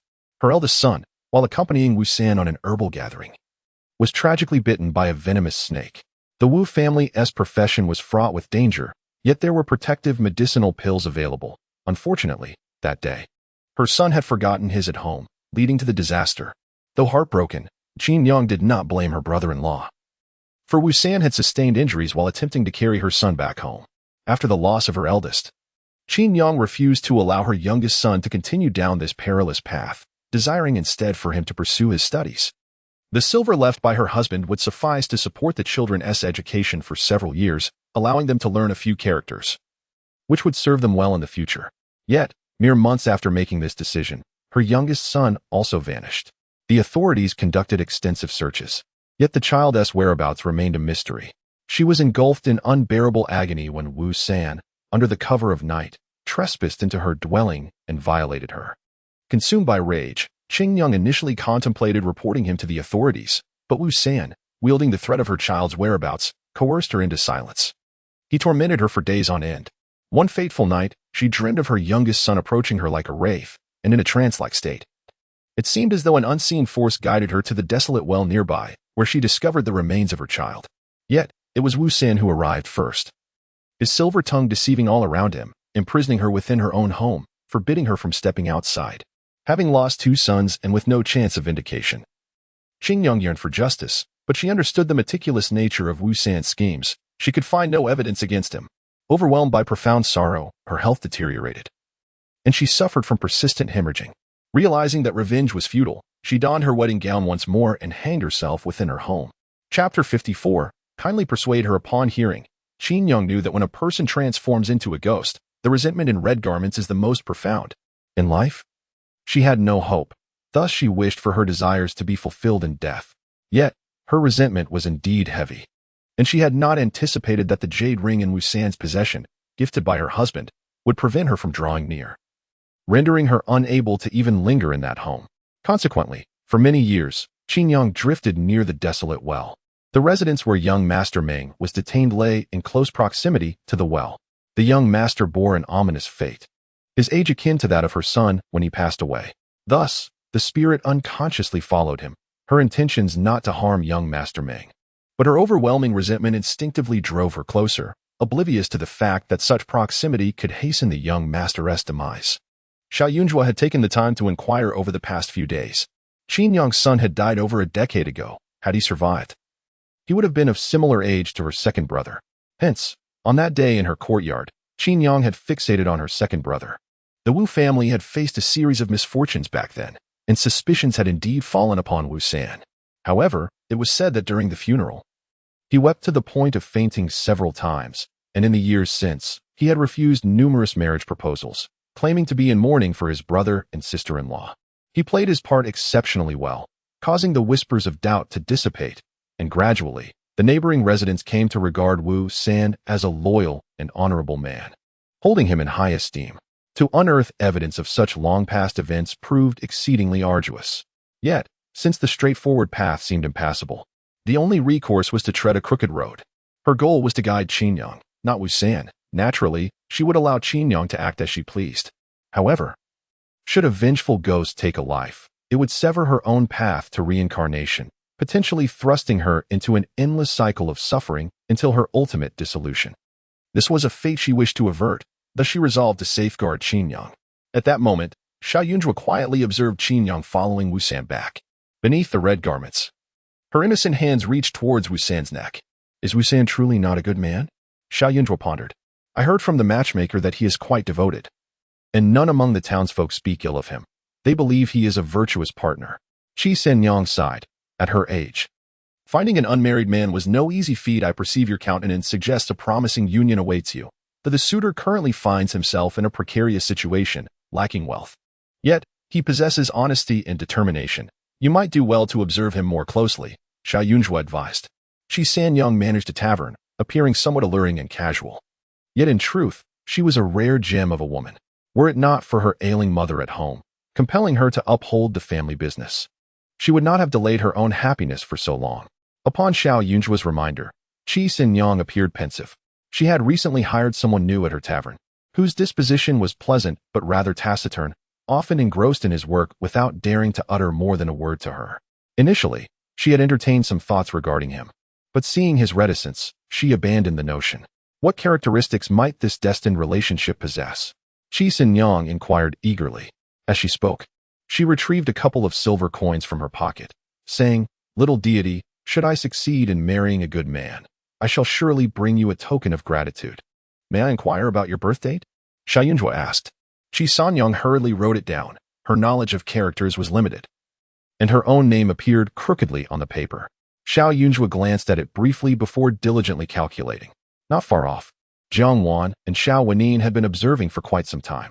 The woman had just bestowed some silver upon her cousin, and judging by her demeanor, it was evident that this was not the first encounter. Cousin, could it truly be that she sustains herself through deception? Jiang Wan had already come to this conclusion in her heart. Xiao Wenin was equally astonished.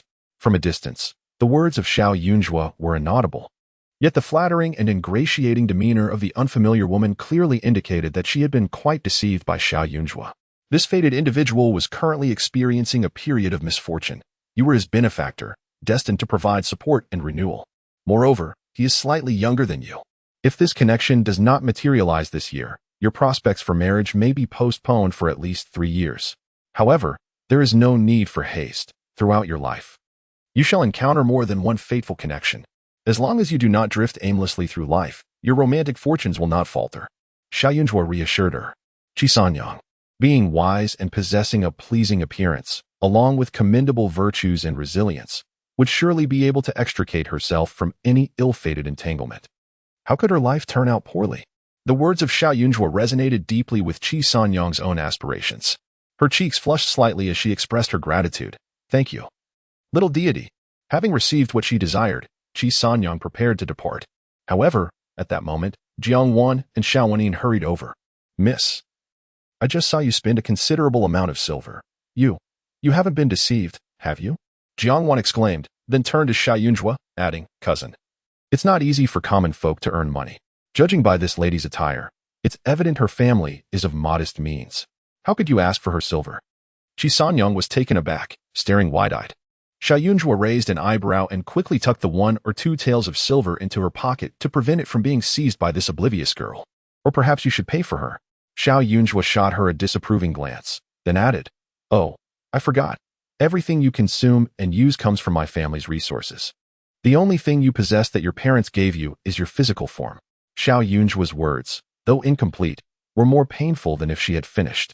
It was akin to the unspeakable embarrassment Jiang Wan felt. With a slightly aggrieved yet stubborn expression, Jiang Wan turned to Qi Sanyang.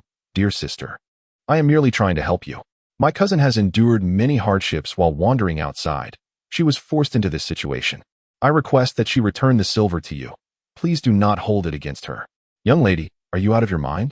I can spend my money however I please. I enjoy the auspicious words spoken by the little deity. Do you have any say in this? Qi Sanyang declared, quickly smiling at Xiao Yunjue and adding, I had no intention of asking for a refund. With that, she hurried away. This young lady, who appeared to be of some standing, had only exchanged a few harsh words. It was best not to provoke her further, lest she suffer the consequences. However, the audacity of the young lady from a wealthy family was truly remarkable. She had the gall to claim that Qi Sanyang came from humble origins. Her tavern business was quite prosperous, yielding at least 1 or 2 taels of silver in net income each day. How could she possibly be impoverished? The rapid departure of individuals took Jiang Wan by surprise. In her perspective, the common folk, when faced with financial constraints, would devise all manner of strategies to pursue profit. Her arrival was evidently an opportunity for the other party to reclaim their wealth. Why then was that elder sister so ungrateful? Cousin, how could you engage in such actions? The treasures you brought home, where did they truly come from? We should return them swiftly. It would be disastrous if others reported this to the authorities. Jiang Wan spoke with palpable anxiety. Xiao Yunjue, having awaited her acquaintance's arrival that day, decisively began to pack her belongings. This stall was rented from another. Requiring no further involvement, she merely needed to take her possessions and depart. Yan, you must persuade my cousin, Jiang Wan urged, noticing that Xiao Yunjue was unresponsive to her pleas, prompting her to turn to Xiao Wenyin for assistance. Chapter 55. How dare you strike me? Before Xiao Yunjue, Xiao Wenin felt an overwhelming sense of unfamiliarity. Had it not been for Sister Awan's insistence that he intervene, he would have preferred to remain uninvolved. However, Sister Awan had good intentions, and this elder sister, after all, belonged to the Xiao family. If she were to commit a wrongdoing, the Xiao family would inevitably be implicated. Return and clarify the origins of those treasures to our parents. They might still find a way to shield you. Otherwise, prepare yourself for a stint in prison. Xiao Wenin's tone was far from gentle. Sister Awan and I are only looking out for your well-being. Can you not be so ungrateful? Xiao Yunjue regarded Xiao Wenin intently. This younger brother, he appeared rather easy to provoke. After a moment of contemplation, she beckoned him closer. Come here. I shall discreetly reveal to you the source of my silver. With a resigned sigh, Xiao Wenin unwillingly stepped forward. I will not be your confidant, he proclaimed. I truly cannot fathom why a young lady like yourself engages in such absurdities. Why can't you take a leaf out of Sister Awan's book? She is so, Before he could finish, Xiao Yunjue delivered a sudden punch to his face. The unexpected assault knocked him to the ground, leaving him momentarily stunned. I warned you previously. It would be wise not to let me catch sight of you outside the Xiao residence, correct? Xiao Yunjue asserted, then swiftly approached, delivering a couple of kicks to Xiao Wenin. Xiao Yunjue, why did you strike Awan? Jiang Wan exclaimed in shock, though her own body did little to shield Xiao Wenin. Fearing she might be caught in the crossfire. You do not bear the Xiao surname, so striking you might incur a financial penalty. Consider yourself fortunate. Xiao Yunjue remarked with a knowing glance. Live rightly, and do not covet that which belongs to others. When wickedness takes root in the heart, beware of descending into an abyss from which there is no return. While she held no fondness for Jiang Wan, she had no intention of opposing her either. Setting aside Jiang Wan's current actions, Xiao Yunjue perceived that this individual had her own difficulties, a mere child, sent by her parents to the Jiang household, where Jiang's temperament allowed no semblance of disloyalty among her companions. Jiang Wan, in following Jiang, had inevitably learned to navigate the whims of others, lest she incur Jiang's displeasure and be unable to remain. Thus, Xiao Yunjue maintained a distance from Jiang Wan, viewing her not as an adversary but rather with a sense of detachment. Yet, her patience was not limitless. Should this individual prove to be excessively cunning, she would certainly seek ways to attain a semblance of tranquility. Xiao Yunjue's words chilled Jiang Wan's heart, evoking an inexplicable sense of unease. Yet, she quickly composed herself and murmured, I do not comprehend what you mean, cousin. We were merely trying to help you. How have we become the villains? After all, Awan is your own brother. How can you bear to be so harsh? Do you not feel any compassion? With a sigh, Xiao Yunjue gazed down at the fallen Xiao Wenin, slightly bending forward to inquire, do you share this sentiment? You wicked woman. You dare to strike me. I shall not let this go unpunished. Xiao Wenyang was filled with rage, feeling utterly humiliated by his own disheveled state. In a fit of desperation, he shouted at Xiao Yunjue. Xiao Yunjue pursed her lips, hesitated for a moment, then grasped one of Xiao Wenyang's legs and tugged him along as she turned to leave. His small head scraped along the ground. Although the street was quite even, its hardness made his scalp tingle painfully, and he twisted and struggled in protest. Crazy woman, let me go? You wicked witch, I will kill you, Xiao Wenyang cried out, a mix of pain, fear, and anger in his voice. Jiang Wan was taken aback.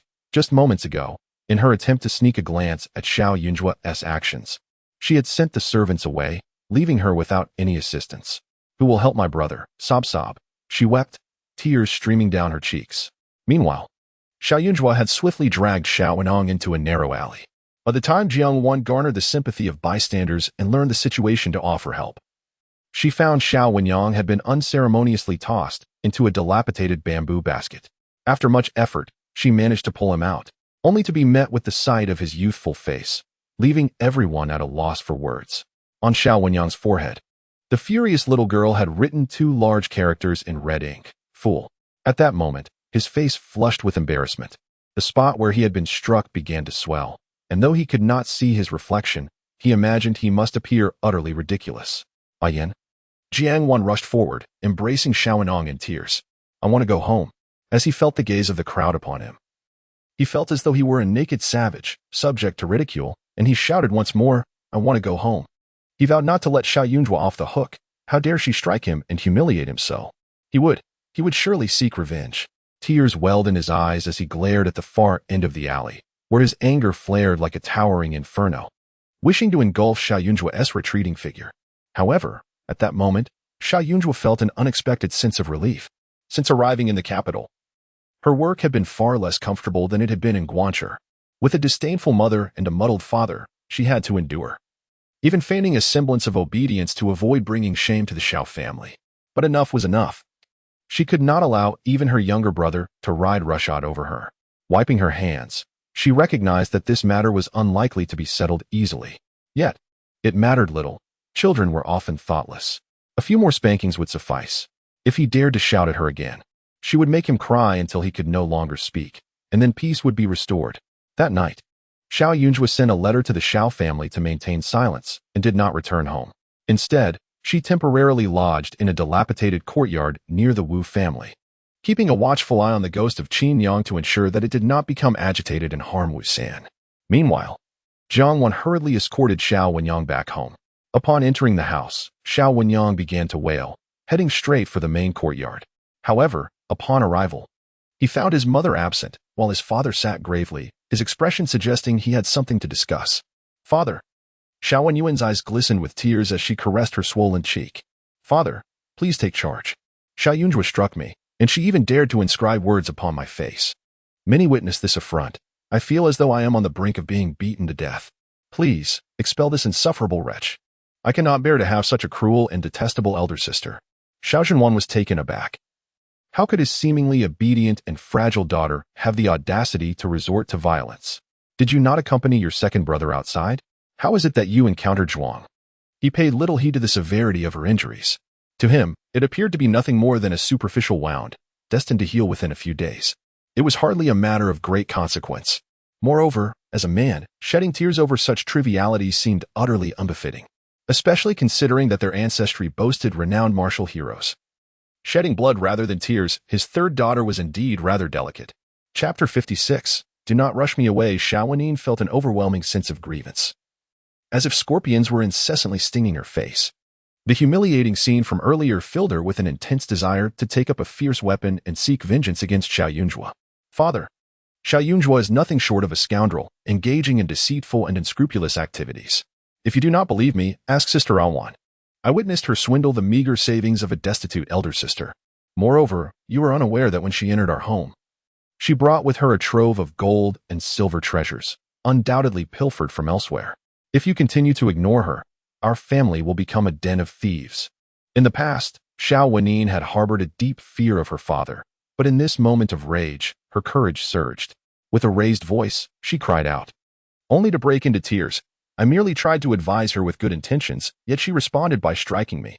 Look at what she has done to my face. I am no longer recognizable. If you do not expel her, I shall not rise again. With that, Xiao Wenying plopped down onto the ground, wailing uncontrollably. With a loud thud, Xiao Zhenguan slammed his hand on the table. Startled, Xiao Wenying gasped, while Jiang Wan hurriedly stepped forward. Uncle, please do not be angry. Ian is merely feeling aggrieved. He genuinely worries for his cousin, and indeed, she has acted excessively this time. I could not prevent it. What are you crying for? Look at your pitiful state. Xiao Zhenguan expressed profound disappointment. Xiao Wenying trembled internally. It was Xiao Yunjue who was in the wrong. Father. She is the one who bullied me. What did you call her?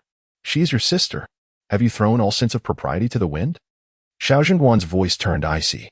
Are you a governor sent from the heavens or a constable from the Yamen? How dare you speak of your sister as a swindler? If I were her, it would not only be just to strike you.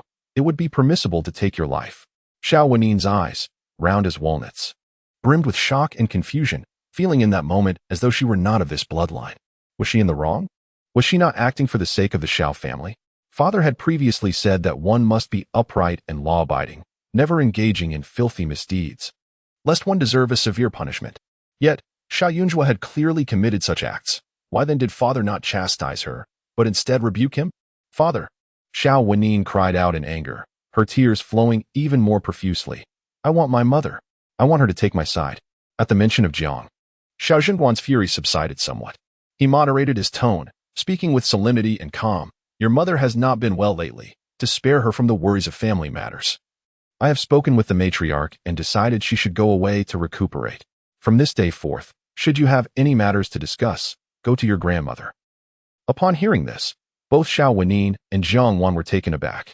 Jiang Wan's expression grew increasingly anxious, an unsettling feeling washing over her, rendering her quite unwell, prompting her to urgently inquire, Uncle, my aunt's health was evidently not in jeopardy. Why would she suddenly leave?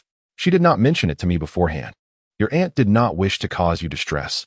Thus she chose to conceal the truth. Xiao Zhenguan regarded his niece with a much gentler demeanor. Jiang Wan, this child, has been raised in her own home. Although she rarely returns home and has not seen much of her family, her bond with them is evidently closer compared to the children of other relatives. From a young age, Jiang Wan has been sensible, fond of reading, and possessed a quiet temperament. Her 3 sons are quite different. The eldest is mature beyond his years, the second seldom engages in conversation, and the youngest is quite the mischievous one. Thus, each time he beholds the well-behaved Jiang Wan, he finds a measure of solace in her presence. However, after the departure of his wife, the child's future became uncertain. She was never particularly close to the elder matriarch, and without the guidance of a mother figure, over time, the child must have felt a deep sense of loss. It would be better to return her to the Jiang family, where, upon her eventual marriage, she could be endowed with a more substantial dowry. Jiang Wan understood the intricacies of the Jiang family better than anyone. Upon hearing Xiao Zhengguan's words, she immediately sensed the deception. The incident involving Xiao Yunju's abandonment flashed through her mind, leading her to surmise that Jiang's departure must have been linked to this event, which startled her greatly. The aunt had always considered this matter trivial, but she never anticipated that Xiao Yunju could provoke such anger in her uncle, jeopardizing their years of marital affection. Now, she was left in the dark about her whereabouts. Soon, a terrifying thought struck Jiang Wan. With the aunt gone, what would become of her? For all these years, her existence within this household relied heavily on her aunt's support. Uncle, I am deeply concerned for my aunt. How is her health? Perhaps you could send me to care for her. Jiang Wan implored, her heart trembling. My aunt has cared for me these past years. During my illnesses, she would sit by my bedside, sleepless. My biological mother only dotes upon my younger siblings, leaving me feeling utterly neglected. To me, my aunt is my true mother. How can a daughter find peace while her own mother is ill? Jiang Wan wept, her voice filled with sorrow and longing for her aunt. Fear gripped her heart. She could not return to the Jiang family. Her biological parents had not treated her poorly. Yet the Jiang family was no longer what it once was. Since her grandfather's passing, their fortunes had dwindled. Her father was merely a minor official, unable to hold his head high in a city bustling with the powerful and affluent. She would return home several times each year, during which her mother would incessantly advise her to firmly grasp the opportunity presented by the Xiao family. Even if the Xiao family were to lose their title, they still possessed considerable wealth and an extensive network. Her elder cousin was mature and composed. Even if they could not restore the family's former glory, their future would be far superior to that of the Jiang family. In the Xiao household, she would surely secure a prestigious marriage. If she returned to the Jiang family, her prospects for a suitable husband would diminish significantly. Jiang Wan cried bitterly, as though she were mourning the loss of Jiang Shi. Such a poignant display of emotion led Xiao Zhengguan to perceive her as a considerate and conscientious child, prompting him to sigh. Once your aunt's health improves, I shall arrange for you to see her. However, Wan, you have been with us in the Xiao family for quite some time now, have you not? It has been over 10 years. Jiang Wan responded, her voice trembling with anxiety. After all, you are a daughter of the Jiang family, and it is not right to continually separate you from your parents. Before Xiao Zhengguan could finish his words, Jiang Wan suddenly knelt down, bowing her head forcefully against the ground, conveying an earnestness akin to that of one facing death. Her eyes, flushed with emotion, brimmed with sorrow and reluctance. I understand my uncle's intentions. But, uncle, for many years my parents have regarded me as their child, just as they do with my aunt. There is no longer a place for me in the Jiang family. I beg you, please do not cast me away. Treat me as you would a small cat or dog. Just toss me into a yard to care for me. If you believe I have taken away anything from my cousin, I shall relinquish everything, even the clothes and jewelry my aunt bestowed upon me. I only ask you to let me stay. As she spoke, Jiang Wan bowed her head repeatedly, her forehead turning crimson. Chapter 57. It's all her fault. Xiao Wenin never anticipated that, with her mother falling ill, Sister Jiang would also be departing. Observing Jiang Wan, who was weeping inconsolably, Xiao Wenin momentarily forgot the incident involving Xiao Yunju and cried out, I do not want Sister Jiang to leave. Why must Sister Jiang be sent away just because Xiao Yunju has arrived? Father, you are being too cruel. Years prior, when Xiao Yunju was lost, Jiang Shi exhibited profound sorrow. The Jiang family members visited frequently to console her, bringing along the young Jiang Wan. Jiang Wan had formed a close bond with Jiang Shi. As there were numerous children in the Jiang family, Jiang Shi sought to keep Jiang Wan with them. The Jiang family, eager to maintain a good and lasting relationship with the Xiao family, was pleased to accommodate the child. Xiao Zhengguan only learned of these events later, but by then, Jiang Wan had already been nurtured in their home for half a month, making it challenging to return her. Suddenly, sending her back would portray the Jiang family as ungrateful. Listening to his son's cries and observing Jiang Wan's sorrowful and pleading expression, Xiao Jingguan felt quite troubled. Jiang Wan, it is not that your uncle does not wish to keep you, but rather your aunt's absence leaves no one to tend to your affairs, and you might feel neglected. I understand, but this is my home. I do not wish to leave. I am willing to serve the old lady.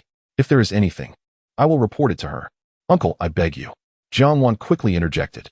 The thought of having to please the old lady made Jiang Wan uneasy, yet it seemed to be her only path forward. Little did she know her uncle would be so heartless as to send away his lawful wife. However, winning the favor of the old lady might not be entirely unfavorable. Behind her stood the Hua family, whose situation was superior to that of the Xiao family. She could endure for 2 or 3 years, and as she aged, the old lady would surely arrange a marriage for her. Over the years, she had garnered a fair amount of reputation, and with continued effort, she could certainly rise to prominence. Yet, this incident had illuminated many truths for Jiang Wan. Relying on others' affection was ultimately unsustainable, no matter how well her aunt treated her. She could leave without warning, leaving her utterly alone. From now on, she must strive to seize every opportunity available to her and never again allow herself to fall into such a pitiable and helpless state. Father, if you send Sister Jiang away, then you might as well send me away too. Xiao Wenying continued to protest nearby. Xiao Jingguan pondered carefully. After all, Jiang Wan had been raised in the Xiao household for many years. Returning her abruptly could invite gossip. And some might assume she had done something wrong to warrant her departure, potentially tarnishing her reputation. Moreover, with Jiang Shi already sent to the nunnery, if Jiang Wan returned, the Jiang family would likely send someone to inquire, which could rehash old troubles. Now that Jiang Wan was willing to accompany the old lady, since you have made your decision, you should spend more time with her. Your belongings in your courtyard should remain as they are. Keep everything your aunt provided for you. If there are items you desire, feel free to discuss them with the old lady. Xiao Jingguan relented. Jiang Wan breathed a sigh of relief. Thank you, uncle. However, just as she finished speaking, her fragile body suddenly swayed, and she fainted. Xiao Yuan was exceedingly anxious. Father, Sister An has always been frail, and today she was severely frightened by Xiao Yunjua. Upon her return, she was almost driven away again. Just look at how terrified she is. Please, take her back to rest and summon a doctor. Xiao Jingguan had not anticipated that Jiang Wan would be so deeply affected. Being a man, he lacked such delicate sentiments. He had always believed that the responsibility for a child lay with their biological parents, no matter how favorable the circumstances. They could never compare to the presence of one's own family. Given her situation, Jiang Wan would likely prefer to return to the Jiang family rather than remain here as a guest. Yet, he was taken aback by the depth of her feelings for the Xiao family. Thus, it would indeed be inappropriate to force her departure. Jiang Wan was soon carried back to her room. After a while, when she gently regained consciousness, she found that beside her, only Xiao Wenyuan was keeping vigil. Jiang Wan gazed at Xiao Wenyuan, realizing that he was one of the reasons she could remain in the Xiao household. With her aunt just having left, her uncle would likely consider Xiao Wenyuan's feelings, fearing that without his mother's care and the familiar presence of his cousin, he might suffer. Wenyuan, judging by your uncle's demeanor, he certainly will not advocate for you. But do not worry, although my aunt is not home. I shall take it upon myself to care for you well, Jiang Wan said, her voice hoarse yet filled with concern. Xiao Wenyuan's thoughts were not as convoluted. He was upset about being struck by Xiao Yunjua, but upon learning of his mother's illness, all grievances faded from his mind. At this moment, Jiang Wan's words reminded him of his own grievances. His mother had fallen ill so suddenly, she had seemed perfectly well when he left in the morning. Sister, you know our mother best. Do you have any idea what might be troubling her? Xiao Wenyuan asked, deeply worried. After a moment of contemplation, Jiang Wan hesitantly replied, My aunt has always been in good health, but recently she has had many disputes with her cousin and is uncertain how to guide her. It must be weighing heavily on her heart. Once again, it is because of her. How long will she continue to bring misfortune upon our family? Xiao Wenyuan gritted his teeth. Jiang Wan fell silent. At this moment, the true instigator, Xiao Yunjua, was resting with closed eyes, sensing the overwhelming resentment emanating from the Wu family residence nearby. Wu San, after leaving the little sorcerer's stall, had become somewhat distraught. Although the past events had long since faded from public memory, and even the neighbors had ceased to harbor any suspicion, he had not anticipated that suddenly. A little charlatan would bring it all back to light, even articulating truths that were eerily accurate. Upon returning home from the street, he felt an inexplicable chill creeping down his spine, accompanied by a general sense of unease. Achoo! Wu San sneezed several times in succession, unable to suppress his frustration. It was all the fault of that little sorcerer, whose nonsense had rendered him distracted. That mad charlatan must have been guessing at random. He had conducted himself impeccably back then, and the authorities had found no fault in him. The elder brother met his demise due to a self-inflicted leg injury, while the eldest nephew perished from a venomous snake bite. The younger nephew was declared by the authorities to have fallen into a well by accident, with no witnesses or evidence to attest to his involvement. The sole possessor of the truth was the elder sister-in-law, but she has long since departed from this world. The mere thought of her maid Wu San chuckled derisively. What a foolish woman she was. Had she been a tad more prudent, refraining from spending money on her children's education and instead transferring the family fortune to him, would he have felt the need to resort to such measures? In her final moments, she even donned a crimson attire to frighten him. How absurd.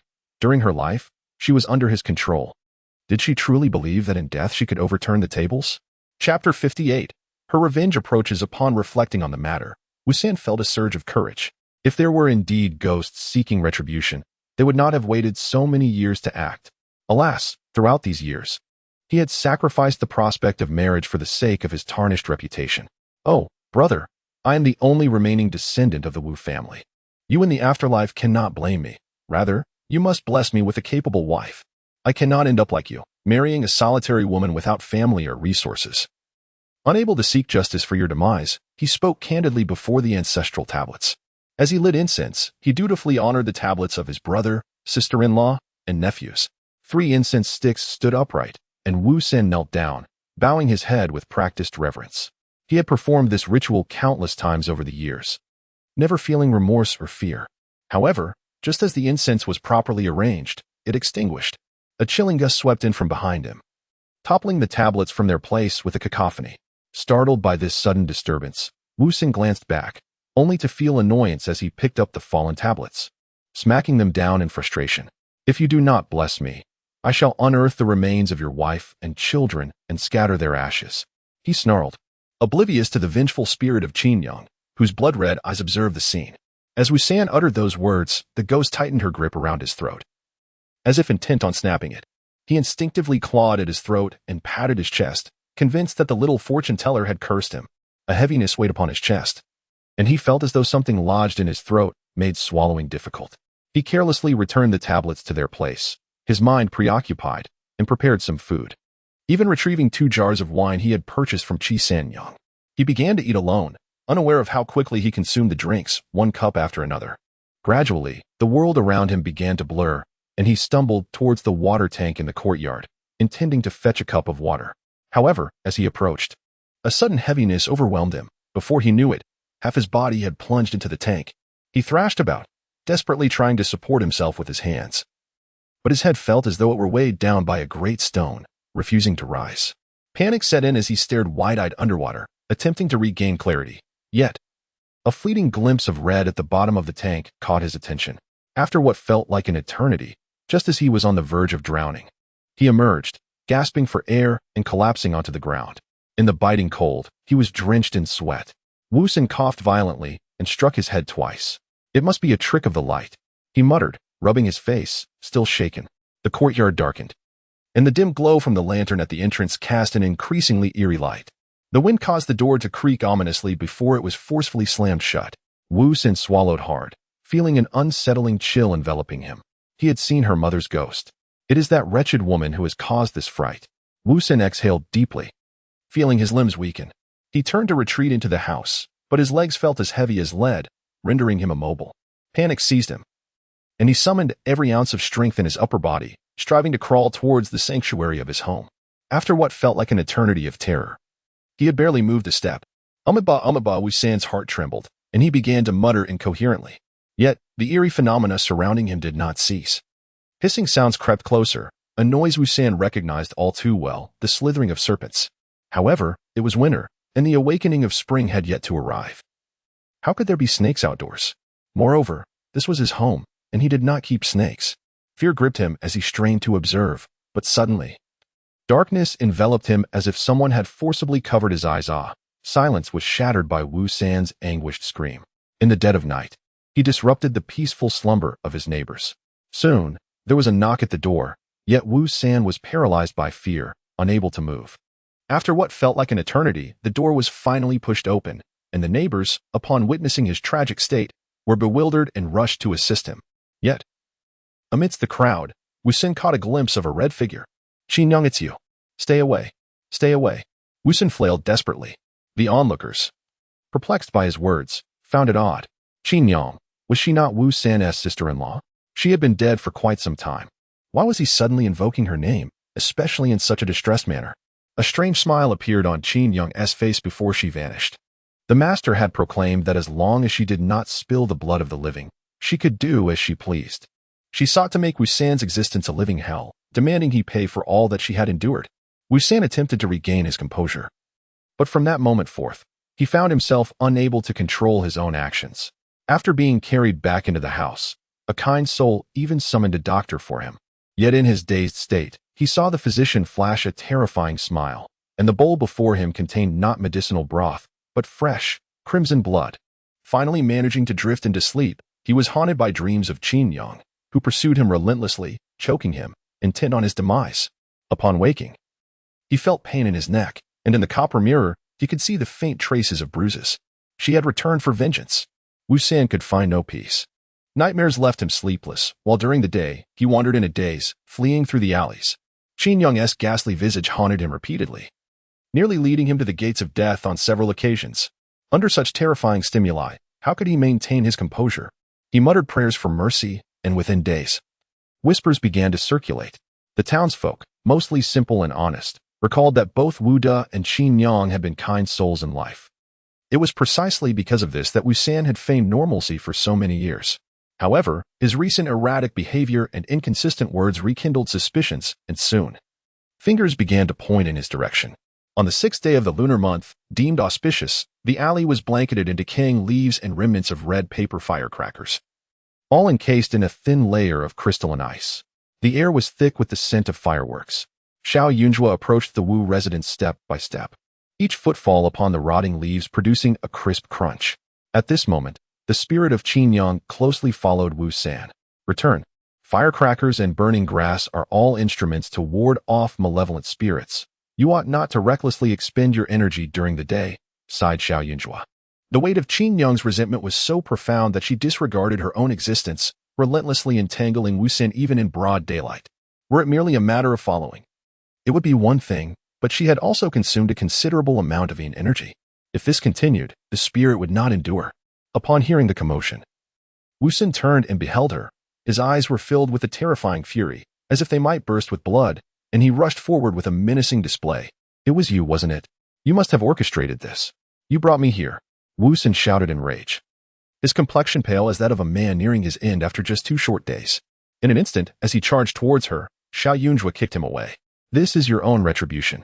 You poisoned your brother's ailing leg, causing his demise, and tormented your 2 nephews, driving your sister-in-law to her death. After many years, this debt has finally found someone to collect it," Xiao Yunjua articulated, each word imbued with conviction as her gaze remained steadfast upon him. Qin Yang descended beside her, standing shoulder to shoulder with her. Chapter 59. A display of authority. Xiao Yunjua's voice was not harsh, yet to Wu San's ears, it resonated with an unbearable sharpness. The dread he felt towards Qin Yang, coupled with an overwhelming desire for survival, caused him to lose all sense of control. His blood-red eyes brimmed with murderous intent as his previously fallen body suddenly crawled sideways. Grasping a stone from the corner, he swiftly rose, resembling a vicious brigand as he hurled it towards Xiao Yunjua. "I will kill you." Wu San's furious voice was terrifying. The passers-by in the alley were taken aback by this scene. Indeed, Wu San had gone mad. His incessant mutterings over the past few days were one thing, but now he was attacking innocent pedestrians. The size of the stone was such that, if it struck the young girl's head, it could easily claim her life. Gasps of alarm erupted, and some rushed forward to intervene. Wu San aimed at Xiao Yunjua with all his might, yet she effortlessly dodged aside. Wu San stumbled twice before changing direction. His mind was consumed by madness, and he vowed not to rest until Xiao Yunjua lay dead. However, as he lunged once more, Qin Yang ensnared his foot. To the ordinary observer, it appeared he had lost his balance and fallen unexpectedly, his head striking the massive stone he held, causing blood to flow forth. Wu San's intent to kill was a grave matter, and soon, citizens sought the authorities. Just days ago, Wu San had been well, but now, He was inexplicably shouting about Qin Yang, his deceased sister-in-law, whose family had met a tragic end. We had previously suspected that his brother's demise was not normal. But given Wu San's apparent grief, the authorities had taken no action. Now, it seemed he might indeed be the murderer. Yes, I live next door. And I heard him say last night that his brother deserved it, implored one witness. Officials, you must investigate thoroughly. Wu's family was genuinely kind and warm-hearted. And that young girl who was nearly struck, thankfully she managed to dodge in time. Otherwise, she would have been killed on the spot. The officers initially believed it to be a common case of assault, as the capital's populace often experienced feuds and disturbances. However, upon learning of the potential connection to a previous murder, they became alert and promptly apprehended Wu San. As the victim, Xiao Yunzhuo was also required to accompany them to the magistrate's office. She did not refuse, instead following along with an air of lightness. Meanwhile, the spirit of Qin Yang floated ahead of Wu San. His yang energy was too weak. With just a slight exertion, Qin Yang could reveal her ghostly visage, causing Wu San to struggle and shout in panic as he was taken away. For someone like Wu San, it was best if the authorities could manage the situation. Upon reaching the magistrate's office, Xiao Yunzhuo presented herself as a demure and frightened bystander, devoid of any suspicious demeanor. Young and innocent-looking, she recounted the events to the scribe, ready to depart but required to leave her identity for future inquiries. However, when Xiao Yunzhuo revealed her name, the scribe paused, visibly taken aback and somewhat incredulous. Which young lady would wander through the humble streets of common folk? Moreover, the Xiao family, their esteemed elder, bears the surname Hua, which seems to bear some kinship with the former renegade of the Xiao clan, does it not? Xiao Yunzhuo waited patiently at the government office. She sat demurely, her demeanor so serene that she appeared devoid of any sharp edges, yet her eyes occasionally flitted about, surveying her surroundings.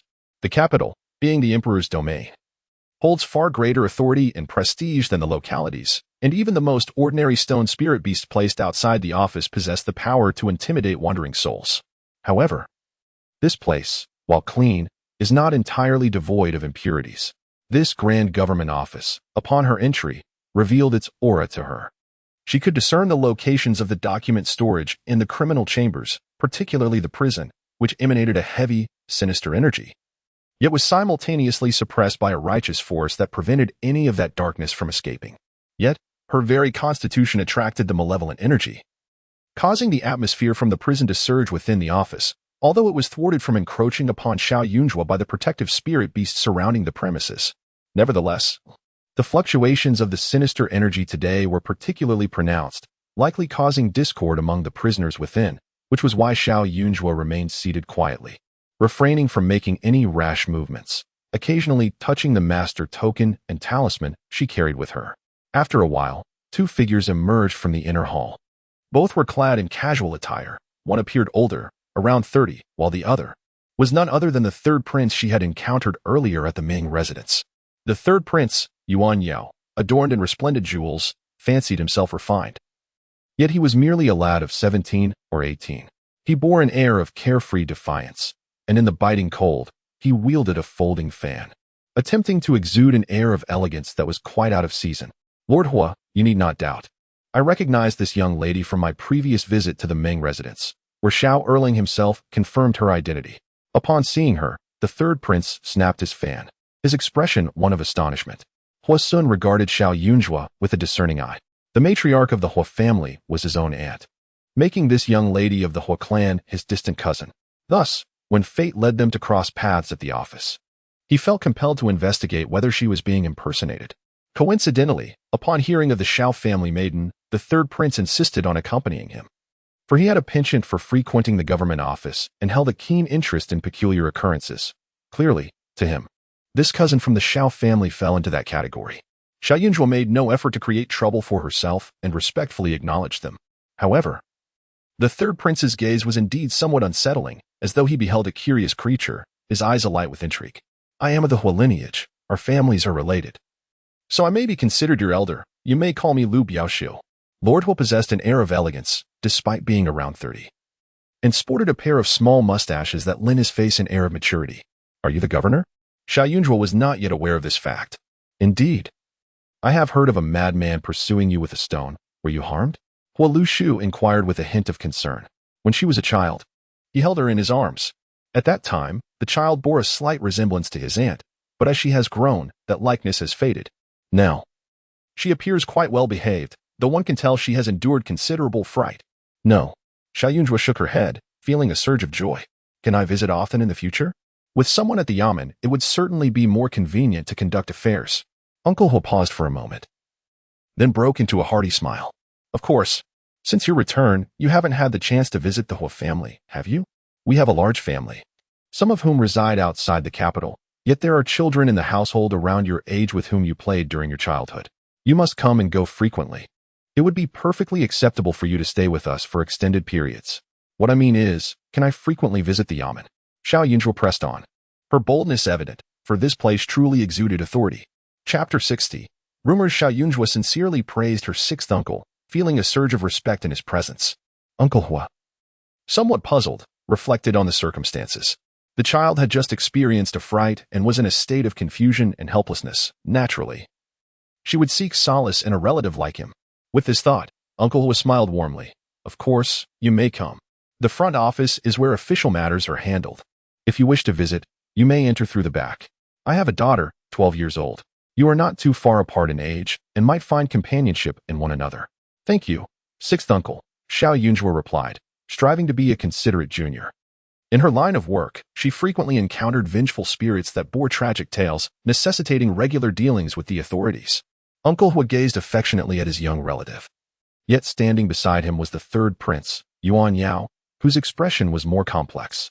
The last time he had encountered Miss Xiao, she had not exhibited such demeanor. When facing Ming's third young master, she had been exceedingly audacious, disregarding even her own elder brother's standing, exuding an air of wildness that was quite entertaining. How was it that in just a few days, she had been tamed by propriety? Yuan Yao clicked his tongue, last time at the Ming residence. I left in haste, and did not have the pleasure of properly meeting Miss Xiao. It seems fate has brought us together again today. Since you are the niece of Lord Hui, it is fortuitous. I hold a close friendship with him. As I encounter you, it would be remiss not to present a token, so here, take this piece of jade. With that, he produced a white jade piece from his robe and tossed it into Xiao Yunzhua's hands. Uncle He's temples throbbed. How could a man in his 30s befriend a 17-year-old youth? It was evident that His Highness, the Prince of Chang, was affable with everyone, addressing all his brothers. His status was exalted. Even the emperor treated him with deference. Such indulgence was merely an act of entertaining a child. Who would have thought that this person would display such familiarity with him while treating his niece with a semblance of elderliness? Quite inappropriate. Sigh. Yet, this was not the first time the prince had gifted jade. He possessed a collection of fine-quality jade, and his guards carried several pieces of lesser quality. Upon meeting new acquaintances, he would distribute them according to his whims. Fortunately, he was the emperor's son. Otherwise, his generosity could deplete a fortune. Uncle He felt a throbbing headache. Xiao Yunzhua examined the jade in her hand, her brow furrowing. I cannot accept this. Uncle He's heart skipped a beat. It is from the prince. You should accept it. Xiao Yunzhua felt helpless. While the jade was exquisite, she truly could not accept it.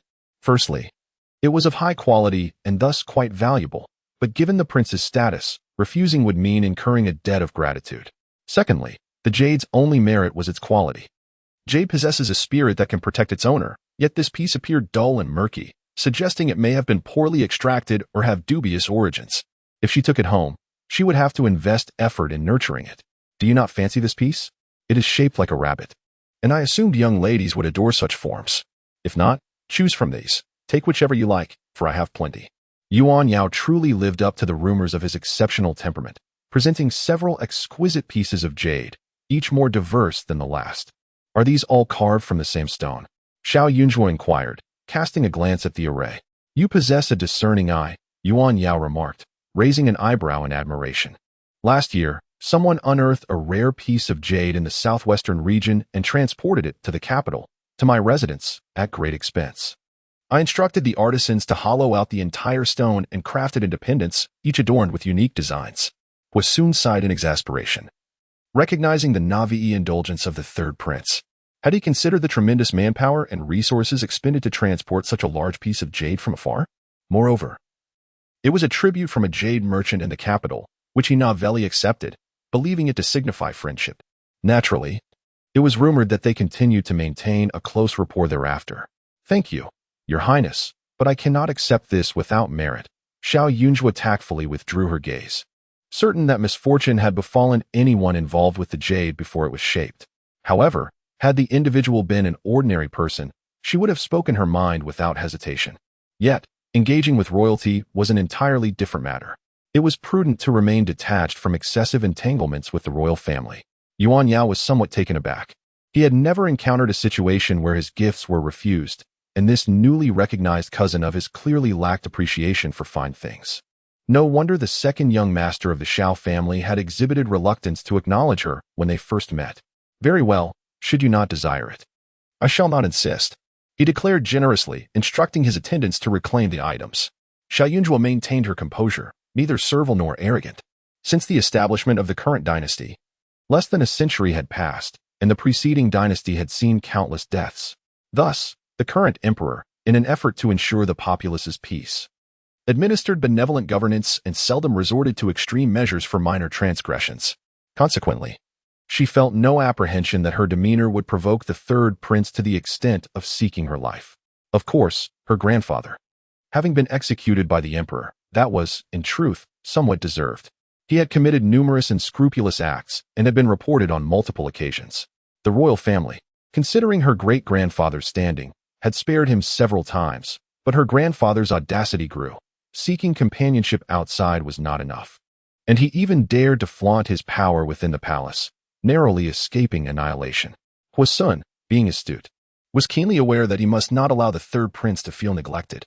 He promptly invited him to review the case files of Wu San, as it was said that the third prince had a penchant for such intriguing matters. After Xiao Yunjue acknowledged their familial connection, Hua soon summoned 2 constables to escort her home. At home, Xiao Zhenguan felt somewhat numb. He could only console himself with the thought that, at least this time, when his daughter stayed out late, she had the courtesy to send someone to notify him. You dare return.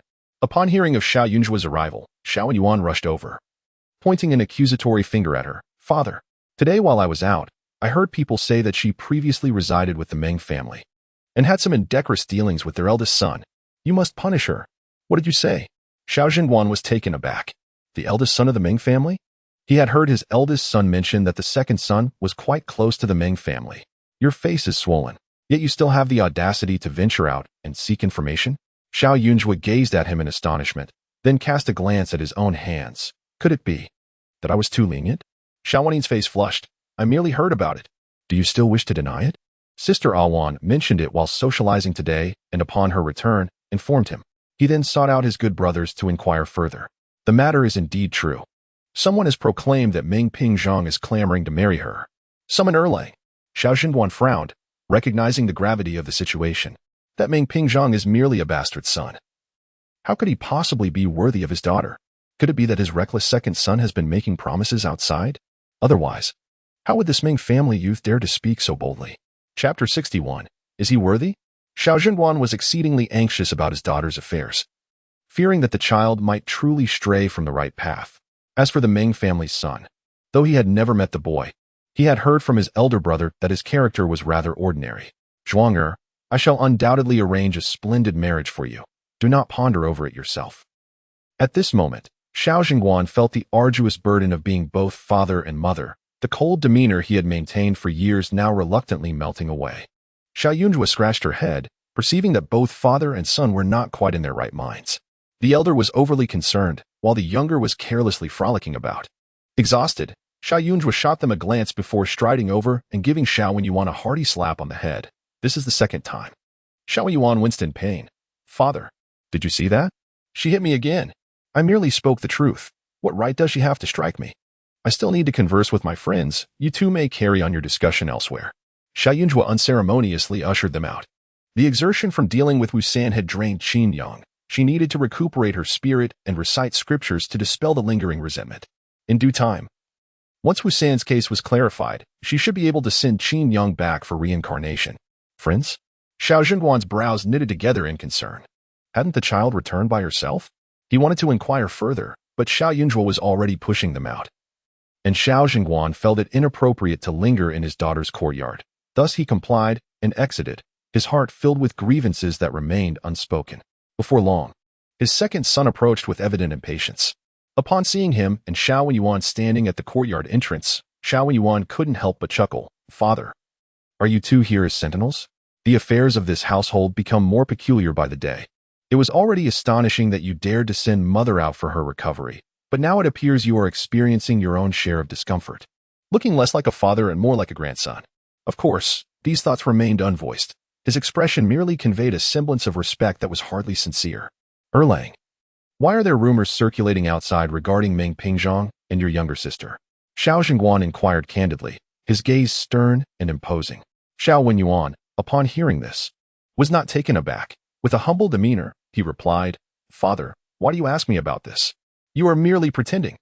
My elder brother has already informed me that you have been quite close with Meng Pingzhong. The Meng family's legitimate heir has inexplicably suffered, and it is likely due to your involvement. Xiao Zhengguan retorted angrily. Yet Xiao Wenyuan showed no fear. Father, have you not inquired further? I was the one who saved the Meng family's heir. I had nothing better to do than to harm him and then assist him. My sister delivered excellent medicine to the Meng family, offending Meng Pingzhong, and now he won't even acknowledge me. If you seek to hold me accountable, have you not mistaken your target? He was well aware of the abduction of the Meng family's heir, having been privy to the entire situation. Since Meng Pingzhong had been his friend, he naturally considered his friend's future. Thus, why would he obstruct it? As for the act of saving someone afterward, it was never part of his consideration. By chance, he encountered the third prince, who happened to be in need of an opportunity to befriend the third imperial prince. In comparison to the advantages that presented themselves, the future of a friend naturally seemed less significant. However, did he commit any wrongdoing? No, not at all. In fact, he accomplished a great deed. Thus, when criticized by his father, Xiao Wenyue felt neither shame nor guilt, but instead, an overwhelming sense of integrity. Recently, young Master Meng had been in high spirits, which vexed Meng Pingzhong, leading him to seek some amusement at his younger sister's expense. If you genuinely wish for him to marry her, he would probably not even deign to look at her. Xiao Wenwei remarked nonchalantly, moreover, it is merely a trivial matter. Why the haste? Lord Meng has already decided to separate Meng Pingzhong. Before long, he will be nothing more than a discarded son of the aristocracy. And who will believe his outcries? With an expression of calm assurance, Xiao Wenwei seemed to possess all the knowledge of the situation. Xiao Zhen's heart surged with tumultuous waves. When did Lord Meng declare his intentions to separate him? Your news is indeed outdated. Xiao Wenyue cast a disparaging glance at Xiao Wenin, revealing that Meng Pingzhong had secretly kept the undergarment of Princess Dongyu. After Lord Nanyuan confronted Lord Meng about this, both families convened and agreed to discuss a marriage arrangement, likely to be finalized after the spring examinations. Xiao Zhen and Xiao Wenin exchanged bewildered glances. The infamous Princess Dongyu was well known throughout the realm. She was the youngest daughter of the old king of Nanyuan, greatly favored during her father's lifetime, who had arranged 2 previous marriages for her. The first was to the son of the Danzhou governor, a match of equal talents, which initially seemed promising, but did not last long. The princess resorted to beating her in-laws with a whip, leading to a marital rift, and she was eventually sent back, with Lord Nanyuan negotiating. The outcome was a divorce. The second marriage was to the previous year's top scholar. However, shortly thereafter, marital discord ensued, and the scholar even descended into madness, repeatedly lamenting to the Nanyuan residents about the princess's malevolence. After failing to achieve resolution, he resorted to violence against the young princess, resulting in mutual injuries. The scholar had his eyes gouged out, while the young princess suffered the loss of a hand. The affair became a scandalous debacle, with neither party emerging unscathed. Subsequently, upon the death of the old king, the princess's elder brother ascended the throne, displaying indifference towards his troublesome sister. Now, with the mourning period over, Lord Nanyuan had no desire to keep this spoiled, troublemaking sister, who had also suffered an injury, in his household. He indeed intended to find her a suitor. But the princess's notorious reputation was known even beyond the capital, making it impossible to simply choose an unworthy commoner to marry her. Thus, the marriage negotiations remained stagnant. Unless Lord Meng were to lose his sanity, he would never permit such a daughter-in-law to enter his home. The discord between Princess Dongyu and her second husband persisted, her spouse being too old to win her favor. On one occasion, the princess was caught in a compromising situation at the hot spring villa by Meng Pingzhong, who subsequently stole her clothing. Xiao Wenyue seemed unperturbed by the shocking revelations he had just disclosed. That incident had occurred 3 or 4 years ago, when Meng Pingzhong was still under 14, daring only to pilfer undergarments, not daring to engage in any further actions. Xiao Zhen could only lament his failure to shield his younger son's ears in time. Where did you hear such scandalous tales? Xiao Zhengguan was genuinely shocked. At a loss for words, Xiao Wenyue, however, remained remarkably composed. Is there a need to hear about it? I witnessed it with my own eyes.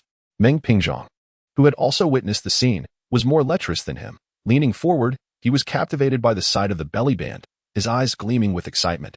Consequently, he acted as a lookout, facilitating Meng Pingzhong's acquisition of the item, which he still cherished to this day. As Xiao Zhengguan listened, a vague sense of unease crept over him, and suddenly, his expression turned cold. Come with me to the ancestral hall. Xiao Wenwei showed no surprise and offered no resistance, calmly acquiescing to his father's command. At this moment, Xiao Zhengguan understood perfectly well. Meng Pingzhong was no fool. He would never divulge the secret of hoarding the princess's belly band. Thus, the only one who could have revealed it was none other than his own son. Upon reaching the ancestral hall, Xiao Wenwei instinctively knelt down. You have resorted to underhanded tactics to facilitate the marriage between the two families, haven't you? Xiao Zhengguan held the family regulations firmly in his hand. What of it? Xiao Wenwei replied, his voice soft yet resolute. He had deliberately disclosed this matter to his father, knowing that Meng Pingzhong would inevitably seek retribution. Since a beating was unavoidable, he might as well brace himself and endure it sooner rather than later. If Meng Pingzhong could surpass the legitimate son of the Meng family and take his place, then he might indeed be of some use. However, with such impulsiveness and a lack of intellect, how could he dare to insult him using his sister's reputation? Who did he think he was? Chapter 62. Where is your mind? Xiao Zhengguan gazed at his son, who remained unrepentant, his heart filled with astonishment. All along, he had believed his second son to be merely weak-willed, a frivolous and indolent youth, never imagining that this child could so coldly inflict harm upon others. Even if Meng Pingzhong was no paragon of virtue, one ought not to resort to such despicable means against him. It is well known that you were once close friends. Yet you have turned your back and left him with no chance of redemption. From this day forth, who would dare to confide in you? Under pressure from King Neiyuan, Lord Ming had no choice but to accept the match, but should he discover your treachery behind the scenes, would he let you off so easily? Xiao Zhengguan, in a state of deep concern, lamented his grave mistake. What mattered more than one's future or family honor was the upbringing of one's children. For years, he had been preoccupied with official duties, only compelling them to study during his brief returns home, never truly paying attention to their genuine natures. Xiao Wenwei, however, felt unjustly accused. His father's interference was overly cumbersome. Schemes, both covert and overt, were merely means to an end. If Meng Pingzhong acted without righteousness, why should he show him mercy? Maintaining his demeanor, Xiao Wenyue conceded that if his father deemed him wrong, then he would accept that judgment, vowing never to err again. Xiao Zhengguan, however, perceived no sincerity in his son's response. In truth, he believed that Xiao Wenyue failed to grasp the weight of his words. His astonishment was not merely at the animosity towards Meng Pingzhong, but rather at the swiftness and cruelty with which his son had severed ties. With a single blow, he had rendered Meng Pingzhong powerless. You have known him for years, a bond akin to that of brothers. How could you act without a twinge of discomfort? Xiao Zhengguan spoke, his mood heavy with despair. Xiao Wenyue felt deeply troubled. He straightforwardly articulated the answer his father sought. He was not foolish enough to jeopardize his reputation for the likes of Meng Pingzhong. Thus, after enduring his father's reprimands, he would approach Meng Pingzhong again. The leverage he held extended far beyond mere trifles. He was acutely aware of Meng Pingzhong's prior involvement in the abduction of his own brother. And if Meng Pingzhong wished to survive, he would need to treat him with utmost respect and deference.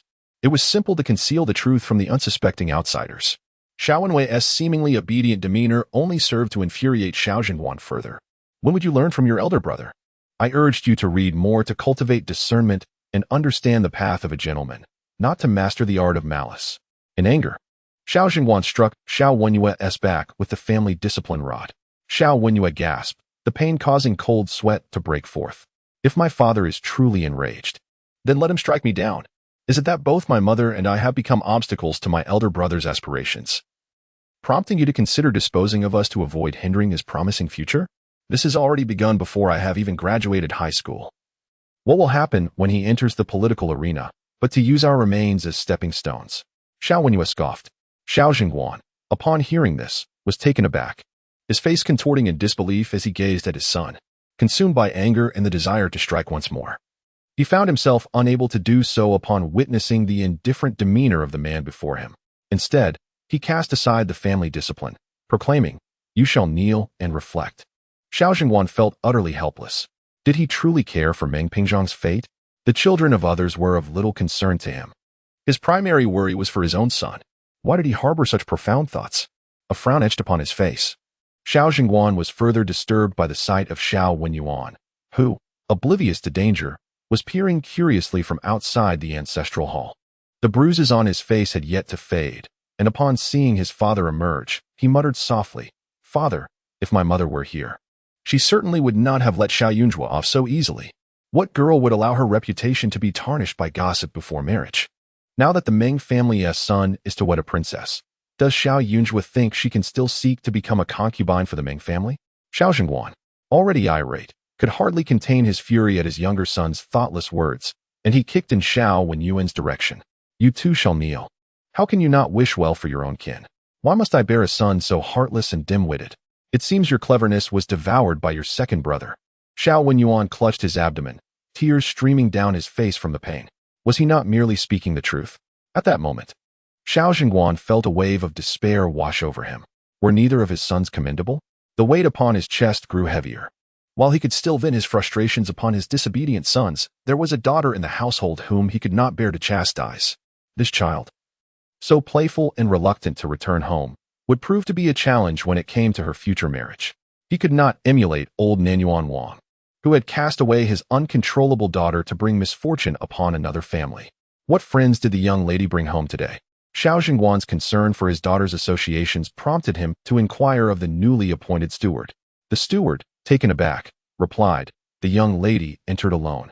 However, Lord Hua did send 2 constables to escort her." "Lord Hua? My 6th cousin?" Xiao Jingguan quickly pieced together the connection. The Hua family was numerous, with 4 officials among their direct descendants. 2 were stationed away, while 1 was the old lady's nephew, his elder cousin, who had risen to the position of minister. And the other was the provincial governor, Hua Sun. The Lord Hua mentioned by the steward must refer to the 6th master of the Hua family. The Hua family was notoriously aloof and disinterested in socializing. It was perplexing that they would suddenly intersect with his daughter. "You must investigate this matter immediately," Xiao Jingguan urged, furrowing his brow with anxiety. The Hua family had no fondness for him, as they believed the old lady had endured hardship in her youth, and he, being his father's offspring, often bore the brunt of their resentment. Each encounter was met with disdainful glances, and as the Hua family hailed from a scholarly background, his martial prowess did little to endear him to them.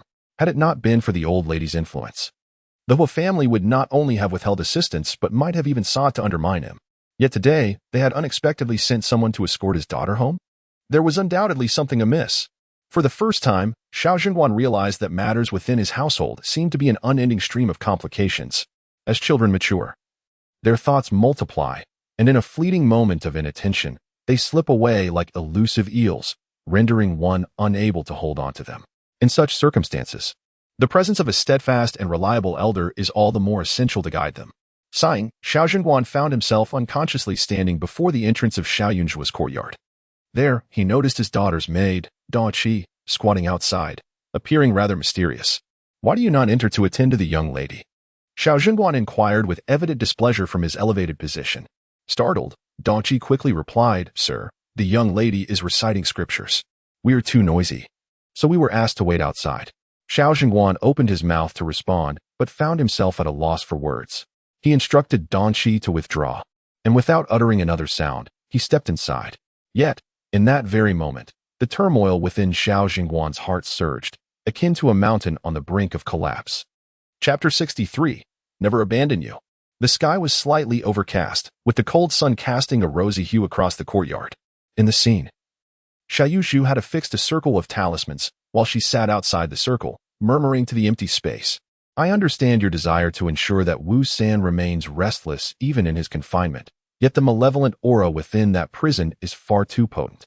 Once you enter, the resentment within you will only intensify. Should you inadvertently bring about Wu San's demise, it would spell ruin for yourself. I can be kind to you now, but if you were to become an irredeemable, vengeful spirit, I would have no choice but to subdue you, to prevent you from losing control and harming the innocent. You must trust my esteemed cousin. I have just observed his countenance, and it radiates vitality and dignified authority, surely marking him as a good official who will uncover the truth. You say he appears too frail to inflict punishment? That may well be true. However, with the heavy aura of negativity surrounding Wu San, he would undoubtedly suffer greatly in prison. Even if the officials refrain from torture, he will be at the mercy of other inmates and will endure torment. As Xia Yuzhu spoke, a smile graced her lips. Xiao Zhenguan, witnessing this, felt a chill creep down his spine. He hurriedly retreated and, observing the foolishly vacant expression of Dong Qi, asked with utmost seriousness, "Is the young lady always like this? Talking to herself and preferring solitude?" Indeed, Dong Qi nodded affirmatively. The young lady is certainly a bit peculiar. A wave of concern washed over Xiao Zhenguan. This child must have endured great suffering while lost, which had led to her current state of confusion. He had also heard that prolonged repression could manifest such symptoms. In the military camps, he had witnessed similar cases. To foster improvement, one must provide ample care and ensure she experiences the vibrancy of life, lest she feel neglected. Xiao Zhenguan's heart was heavy with worry. After a while, the steward returned from his inquiries. "Master, the young lady went out for a stroll today and nearly had her head smashed by a rogue.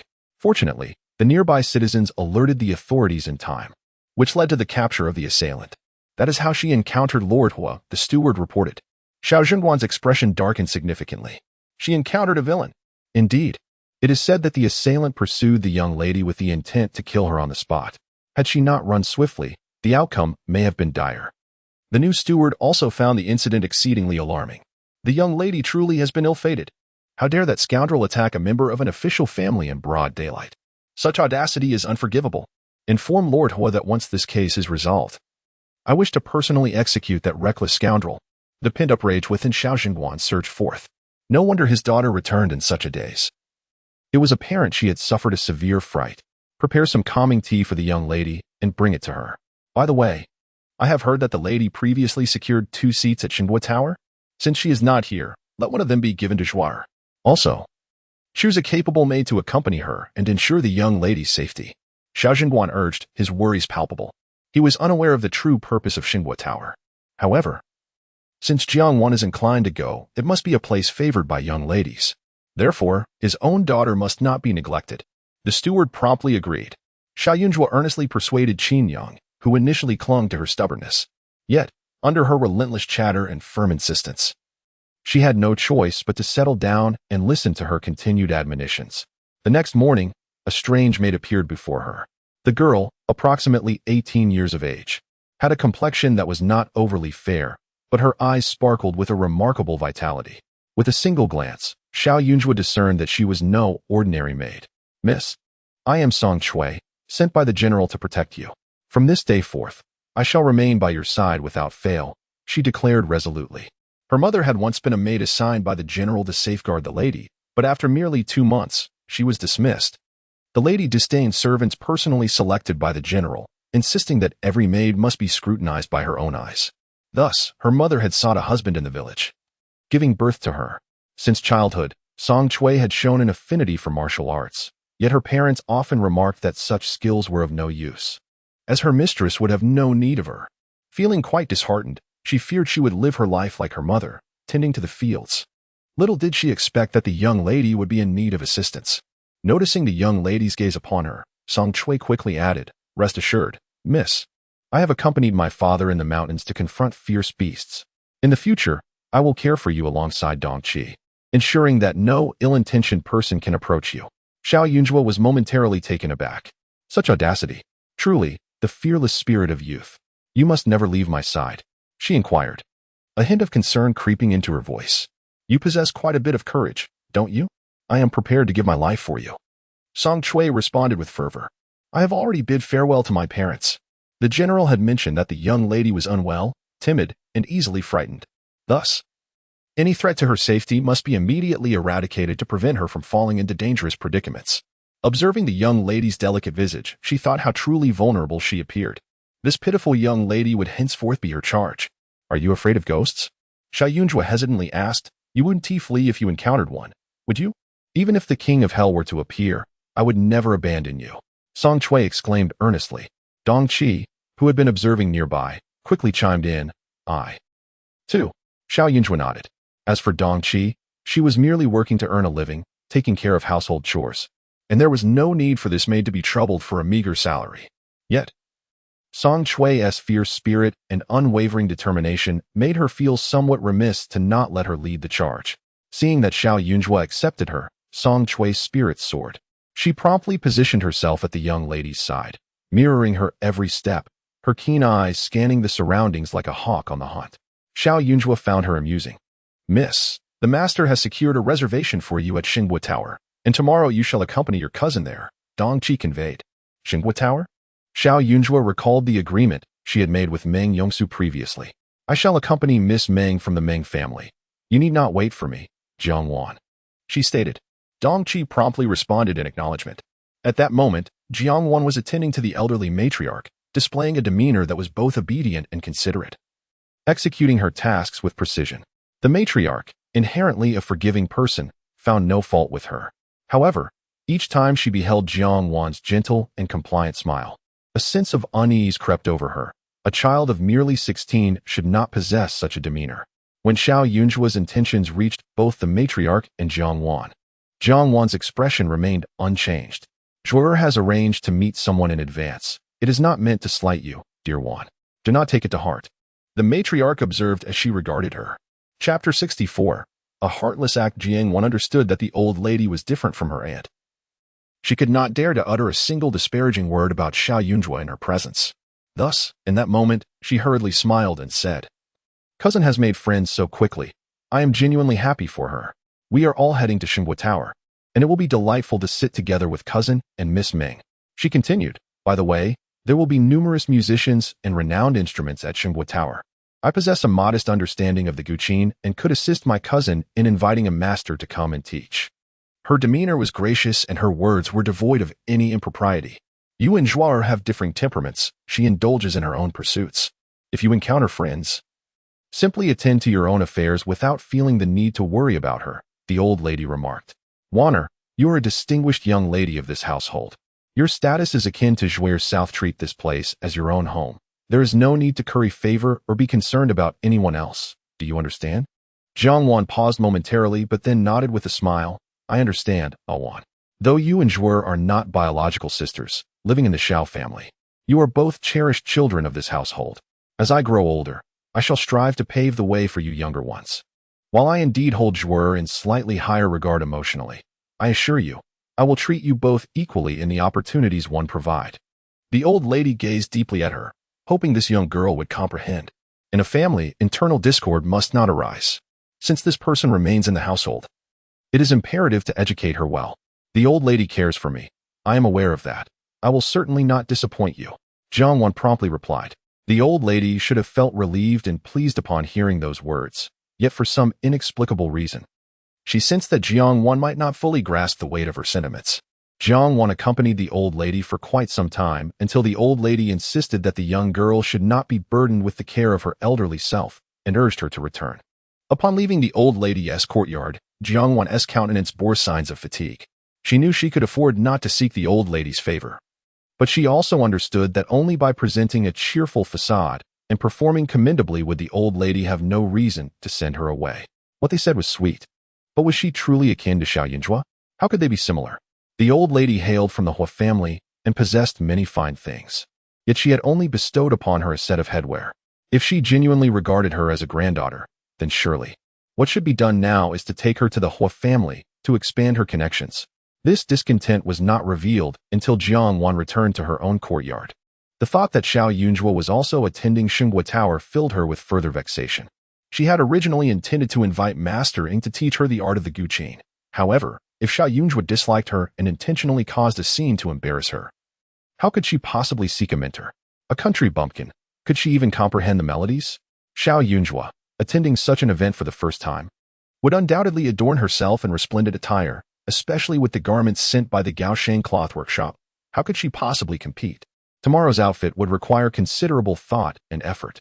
As she pondered over her attire, Jiang Wan noticed the pitch-black sky outside and suddenly remembered that Xiao Wenyuan had not come to find her. Has my second cousin and younger cousin knelt at the ancestral hall again? Jiang Wan inquired. Indeed, it appears to be yet again due to the young lady, her maid. brought from the Jiang family, is exceedingly loyal to her. Jiang Wan was initially prepared to rest, but she quickly regained her vigor. Fetch some pastries from the small kitchen and see how they fare. Xiao Yunjua does have a talent for offending others. The harsher her transgressions, the more her cousin and younger cousin will regard her favorably. As long as the Xiao family possesses this legitimate young lady, others will scarcely acknowledge her as a mere cousin. Therefore, she must convey to Xiao Yunjua that after a gap of over a decade, she has forfeited her right to compete with her. Within the ancestral hall, Xiao Wenwei and Xiao Wenin remained on their knees. Both bore a pallid complexion, having been severely punished this time, particularly Xiao Wenyue, whose garment bore the marks of being struck by branches. Why was their uncle so enraged this time? In the past, even when made to kneel, they were allowed to eat, right? Did their elder cousin not advocate for them? Jiang Wan hastily brought forth the items. At this moment, Xiao Wenin was rendered speechless by his tears. How he regretted his words. Had he known, he would have kept his mouth shut about Xiao Yunjua. His father seemed intent on their demise. She would not concern herself with their well-being. Xiao Wenin lamented, feeling utterly hopeless. With his father as a formidable ally, he would surely never triumph over her. Perhaps he might plead with her? Tomorrow she would attend the Xinghua Tower to listen to music, surely. Her mood would be favorable, Jiang Wan suggested softly. She still intends to listen to music. Truly heartless. Xiao Wenin seethed, but upon noticing Jiang Wan's troubled expression, he quickly added, Sister Awan, I did not mean you. I know you have been preparing to go. You are not like her. Xiao Yunjua knows nothing. How could they remain in this position indefinitely? Jiang Wan said, I will accompany you. I refuse to believe that uncle would punish me as well. Ayan, I promise to take good care of you, and I shall share your burdens. Xiao Wenin felt a surge of gratitude. Sister Awan, you are truly the best to me. With mother absent, you are all I have. Jiang Wan gently patted Xiao Wenin's back. Cousin, you must be aware of why my mother was sent away, correct? At that moment, Xiao Wenwei suddenly inquired. Since the day their mother left home, he had harbored some doubts. It could not possibly be due to Steward Tian. Jiang Wan's hand trembled slightly, yet she quickly mustered a semblance of a smile. How could I possibly know? Uncle would never confide in me. Xiao Wenyue scoffed sarcastically. How could Jiang Wan be unaware? Her information was always the most accurate. In the past, whenever he befriended someone outside or ventured somewhere unbeknownst to their mother, Jiang Wan could relay the details to her with pinpoint precision. Her reluctance to speak now must surely indicate that the matter was a grave error on their mother's part. A significant blunder committed by their mother. Xiao Wenyue needed not to think too hard. He could surmise much already. He simply yearned to hear the truth from her lips. Continue kneeling then. Indulge too much, and you might choke. Xiao Wenyue shot a glance at Xiao Wenin, casually swatting the pastries from his grasp. Then coldly addressed Jiang Wan. This is the Xiao family's ancestral hall. After all, you are a Jiang. Do not wander in freely. Jiang Wan felt a surge of anxiety. Her eyes misty as she cautiously said, I shall take my leave now. Ah Yin, I will just wait for you at the door from now on. Xiao Wenin felt even more aggrieved. Why was this happening? His father acted this way, and so did his second brother. They all seemed to conspire against him. He was simply hungry, yearning for a morsel of food. Must they truly let him starve? Jiang Wan hurriedly departed, her heart still racing. She cast a glance back at her second cousin, who was enduring punishment in a kneeling position, and felt as though everything she cherished was gradually slipping away towards Xiao Yunjua. She needed to swiftly identify her aspirations and secure her future. Chapter 65. Disassembled. At dawn, the Xiao family had prepared 2 horse-drawn carriages. When the time arrived, Xiao Yunjua stepped outside, closely followed by Song Chui. Jiang Wan had long been ready, and as she sat inside the carriage waiting, she lifted the curtain upon seeing Xiao Yunjua emerge. She scanned her attire from head to toe and noted with some relief that Xiao Yunjua had seemingly not made any special effort to adorn herself. She wore the most popular golden embroidered garments from the Gaosheng fabric shop, which, while elegant, were rather common. Unexpectedly, her cousin was also heading to Xinghua Tower. If you find yourself at a loss for words later, just nod and smile. I know many people and will ensure to greet my friends in advance. If anyone dares to mock you, I, Jiang Wan, will certainly stand up for you. Jiang Wan's tone was gentle and concerned, yet her eyes bore a hint of sarcasm. Xiao Yunjua paused, glancing at her.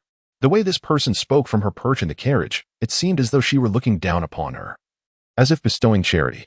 The last time they met outside, Xiao Yunjua had only confronted Xiao Wenyuan, merely warning Jiang Wan, who had evidently not learned from the experience. Her patience was finite. If given an opportunity and it was squandered, she could not be blamed for her lack of mercy. Did the young lady go out to the account to withdraw money? How much? Xiao Yunjua inquired, directing her gaze towards the steward who had personally accompanied her.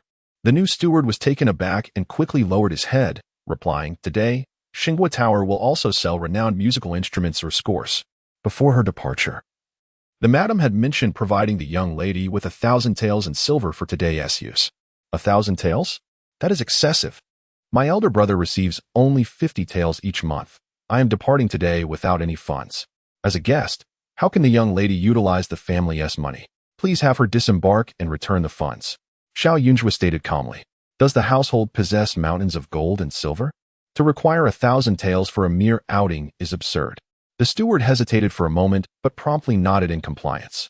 It was well known that among the household, the greatest expenditures were incurred by the second young master and the young lady. The eldest young master had been studying away from home, with the matriarch providing support. And he himself was a diligent and frugal individual, often saving from his monthly allowance of 50 taels. As for the young lady, she was cherished and pampered by the madam. Take, for instance, her current attire. It had been specially ordered by the madam for the new year, exquisitely crafted, warm yet lightweight, with embroidered pink butterflies that appeared lifelike. The accessories were equally splendid, including the intricately carved ivory incense ball, a gift from the matriarch to the madam, who then passed it to the young lady. The fragrant pellets within were crafted by a renowned perfumer in the capital, possessing a unique scent. The madam truly cherished the young lady. Should the young lady return to the Jiang family, desiring such fine things, it would be a mere fantasy. The steward immediately instructed Jiang Wan's driver to pull aside. The eldest young lady has issued an order. Please do not make things difficult for the younger ones, he said, adopting a submissive tone. Jiang Wan's expression darkened. This was previously promised to me by my aunt. Over the years, she has received a monthly allowance. Yet it amounts to a mere 30 taels each month, which she has saved diligently. The costs of clothing, food, shelter, and transportation are evidently calculated separately. As you have mentioned, those matters belong to the past. Xiao Yunju raised an eyebrow casually and remarked, since you reside in the Xiao family, you ought to consider the family's livelihood as well. Steward Yi, do you not think the specifications of this carriage are somewhat excessive? It is overly ostentatious. And given that our family currently holds no title, such flamboyance is inappropriate. Remove all the superfluous decorations from it. Upon uttering these words, Xiao Yunju felt a sense of relief. The newly appointed steward Yi was exceedingly obedient. Were it not for his compliance, she would have had to undertake the task herself, which would have been rather impetuous. Having someone by her side indeed alleviated many burdens. Her father's arrangement of a servant like Song Chui was indeed a prudent decision. You cannot do this. Jiang Wan was taken aback. Yet, Steward Yi had already instructed the servants to commence the alterations, fully endorsing the young lady's course of action. The Xiao family appeared splendid on the surface, but their finances were rather strained. With the loss of their title and public lands, they were fortunate that their household was not large, thus avoiding a deficit. However, they could hardly withstand the extravagant spending of a young lady like Xiao Yunju. It is not a matter of willingness, but capability. Jiang Wan, I had thought you would comprehend this. I have warned you that the road ahead is fraught with peril. Yet you are intent on stepping into the abyss. This choice is truly foolish, Xiao Yunju said, frowning at her before departing in her carriage. Though Xiao Yunju had left, the steward remained. Jiang Wan was forcibly disembarked from the carriage. The maidens around her wore expressions of alarm, and Jiang Wan's face flushed with embarrassment as she reluctantly handed over the banknotes, then gritting her teeth, instructed the maid to return to her private treasury for funds. With her aunt absent, they all heeded Xiao Yunju's commands. As an outsider, she could only endure Xiao Yunju's bullying. After all, it was she who had been devoted to her aunt and had tread cautiously in the Xiao household. Why should she step back and concede her position to Xiao Yunju upon her arrival? Witnessing her exclusive carriage being stripped down to a state of simplicity, the handkerchief in Jiang Wan's grasp was nearly torn to shreds. Yet, there was no time to pity herself. The music from Xinghua Tower was relentless and unforgiving. At the appointed hour, Xiao Yunju met Meng Yongxi outside Xinghua Tower, and they entered together. Xinghua Tower, situated by the lakeside, boasts 3 stories and offers the most breathtaking views, where one can hear the chirping of birds, the rustling of trees, and observe the shimmering waters and leaping fish, resembling a celestial paradise. However, as it lies outside the capital, one cannot return on the same day. Thus, They must stay at a nearby villa for 1 or 2 nights. This time, securing a position would be quite competitive. Meng Yongxi leaned closer and whispered. This renowned Qin master is under 30, not only strikingly beautiful, but also possesses exceptional skill and a remarkable spirit. Many have come here today specifically for her. By the way, she has an ancient Qin that she intends to sell at a low price to a talented junior. What kind of ancient Qin? Xiao Yunju inquired with curiosity. This exquisite instrument, known as the Jiuxiao, has a rich history. It is said that before the establishment of the previous dynasty, the land was plagued by relentless natural disasters, particularly a severe drought in the northwest that lasted for 3 years. A hermit, unable to bear the suffering of the people, proclaimed a royal edict to besiege for rain. He played this very zither for 7 consecutive days, seemingly elevating the people's pleas to the heavens. Miraculously, after those 7 days, gentle rains descended, alleviating the drought's torment. Regrettably, the fate of this hermit remains unknown. Many claim he succumbed to bloodshed after his plea for rain. Consequently, the Jiuxiao has ascended to the status of the finest zither in the realm, and should it ever be put up for sale, few could afford its price. The zither master demands 1,000 silver coins, seeking merely a companion whose musical spirit resonates with hers. Meng Yongxi possesses a considerable understanding of this tale. As Xiao Yunzhuo listened to her recounting, a sense of familiarity washed over him. Chapter 66. Ascending to the heavens, her master had once mentioned that the sect had produced a rather foolish leader, the ability to summon rain. Though not particularly challenging for the leader of the hidden divine sect, poses a question of whether one's body can endure such an exertion. To beseech the heavens requires a significant level of cultivation or merit. Without it, one might exhaust themselves to the point of becoming a mere shell of a human, yet still fail to draw even a single drop of rain. The previous leader, while not exceptionally skilled, possessed a compassionate heart. During a time of severe drought, witnessing the suffering of the common folk deeply affected him, compelling him to go to great lengths to invoke rain. Specifically, a substantial downpour that would cover a wide area and last for an extended period. In the end, rain was summoned, but his abilities were woefully inadequate to sustain such an offering. Consequently, he perished, and his successors similarly faced short lives. The hidden divine sect was already constrained by the heavens, and following that sacrificial rain invocation, the sect encountered even greater misfortunes. Her master remarked that such actions exemplified great virtue, yet advised against her emulating them. He further stated that the leader had rarely practiced and preferred to indulge in music and poetry, roaming the world, amassing little merit on a daily basis. Thus, to suddenly demand something so grand from the heavens was indeed remarkable. That the rain fell at all was a wonder, and it was fortunate he was not struck down by lightning on the spot. Therefore, she must not attempt such self-sacrificial acts for the sake of her sect if she lacks sufficient merit. However, this tale, Xiao Yunzhu had previously regarded it merely as a story, never anticipating it could be recounted by another. Her curiosity regarding that musical instrument grew. How it conveyed the struggles of the people to the heavens. Xiao Yunzhu's eyes sparkled with interest. As the two conversed and strolled, many others passed by along the lakeside corridor. Yet, as they approached her and Meng Yongxi, glances were cast in their direction, filled with intrigue and curiosity. Unfazed, Xiao Yunzhu met their direct gazes with poise and confidence. There were indeed spots along the corridor, albeit somewhat remote, where one could hear the distant strains of music. The two made their way toward the ascending wave tower, ultimately settling in a more prominent location. Seated beside Yongxi was the illustrious daughter of the Xiao family. The Judge Xiao, it seemed. Behind them, whispers filled the air. Shu, lower your voice. I just heard that her temper is quite terrible. Tread carefully, lest you provoke her ire. What is so surprising about that? Rumors from the Xiao family suggest she is greedy, having acquired many dubious possessions, and even her mother cannot control her. We've seen Madame Xiao, haven't we? She has a gentle disposition, but has fallen ill from worry. This spot was reserved in advance. How could she possibly be here? Yongxi seems bewitched by her. She has no idea that this seemingly kind person harbors a wicked nature. When I entered just now, I spotted Jiang Wan. Jiang Wan? What of her?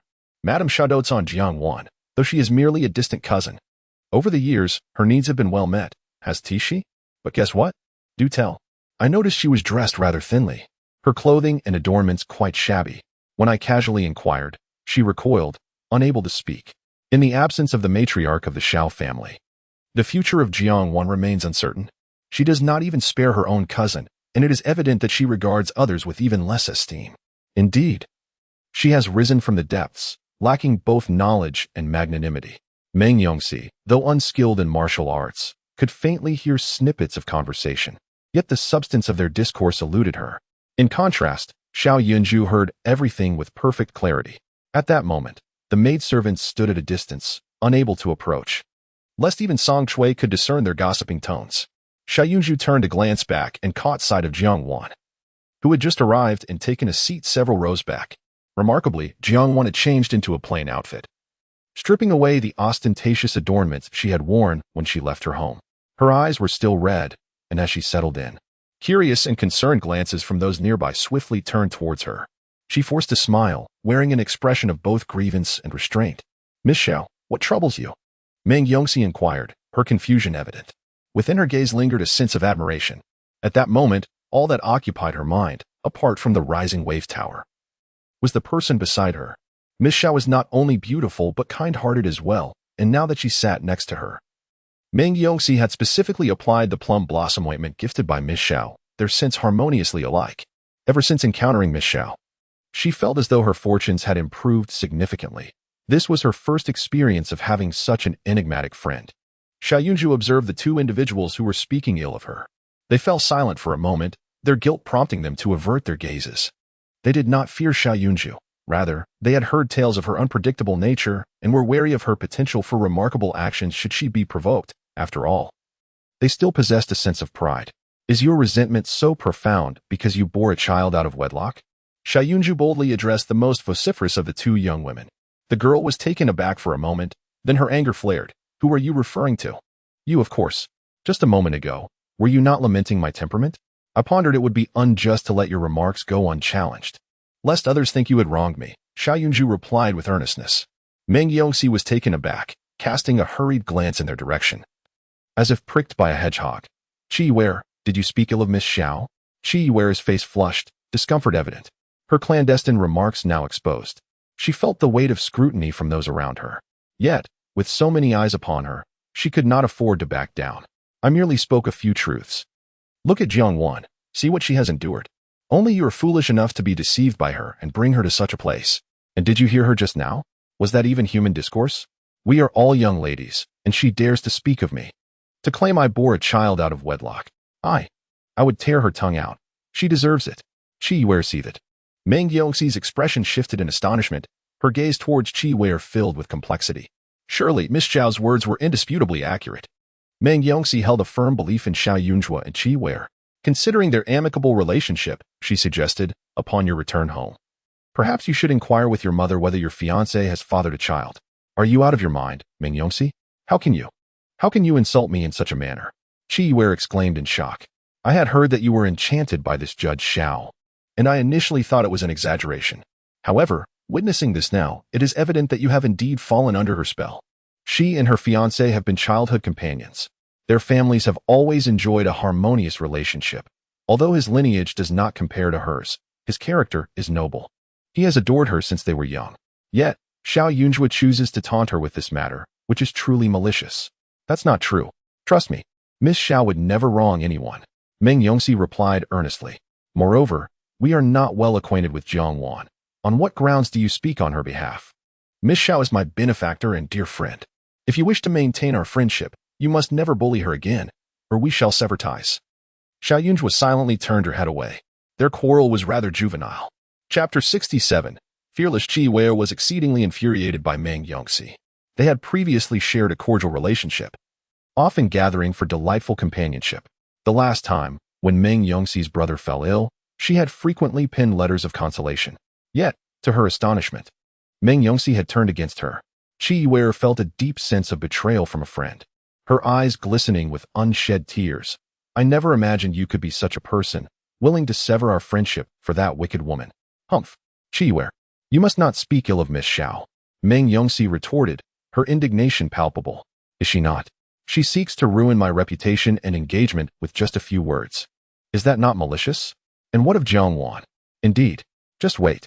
Qi Ware abruptly stood and strode towards Jiang Wan. Jiang Wan, like a leaf adrift in the wind, was effortlessly drawn into her presence. "Look at Jiang Wan. Has she not been bullied by this Judge Xiao?" Qi Ware's fury had momentarily eclipsed her awareness of the multitude surrounding them. Miss Qi, thank you, but my cousin truly has not bullied me. Jiang Wan replied, her demeanor one of startled apprehension, speaking with utmost caution. I know you are frightened by her. When I saw you just now, your eyes were red from crying. My maid conversed with yours and claimed that Xiao Yunju forbade you from wearing beautiful garments or adornments, fearing you might outshine her. Your maid also mentioned that your hasty arrival was due to her not wanting you to spend money on a qin, seizing the funds your aunt had prepared for you. Qi Wei declared, her indignation unabated. Jiang Wan bit her lip. No, it is not my cousin's fault. I have indeed mismanaged my family's finances. After all, that qin, it is quite expensive. Only 1,000 taels. If it could procure the 9 skies, it would be worth every coin. How well you were once favored by Madame Xiao. Yet now, with Xiao Yunju's return, you have been relegated to this state. I cannot bear to witness it. Meng Yongxi, take a good look at the one you defend. She is utterly disdainful of others. Xiao Yunju pursed her lips. She had come to listen to the qin, not to engage in disputes.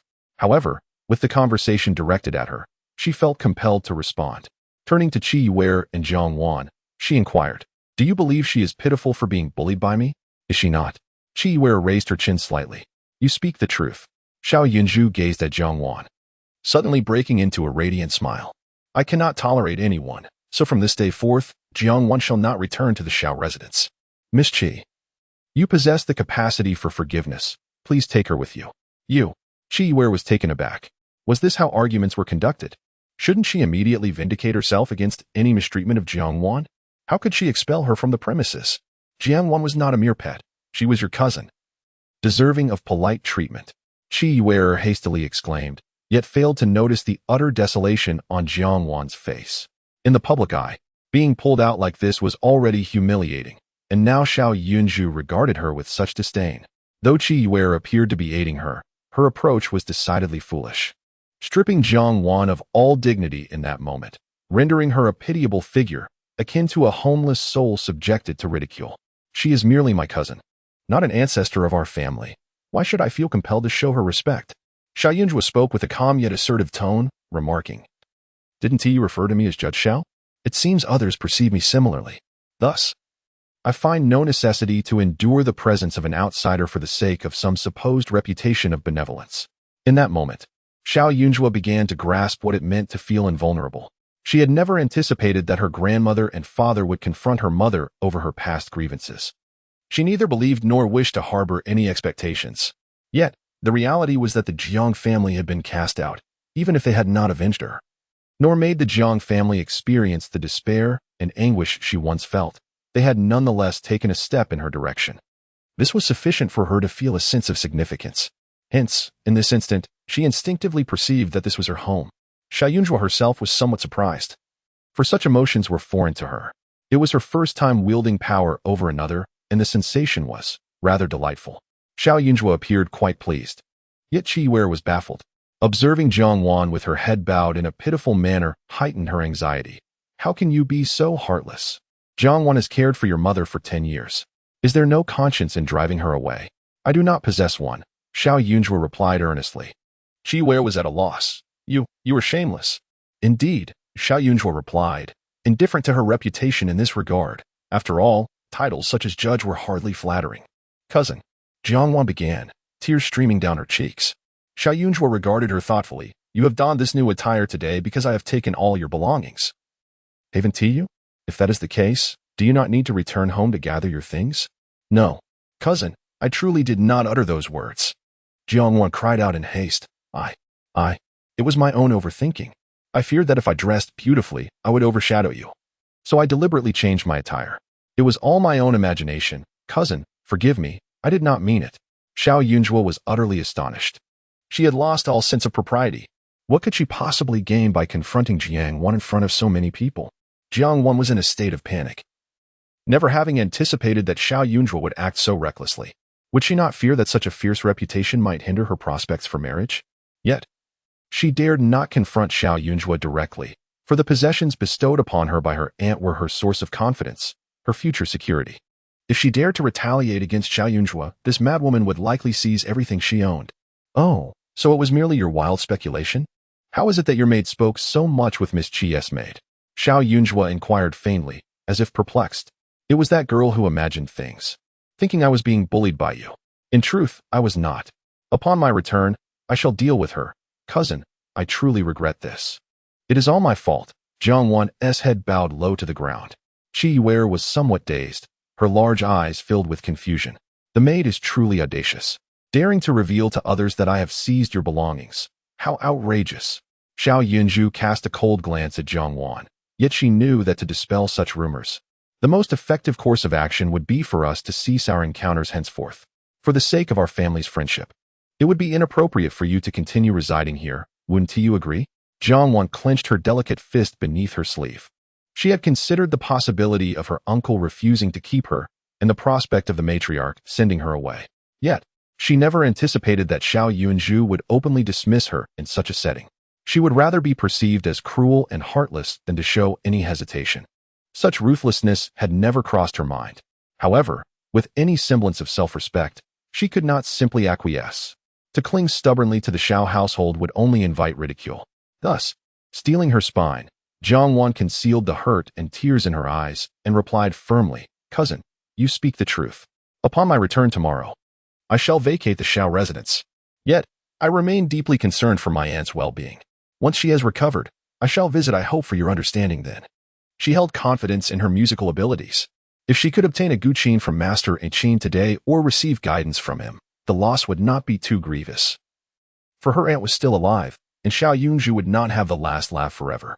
Chapter 68. The humiliation of today. Jiang Wan lowered her head, and Qi Wei, seeing her timid demeanor, was utterly incensed.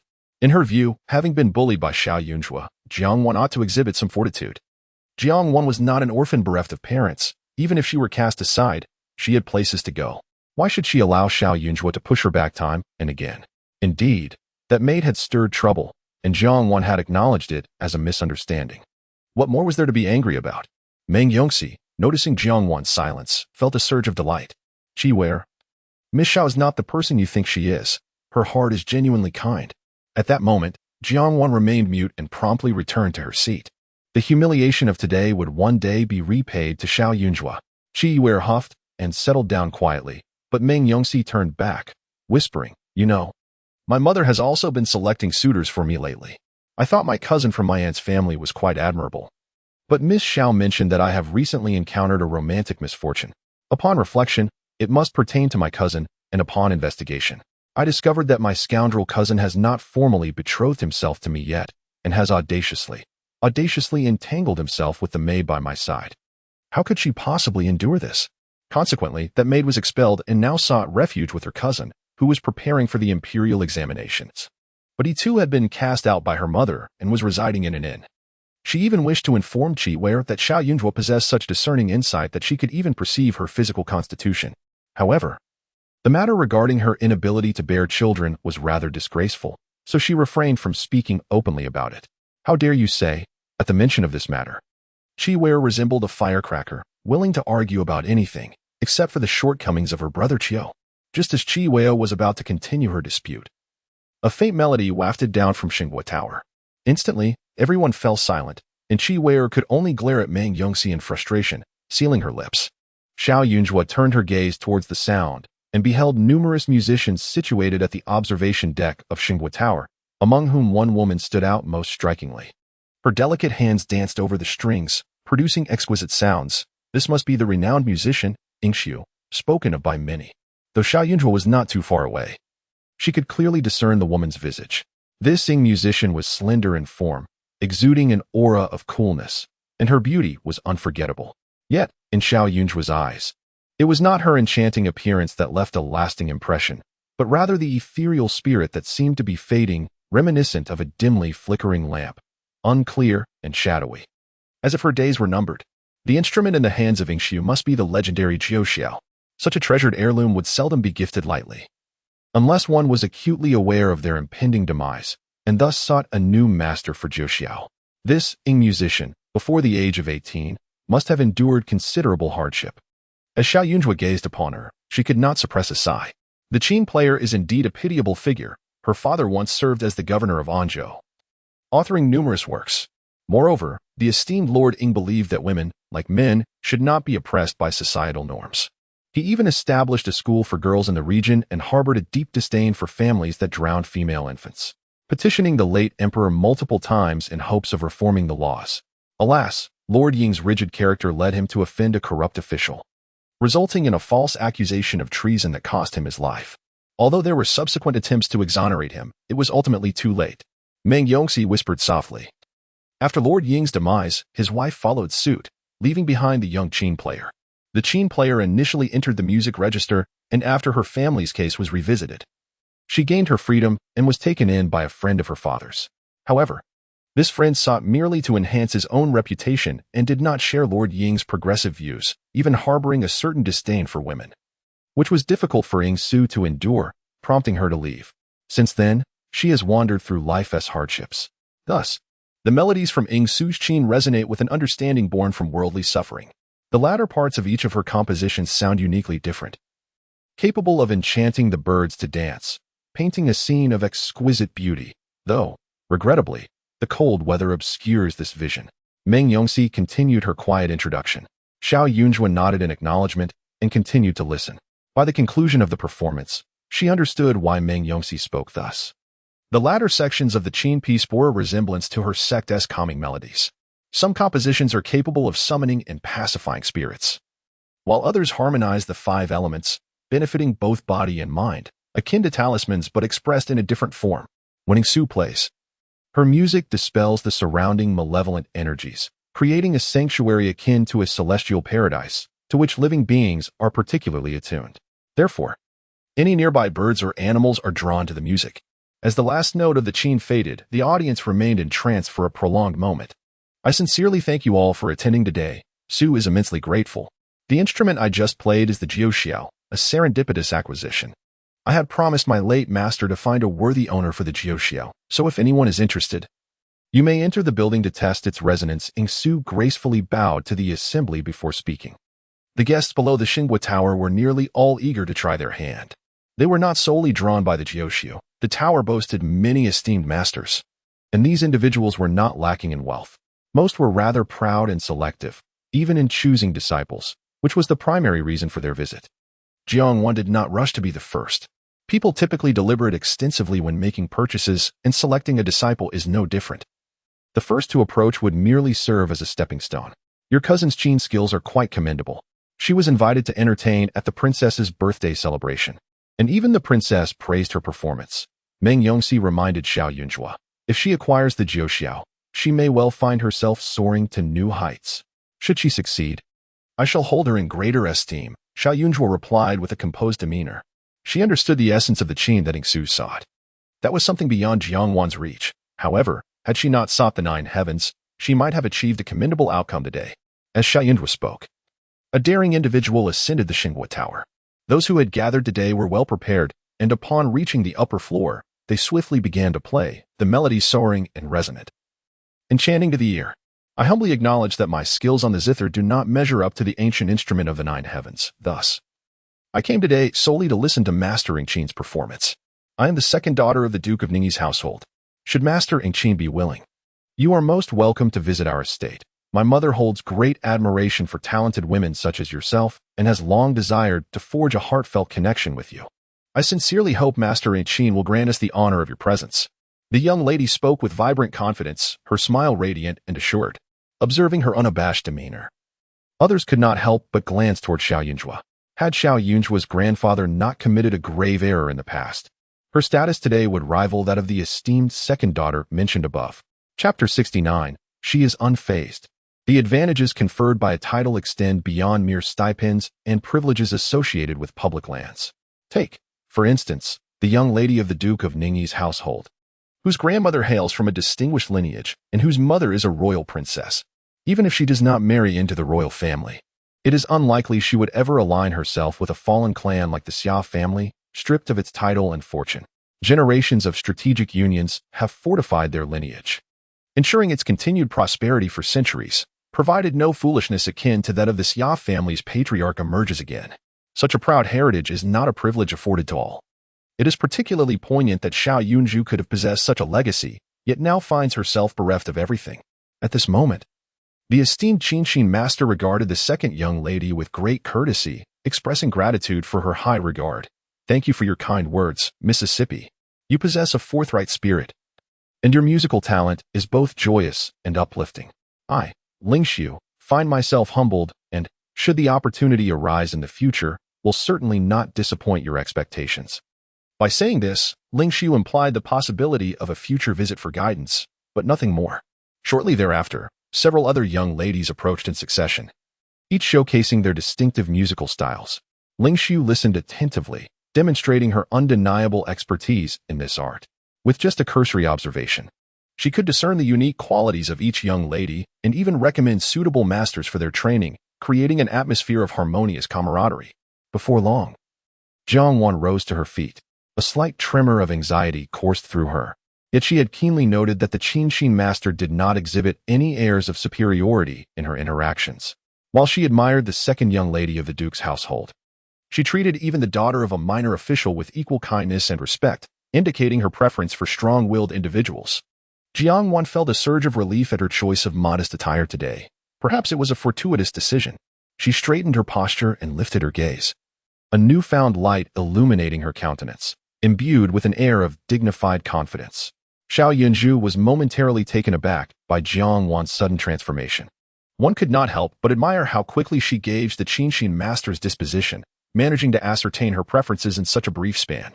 If only this individual were less burdened by convoluted thoughts, she might find herself genuinely appreciating her cousin. The younger Jiang Wan had long been aware of the Qinshin master's illustrious reputation, and upon learning of her search for disciples, she bravely decided to present herself. I, Jiang Wan, have come to humbly seek your guidance, she declared with determination. The Qinshin master appeared surprised. Others had approached in a more indirect manner, merely inviting her to visit their homes, and even those wishing for grand aspirations refrained from voicing them directly. Yet, this young lady displayed remarkable audacity. Please, come forward, Ling Xiu said, casting a look of admiration in her direction. Throughout her life, she had endured numerous trials. The loss of her parents had merely marked the beginning of her struggles. During her time in the care of distant relatives, they sought to mold her into a compliant puppet, intending to marry her off at an early age. She had fought fiercely against this fate, resolutely breaking ties to carve out a path that resonated with her true self. Her parents had imparted the wisdom that women are indeed human, capable of achieving what men can. Inspired by their words, she aspired to follow her heart, striving to live independently, unshackled by the expectations of others. Even in the face of adversity, she refused to compromise her soul.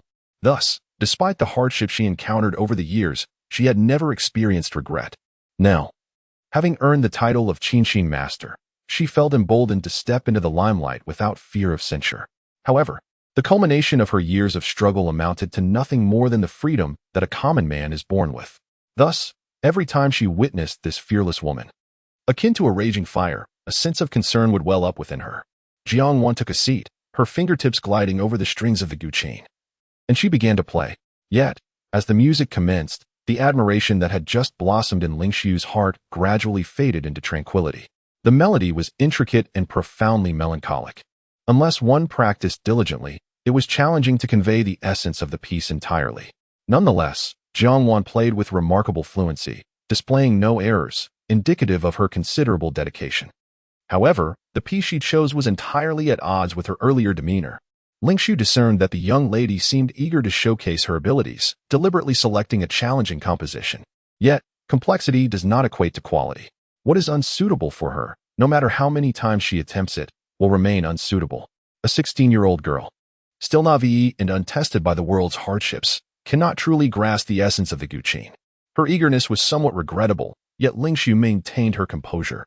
Upon finishing her piece, Jiang Wan stood before Ling Xiu with the same unyielding demeanor, neither servile nor arrogant. As a junior, I have heard of your life experiences, Master Ling Qin. I feel a slight resemblance to you, and in times of confusion and hardship, I find inspiration in your proud and indomitable spirit. To me, you have become akin to a teacher. Xiao Yunzhu furrowed her brow. Ambition is commendable, yet her cousin's words seemed rather ungrateful. You find parallels in our experiences? Ling Xiu, taken aback, noted that most of those present were likely daughters of officials. Had not Master Ling Qin also been dependent on others in her youth? To be candid, I have been living with my aunt all these years. Though she treats me well, I am still solely reliant on her. It is not my true home, and I often face difficulties. Her words suggested immense suffering at the Xiao household, especially when recalling Xiao Yunju's earlier brusque demeanor. It was not hard to imagine Jiang Wan's sorrow. Such behavior was truly excessive. How could she partake of the meal and then cast aspersions? Did she not reflect on how Lady Xiao had treated her in the past? An uninformed observer might assume she was a genuine daughter of the Xiao family. Yet now she acted as though she had endured monumental grievances. What a pretense! Meng Yongxi felt an immediate surge of indignation. She had already resolved to move away from the Xiao family and thus felt no need to tread lightly. Xiao Yuzhu could not suppress a cold chuckle. Rising, she strode towards Xinghua Tower. Jiang Wan sought to ascend by leveraging Ling Xiu's name, a commendable ambition, yet it should not come at her expense. Meng Yongxi was taken aback and quickly followed, having invited Xiao Yunzhu to listen to the Guqin, yet she had not anticipated that Xiao Yunzhu would play.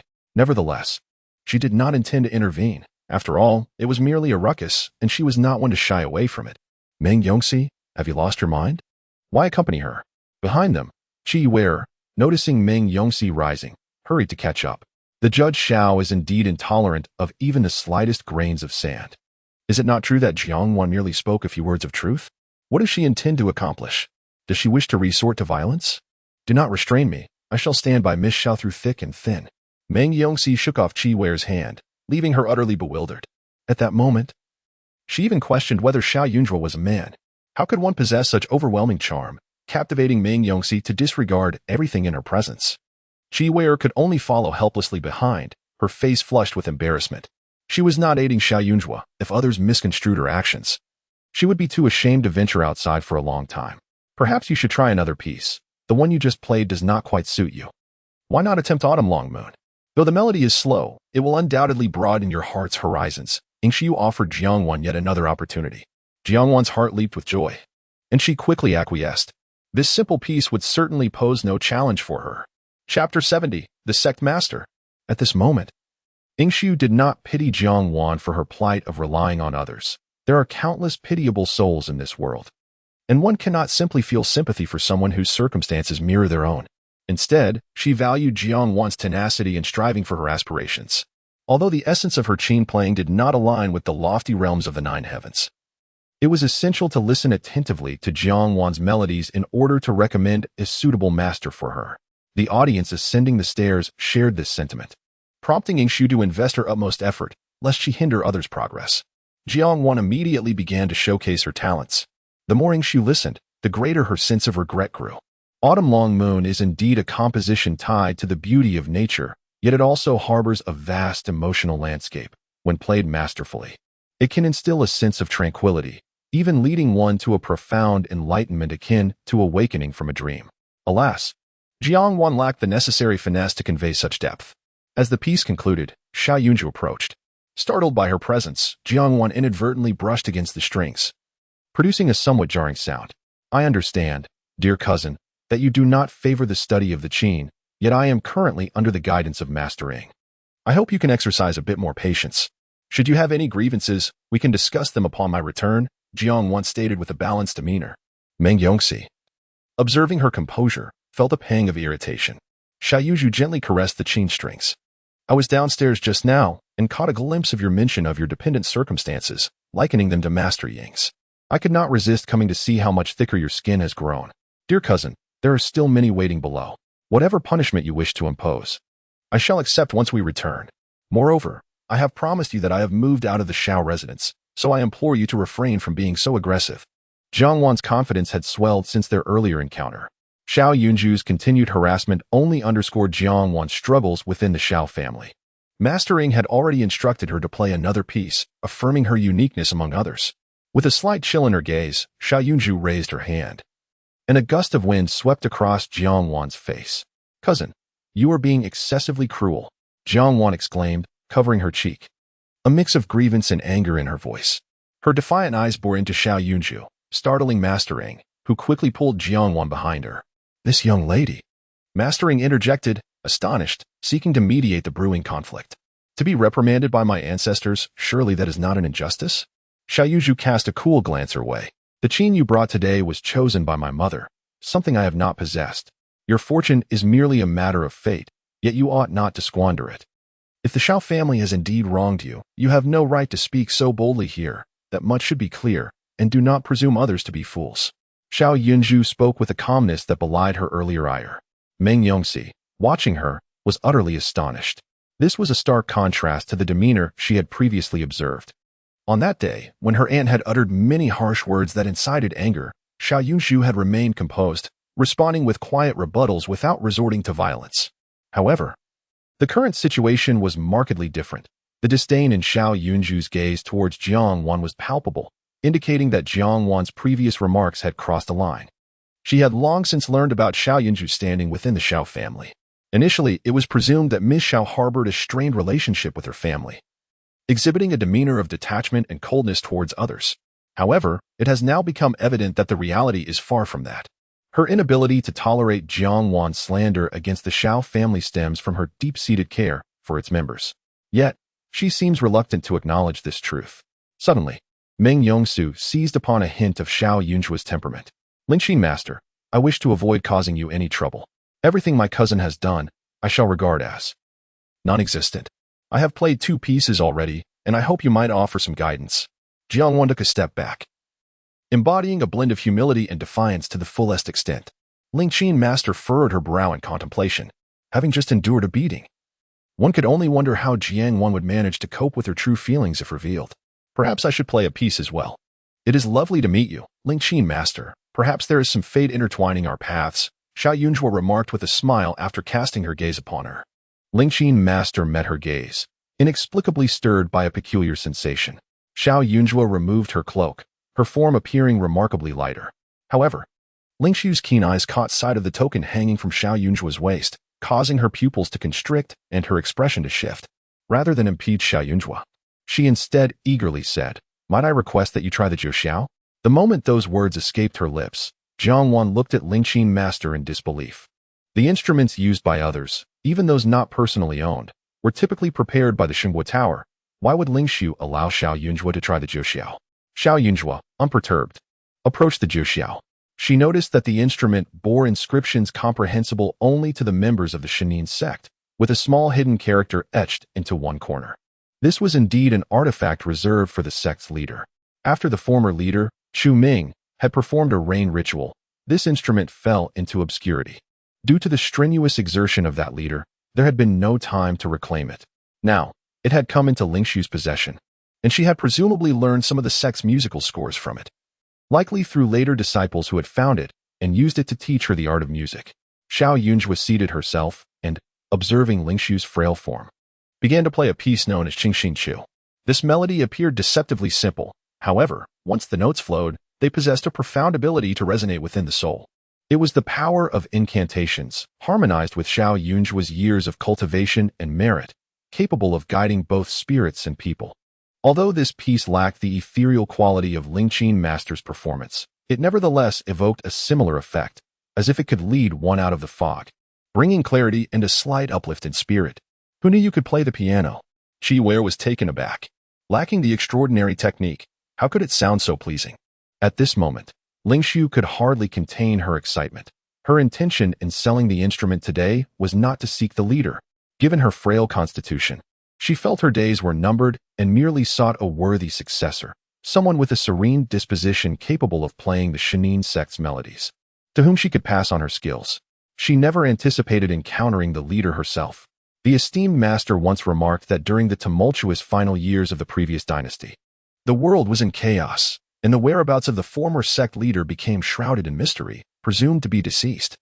This was due to the extraordinary fate of sect leaders, who possessed the ability to discern the yin and yang, rendering other disciples unworthy of bearing such grave responsibilities. Gradually, the hearts of the people began to disperse. However, given the unique nature of the divine concealment sect, the death of the previous leader does not signify the eternal absence of a new leader. She had witnessed the emblem of the sect leader. Now, it resonates with the presence of the current Xiao Yunzhu Lingxiu had encountered. Miss Xiao, initially, this treasured Jiuxi was intended for sale. Yet this item rightfully belongs to you. Lingxiu ought not to have overstepped her bounds in making decisions.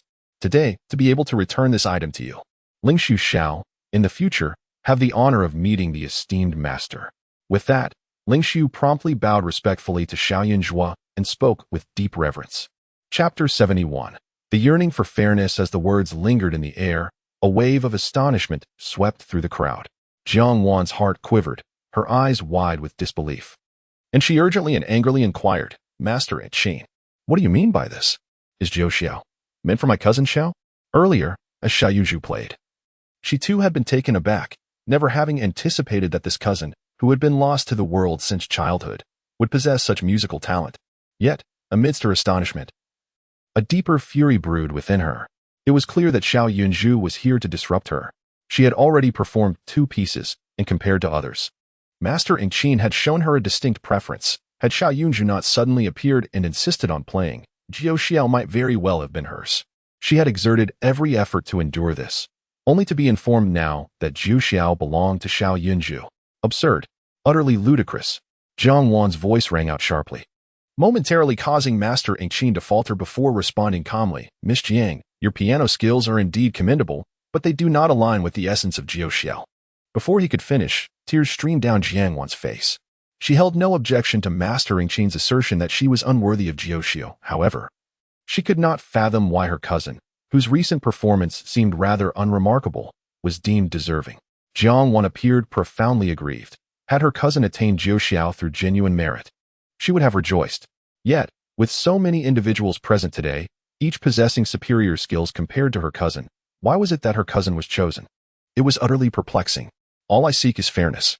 Yingshu gazed at Jiang Wan in astonishment. Clearly, this young lady had not truly listened to the music. Since you have voiced your opinion, regardless of how I may evaluate Miss Zhao's performance, your conviction is unlikely to waver. Let us then allow others to speak, Yingshu suggested, directing her gaze towards Qi Yuer. I observe that this young lady is not particularly close to Miss Zhao. Perhaps she can offer an impartial perspective. Qi Yuer, caught off guard by Master Qin's sudden attention, felt a twinge of embarrassment. However, she quickly composed herself and spoke with poise. Upon first hearing the piece, I was somewhat surprised. But then, I cannot pinpoint the moment, yet my emotions settled significantly, the tumultuous thoughts dissipated, and my entire being seemed to immerse in the music. When the piece concluded, I felt as though I had awakened from a grand dream. This composition is quite extraordinary. Qi Wei could not deny that she had been momentarily entranced. The melody seemed to dissolve all restlessness, and in that instant, all her ill feelings towards Xiao Yunju evaporated. She was swept away by the emotions conveyed, reluctant to emerge from such a beautiful realm. Although she was unwilling to speak well of Xiao Yunju, she also found no reason to feign disdain. The tone of Zhou Xiao inherently carried a melancholic and expansive quality. Were it to perform an ordinary piece, its essence would be lost, yet the melody Xiao Yunju had chosen indeed resonated more harmoniously with the spirit of Zhou Xiao. Qi Wei regarded Jiang Wan, steadfast in her belief. Beside them, Meng Yongxi was beaming with joy and agreement. Qi Wei had always been resolute. Once she formed a conviction, even the closest of kin would find it difficult to sway her. She perceived Xiao Yunju as a villain who bullied her cousin, which emboldened her to stand up for Jiang Wan. Yet, she maintained a sense of fairness, refusing to dismiss every aspect of a person simply due to her aversion towards them. This was also why she had once forged a friendship with Qi Yuer. Qi Yuer's earlier disdain for Xiao Yunju stemmed from her lack of understanding. Indeed, as Qi stated, the essence of the music they heard today varied greatly, and the Nine Heavens Qin seemed almost tailored for Miss Zhao's composition. The decision made by the Qin master did not strike us as unreasonable. Others among the musicians nodded in agreement. Jiang Wan, pale-faced, came to realize in that moment that no one would advocate on her behalf. Admittedly, she had not paid close attention to the so-called musical essence, yet, at this juncture, any further insistence would only serve to irritate others. It was merely a moment of youthful sorrow that had caused her to lose her composure. She hoped the Qin master would not take offense. After her cousin returned home, she had never heard her practice the chain, which had led to her astonishment, turning her into a source of mockery. Jiang Wan immediately displayed a look of guilt, congratulating her cousin on acquiring the Nine Heavens chain. Her face still bore the marks from Xiao Yunju's earlier blow. Her delicate visage appeared especially pitiable and sorrowful at this moment. After these events transpired, she pondered what plans the Qin master might have. Xiao Yunju disregarded Jiang Wan's plight and instead questioned the Qin master. Ling Xiu, frail in body, must have suffered greatly in her youth, leading to her weakened state. While the divine hidden sect possessed some medical knowledge, the practice of medicine is no trivial matter. Her knowledge was limited to some formulas for dispelling evil and calming the mind. rendering her unable to aid Ling Xiu. Although talismans and formations could alter fate, attempting to manipulate them could lead to even graver consequences. Ling Xiu, adrift and alone, had come to the capital solely to fulfill her master's wishes and to pass on the 9 heavens. Beyond this, she had no further plans. Looking at Xiao Yunzhua, she continued, her former master was a disciple of the divine hidden sect and possessed some skills in divination. Before her death, she had discerned a favorable time and place, which is why Ling Xiu had come to the capital to take on disciples. Would it be acceptable for you to stay at my home? Xiao Yunzhua inquired directly. Her courtyard still had vacant rooms, and her grandmother and father would likely not refuse. I would be most grateful, Ling Xiu replied, her eyes brightening. Her already lovely features blossoming like a flower in an instant, breathtakingly beautiful. Xiao Yunzhua's invitation to Ling Xiu was not merely for the purpose of learning the chain. Since Ling Xiu was well-versed in the melodies of the divine hidden sect and had clearly considered herself a disciple, it became Xiao Yunzhua's responsibility to ensure her disciple's well-being. Though Ling Xiu's health was poor, she was not devoid of vitality. She would seek out a better physician for her, so they could all live long and prosperous lives together. However, at this moment, encountering Ling Xiu filled Xiao Yunzhua with a sense of anticipation. Many disciples who had scattered in the past might have left descendants or taken apprentices. When her master departed, his only regret was that the divine hidden sect felt too desolate, and he found her pitiful. A worthy sect leader without even a soul to converse with. She understood that her master wished to prevent the lineage of their sect from ceasing to exist. Within the hidden door, a myriad of ancient texts is meticulously collected, spanning various fields of knowledge. Yet it is an insurmountable task for a single individual to fully grasp and utilize their profound wisdom. Her master treated her with utmost kindness, even as a mere specter. He rescued her from the Valley of 10,000 Bones and imparted the secrets of prolonging life and self-defense. Although he has since departed from this world, she feels a deep obligation to fulfill his hopes and aspirations. Her agreement came forth with an unexpected swiftness, almost startling in its eagerness. Unbeknownst to many, she harbored a profound curiosity towards the new leader of the sect, Xiao Yunzhua. To her, Xiao Yunzhua represented not merely the title of sect master, but rather a long-lost kin, suddenly reunited, for the majority of her life. Apart from the fleeting 2 years spent with her master, she had endured a solitary existence, akin to a rootless water lily. Yet, in this moment, everything began to shift. Thus, as she gazed upon Xiao Yunzhua, her eyes shimmered with an abundance of affection. Chapter 72. So heartless Jiang Wan gazed upon the scene before her. Her heart twisted in pain. Xiao Yunzhua was indeed overstepping. Upon her arrival, she sought to seize everything that belonged to Jiang Wan. How could this be justified? Ingqin Master, may I humbly request to be your disciple? I promise to dedicate myself to learning and will not compete with my cousin. I only wish to refine my musical skills, aspiring to reach the level of mastery you possess one day. Jiang Wan was reluctant to concede defeat after so long of striving. If she could not attain the heights of Jiao Xiao, at least receiving guidance from Ingqin Master would be a notable achievement. She summoned her courage, holding on to the last flicker of hope. Miss Jiang, it is not that I am unwilling to teach you, but rather that our musical aspirations differ fundamentally. If you were to study under me, it would only hinder your own progress. Should you not mind, I could recommend another musician for you. Ingxiu spoke with a hint of regret. Having listened to the 2 pieces earlier, she had intended to decline Jiang Wan's request. They were not kindred spirits in their musical pursuits, and now, with her acceptance of the role of sect leader, her refusal was even more resolute. If Xiao Yunzhua were indeed a malicious person, then she could never have become a guide for both mortals and spirits. Thus, if the sect leader was virtuous, it stood to reason that Jiang Wan must be in the wrong. Ingqin Master's refusal was decisive, leaving Jiang Wan feeling utterly humiliated. Renowned for her unparalleled musical prowess and respected as a prominent figure, even the emperor had praised her artistry.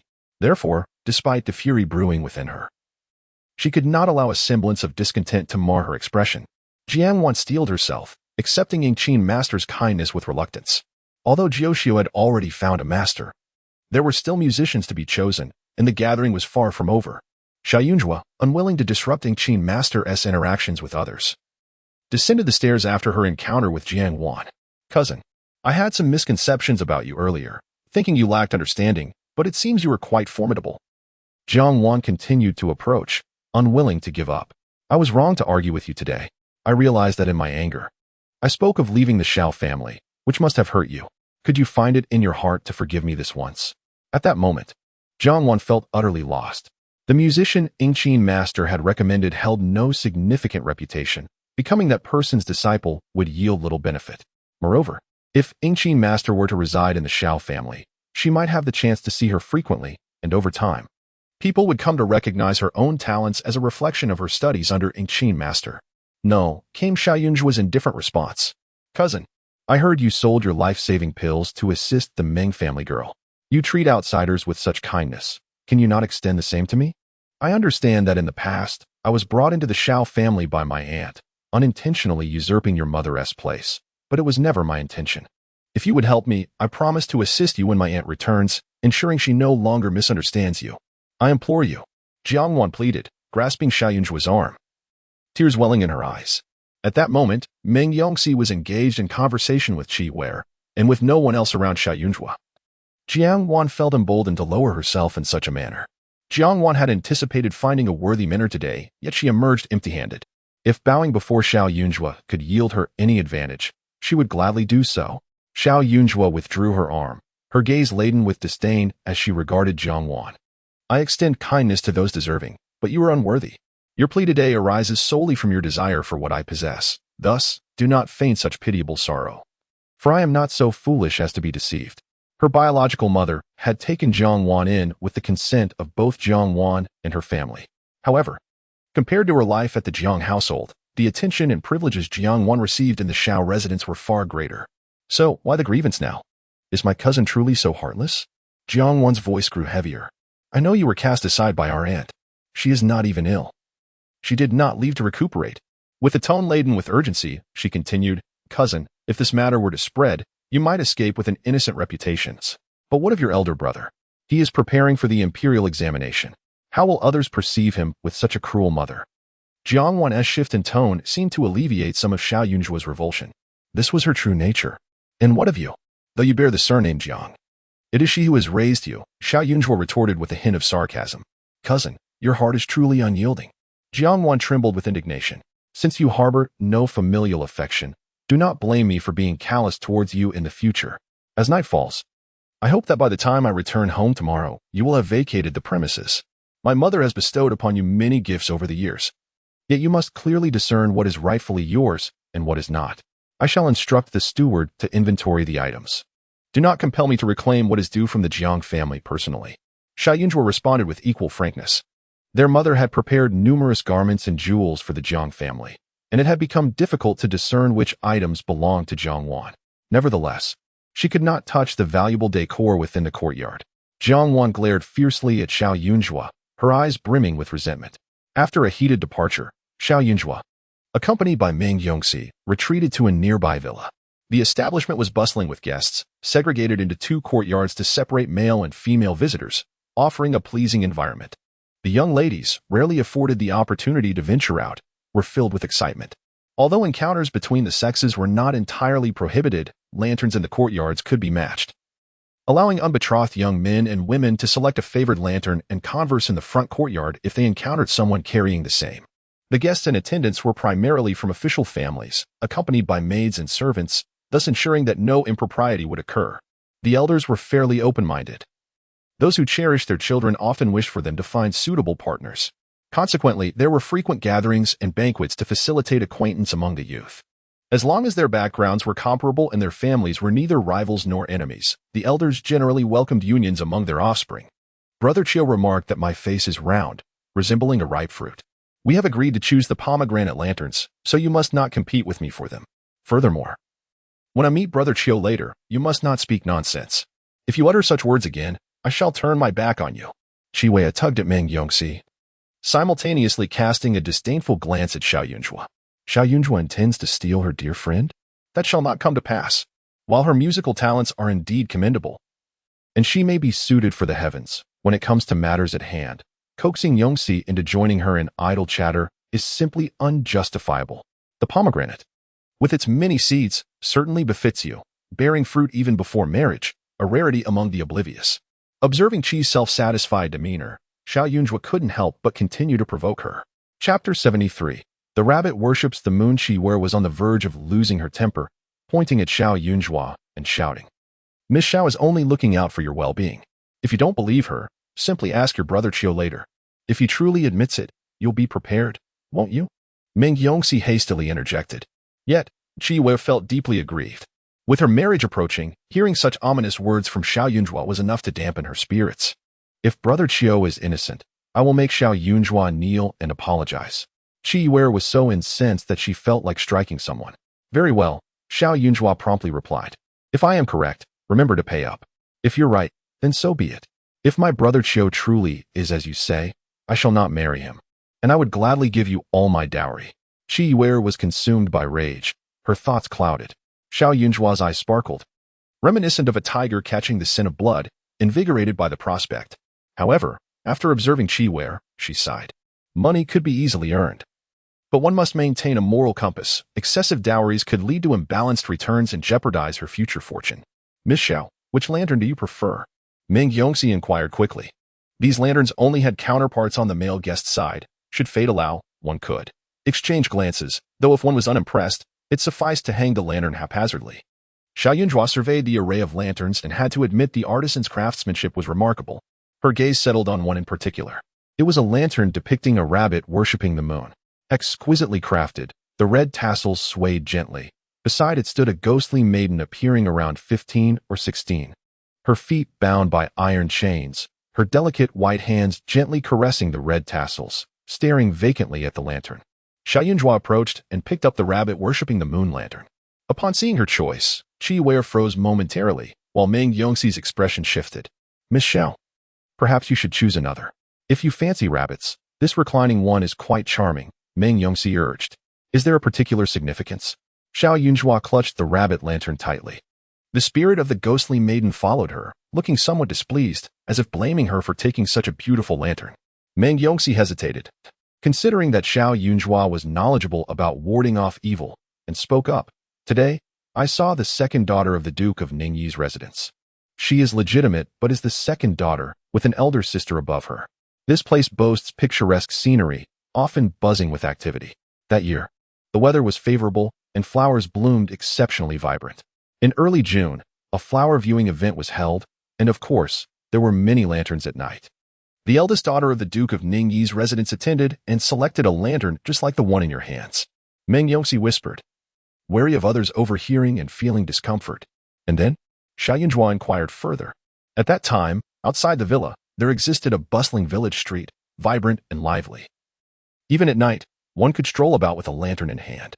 Under such circumstances, with numerous daughters of officials present and the authorities stationed to ensure safety, it seemed improbable that any trouble would arise. However, fate had other plans, for the young lady mysteriously vanished. Subsequently, the local officials conducted thorough searches in the vicinity but yielded no results. The disappearance occurred in the dead of night, and it was widely believed that she had met with misfortune. Lord Ningyi was so troubled by this incident that his hair turned white, and the princess nearly fell gravely ill. This matter has long since faded from public discourse, yet from that day forth, once the villa's gates closed at night, no one was permitted entry or exit. Meng Yongxi continued, describing the daughter of the Duke's residence as possessing an ethereal, rabbit-like beauty, and a disposition that was both delightful and innocent. Xiao Yunjua cast a fleeting glance at the ghostly figure, who appeared lost in her own reverie, her attention solely captured by the rabbit lantern, seemingly oblivious to Meng Yongxi's words. Nevertheless, based on her attire and demeanor, it could be surmised that she was indeed the young lady from the Duke's household that Meng Yongxi had mentioned, having passed away several years prior.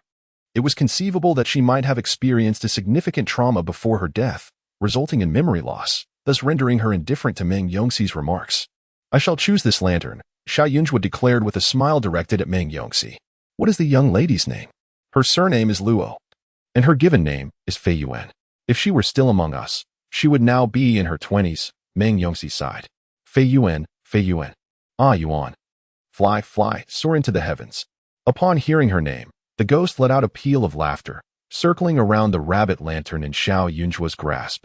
Her arms spread wide like wings, calling out innocently and foolishly.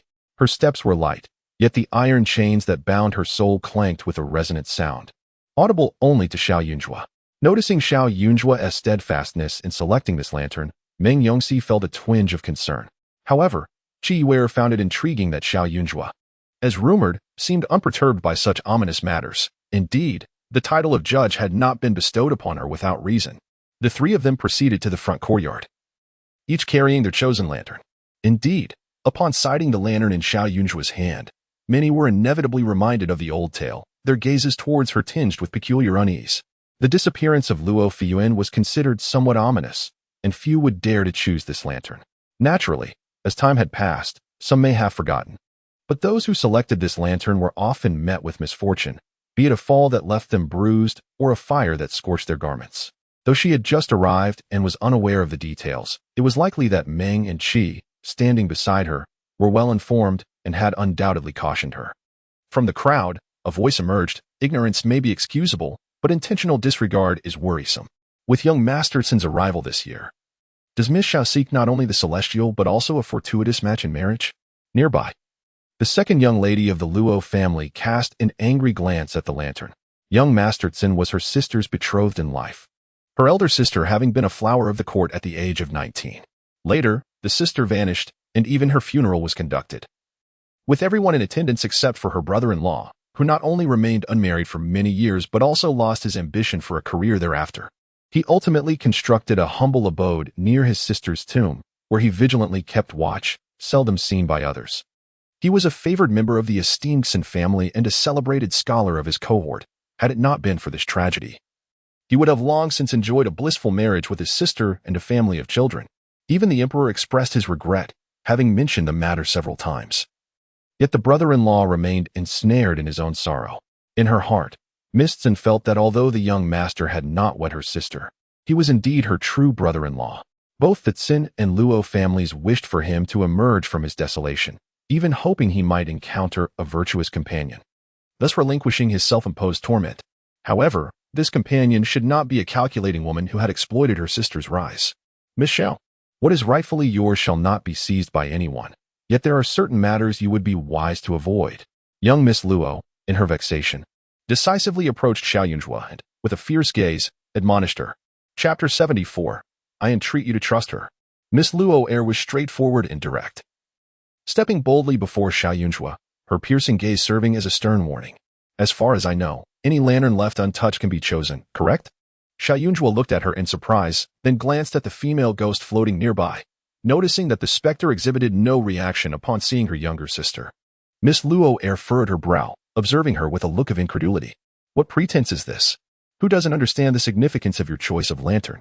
Xiao Yunjua, taken aback by her anger, felt a wave of confusion. However, as she noted the skeptical and disapproving expressions of those around her, she began to comprehend the underlying reasons. The lanterns were a pair, one for male guests and one for female guests. Miss Luo, you are mistaken. Miss Xiao is unaware of Masterson's circumstances. She merely selected this lantern because she admired its craftsmanship. As for your elder sister's matters, she knows but little and is even less informed about Masterson. Meng Yongxi hastily interjected. She had been so focused on recounting the tragic tale of Luo Feiyuan that she had forgotten Masterson's frequent visits to this place in remembrance of the departed. Miss Luo's strong reaction surely stemmed from Masterson's presence today, leading her to misinterpret Xiao Yunjua's intentions as being for him. Is that truly the case? Luo Feiyue relaxed her furrowed brow slightly and scrutinized Xiao Yunjua. If you are indeed uninformed, then the fault lies with me.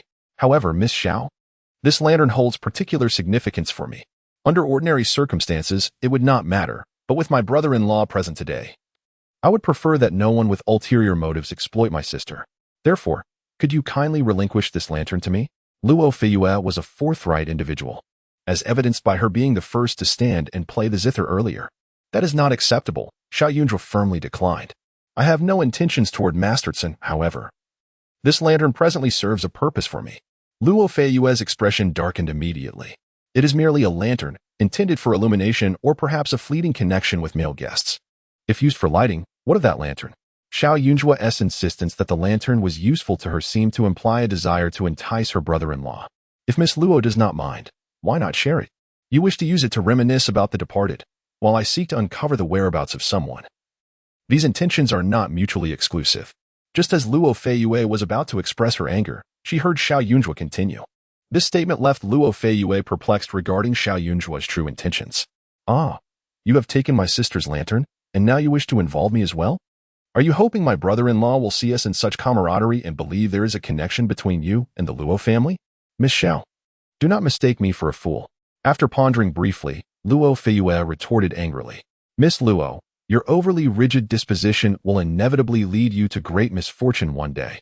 Xiao Yunzhuo remarked, casting her a pointed glance. I am intrigued by the case surrounding your sister's disappearance, hence my desire to use this lantern to uncover her remains. Since you share kinship with the deceased, it is only natural that I invite you to accompany me. As her words fell, a hush enveloped the surroundings. The onlookers cast anxious and tense glances at Luo Feiyue, who appeared to have heard the most ludicrous of jokes. Xiao Yunzhuo actually claimed she wanted to find her sister? This is utterly preposterous. You are not related to my sister in any way. Do you truly believe I would take your absurd words at face value? Luo Feiyue scoffed with sarcasm. If you refuse to believe my honesty, do you find solace only in the notion of seducing young Master Tsin? Xiao Yunzhuo gazed at her with unwavering candor, stating, if you are unwilling to join me, so be it, but do not obstruct my path. Luo Feiyue was exceedingly displeased with her obstinate demeanor, her anger flaring. Upon witnessing this, she felt a surge of impulse to charge forward and smash that lamp. Yet before she could take a step, Meng Yongxi leapt in to restrain her. Meng Yongxi, brimming with fervor, exclaimed, no, Miss Luo, she can do it. Miss Xiao said she would search for the remains, and she truly can. Qi Yuer felt a twinge of regret for not stopping Meng Yongxi in time. This individual had clearly been ensnared by Xiao Yunzhuo's charm. Without needing any encouragement from her, Meng Yongxi rushed forward like a mindless warrior, escalating the situation further. Just moments ago, she disparaged her fiancé, and now she audaciously claimed that Xiao Yunzhuo could locate Luo Feiyue. Luo Feiyue. The authorities had searched for 2 months without success. Could she possibly find him? Luo Feiyue had never felt such fury before, wishing desperately to tear Xiao Yunzhuo apart. Yet, Xiao Yunzhuo remained remarkably calm, her gaze not fixated on her. Occasionally, she glanced around and lowered her head to inspect the lamp in her hands, appearing indifferent to the outsiders, which only heightened the sense of frustration and suffocation. Observing Meng Yongxi speak on her behalf made Xiao Yunzhuo feel a bit sheepish, out of respect for her friend. She spoke again, your concern for this lamp suggests that young Master Tsin is still unmarried. Even if you do not trust me, you should have faith in your brother-in-law. If he holds deep affections for your sister, do you truly think he would be swayed by a mere lamp? If I genuinely uncover your sister's whereabouts, it would be a boon for you. If I fail, I would only lose face. Throughout this ordeal, Miss Luo, you stand to lose nothing. So, why are you so angry? I understand your desire to protect your sister, but do not let your emotions cloud your judgment. Xiao Yunzhuo spoke earnestly. The fate of the Luo family's daughters is indeed tragic. Luo Feiyue was wrongfully deceased, her remains unaccounted for, yet Luo Feiyue's demeanor was equally dismal. A sense of foreboding loomed, indicating impending calamity. Luo Feiyue could not decipher her feelings. She was well aware of her brother-in-law's character. Over the years, the Luo and Tsin families had tirelessly sought a suitable match for him, all in vain. As for Xiao Yunzhuo, she was quite striking. With elegantly arched brows and bright, expressive eyes, her complexion radiant and posture upright, exuding a purity akin to a gentle breeze under a bright moon. Her beauty was not inferior to others, yet there was an undeniable casualness and lack of decorum about her. Such a disposition might not endear her to many men. And her brother-in-law, having encountered many beautiful faces, would surely not be swayed by an eccentric personality like Xiao Yunzhuo's merely due to a lamp. I wish to understand why. I do not want anyone to exploit my sister's tragic tale for their own bravado or to attract the attention of others. Luo Feiyue articulately expressed her dissatisfaction. In her eyes, Xiao Yunzhuo was indeed the extraordinary individual. Such eagerness must surely have a purpose. Second Miss Luo, Meng Yongxi, observed her unwavering determination and felt an overwhelming urgency, fearing that Luo Feiyue might miss the precious opportunity to find her elder sister. She hastily whispered, Miss Xiao is simply kind-hearted. My brother was previously afflicted, and it was thanks to her assistance in summoning his spirit that he recovered. This matter is not suitable for public discussion, which is why it was said that he merely took the medicine she provided. I have witnessed her divination skills firsthand. You must believe. Please, do not be obstinate. This is a golden opportunity, yet second Miss Luo remains so stubborn. It is as if she cannot recognize the rarest treasure presented to her, casting it aside as if it were mere rubble. Chapter 75. The Lantern Maker Meng Yongxi's urgent voice left Luo Feiyue utterly astonished. Possessed? Fortune-telling? The implication was that Xiao Yunzhuo was a charlatan. Thus her inclination to meddle in such bizarre matters. Such a conclusion indeed struck Luo Feiyue as utterly preposterous. After all, Xiao Yunjua was, at the very least, a young lady of considerable standing. Luo Feiyue cast a complex gaze upon Xiao Yunjua, feeling a momentary confusion, uncertain whether to believe or dismiss her words. However, Xiao Yunjua had earned the moniker Judge Xiao among the young ladies precisely because of her audaciousness in reporting a case to the Ministry of Justice, confidently declaring that a false monk had committed murder. Miss Luo, rather than engage in further discourse, it would be more prudent to summon someone to expel her, remarked a straightforward friend of Miss Luo's, who approached from behind. Miss Luo raised her hand hesitantly, her expression wavering before she resolutely declared, Miss Xiao, I shall accompany you. Whatever you intend to do tonight, you must not conceal it from me. Of course, if you genuinely seek my sister, I shall do my utmost to assist you. I am far more familiar with this place than you are. Her status made it relatively easy to dismiss someone, yet the hour was late.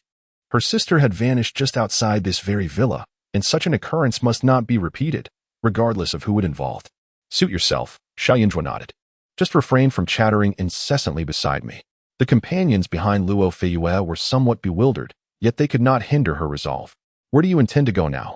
Luo Feiyue pressed insistently. Xiao Yunjua's gaze appeared to drift toward the spirit of Luo Feiyue. She had encountered many wandering souls, yet Luo Feiyue was among the most heart-wrenching, resembling a lost living being rather than a ghost. Her face bore no hint of resentment, maintaining the delicate beauty of her former self, albeit somewhat dirted. Miss Luo, do you recall the precise day your sister went missing? Xiao Yunjua inquired, her attention fixed on Luo Feiyue. Of course, it was the 4th day of June. 6 years ago, Luo Feiyue replied without hesitation. I was present as well, but I was insistent on seeing the lanterns. My sister disapproved of releasing lanterns, preferring to admire the flowers outside, where there were many fireflies. She promised to catch one for me if she encountered any. Yet I waited a long time without her return. Speaking of this matter, Luo Feiyue's sorrow was palpable. 2 maidservants who had accompanied her were found deceased, with only her sister remaining unaccounted for. Xiao Yunjua focused intently, retrieving a copper coin from her bosom to perform a divination, meticulously calculating the results. Luo Feiyue observed with a mixture of skepticism and curiosity. Xiao Yunjua's earnest demeanor did not suggest jest or frivolity. If she truly understood these matters, could it be that there was indeed hope of discovering her sister? After so many years, the family had long since accepted the belief that her sister was dead. Yet the absence of a body left their mother plagued by nightmares, tormented by visions of her sister suffering. Did the authorities only investigate outside the villa? Xiao Yunjua suddenly opened her eyes and asked. At that time, the village outside was bustling with numerous families and a throng of merchants and travelers. Naturally, the focus was primarily on the exterior of the manor, while within its confines. This manor belonged to the government, and all personnel inside were registered. Thus only a brief inspection was conducted. Moreover, my sister had gone missing outside, and no one had witnessed her return to the manor. Luo Feiyue was quite familiar with this matter and promptly responded, but as soon as she finished speaking, she suddenly realized something. Looking at Xiao Yunjua with a slight shock, are you suggesting that my sister's remains are within this manor? According to my calculations, the official ghost's tomb is indicated by the second line, and there is indeed a concealed corpse here. Just now, I cast divination based on the date of Miss Luo's disappearance and discovered that her lifeline was subjected to harm and conflict, which portends unavoidable disaster. The ominous hexagram lies in the Kuan position, corresponding to the southwest direction, with the lifeline clashing with the blade of metal, signifying a catastrophic fate entwined with the sun and moon. As Xiao Yunjua began to speak, Luo Feiyue found herself perplexed. Xiao Yunjua cast her gaze toward the southwest. Given Miss Luo's status, mobilizing the guards of this manor shouldn't be difficult, right? Of course, though Luo Feiyue was uncertain. The calm demeanor of Xiao Yunjua instilled a subtle anxiety within her. Wait a moment, Miss Xiao. Luo Feiyue was unsure if her decision was correct, but it was evident that Xiao Yunjua had no reason to deceive her. Immediately, she instructed her maid to summon assistants from nearby. They were already in the front courtyard, and the gentleman Tsin was not far off. With Luo Feiyue's request, it wasn't long before Tsinjan arrived, accompanied by several others. Xiao Yunjua cast a glance at Tsinjan. His fate was entwined with solitude, indicating a life without a wife. Indeed, he was a resolute individual, having retained his youthful infatuation throughout his life, a determination not everyone possesses. Furthermore, he had a prosperous career. If he were to serve in an official capacity, He would undoubtedly find mutual benefit with his superiors, experiencing a smooth path in his career. However, his deep emotional attachment was connected to Luo Feiyuan, and under her influence, he seemed to have lost his core aspirations, thus altering his prospects. As Xinjiang appeared, his gaze fell upon the lantern in Xiao Yunjua's hand. He paused momentarily, then discreetly turned his head to Luo Feiyue and asked, "What has transpired?" Luo Feiyue, hesitant to divulge the full details, stammered, "Brother-in-law, I wish to request the use of the manor's guards, but it is inappropriate for me to approach directly, so I must trouble you." "Very well." Xinjiang did not elaborate further. "Miss Xiao, where shall we go?" "We shall accompany you." Luo Feiyue's heart raced. Xiao Yunjua stepped forward, heading towards the southwest, which was the location of the craftsmen's quarters in the manor. This manor, unclaimed, was utilized by the government to gather wealth, hence it housed numerous artisans, some responsible for repairing buildings and drainage, while others tended to flowers and various objects. Once Xiao Yunjua established the direction, she retrieved a piece of talisman paper from her attire. Upon igniting the talisman, Luo Feiyuan, entwined with the lantern, immediately darted towards the southwest. The talisman floated in the air for a moment before disintegrating into ash. With this, Xiao Yunjua's position and direction became even more precise. At this moment, others dared not speak further, for it was well understood that Luo Feiyuan was the lifeblood of young Master Ciyin. Should anything happen to her, Sin would be utterly despondent. If he were to discover that they were in search of Miss Luo's remains, it was certain that Xinjiang would be the first to lose his sanity. The entire estate was shrouded in the soft glow of lanterns, and the group proceeded without hindrance. Soon, Xiao Yunjua halted before a humble courtyard. "Is it here? Miss Xiao, do you truly believe your calculations are accurate? If the matter becomes known, even if I were to forgive you, my brother-in-law would not let you off so easily," Luo Feiyue said, her voice considerably subdued, anxiety evident in her gaze as she regarded the small courtyard, feeling an overwhelming sense of trepidation at the thought of stepping inside. Young Master Tsin had also brought the estate's steward along. The steward, bewildered by the situation, upon arriving here, merely remarked, "This is the residence of the estate's lantern maker, who, along with his mother, crafts all the lanterns in the manor. The lantern maker is quite unsightly, and I fear the esteemed guests may find him unsettling." Chapter 76. I Will Kill You. Master Tsin, perplexed by the situation, recognized that Luo Feiyue was the younger sister of Fei Qian, akin to family. Therefore, there was no need for him to inquire about her intentions. He would simply comply. "It matters not. Summon the person," he stated calmly. The steward promptly complied, contemplating that perhaps the exquisite lanterns crafted this time had piqued the interest of the nobility, prompting their desire to meet the artisan behind them. As he entered, he spotted the busy lantern maker and cheerfully exclaimed, "Fan Lizzie, fortune has smiled upon you. The esteemed guests outside are eager to see you. I told you, as long as you diligently craft your lanterns, rewards shall follow. Do behave modestly. Keep your head down so as not to frighten them. If they offer you silver, accept it graciously. By the way, do you have any rare lanterns in your courtyard? Remember to show them to the guests." Upon hearing this, Fan's mother accidentally grazed her finger with the bamboo thread, causing her to panic slightly. Fan Lizzie glanced over, then nodded submissively, following the steward outside. Upon stepping out, he was met with a throng of people. Fan Lizzie dutifully knelt in greeting. "Have you served in the military?" Xiao Yunju scrutinized him before posing the question directly. "Yes. During my youth, my family's circumstances were dire, so I enlisted. I thought I would perish, but I survived and managed to save some pay, using it to learn the craft of lantern making." Fan Lizzie replied earnestly. The steward, upon hearing this, chuckled in response to the young lady. This Fan Lizzie possesses commendable skills, though his luck has been lacking. During his military service, he was bitten by a venomous creature, resulting in a terrible rash that disfigured his face, which is quite unfortunate. Xiao Yunju's gaze shifted toward the chaotic courtyard behind him, cluttered with various materials for lantern making. Fan Lizzie exuded an aura of menace, indicating that during his military days, he must have been a formidable individual. His lack of success was likely due to his appearance. "Lift your head," Xiao Yunju commanded. Without hesitation, Fan Lizzie raised his head. However, as he did so, the second Miss Luo and the others instinctively recoiled a step. They beheld a face marred with deep scars and a pallid complexion, accentuating his protruding eyes, rendering him grotesquely terrifying. "You have served in the military, so surely among the officers dispatched by the government to search for individuals, there must be someone you recognize?" Xiao Yunju fixed her gaze on his eyes, refusing to retreat, and stated with increasing certainty, "The government is searching for someone.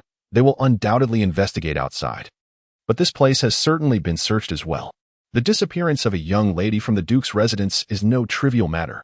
It would not be easy for Fan Lizzie to conceal the truth, which leads me to suspect that he may have leveraged his connections during the search years ago." The previous remarks had not registered with the others, but this statement ignited their awareness like gunpowder. Luo Feiyue's face turned ashen. She seized the sword from a guard's hand and, without a moment's hesitation, pressed it against Fan Lizie's neck. "Speak. Have you hidden my sister?"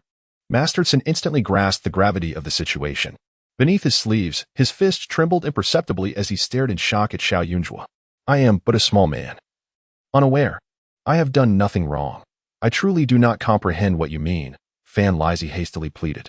"You possess an audacious spirit," Xiao Yunjue remarked, unable to suppress a cold laugh. "After committing murder all these years, you remain so confident that you wouldn't even consider moving the body.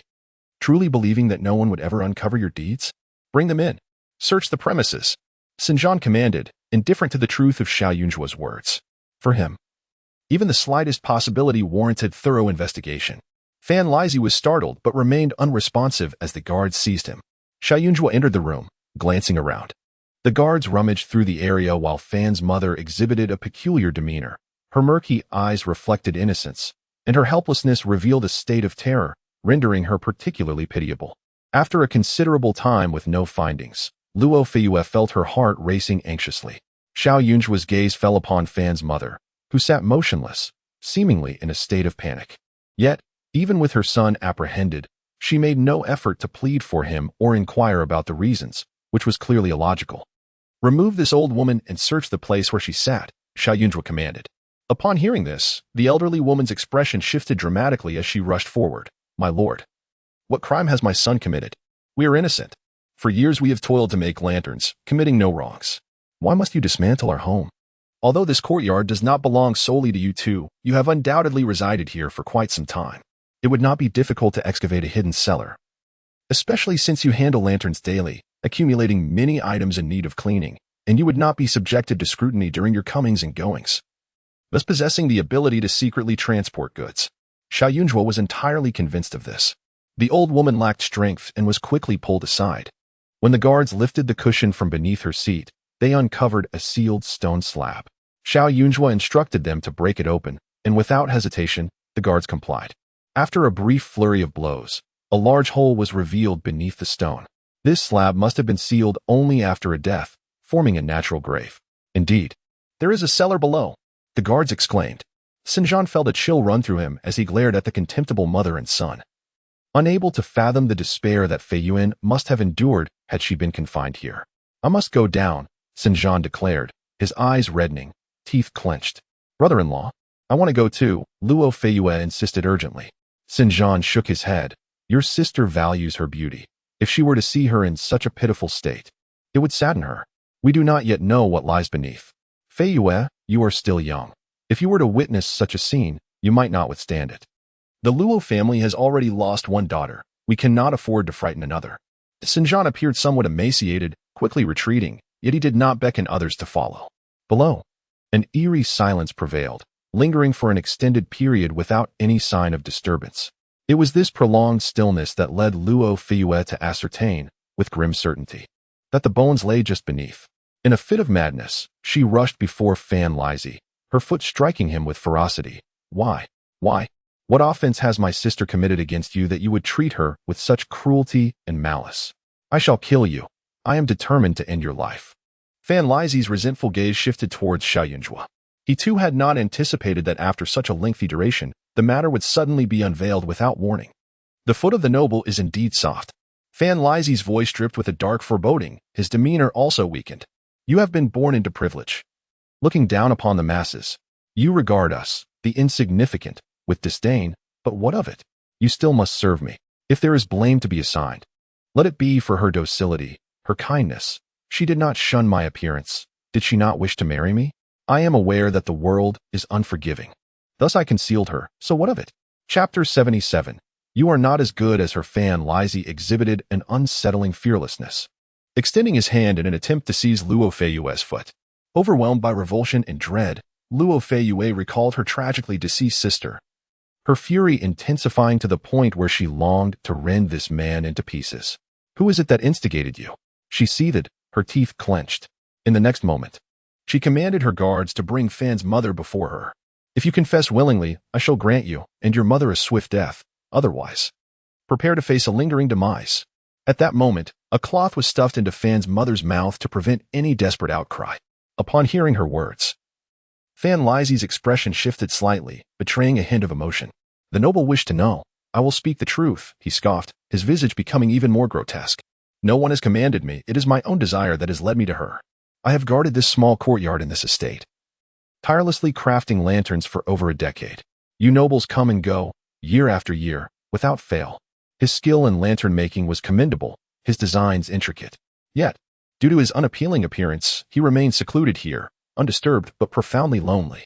During festive seasons, patrons would commend his lanterns, and in their merriment, they would bestow him with meager rewards, which, after being subjected to layers of exploitation, barely sufficed for a night of drink.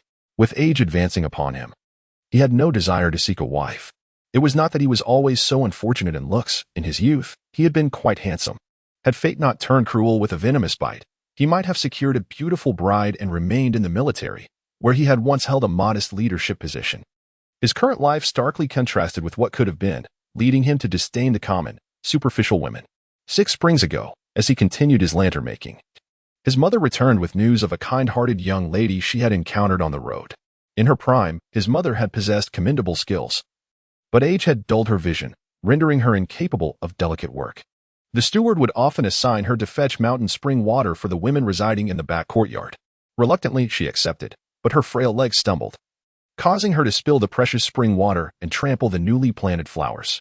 The thorns from the flowers pierced her arms, yet she stifled her cries, consumed by anxiety over the financial repercussions of the damaged flora.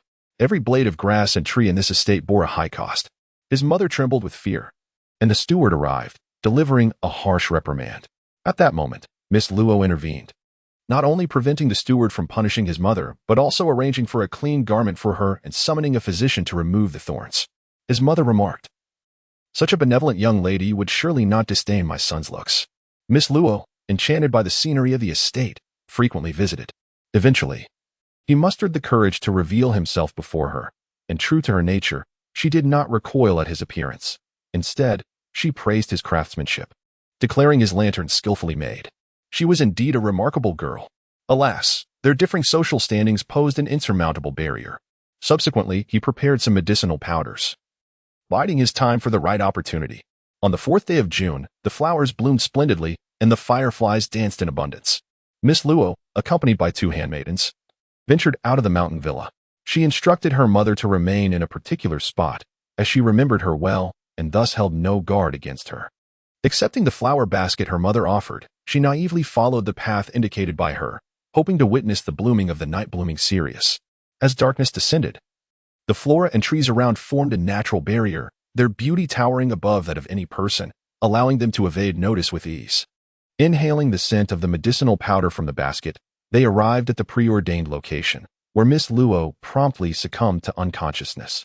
With 3 individuals present, the handmaidens, having encountered her mother, could not remain. Thus, he ruthlessly silenced one, discarding her lifeless body, while Miss Luo was concealed within his cart, covered with lantern-making materials.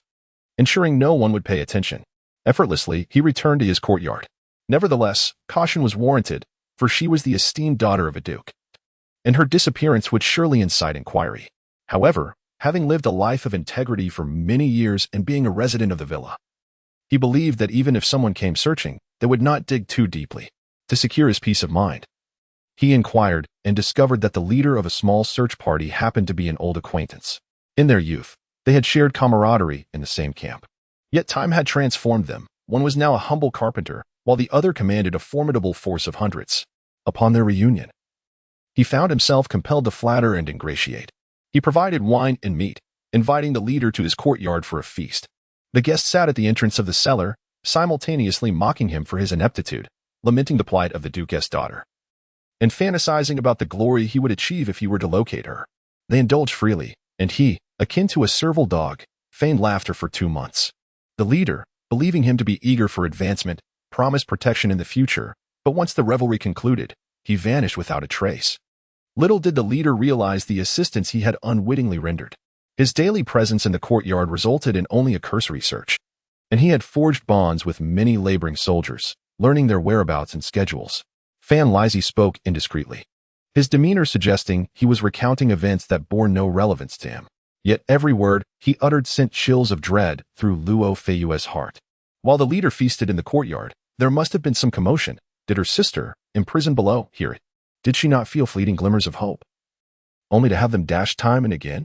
Had that man been even slightly vigilant, had he perceived the slightest anomaly, her sister should not have met such a fate. Eventually, the search ceased, as it was reported that the Duke's household was in mourning, leading to the villa's closure for half a year, after which everything returned to normal. Fan Lizzie smirked, licking his lips, and remarked lewdly, "This half-year has been like a heavenly existence for me," with a resounding slap. Luo Feiyue clenched her fist, unable to contain her wrath any longer. Fan Lizzie cast a disdainful glance her way, remarking, "You are far less gentle and pleasing than your sister. I will ensure you meet a fate worse than death for your role in my sister's demise." Luo Feiyue seethed with unbridled fury. "I did not kill her. How could I bear to do so? Moreover, she was carrying my child. During those days, my mind was consumed with thoughts of how to discreetly take her away to a place where no one knew us, to raise our children together. With such a wonderful mother, my child would undoubtedly flourish." A glimmer of light shone in Fan Lizzie's eyes as he let out a derisive laugh, lamenting her misfortune. Perhaps it was the prolonged isolation that led to her illness. She suffered from a high fever, rendering her unrecognizable to me, and I was unable to summon a physician. Ultimately, she succumbed to her affliction, taking both her life and that of our child. Alas, my fate is indeed sorrowful. It seems that heaven can never bear to see me happy. Luo Feiyue trembled with cold, her heart shattering into pieces upon hearing this tragic news. Her sister, such a wonderful person. How splendid it would have been if she could have lived to see this day. Fan Lizzie showed no signs of resistance. Xiao Yunjua observed him and the elderly woman beside him, feeling an overwhelming sense of disgust. Chapter 78. Is she destined for misfortune?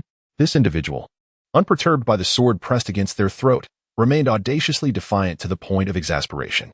At that moment, Sinjan emerged, shedding the heavy cloak that had draped over his shoulders, now cradling the remains of a body with utmost care. His complexion was ashen, as though all vitality had been siphoned from him. His hands trembled slightly, and each step felt as if burdened by a great weight. He slowly made his way into the courtyard, his legs faltering momentarily, nearly causing him to stumble, prompting a nearby guard to rush forward to offer support. Xiao Yunjua ignited another talisman, causing the previously vanished spirit to materialize from the remains, fixated on the lantern. Initially, Xiao Yunjua had presumed that Luo Feiyuen's soul was drawn to this object because it was something she held in her final moments. However, it now appeared that her attachment stemmed from the creator of the lantern. Even in her amnesiac state, a semblance of awareness lingered. Perhaps she still sensed that possessing this lantern would lead to her capture, thus despising its touch by others. Xiao Yunjua flung the lantern to the ground, and swiftly, the flame within ignited the entire lantern. "It's on fire! It's on fire!" Luo Feiyue exclaimed joyfully, clapping her hands and dancing around the flames like a child. Sinjan gazed at the dwindling fire, his eyes devoid of light, as if his very soul had been extracted. "Thank you, Miss Xiao, for locating my wife." He traversed past everyone, suddenly halting to kneel before Xiao Yunjua. "Such immense grace, I have no means to repay. In the next life, I shall be her humble servant." "There's no need for that, young Master San. It is wise to refrain from making promises so readily.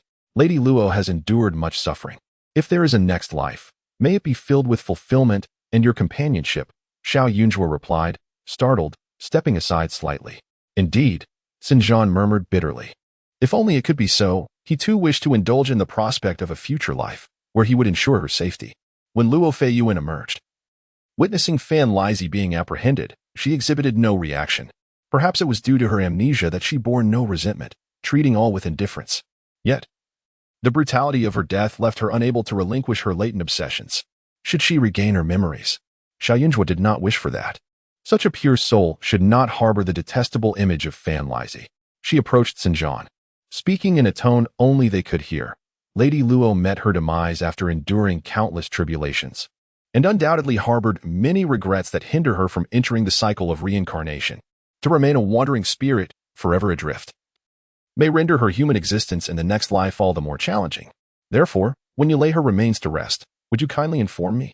I would like to perform a rite to guide her in her journey. Luo Feiyuan, having forgotten everything, might fade away if left in this world. Very well.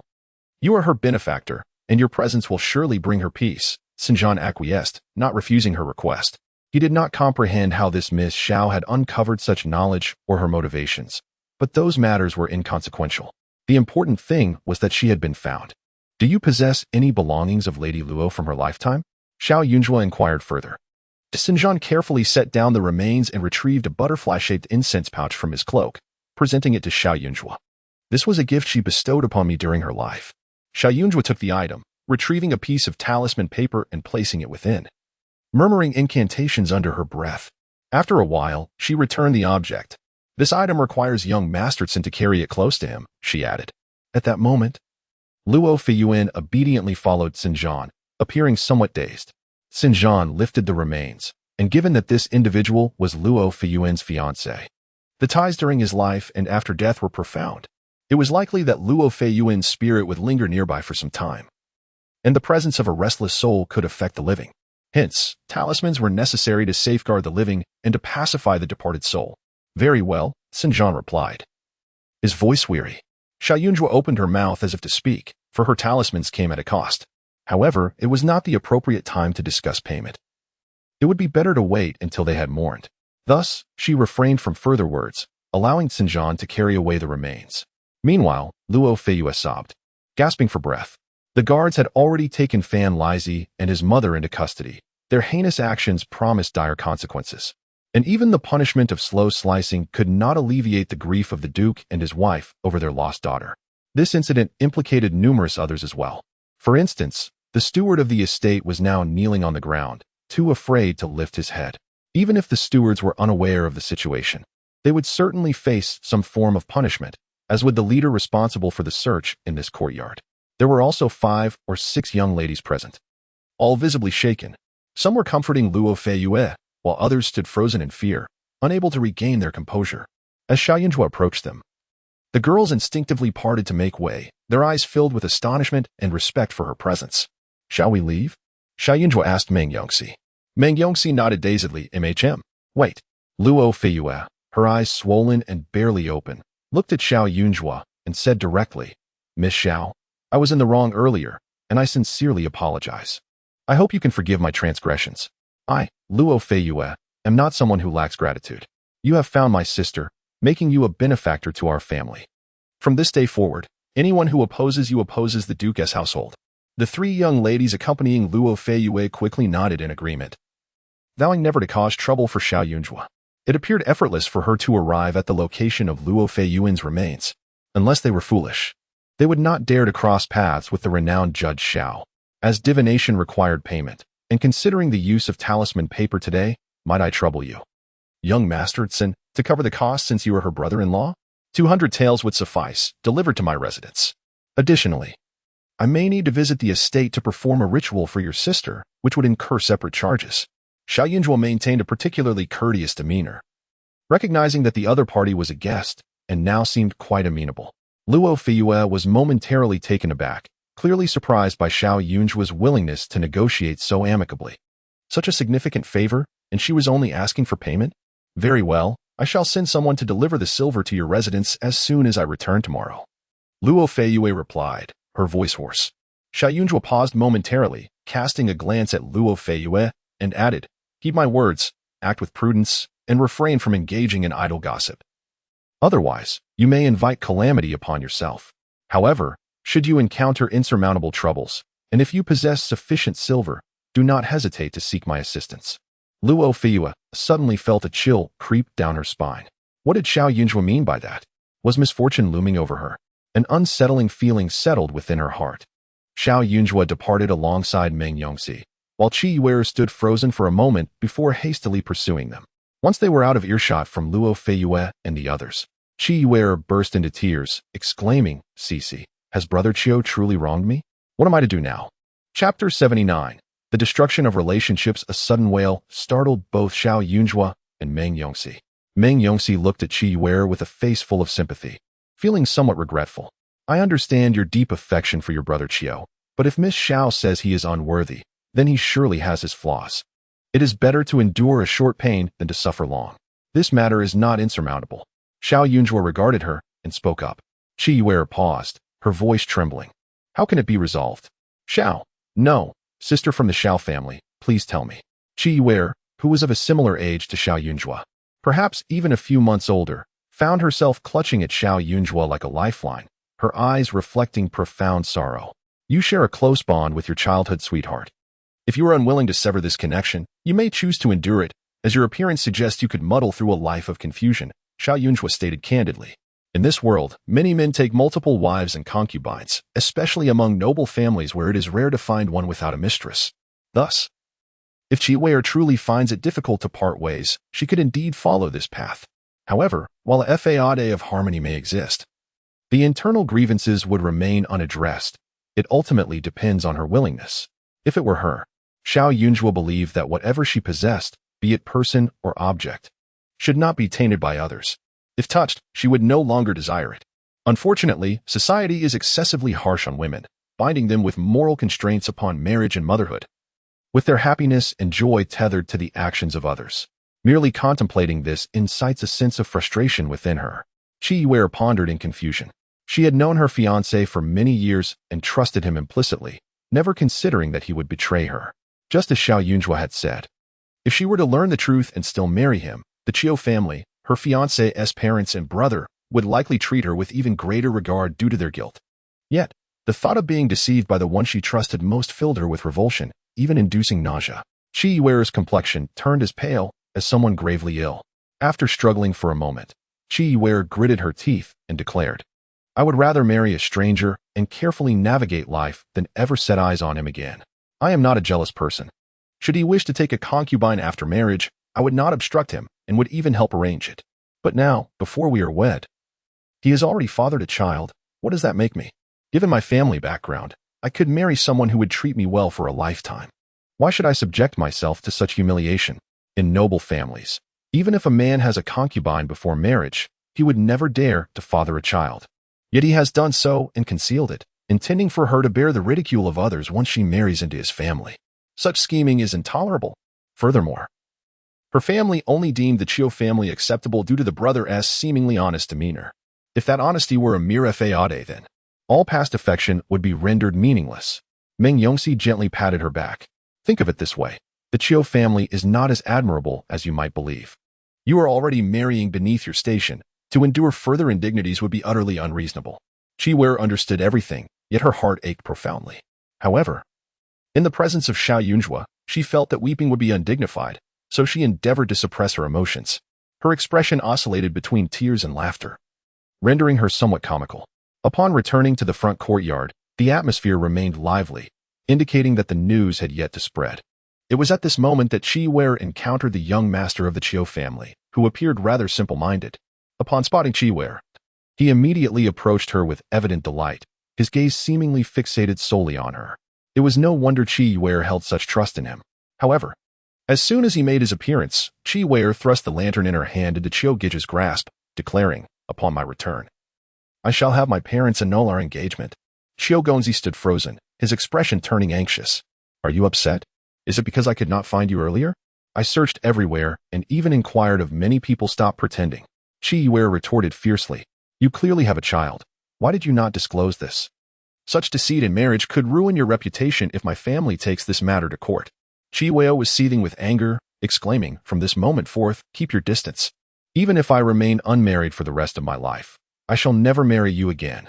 She was acutely aware that publicly annulling their engagement in such a manner would undoubtedly tarnish her reputation. In the future, it might prove difficult to find a suitable match. Yet, at that moment, she could no longer contain herself. Upon hearing her words, Qiu Gongzi's countenance shifted, and he frantically replied, You know, Yue, I never intended to deceive you. She is the daughter of my wet nurse, who has been infatuated with me since childhood. Upon learning of my impending marriage, she resorted to desperate measures, and out of pity, I took her in. Although she inadvertently bore a child, She has yet to be acknowledged as a concubine. As I plan to deal with her after you enter my household. Xiao Yunzhuo was genuinely astonished. Why did Qiu Gongzi still perceive himself as the aggrieved party? He considered himself innocent for having a child with a woman who remained merely a concubine? This commotion was quite enlightening. Qi Wei's face flushed crimson. Be silent, she snapped. Especially in front of Xiao Yunzhuo. Reflecting on how confidently she had defended her fiancé moments ago, only to witness his feeble justifications now. She glanced at Xiao Yunzhuo, who was observing Qiugage with eyes alight, as if she were scrutinizing a particularly fascinating curiosity. Suddenly, Qi Wei felt that the notion of childhood sweethearts was utterly mortifying. Unable to bear the situation any longer, Qi Wei covered her face and fled. Meng Yongxi cast a concerned look in her direction. You should check on her. She is quite upset and may need someone to help her process her feelings. Seeing Meng Yongxi's expression, Xiao Yunzhuo replied understandingly, Today, with so many people here, I would like to take a stroll. There are various faces to observe, and I wish to take in the sights. After today, it is likely that this villa will no longer be accessible, so I must appreciate the final beauty it offers. Very well, but do not stay out too late. Meng Yongxi glanced at the maid trailing closely behind Xiao Yunzhuo, feeling quite reassured. As soon as Qi Wei and Meng Yongxi departed, the young master of the Qiu family became flustered, hastily pursuing them. However, he was soon obstructed by the guards, as entry to the ladies' quarters was strictly prohibited for male guests, rendering him utterly unable to approach. Frustration brewed within him, yet he found himself powerless. His gaze fell upon Xiao Yunzhuo's position, and a surge of fury ignited within his heart. Moments earlier, while he was searching for Qi Wei, someone had informed him that a girl from the Xiao family was instigating Qi Wei to break off their engagement. Observing Qi Wei's earlier expression left no room for doubt. This woman was undoubtedly the cause of his plight. Why must you ruin the bonds of love? Qi Wei and I share mutual affection. Had it not been for your meddling, she would never treat me this way. Miss Xiao, if you're unwanted yourself, must you not bear to see others happy? The young master of the Qiu family strode forward, positioning himself defiantly before Xiao Yunzhuo, seething with rage, as if he were about to strike. Chapter 80. The young lady bestows her favor. Xiao Yunzhuo furrowed her brow as she surveyed the man before her, a flicker of annoyance crossing her features. It was no wonder Qi Wei had reacted so strongly earlier. After all, she had just encountered her childhood companion. In stark contrast to the gentleman from the Tsin family, this man before her only excelled in possessing a faade that appeared deceptively honest. At this moment, Luo Feiyue and the young women accompanying her had just exited the artisan courtyard. As they observed the scene of Xiao Yunzhuo being cornered from a distance, their expressions darkened with anger, and they hastened to summon assistance. However, they soon noticed that the maidservant behind Xiao Yunzhuo had taken action. Song Chui stepped protectively in front of her mistress and declared sternly, Do not bully my young lady. Bully her? Your young lady is indeed beautiful. Yet her heart is exceedingly malicious. Over the years, Yue has never spoken harshly to me. If it were not for her, would Yue have been so enraged today? The indignant Kawangzi seized the opportunity to vent his frustrations, pointing an accusatory finger at Xiao Yunzhuo as he spoke.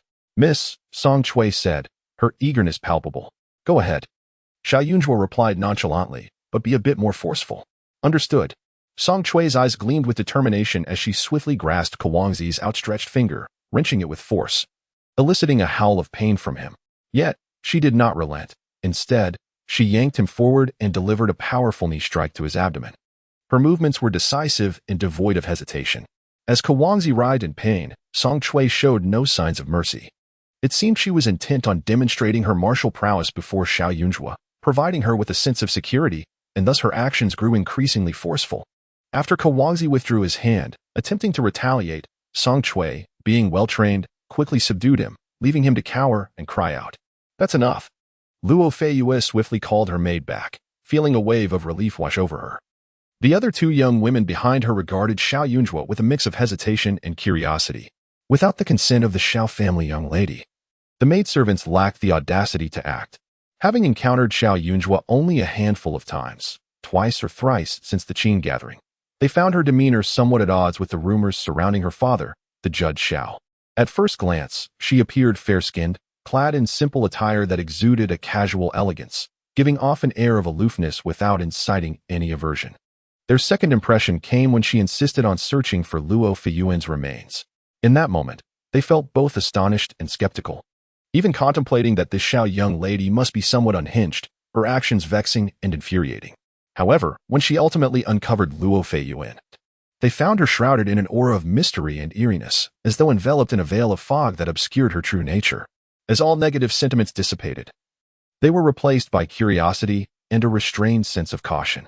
In just a short span of time since their parting, she had transformed once more. Her maid was now fiercely confronting that young gentleman. She gazed with an unperturbed demeanor, calm and leisurely, unafraid and unpretentious, as if engaged in an ordinary task. That indifferent and audacious air was utterly captivating.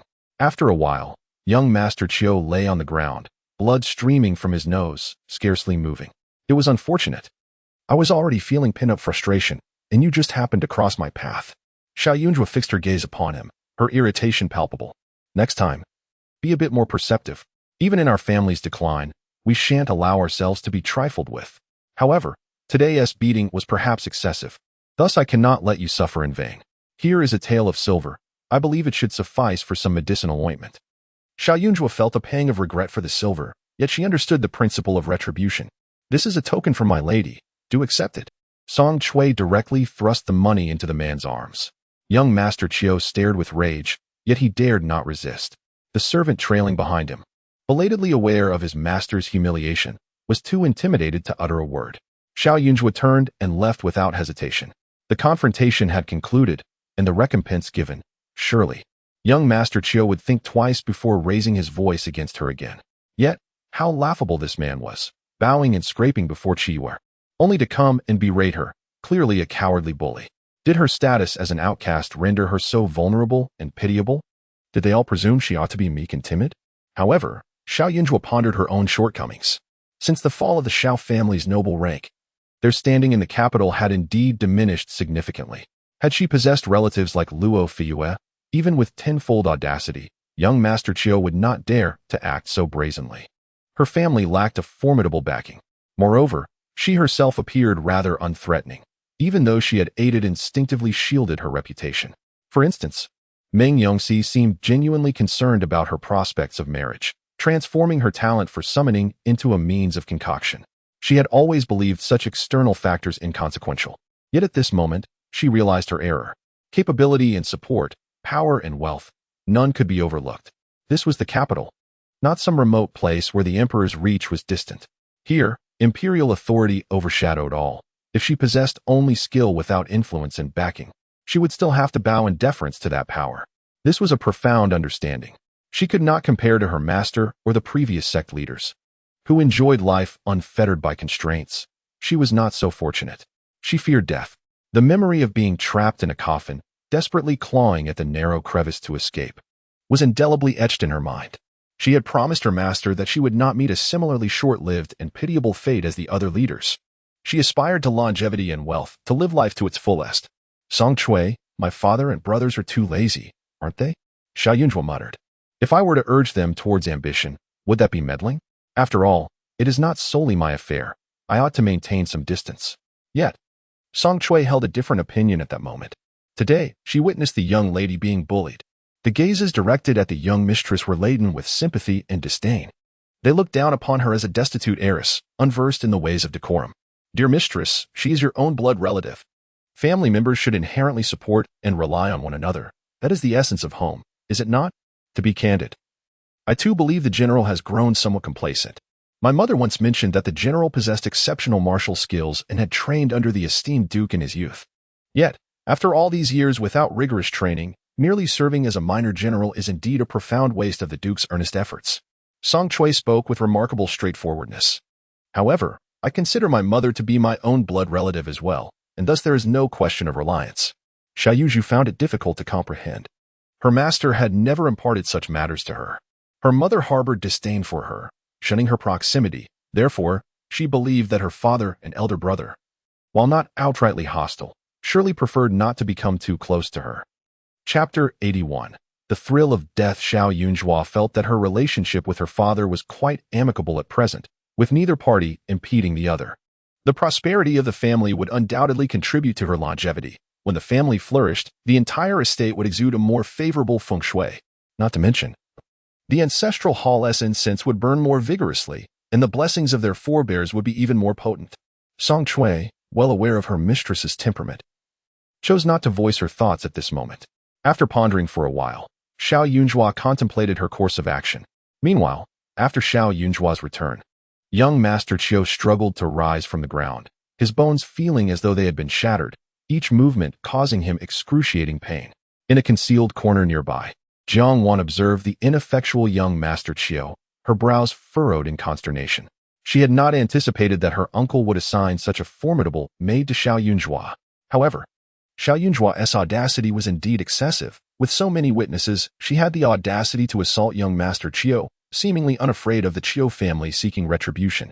Seeing young Master Qiu's pitiful state, Jiang Wan cast him a silent glance of disdain. His being beaten was perhaps a blessing. Though it was unfortunate that Xiao Yunhua's maid had exercised such restraint, inflicting merely superficial injuries. Had she delivered a fatal blow, that would have been truly entertaining. Before long, the night wore on, and the crowd in the front courtyard gradually dispersed. It was not until the following morning that others learned of the discovery of the remains of the Luo family's eldest daughter, which had been hastily removed overnight. Everyone was profoundly shocked. Even more astonishing was the revelation that her remains had been concealed within the villa, and the perpetrator was a mere lantern maker. The thought that the lanterns they had meticulously selected were crafted by such a vile and loathsome individual left many feeling nauseated. Although the guards and caretakers remained tight-lipped about the details of Miss Luo's tragic fate, it was evident to all that it was likely a case of lust gone awry, and she had probably endured humiliation before her demise. However, with her death, everyone prudently chose to refrain from discussing the matter out of respect. As dawn broke, Xiao Yunhua and Yingxu shared breakfast before returning home in a carriage together. I have just learned that you have recently returned to the Xiao family, Master. Would it be convenient for me to visit your residence? If that poses any difficulties, I can find a place to stay near the Xiao family instead. Yingxu looked at Xiao Yunhua, her eyes brimming with warmth. She was over a decade older than Xiao Yunhua, and at this moment, she regarded the young girl as soft and endearing, even feeling an urge to pinch her cheek. Previously, she had been curious about what the master of the Hidden Divine sect must be like. Her former teacher had spoken of the sect's members as enigmatic beings, shunning the mundane world and often dwelling in seclusion, all of whom were extraordinary individuals. It was said that the master was a paragon among paragons, not only adept in the arts of music, chess, literature, and painting, but also possessing the ability to command the elements of yin and yang. And even the formidable masters could, unbeknownst to others, influence the destiny of a nation. At that time, she imagined such a lofty being would exude both majesty and ethereal grace, utterly unattainable. Yet, upon meeting her now, the master was still youthful. Thus, this aura of mystery was tinged with a certain endearing earnestness, occasionally exhibiting a deliberately righteous demeanor. Nonetheless, their conversation revealed that the master was indeed exceptionally astute. She seems to possess a smattering of knowledge about everything, capable of articulating astonishing insights. Yet, due to her youth, she has yet to delve deeper into her potential. It is certain, however, that given ample time, the sect master will undoubtedly evolve into the extraordinary figure she envisions. Lingxiu's heart swells with excitement. It has been many years since she felt such anticipation. The sect master's proficiency in playing the qin requires further cultivation, and at this moment, she yearns to impart all her skills to the sect master so that they might hear the celestial melodies spoken of by her late mentor. Tunes that transcend the capabilities of ordinary mortals. Lingxiu's gaze is fervent, causing Xiao Yunhua to feel somewhat uneasy. Yet, as the sect master, she must not show any signs of hesitation. Thus, she musters her composure, confronting everything with a bold facade. When I return home, I shall consult my father. If he disallows it, I will make alternative arrangements. Do not worry, I possess the means to support you, Xiao Yunhua reassures her with utmost seriousness. The Hidden Divine sect has restrictions based on destiny for accepting disciples. Those who gain entry are fated to do so, albeit with a less favorable destiny. The moment Lingxiu learned the sect's qin melodies, she set in motion the threads of fate. Regardless of her wishes, she must heed the sect master's words. Lingxiu's eyes sparkle, and her heart, once tranquil as a still pond, now trembles at Xiao Yunhua's words. It is as if she has encountered her most cherished, untouchable divine beast, which now speaks to her, intertwining sweetness and authority, melting her heart. Over the years, I have also saved a modest sum of silver, which I initially intended to donate to the government for charitable deeds after my demise. However, now that I have met the sect master, These funds should be bestowed upon you, Ling Xiu quickly asserts, revealing that she is not impoverished. Her family fortune likely amounts to several thousand taels of silver. Your initial plans were quite commendable. For individuals like us, it is essential to engage in benevolent acts. Nevertheless, you should have several years ahead of you. So there is no need to rush. As long as you are alive, strive to survive and reserve some silver for future medical needs. Xiao Yunjue earnestly advises her on the principles of saving. I have accumulated quite a bit. To achieve wealth, one must both increase income and cut expenses. And it is acceptable for our sect to adopt a more pragmatic approach given our current state. Accepting jobs? Ling Xiu appears momentarily perplexed, then suddenly clarifies. I have heard that the eldest daughter of the Luo family has been found. Such an old case. It was you, sect master, who resolved it, wasn't it? Indeed, she was a pitiful soul, Xiao Yunjue sighs. Ling Xiu expresses her sorrow. I have heard that this Miss Luo was cherished by the Duke and his wife. Raised to be kind and innocent, yet I never imagined she would fall victim to such treachery, meeting such a fate. These villains truly act without regard for the law. However, the perpetrator seems to be a person devoid of fear, even now that they have been apprehended. Their fate is merely death. Ling Xiu is more informed than the average young woman and understands the prolonged suffering endured by Miss Luo. As a fellow woman, she feels even more indignant on her behalf. There will always be something that instills fear. Those who err must face the consequences. I have accepted a considerable sum, and I cannot disappoint my employer, Xiao Yunjue says softly. When she departed yesterday, she was inadequately prepared, leaving some matters unattended. It is likely that the troublesome mother and son will be detained in the office of her sixth uncle, awaiting the Ministry of Justice's review of the case, which will ultimately lead to a death sentence.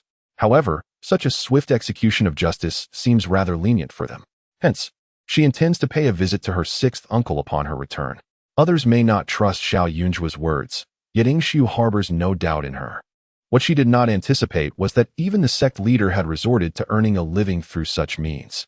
Had it been a century ago, at her age, Xiao Yunjue would still have been honing her skills on the mountain, not yet fully blossomed but already descending to make a livelihood. In this moment, she truly comprehended the concerns of her late mentor before his departure. Chapter 82 Surprises abound soon. The two return to the Xiao residence. Xiao Yunjue burst through the door with great enthusiasm, immediately seeking out her father. Xiao Xingguan, taken aback by the attention, asked, "Did you enjoy your time with your cousin?" "Cousin?" Xiao Yunjue paused momentarily before, feeling somewhat embarrassed. She replied, "Father, I boldly declared in front of many people yesterday that I would expel her from our home. The words have been spoken and cannot be taken back." Xiao Xingguan's smile faltered. "You had a quarrel?" "Yes. I intend to have the steward oversee her packing her belongings. She must not be allowed to sneak away with anything from the house. This decision was made without your consent. May I inquire if you approve?" Xiao Yunjue asked politely, a hint of guilt in her tone, feeling as though she had caused some trouble for her family. Xiao Xingguan's eyelids twitched as he rubbed his temples. "Since the words have been spoken, we must proceed accordingly. While it is somewhat inappropriate for a daughter to dismiss someone, I cannot quite decide whether to feel helpless or pleased. The fact that she can make demands and even take charge of matters in our home indicates that she is beginning to regard this place as her own, perceiving herself as the mistress, a commendable transformation. Previously, she was indifferent to affairs beyond her own courtyard. It is just a pity for this Jiang family's niece. Nevertheless, I shall support you in your decision. However, I would like to understand the reasoning behind it," Xiao Xingguan expressed, eager to comprehend his daughter's thoughts. "You mentioned that these past years have been challenging, living under someone else's roof. I believe we should not impose undue hardship upon her. Since the Jiang family still has their own lives to lead, it would be best to allow her to return to her comfortable existence," Xiao Yunjue explained earnestly, albeit awkwardly. Xiao Xingguan understood her perspective. "You are right. If this is her issue, then I need not provide an explanation to the Jiang family." He cast a reassuring glance at his daughter. Indeed, it seemed that her recent outing had enlivened her spirit, granting her more words to share. And she had even taken the initiative to explain herself, an evident advancement in their father-daughter relationship. "There are two matters I wish to discuss, father." Noticing her father's improved mood, Xiao Yunjue continued. "The first is that I have brought someone back with me who requires accommodation in my courtyard. Of course, if you disagree, I shall seek alternative lodging for her." At this, Xiao Xingguan felt a tightening in his throat. "I hope it is not a man. Are you hosting a guest? That requires proper hospitality, male or female." He instructed the steward to select a suitable courtyard to avoid mistreating the guest. realizing it had been years since he had smiled so forcefully. It is a Qin master. She is now part of my household. Xiao Yunjue sighed with relief, grateful for her father's understanding. Who? Xiao Jingguan was momentarily stunned, his voice tinged with surprise. You went out to listen to this Qin master and then brought her home? Are you certain she was invited? Please tell me that maid Song Chui did not forcibly bring her here. It is indeed no wonder that he was taken aback. The Xiao family, despite having children preparing for the imperial examination, had historically been inclined towards martial pursuits. As military generals, they lacked the refinement typically associated with the gentry, spending their days wielding swords and brandishing spears. Furthermore, due to his father's disgraceful conduct, the esteemed families held in high regard would scarcely deign to cross the threshold of the Xiao household. Take for instance the matter of the eldest son's education. Initially, he faced numerous setbacks until the matriarch sought assistance from the Hua family, ultimately securing a distinguished tutor. Thus, when his daughter mentioned bringing home the most celebrated Qin master in the realm, how could he not be astonished? Indeed, sharing a courtyard with me may feel somewhat cramped. It would be more fitting for her to reside in the adjacent courtyard. I shall have ample opportunity to learn the art of the Qin from her, which would also facilitate our interactions. After some contemplation, Xiao Yunjue concluded that her father's arrangements were indeed wise. She feared imposing upon the family and had not initially intended to occupy an additional courtyard. Xiao Jingguan found it increasingly difficult to contain his inner exhilaration. His daughter was to study the Qin with mastering. This was a testament to her innate talent, an extraordinary piece of fortune. The dynasty had been established for less than a century, with the populace recently emerging from the abyss of conflict and bloodshed. To mitigate the prevailing animosity among the people, it was imperative to cultivate a climate of tranquility. Thus, the court held great respect for various masters. Those with any form of expertise were assured of receiving admiration. What splendid news! Zhuang'er, you must diligently learn from the master. By the way, where is mastering? We ought to invite your grandmother to join us in welcoming her in person. Xiao Jingguan's voice rose with enthusiasm. No need. I have already instructed Song Chui to escort her to my courtyard for rest. She will be residing here regularly, and excessive fervor may be counterproductive. I will introduce her to grandmother in due course, Xiao Yunjue swiftly replied. Xiao Jingguan found himself unable to remain still, though he lacked understanding of musical compositions. It was precisely this ignorance that made him appreciate the skill all the more. What excited him further was the sudden clarity regarding his daughter's future, an unexpected delight. There was another matter at hand. Previously, Hua family's sixth cousin had agreed to allow me regular visits to the magistrate's office. I intend to go tomorrow. Does my father have any instructions for me? At this moment, Xiao Yunjue displayed remarkable obedience. Her father treated her kindly, even going so far as to appoint a particularly compliant steward in the household due to her influence. Thus, she was reluctant to burden the steward, fearing that her trip to the Hua family might lead her father to send someone in a frantic search, wasting both time and energy. Xiao Jingguan's smile faltered. Frozen in place. What business do you have at the magistrate's office? He inquired, genuinely perplexed. That place was one that ordinary folks would typically avoid at all costs. Frequent visits were rather inappropriate. Last night, I fortuitously resolved the case of Miss Luo's unjust demise. Though I uncovered her remains, the perpetrator harbored no remorse. Having accepted payment from the Luo family, I feel obligated to administer a proper lesson to the culprit on their behalf. Therefore, I plan to visit the prison tomorrow at noon, when the yang energy is at its peak, Xiao Yunjue explained with utmost courtesy. The reason for waiting until noon was that the prison was not a favorable place. The heavy yin energy could incite a disturbance due to her constitution. Hence, she intended to undertake additional protective measures today to avoid inhaling excessive yin energy tomorrow. Xiao Jingguan's mind buzzed, unable to comprehend the situation. Why not enlist the discreet assistance of my sixth uncle to administer a sound thrashing to that nefarious criminal? Xiao Jingguan contemplated that this course of action was not without merit.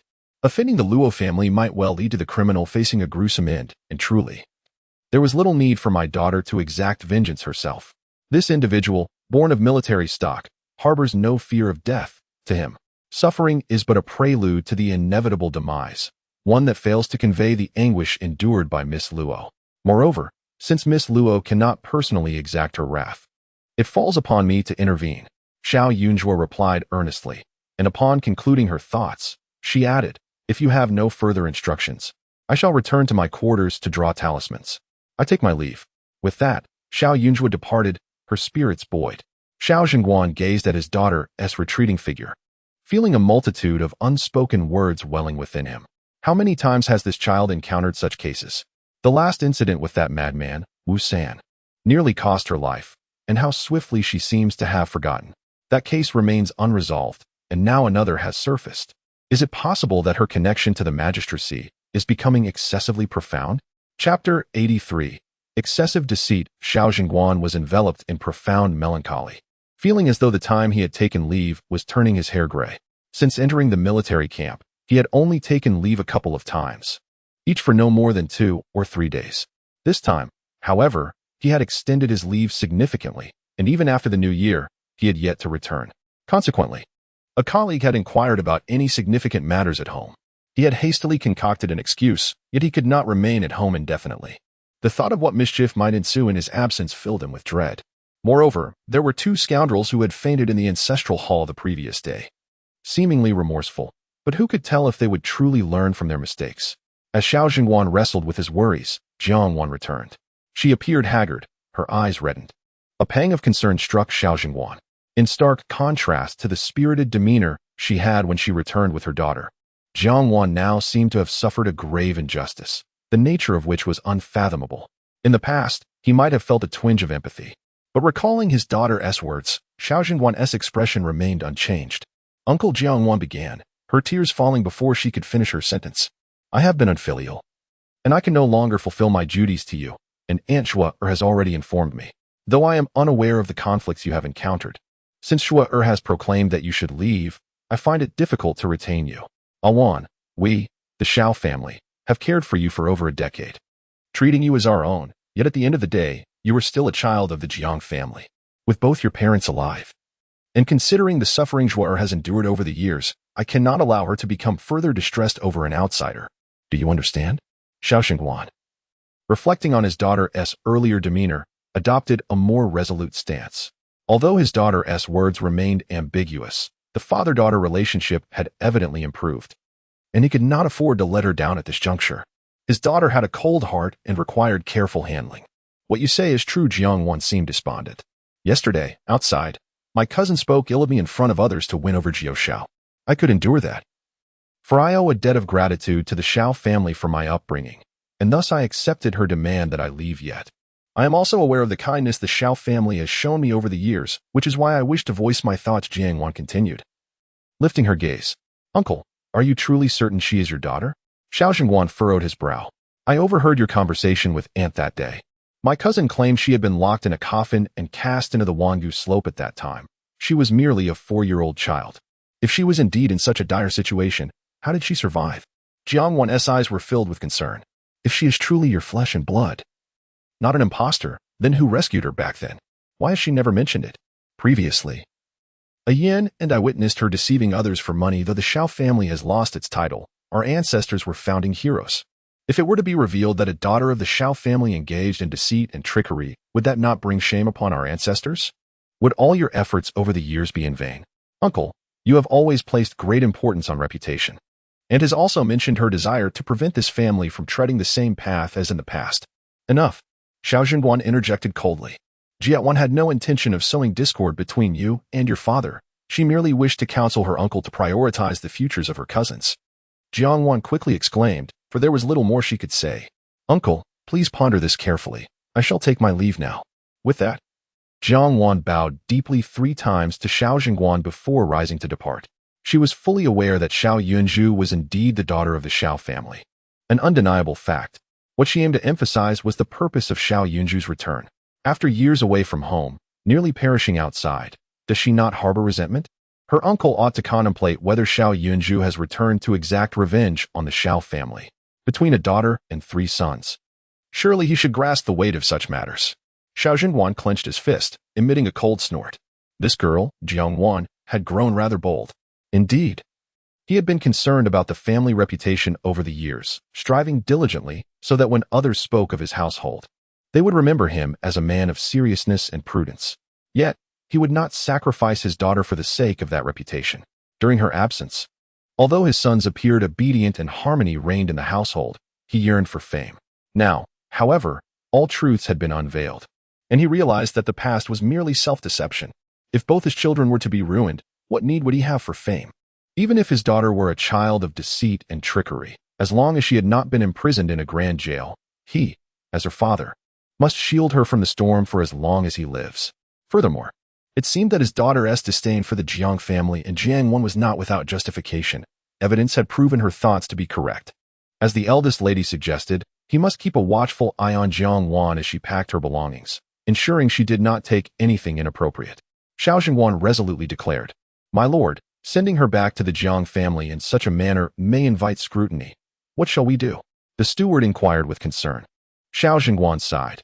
In the past, I was indeed overly fixated on those elusive ideals, merely wishing to maintain harmony within the family. Ultimately, I was mistaken. If I have erred, then I must amend my ways. Should the Jiang family inquire, let it be said that the Xiao family's fortunes have diminished compared to yesteryears, and that Jiang Wan's expenses over the years have indeed become burdensome. If they harbor resentment, let it be directed at me. Moreover, Xiao Jingguan pondered. Maintaining the same standards within the household all these years had become somewhat forced. The decline of the family was a reality I failed to see. I foolishly attempted to uphold the family's dignity with external appearances. The path was misguided. Henceforth, you shall dispose of all superfluous items. Upon hearing this, the steward was taken aback. To dispose of everything, while it seemed simple. It was a declaration to the outside world that the Xiao family had resigned itself to its fate. Maintaining the grand old estate of the Duke's residence in its former glory demanded immense resources. When the lady was alive, every banquet relied on this opulent fade to earn respect and a semblance of dignity from others. Consequently, many outsiders now believe that the Xiao family merely lacks a title, while still possessing ample wealth. "I shall attend to this immediately," the steward responded without delay.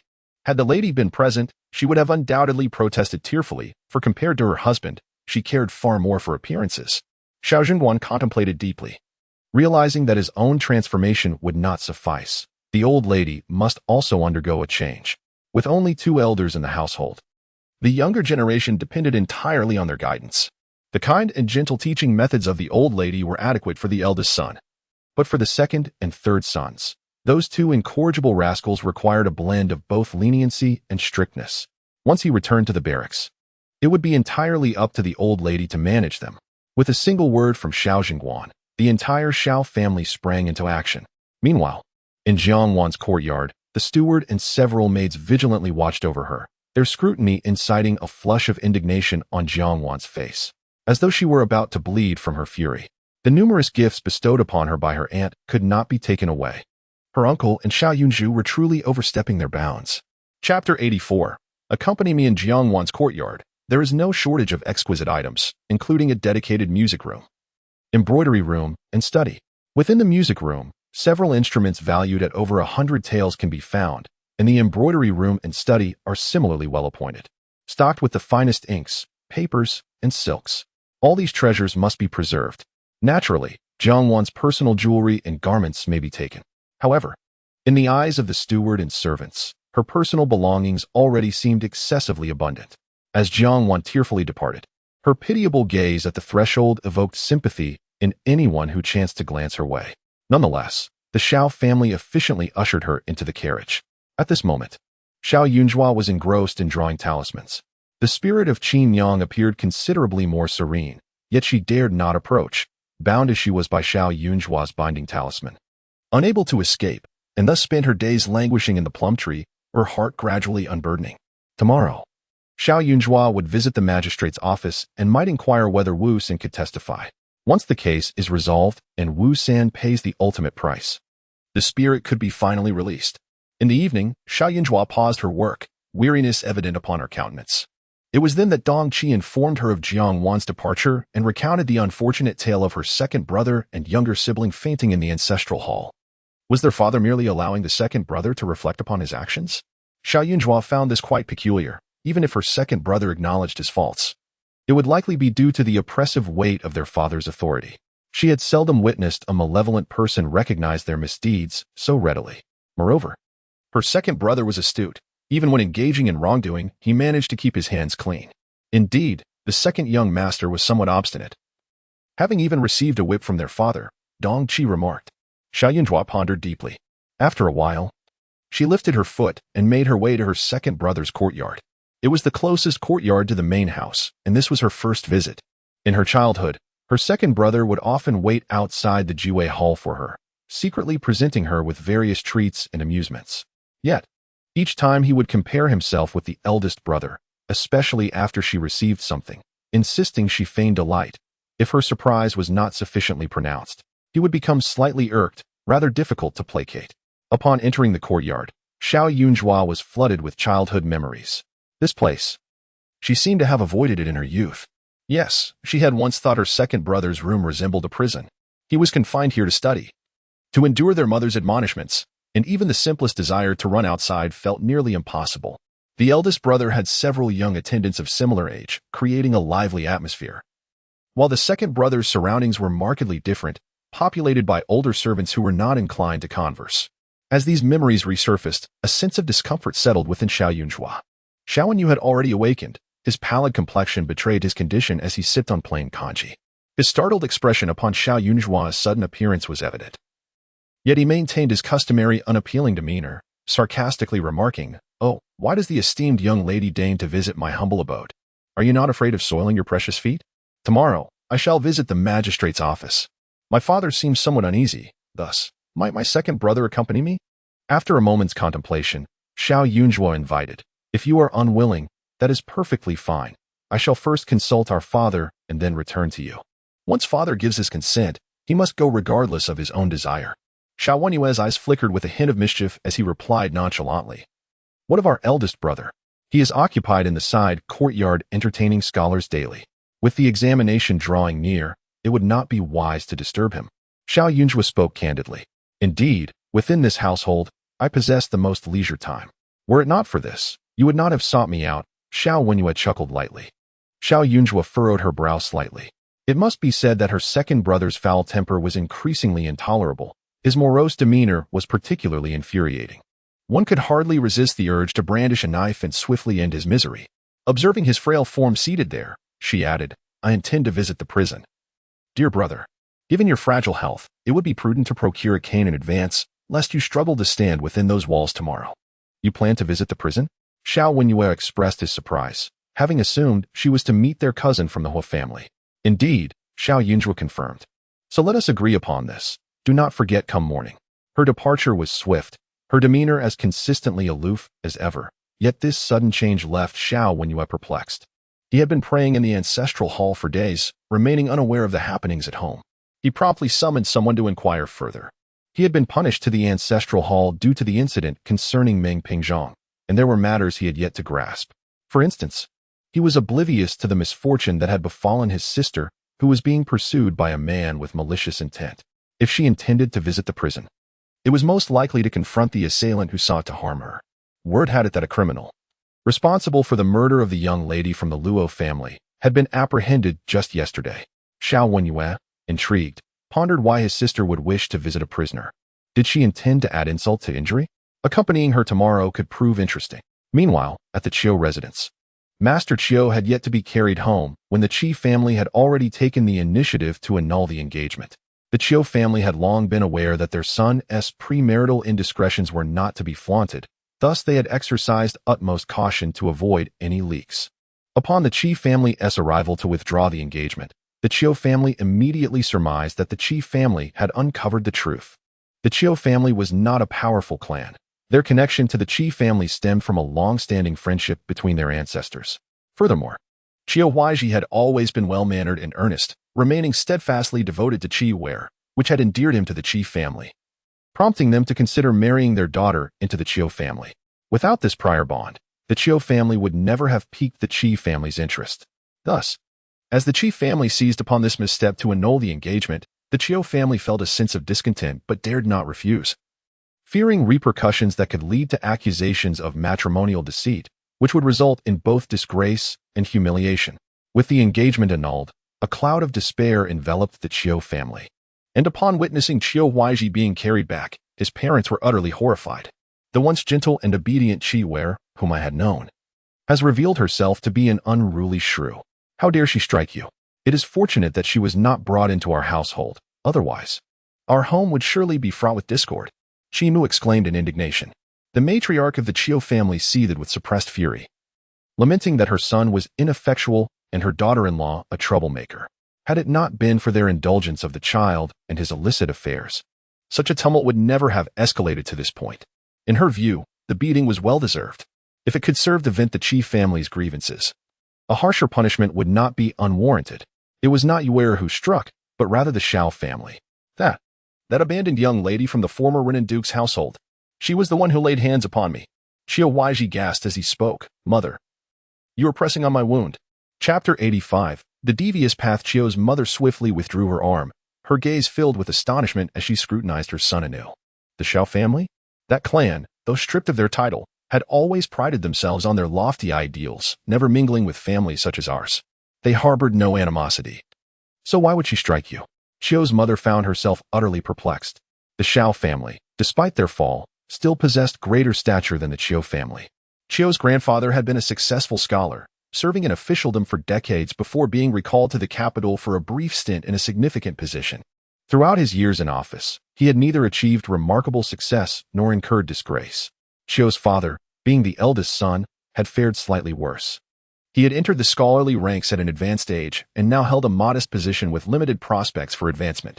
However, Qiu Huaizhi had a younger uncle, a clever man who currently served as a governor in a distant province, seemingly destined for a brighter future than the previous generation. At this moment, Qiu Huaizhi was seething with indignation, his previously innocent demeanor now twisted by rage. It is all due to this woman's slander before Yuer, compelling her to insist on breaking our engagement. Mother, without Yuer, what will I do in the future? But why would she strike you? What inappropriate action did you commit? Qiu's grandmother promptly inquired again. Huaizhi is honest. He has interacted with that girl from the Qi family extensively over the years, yet he has never crossed the line. How could he possibly have wronged the daughter of the Xiao family? Qiu's mother quickly countered. Qiu's father, standing nearby, nodded in agreement. Upon seeing their reactions, Qiu's grandmother felt a pang of anger in her heart. A respectable young lady would not resort to violence without cause. In a fit of rage, I confronted Miss Xiao to reason with her. My words were merely a touch impolite, yet to my astonishment, she incited her maid to strike me, landing blows that left me. I am now in agony all over. How could she be so brazen? Qiu's mother was infuriated. The Xiao family, once a princely house, was no longer in such a position. What audacity! I shall seek justice for you, my son. It was indeed he who had offended someone. Qiu's grandmother attempted to interject. However, Qiu's father remained resolute, asserting it stands to reason that, although the Xiao family no longer holds a title, their wealth is considerable, possibly surpassing even the Qi family. Son, this woman seems intent on destroying your prospects for marriage. Could it be that she has encountered you before? Your engagement with the Qi family is already dissolved. If it were to be replaced with a union with the Xiao family, that is not impossible. Father, that Miss Xiao is nothing short of a she-devil. Having been raised outside, she possesses no sense of propriety. Wouldn't marrying such a woman spell disaster? Qiu Huaizhi vehemently disagreed. What do you know? Qiu Fu immediately admonished, asserting that before a woman is wed, she often possesses a fierce spirit. Once she enters the household as your wife, her lifelong happiness will rest upon you, and she will surely become gentle. Furthermore, one must not underestimate the Xiao family. It is said that the matriarch of the Xiao family has regained her health. She hails from the distinguished Hua family, which is quite remarkable. Additionally, there are the father and brothers of Miss Xiao. Her father, Xiao Jingguan, nearly became a companion to the emperor in his youth. Due to the misdeeds of Xiao Jingguan's father, who was disdained by the late emperor, the Xiao family had fallen into neglect. Nevertheless, Xiao Jingguan had once played alongside the emperor as a child, establishing a bond that, as long as he does not commit grave errors, secures him a place in the capital. Moreover, Xiao Jingguan has a son, a child of both literary and martial prowess, who is soon to take an examination. It is rumored that he possesses commendable talents. The bygone grievances of the Xiao family are long forgotten, and once Xiao Jingguan's son appears before the emperor, one cannot doubt the emperor will not favor him. Qiu Fu analyzed this with utmost seriousness. The more he contemplated, the more he found the Xiao family appealing. With only one daughter, should she marry, both sentiment and reason dictate that a substantial dowry would follow. My son, Qi Yuer is admirable. Yet she is strong-willed and does not wish to marry. We are powerless in that regard. However, the Xiao family has wronged you and must take responsibility, right? Qiu Fu chuckled, suggesting, Miss Xiao, despite her tarnished reputation, would surely be sought after for marriage. How could she refuse? His son's promising match had been lost, and it was imperative to find a suitable replacement. Upon hearing this, Qiu grandmother's eyes widened in shock. She had initially thought her son was somewhat misguided, but held hope for her grandson. Yet, upon discovering he had fathered a child before marriage, she realized her error, though it was too late. The marriage between the two families loomed ahead, with her eldest son threatening dire consequences while assuring he would treat Qiyu well, compelling her to refrain from withdrawing the engagement. This caused her considerable distress, feeling she owed a debt to the Qi family. Little did she anticipate this new turn of events. Qiu grandmother erupted in fury. Xiao Jingguan is a man of arms. Do you think they lack temper? Your whole family conspires together. I can no longer tolerate this, nor can I manage it. From this day forth, you must fend for yourselves. She felt she could no longer remain in this household and considered seeking her younger son instead. In the past, her grandchildren were young and somewhat obedient, aware of the right path, but as they grew older, their ambition swelled. Particularly the eldest son, perhaps aware of his inadequacies, seemed to gravitate towards dubious paths. Qiu grandmother stormed out in anger. Your grandmother, in her advancing years, has become rather muddled. She fails to realize that without careful planning, what will become of your future? In a few years, you too will face the imperial examinations, will you not? Your grandfather, solely focused on being an honest official, neglected to amass wealth, resulting in my own unremarkable existence. Had I possessed funds for connections, would I be in such a predicament? My life has unfolded as such. Yet you are my only son. I must consider your future. Qiu Fu advised candidly. Qiu Huaiji felt a twinge of conflict. He was indeed not fond of the young lady from the Xiao family. Her temperament was quite fierce, and who knows what hardship she had endured while being cast out. Nevertheless, upon reflection, she was rather attractive. A son should heed his father, he conceded with a nod. Very well, from this day forth, you shall feign illness, declaring that your constitution has been severely compromised, and it will require at least a year or two to recuperate. The Xiao family must, by all means, present a formal explanation. The eyes of Mr. Qiu sparkled with determination. At the break of dawn tomorrow, he shall promptly approach the Xiao family to demand an account. However, it is true that his son is rather naive, easily intimidated by a mere young lady. No matter how fierce the Xiao family's eldest daughter may seem, how formidable could she truly be? She is but a toothless little tiger. Before long, the night passed. The Qiu family made their preparations and then proceeded to pay a visit. Yet, at this moment, Xiao Yunjua had already departed with her second brother towards the yamen, leaving only Xiao Jingguan, who was utterly perplexed, to welcome the guests. The Xiao family seldom received visitors, especially not from the distant Qiu clan. Confused, Xiao Jingguan felt compelled to extend a polite reception to his unexpected guests, leading them to the main hall. Mr. and Mrs. Qiu, having personally come, sat with serious and indignant expressions. Is there something you wish to discuss? Xiao Zhengguan inquired without preamble.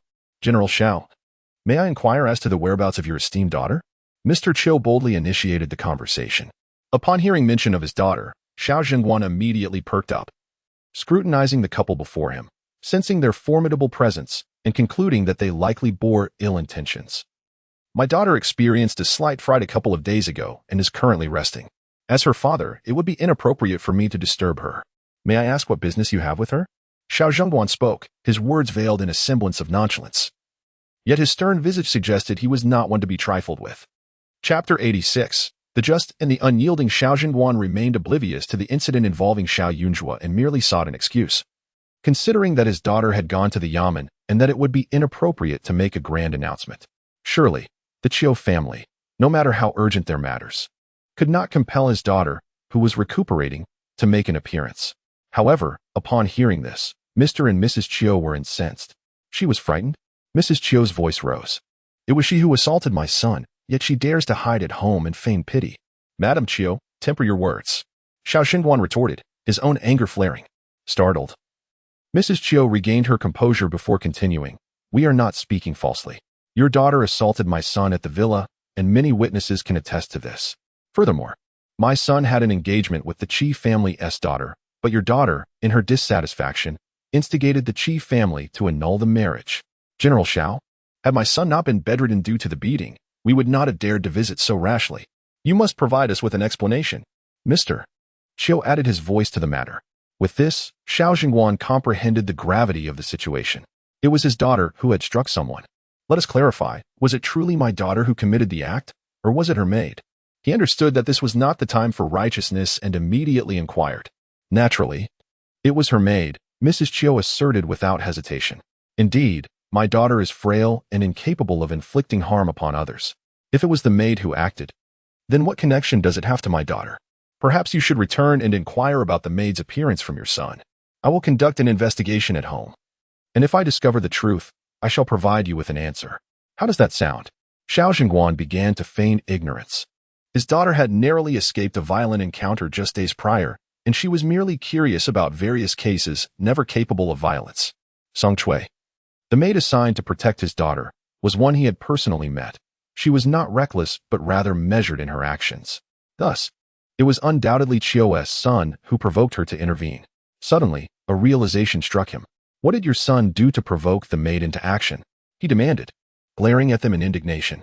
No wonder my daughter returned home unable to eat or sleep. Terrified, she must have suffered greatly at your hands. Hearing this, the Chiu couple could hardly contain their laughter.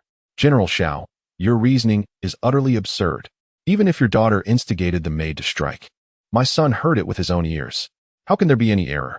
Mr. Chiu's eyes widened in disbelief. Was she frightened? She was thoroughly enjoying herself at that moment. If you refuse to acknowledge this, then let the authorities handle it. I am eager to see how your daughter of the Xiao family will handle such a scandal.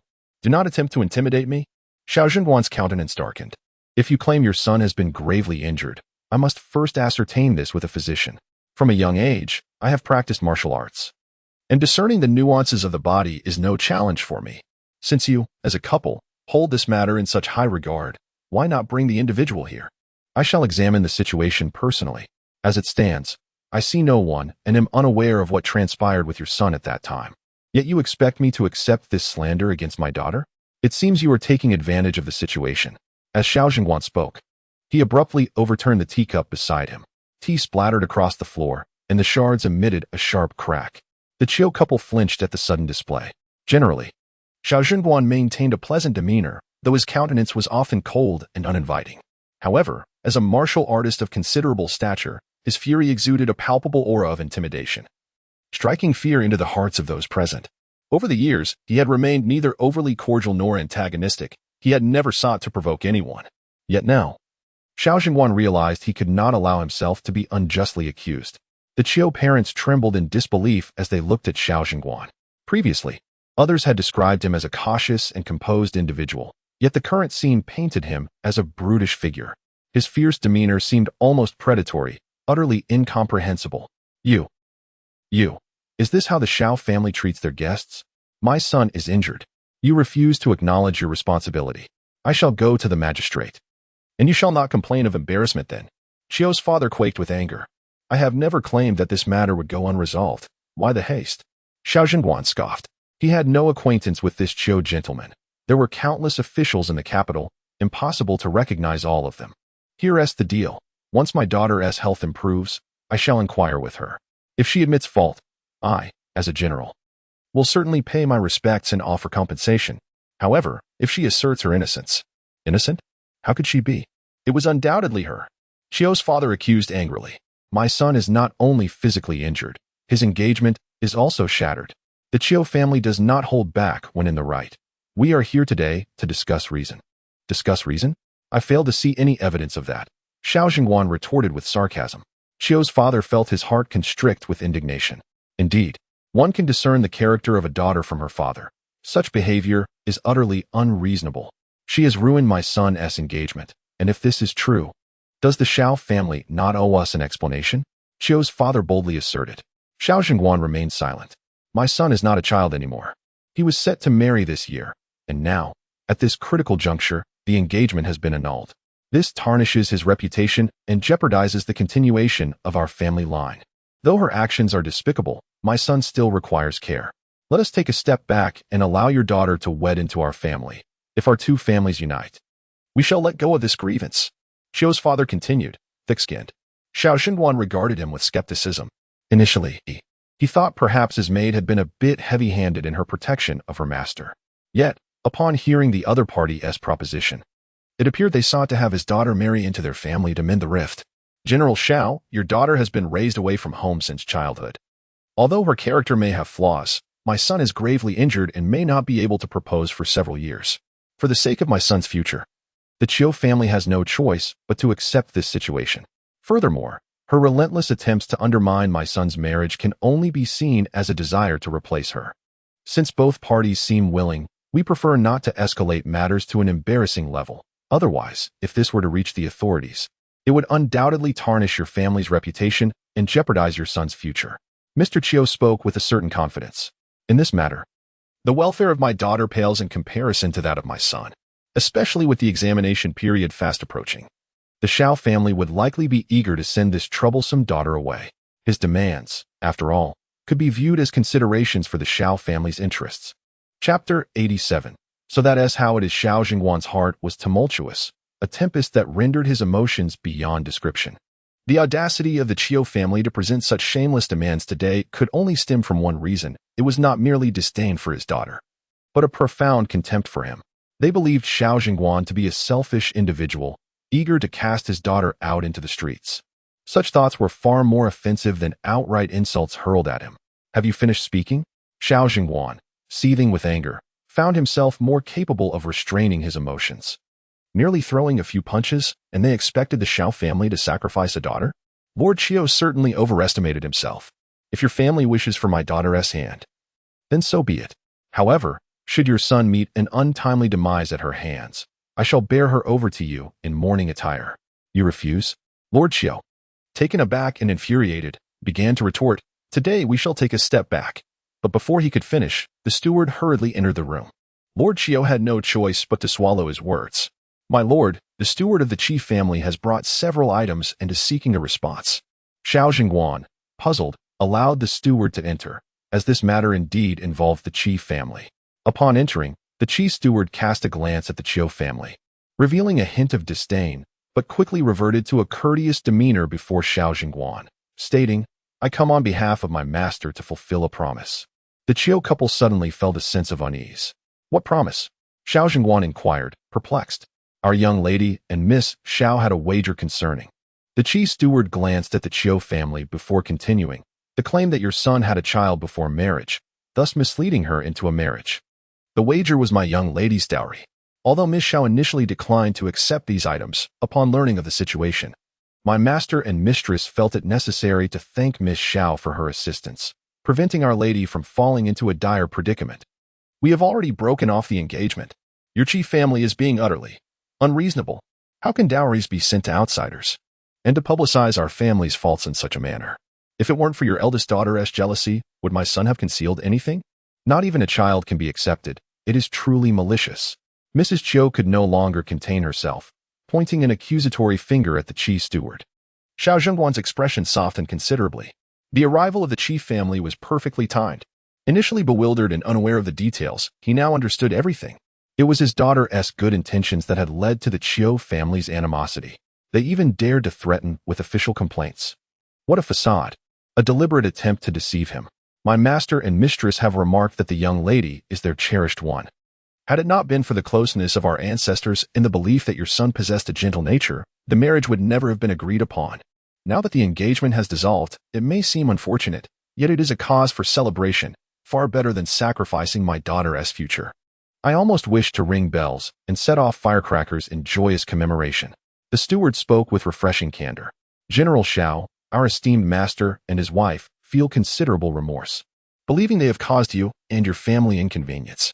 The items outside serve both as a token of gratitude and an apology. The head of our family mentioned that the daughters of our two families are of similar age and should frequently visit one another. Should Miss Xiao come to the Qi residence for a visit, we shall certainly treat her with great hospitality. The steward spoke with genuine sincerity. Marriage for a woman is as significant as a rebirth. The Chiu family has concealed their secrets far too well in the past. The Qi family, due to their trust in our ancestors, did not investigate further. It was only after the engagement was called off yesterday that we discovered the Chiu family had sent all the children of the concubine to be raised by a distant relative, while Chiu Huaiji frequently visited under the pretense of socializing with his cousins. Had it not been for Miss Zhao's discerning eyes, the Qi family would never have suspected the Chiu family of such deceit.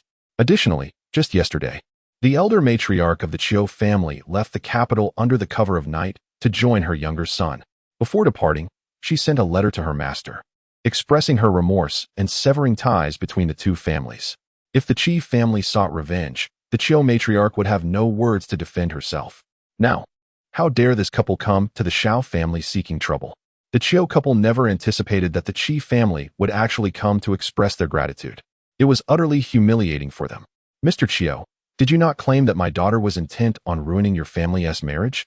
How curious it sounds that the steward of the Qi family implies that it is your son's lack of virtue that led to this debacle. Xiao Jingguan felt a surge of satisfaction. Do you still wish to report this to the authorities? By all means, proceed. For my daughter shall emerge with a reputation of loyalty. Mr. Chiu instantly rose to his feet, his complexion turning ashen. You acknowledge that your child struck my son, do you not? Upon hearing this, the steward of the Qi family quickly responded. My young lady left in anger and did not witness Miss Xiao strike anyone. But later she heard that Master Chiu was able to walk at the time, suggesting he was not severely injured. Furthermore, it was said that Miss Xiao compensated him with money after the incident. Since this matter concerns our young lady, we shall surely investigate it thoroughly. Upon hearing of Miss Xiao's actions, the lady of our house was both astonished and delighted, clapping her hands in joy. Expressing her immense gratitude for Miss Xiao's assistance in avenging her honor, he came today under the pretense of delivering gifts, but in truth, it was also to vindicate Miss Xiao. They say that Miss Xiao, upon returning home, is not a person of propriety, and thus they feared that news of her striking someone would reach the elders of the Xiao family, leading to unjust punishment. That is why he was sent to express our position, to prevent any undue suffering for Miss Xiao. Xiao Jingguan regarded the steward of the Qi family with profound approval. A mere 1 or 2 taels of silver as compensation. Mr. Chiu seethed with rage. How can that be? Your son accepted it, thus acknowledging it. Are you suggesting that your son is a coward, unable to stand up to a mere maidservant? If so, it can only be said that this young man is a worthless, spineless wretch, deserving of a beating. In his fury, Xiao Jingguan's language grew coarse. Though surrounded by rough company, he himself was educated and preferred not to speak in such terms. Yet in that moment, he felt an undeniable relief in expressing his thoughts, however crude. At this juncture, Mr. Chiu found himself utterly humiliated and had no choice but to leave. His audacity in making demands was not born from a desire to oppose the Xiao family, but rather from the conviction that he merely sought an uncultured maid, and not the wealth of the Xiao clan. How could they possibly refuse? Yet, it was precisely this circumstance that led Xiao Jingguan to hesitate. It was not as if my family had not extended an opportunity. Your daughter is so fierce, devoid of any feminine grace. I wonder who would dare to marry her in the future. Lord Chiu felt a twinge of embarrassment within, though he outwardly displayed a facade of great anger as he swept away in a flourish. Lady Chiu promptly followed, her expression mirroring his resentment. Only then did Xiao Jingguan find the time to examine the gifts sent by the Qi family. While they were certainly not the dowry from the Qi daughter, their value was comparable. Since the two families' children were merely establishing a bond of friendship, it was only fitting that there be a reciprocal exchange. He requested the steward to wait a moment while he prepared some items to take back. Xiao Jingguan mused cheerfully to himself. What is a little trouble? It is not a malevolent act. His daughter is kind-hearted and warm. Her character is beyond reproach. How could this not bring joy? Chapter 88. An unfortunate fate. Xiao Jingguan had not arranged for these matters, thus entrusted the housekeeper to seek the elderly matriarch's guidance. Within the span of an hour, the return gifts were prepared. Meanwhile, the Chiu couple returned home in disarray, their hearts filled with both anger and urgency upon witnessing their son's plight. Given the Xiao family's attitude, it was clear that not only was the prospect of marriage bleak, but even obtaining a satisfactory explanation was arduous. As the Chiu family simmered with frustration, Xiao Yunjua and Xiao Wenyue were already guests at the residence of their distant relative, Uncle Hua. Uncle Hua had initially thought that the young lady's previous remarks were mere pleasantries, yet he was taken aback by her actual arrival, and moreover, she had brought along the cousin he held in low regard, Xiao Wenyue. This cousin had never been particularly likable among the 3 sons of the Xiao family. Only the eldest had grown up under the matriarch's watchful eye, receiving an education from esteemed tutors through the Hua family's connections. As a result, the Hua family held a favorable impression of Xiao Wenwei and often extended their support. Xiao Sun, being the 6th son, had heard tales of his aunt marrying a scoundrel and living an unfortunate life, thus maintaining only a distant familial bond with the Xiao family, having only encountered its younger members a few times. Yet, these encounters were sufficient to reveal the nature of the Xiao children. Xiao Erlang had accompanied Jiang on 2 occasions to the Hua household and had not found her to be a person of generosity or openness. Moreover, lacking in both literary and martial prowess, he struck many as rather unremarkable. Xiao Wenwei was well aware of Uncle Hua's disdain for him, yet he remained indifferent. He displayed none of the reverence expected of a younger relative, instead standing aloof with a rather unfriendly demeanor, casually surveying his surroundings. Following the imprisonment of Fan Lizhi, the Luo family had sent individuals to administer some clandestine punishments. However, having divulged all he could, Fan Lizhi was left to endure only the physical suffering imposed upon him. Now, he bore numerous injuries on his face and body, a sight that would surely frighten a young lady such as herself, thus Uncle Hua kindly advised against visiting him. He had personally encountered Fan Lizhi and could not help but remark on the man's twisted and malevolent nature, even though his mother had also suffered punishment. The man exhibited no sign of remorse, casually stating that death was inevitable and that he merely needed to endure, lacking any vulnerabilities. He was unafraid and thus capable of committing further heinous acts. I still wish to see him, Xiao Yunjua insisted with determination. Uncle Hua had been advising her for half an hour already and now felt somewhat helpless. He glanced at Xiao Wenwei, realizing that this cousin was indeed heartless, showing no concern for his younger sister's safety and did not even attempt to intervene. Unable to dissuade her any longer, Uncle Hua relented. If you feel frightened, exit immediately and stay behind your brother. There are few honorable individuals in that prison, and upon seeing a young lady like yourself, they are bound to utter unpleasant words. Do not take them to heart. Thank you, dear Uncle Hua.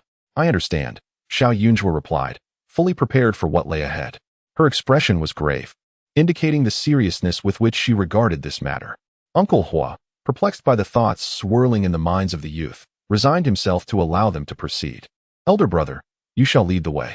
Upon entering the grim confines of the prison, Xiao Yunjua suddenly exuded an unusual enthusiasm. Take a good look here. This is where criminals reside. I've heard that some inmates are even dragged out to labor, and should they disobey, they are met with the whip. If they perish, they are simply wrapped in a straw mat and discarded, their families unwilling to claim the remains of such individuals. Xiao Wenwei paused, leaning on his cane. He glanced back at Xiao Yunjua, noticing a glimmer of excitement in her eyes. What could this mean? Observing the man before her, Xiao Yunjua abruptly halted. With a countenance marred by his misdeeds, the man's face had transformed into one that inspired revulsion. His features were coarse and distorted, devoid of spirit.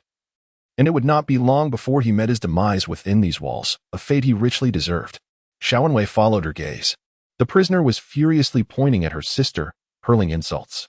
His hands even reached through the bars, attempting to touch Xiao Yunjua, yet she remained blissfully unaware of any discomfort. Standing just out of reach, gesturing back at him.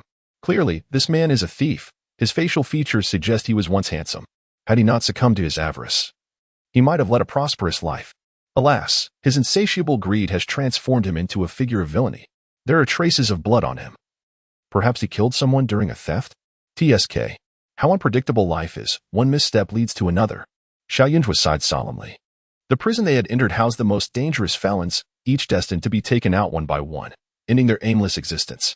Xiao Wenwei had anticipated that Xiao Yunjua would be frightened, hoping to witness her pitiable countenance. Yet to his surprise, she was incessantly chattering. She seemed far more loquacious than in her childhood. Having introduced one criminal after another, it appeared as though she possessed an intimate knowledge of their histories, leaving the guards behind her astonished, though they dared not inquire further due to their positions. Second brother, here lies a most unfortunate criminal. This man harbors unresolved issues within his heart, leading to his heinous acts that have ruined his life. Xiao Yunjua remarked, gazing in a particular direction. Unable to contain himself, a guard interjected, You speak of this individual? Indeed, it is quite regrettable. His father was once a talented scholar, who, intoxicated, returned home and forgot to close the door, allowing a thief to enter. This thief not only broke into the neighboring house, but also committed a terrible crime against a young girl there. In his flight, he concealed the murder weapon in the scholar's book basket, resulting in the father being apprehended by the authorities. Unable to clarify the situation, he was wrongly deemed a criminal by the corrupt officials of the time. What a pity for him. He lost his father in childhood and endured a tumultuous upbringing. After much struggle, he married, believing his hardships were finally behind him, only to discover during the new year that he had unwittingly wed the daughter of his family's enemy. Enraged and seeking vengeance for his father, he burned down his in-laws' home, sparing none, not even his own wife and children. The guards were left speechless. unable to determine whether to pity or despise this criminal. Yet, the young lady from the Shao family was truly remarkable. How did she know so much? Though he sought vengeance, this fire ultimately ensnared innocent souls. The authorities find themselves in a quandary, unable to dispense justice with discretion. Captured now, he cannot claim to be wronged. If his father were aware from beyond the grave, he would surely wish for his son not to sacrifice his entire life in pursuit of revenge. Xiao Yunzhuo remarked, casting a glance at Xiao Wenwei. Thus it is clear that one must refrain from committing acts of murder and arson. Would you not agree, elder brother? Xiao Wenwei felt a deep sense of frustration. He understood her implication. Xiao Yunzhuo pursed her lips and candidly stated, one must prepare for unforeseen circumstances. Xiao Wenwei felt an overwhelming anger. Do you truly wish for me to meet the same fate as them, to end up severed from my head in a grim manner? You may be well now, but if you persist in harboring thoughts of harm towards others, you will inevitably become akin to them. Xiao Yunzhuo, adopting a serious tone, replied, this place is filthy, foul-smelling, devoid of sunlight, and enveloped in a pall of negativity. It is utterly uncomfortable. I reflect upon the past and remember how you, dear brother, provided me with delightful treats and joyful experiences. Though your temper was often short, your kindness towards me was profound. Hence, I do not wish for your demise. Nor do I desire to be the one to deliver you to such an end. Therefore, might you consider a change? Chapter 89. How ruthless Xiao Yunzhuo's demeanor was exceedingly grave. Today, she had specially invited her second brother to the prison to show him the dire consequences of misguided thoughts. Of course, she did not perceive cunning as a flaw. Rather, when wielded appropriately, it could be advantageous. However, her second brother was treading dangerously close to the edge of criminality, and should he harm innocent lives in the future, it would be too late for regrets. Xiao Wenwei gazed at her in silence, perplexed. No wonder he had been suddenly summoned. It turned out she had been waiting for him here all along. Her words were infuriating. She was aware of his care for her, and yet constantly pursued their elder brother. Now she claimed not to wish for his demise. Yet her lively narration of the prison's environment seemed more like an invitation to reside here herself. Are you afraid I might truly send you out to do someone a favor? Rest assured, I have no interest in the likes of Meng Pingzhang. Xiao Wenwei felt a sense of suffocation. He may not possess the righteous fervor of their elder brother, but he was reluctant to engage with a pitiable and ineffectual girl like her. I know you did not acquiesce to Meng Pingzhang's outrageous demands, Xiao Yunzhuo stated candidly. Once I return home, should you dismiss me, I will not burden you further. My previous anger stemmed from your association with a scoundrel, belittling yourself. Being close to Meng Pingzhang, you must be aware of his character, knowing how many concubines he has and the number of unborn children he has harmed. His attitude towards me that day revealed that he is indeed a bully who thrives on power. Such a morally bankrupt individual is repulsive. Why do you not find it disgusting to associate with him? Xiao Yunzhuo struggled to comprehend his thought process. Isn't character the foremost criterion for friendship? A white robe, when hung beside a mire, will eventually lose its purity. Xiao Yunzhuo asserted, second brother, your white robe has already been tainted. Which is why I prefer to keep my distance, not out of a desire to curry favor with her elder brother. Within this prison, her second brother appeared less sullied, even somewhat agreeable. He chuckled softly, a hint of self-mockery in his eyes.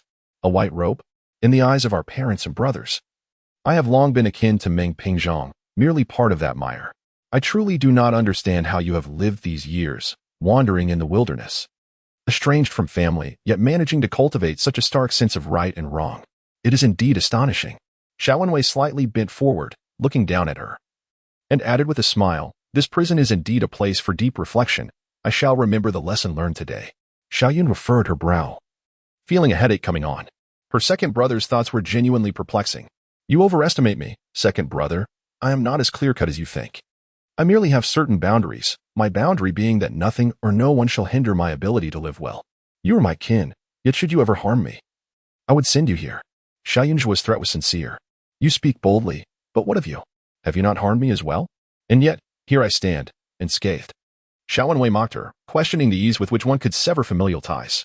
If it were that simple, then I. Xiao Wenwei hesitated, leaving his thought unspoken. She. Xiao Yunzhuo's voice drifted into an ethereal tone, aware that her second brother referred to Jiang. To her surprise, he had quickly deduced the truth regarding Jiang's departure. After a moment's contemplation, Xiao Yunzhuo replied earnestly, she cast me into the Wangu Pa, seeking my demise. The peril I faced then was my way of repaying her debt. Should she attempt to harm me again, I shall not relent. This life of mine is bestowed by my master and is of no concern to Jiang.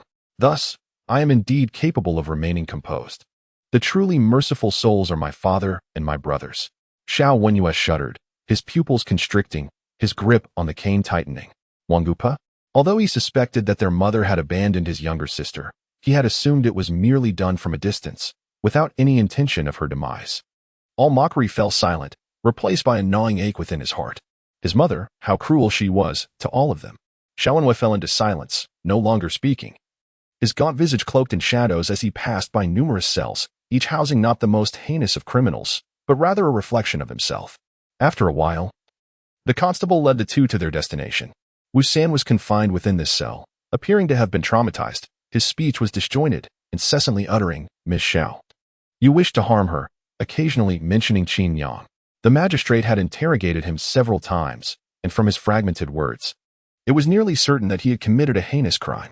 Such cases do not linger for long, and a resolution would soon be reached, the constable respectfully explained. Upon concluding, the constable approached, striking the cell door twice, and called out to the occupant, "Wu San, someone is here to see you. Behave yourself." Wu San, disheveled and wild-eyed, glanced vacantly in Xiao Yunjua's direction. "A ghost! A ghost!" He suddenly shouted, "Do not come near! Do not come near!" Xiao Yunjua bit her lip. Casting a furtive glance at Xiao Wenyue, Wu San, entangled by Qin Yang, already bore an aura of negativity. Now, within the confines of this prison, he was agitated and unstable, likely sensing the lingering spirits surrounding her. The prison had witnessed numerous deaths, many of whom were malevolent souls unable to move on due to their regrets, trapped within its walls. These spirits gradually dissipated into negative energy, but some, having recently passed or harboring deep attachments, still lingered in their ghostly forms, drifting about. He was already somewhat unhinged, claiming that Qin Yang sought his life. Though he had shown some semblance of clarity upon seeing them earlier, the constable appeared quite astonished. It was said that Wu San was apprehended for attempting to harm a member of the Xiao family upon seeing her. Could it be that the ghost of Qin Yang had latched onto Miss Xiao? At this thought, the constable shivered and shook his head. Xiao Yunjua chose not to bring Qin Yang along, fearing that her presence would only amplify the resentment. At this moment, gazing steadily at Wu San, she calmly and earnestly remarked, "You must hasten to confess your misdeeds. Otherwise, if Qin Yang refuses to depart, you shall endure far greater torment before meeting your end." How tragic, is it not? Xiao Wenwei furrowed his brow. The constables felt a chill creeping over them. Xiao Yunjua considered that her talismans were unnecessary for Wu San, as his mind had already unraveled, unable to endure for much longer. Soon, her Qin Yang spirit would find liberation. With this thought, a radiant smile involuntarily graced Xiao Yunjua's lips. Yet, upon witnessing this, Wu San was seized by terror, akin to a restless beast. "Let me out! Let me out! I cannot remain here. Do you not see? She seeks to harm me." Chapter 90. Human weakness. Wu San suddenly erupted in fury, startling Xiao Yunjua, who shivered in response. However, before Wu San could pounce, he collapsed to the ground, clutching his leg tightly. "My leg! Brother, spare me. I do not wish to die, please. I beg you." Xiao Yunjua clicked her tongue. "Is it too late to admit your wrongs now?" Wu San had been poisoned to death after suffering an injury to his leg, and now, influenced by Qin Yang and tormented by his own guilt, he felt a phantom pain in his leg. There was nothing left to see. Satisfied, Xiao Yunjua turned away and made her way towards Fan Lizhi. Xiao Wenyue glanced at Wu San, finding his madness somewhat unsettling. Could it be that he truly had seen a ghost? Especially the way he looked at his sister, as if he had encountered the king of hell. His face drained of color. Yet, his sister was not frightening at all. Fan Lizhi was imprisoned not far from Wu San, but the conditions of his cell were noticeably worse. The floor was damp, exuding a foul, moldy odor, and next door was Fan's mother, while the other nearby cells stood empty.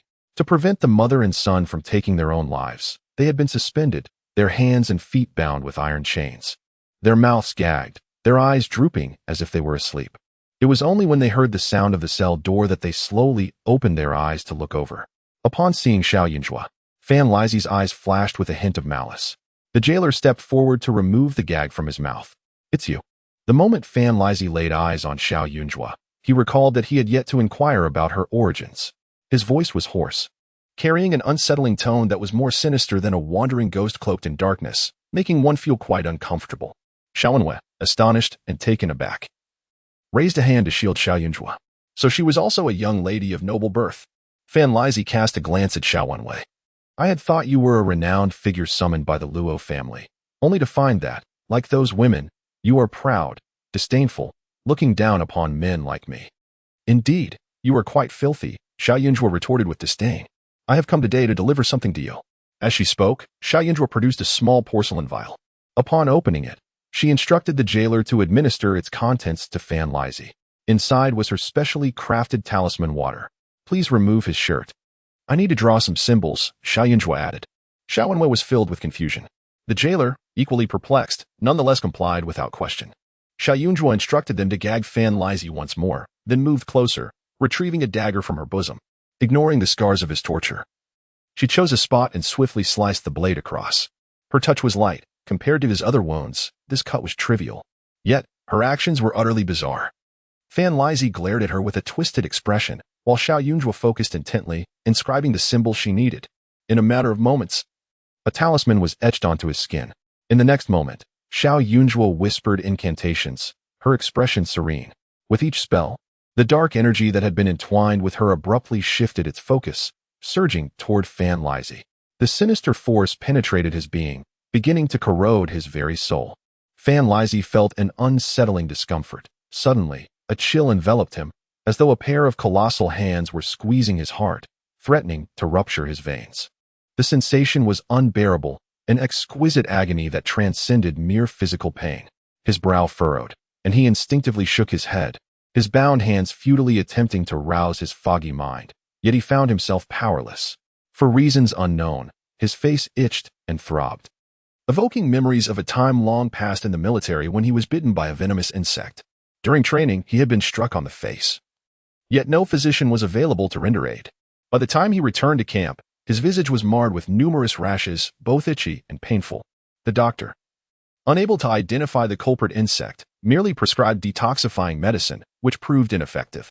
The pustules on his face worsened, driving him to the brink of desperation. Even contemplating slicing away the repugnant growths, his comrades began to distance themselves, repulsed not only by the discomfort of his affliction, but also by the unpleasant odor that emanated from him, akin to that of decaying flesh. In the sweltering summer heat, even flies seemed more inclined to hover around him than to settle elsewhere. Why was there no one to rescue him from this torment? The detestable physician, a mere quack, had the audacity to blame him for his lack of cleanliness. How could he maintain hygiene when daily training subjected him to sweat and muck, the origins of which were indiscernible?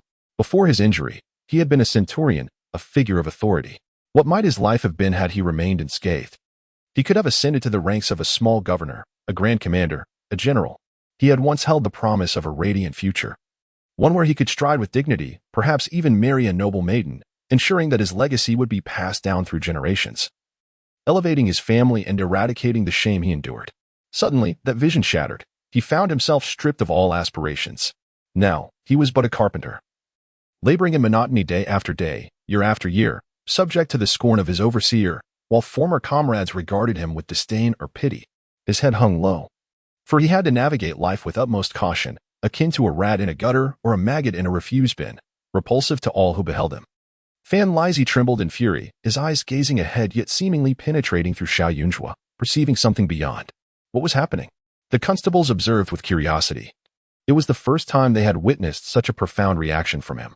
Previously, he had endured the lash without flinching. Now, fear flickered in his eyes. Every human possesses vulnerabilities, and Xiao Yunzhuo regarded him with an icy gaze. The symbols she inscribed merely redirected the malevolent energies that enveloped her and those lingering within the confines of the cell. This individual was inherently burdened with a heavy aura of malice, capable of both inflicting harm and providing protection, which endowed him with a stable mental state. However, once this equilibrium was disrupted, the situation transformed entirely. She had experienced a similar state once before, in her youth, when she lost her protective talisman. An overwhelming tide of dark energies encroached upon her, infiltrating her very being and disturbing her consciousness. It compelled her to recall her most profound fears, haunting memories of her struggles in the Valley of 10,000 Bones. Fortunately, her talisman was not lost for long, and this disquieting state lasted only briefly. Yet the sensation of being ensnared in boundless terror remained indelibly etched in her memory. At this moment, The malevolent energies surrounding Fan Lizzie were considerably more intense than those around Wu Sang. This was the most effective means she could conceive to exact a toll from Fan Lizzie. His mind was clouded, further suppressed by the talismans, even in death. He would find it arduous to become a vengeful spirit, perhaps remaining in this tormenting state indefinitely, his soul eternally ensnared in suffering until it ultimately dissipated. Chapter 91. Wronged her after completing her task, Xiao Yunjue handed the dagger to her second brother. This individual had surreptitiously abducted the eldest daughter of the Luo family. A girl of remarkable innocence and kindness. Had it not been for this calamity, she would have lived a life filled with happiness and joy. Second brother. If you find yourself drawn to a lady, you must not engage in such insidious and malicious deeds. True affection should be exchanged with sincerity. Coercion is never permissible. Xiao Yunjue cast another glance at the dagger, remarking, "Look how filthy it is." At that moment, Xiao Wenwei began to doubt himself. What heinous acts had he truly committed? It was merely that he had failed to prevent Meng Pingzhong from causing harm during their time together. Yes, there were other incidents as well. For instance, he was aware that Meng Pingzhong was discontent with his status as a bastard son, and thus he occasionally provoked him. Yet, the young master of the Meng family was not beyond redemption. Even if later he had leveraged certain weaknesses to ensure Meng Pingzhong could not rise again, had he not willingly accepted that fate? Even now, standing before Meng Pingzhong, the latter dared not utter a word of reproach. What have you done to him? Why has he suddenly become like this? Xiao Wenwei felt a sense of helplessness and refrained from voicing any reproach. Though her words were harsh, perhaps they were indeed meant for his benefit. Did you not see? I drew a talisman, Xiao Yunjue stated plainly. I observed him shaking his head, his expression contorting, likely recalling the moment when his face was injured. Wu Sen feared that Qin Yang would seek vengeance, yet Fan Lizzie was not afraid of ghostly entities. Rather, he feared for himself. Xiao Yunjue spoke the unvarnished truth. Though it sounded rather peculiar, he genuinely could not discern that the pattern created by Xiao Yunjue with the dagger was a talisman. After all, the individual was covered in blood. Which talisman would appear thus? Second brother, I have finished my matters. Shall we depart? Xiao Yunjue continued. Xiao Wenwei found himself increasingly perplexed. Was that it? Had she come here merely to unsettle him? He managed to choke out a retort. Did you come here to make my heart uneasy? Are you willing to change? Xiao Yunjue pressed, unwavering. If you are, upon your return, I shall gift you a copy of the Heart Sutra that I have transcribed by hand. Reciting it will surely yield benefits. Xiao Wenwei exhaled deeply. Have you sustained an injury to your head during your years of wandering? Not at all, Xiao Yunjue replied earnestly. I have returned with a wealth of skills. Do not doubt my perception. I can see that you possess the traits of a spendthrift, yet fate is not immutable.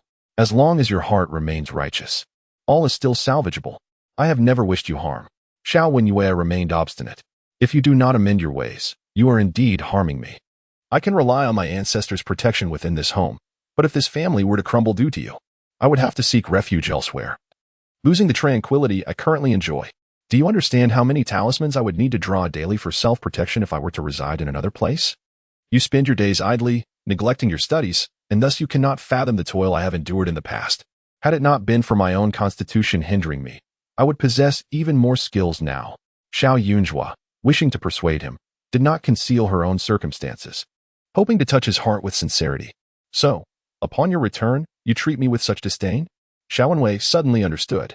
Was she resenting him for his lack of ambition, for being a burden to her? How infuriating. He ground his teeth, feeling an overwhelming urge to slap her across the head to vent his frustrations. Had it not been for her pitiable solitude over the years, he would have made her life utterly miserable for those words. Wasn't it you who despised me first? Xiao Yunjue shot him a glance. Her second brother's demeanor was not overtly malevolent. Had he not been so indifferent, she would have maintained a basic level of civility. Throughout the years, she had comported herself with decorum. As long as others smiled at her, even if she harbored dislike, she could muster a corresponding smile in return, never readily displaying disdain. Xiao Wenwei paused, contemplating. On the day she returned, he realized that he had indeed wronged her first. In his anger, he had thought her sufferings over the years were deserved lessons. After you return home, do hand me the Heart Sutra, he said, his tone softening somewhat. I am not like eldest brother, who is hypocritical and pretentious. He would accept anything you give him, even a rotten fruit. But I am discerning. If your Heart Sutra is poorly written, I shall burn it for warmth. Do not come to me in tears afterward. Tears are utterly useless. I would never cry. You underestimate me too much, Xiao Yunjue replied confidently, raising her head. She added suddenly, I say you have the appearance of a spendthrift, which is a revelation of fate. You must pay for it. Moreover, I have painstakingly copied the Heart Sutra, and it cannot be given to you for free. I kindly ask my second brother to pay 100 taels upon your return. Xiao Wenyue's mood improved slightly, only to be incensed again. Asking for money. Was he to pay for something from his own sister? How absurd. He quickened his pace, the agate fish at his waist swaying robustly, leaving Xiao Yunzhuo behind. I do not wish to see the face of the Hua family cousin. I will wait for you outside the magistrate's office. After you bid farewell, come out promptly, he said brusquely. Oh, Xiao Yunzhuo replied readily. She was obedient, for after all, a single Heart Sutra could earn her some silver. And she feared that if she returned late, her brother would forget about it, and the opportunity would slip away. She swiftly met with the Hua family cousin, indicating she would return another time, and upon receiving permission, she departed immediately. After her exit, was soon summoned someone to inquire, what did Miss Xiao do in the prison? This child is particularly fixated on this matter, which is truly perplexing. The constable was at a loss for words. Miss Xiao is rather peculiar. Hua Sun expressed surprise. Only to hear the constable reply honestly, she first analyzed the criminals passing by, as if she knew each one of them, revealing all their secrets. Then she advised young Master Xiao to engage in more virtuous deeds, and not to end up like those criminals, suffering a dreadful fate. Hua Sun could not help but cough several times, utterly incredulous. Xiao Erlang did not curse? Xiao Erlang is not known for his good temper. He has always been petty and holds grudges. No, it does not appear to provoke much anger. The constable immediately continued. Later on, the young girl encountered Wu San and uttered some admonishing words, which left Wu San in great fear, driving him increasingly mad. Then she turned her attention to Fan Lizhi, stripped him of his clothing to inscribe something upon it, and administered a peculiar concoction to him. Perhaps that substance possessed hallucinogenic properties, for upon consuming it, Fan Lizhi began to writhe in agony, his eyes filled with terror, quite an extraordinary sight. After hearing this, Hua Sun was filled with perplexity. Wu San, was he truly the one intending to bludgeon her with a stone? This girl was evidently the victim. She ought to be the one in fear, not Wu San. Moreover, regarding Fan Lizhi, the case grew even more peculiar. Although the culprit had been apprehended, the method of capture remained shrouded in mystery, and the Luo family had not permitted further inquiry, merely stating that it was a fortunate discovery made by the young lady of the Xiao family. Yet, it now seemed evident that his cousin's daughter was concealing a multitude of secrets. Chapter 92. The Heart's Greed. Uncle Hua Six felt a tinge of sorrow. The young girl from the Xiao family was enigmatic and peculiar, often making her way to his office. Whether this disposition was a blessing or a curse remained uncertain. What eased his mind somewhat was the child's sense of chivalry.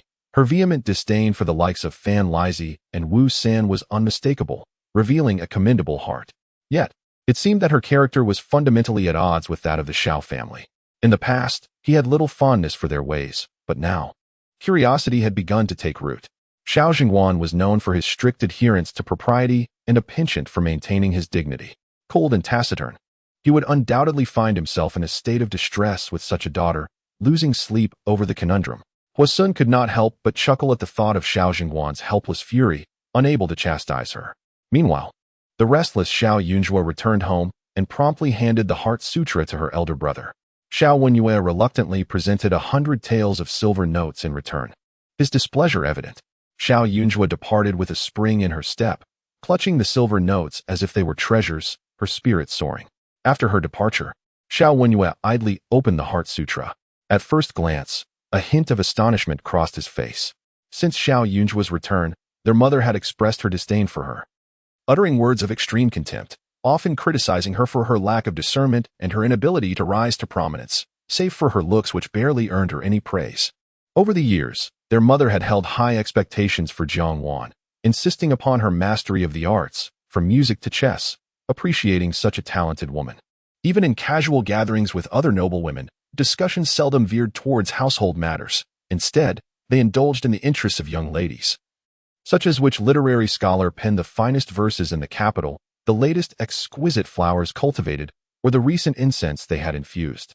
It was said that their grandfather had chosen their mother for her innocent exuberance and talent, insisting she marry into the family. Her spirited nature, unchanged over the years, made her particularly disdainful of the unlettered and the obstinate, represented by the likes of Xiao Yunzhuo and their grandmother, respectively. Yet, in their mother's eyes, her seemingly useless daughter possessed a beautiful hand in calligraphy. This Heart Sutra was not a typical text. It was extensive, spanning over 100 pages.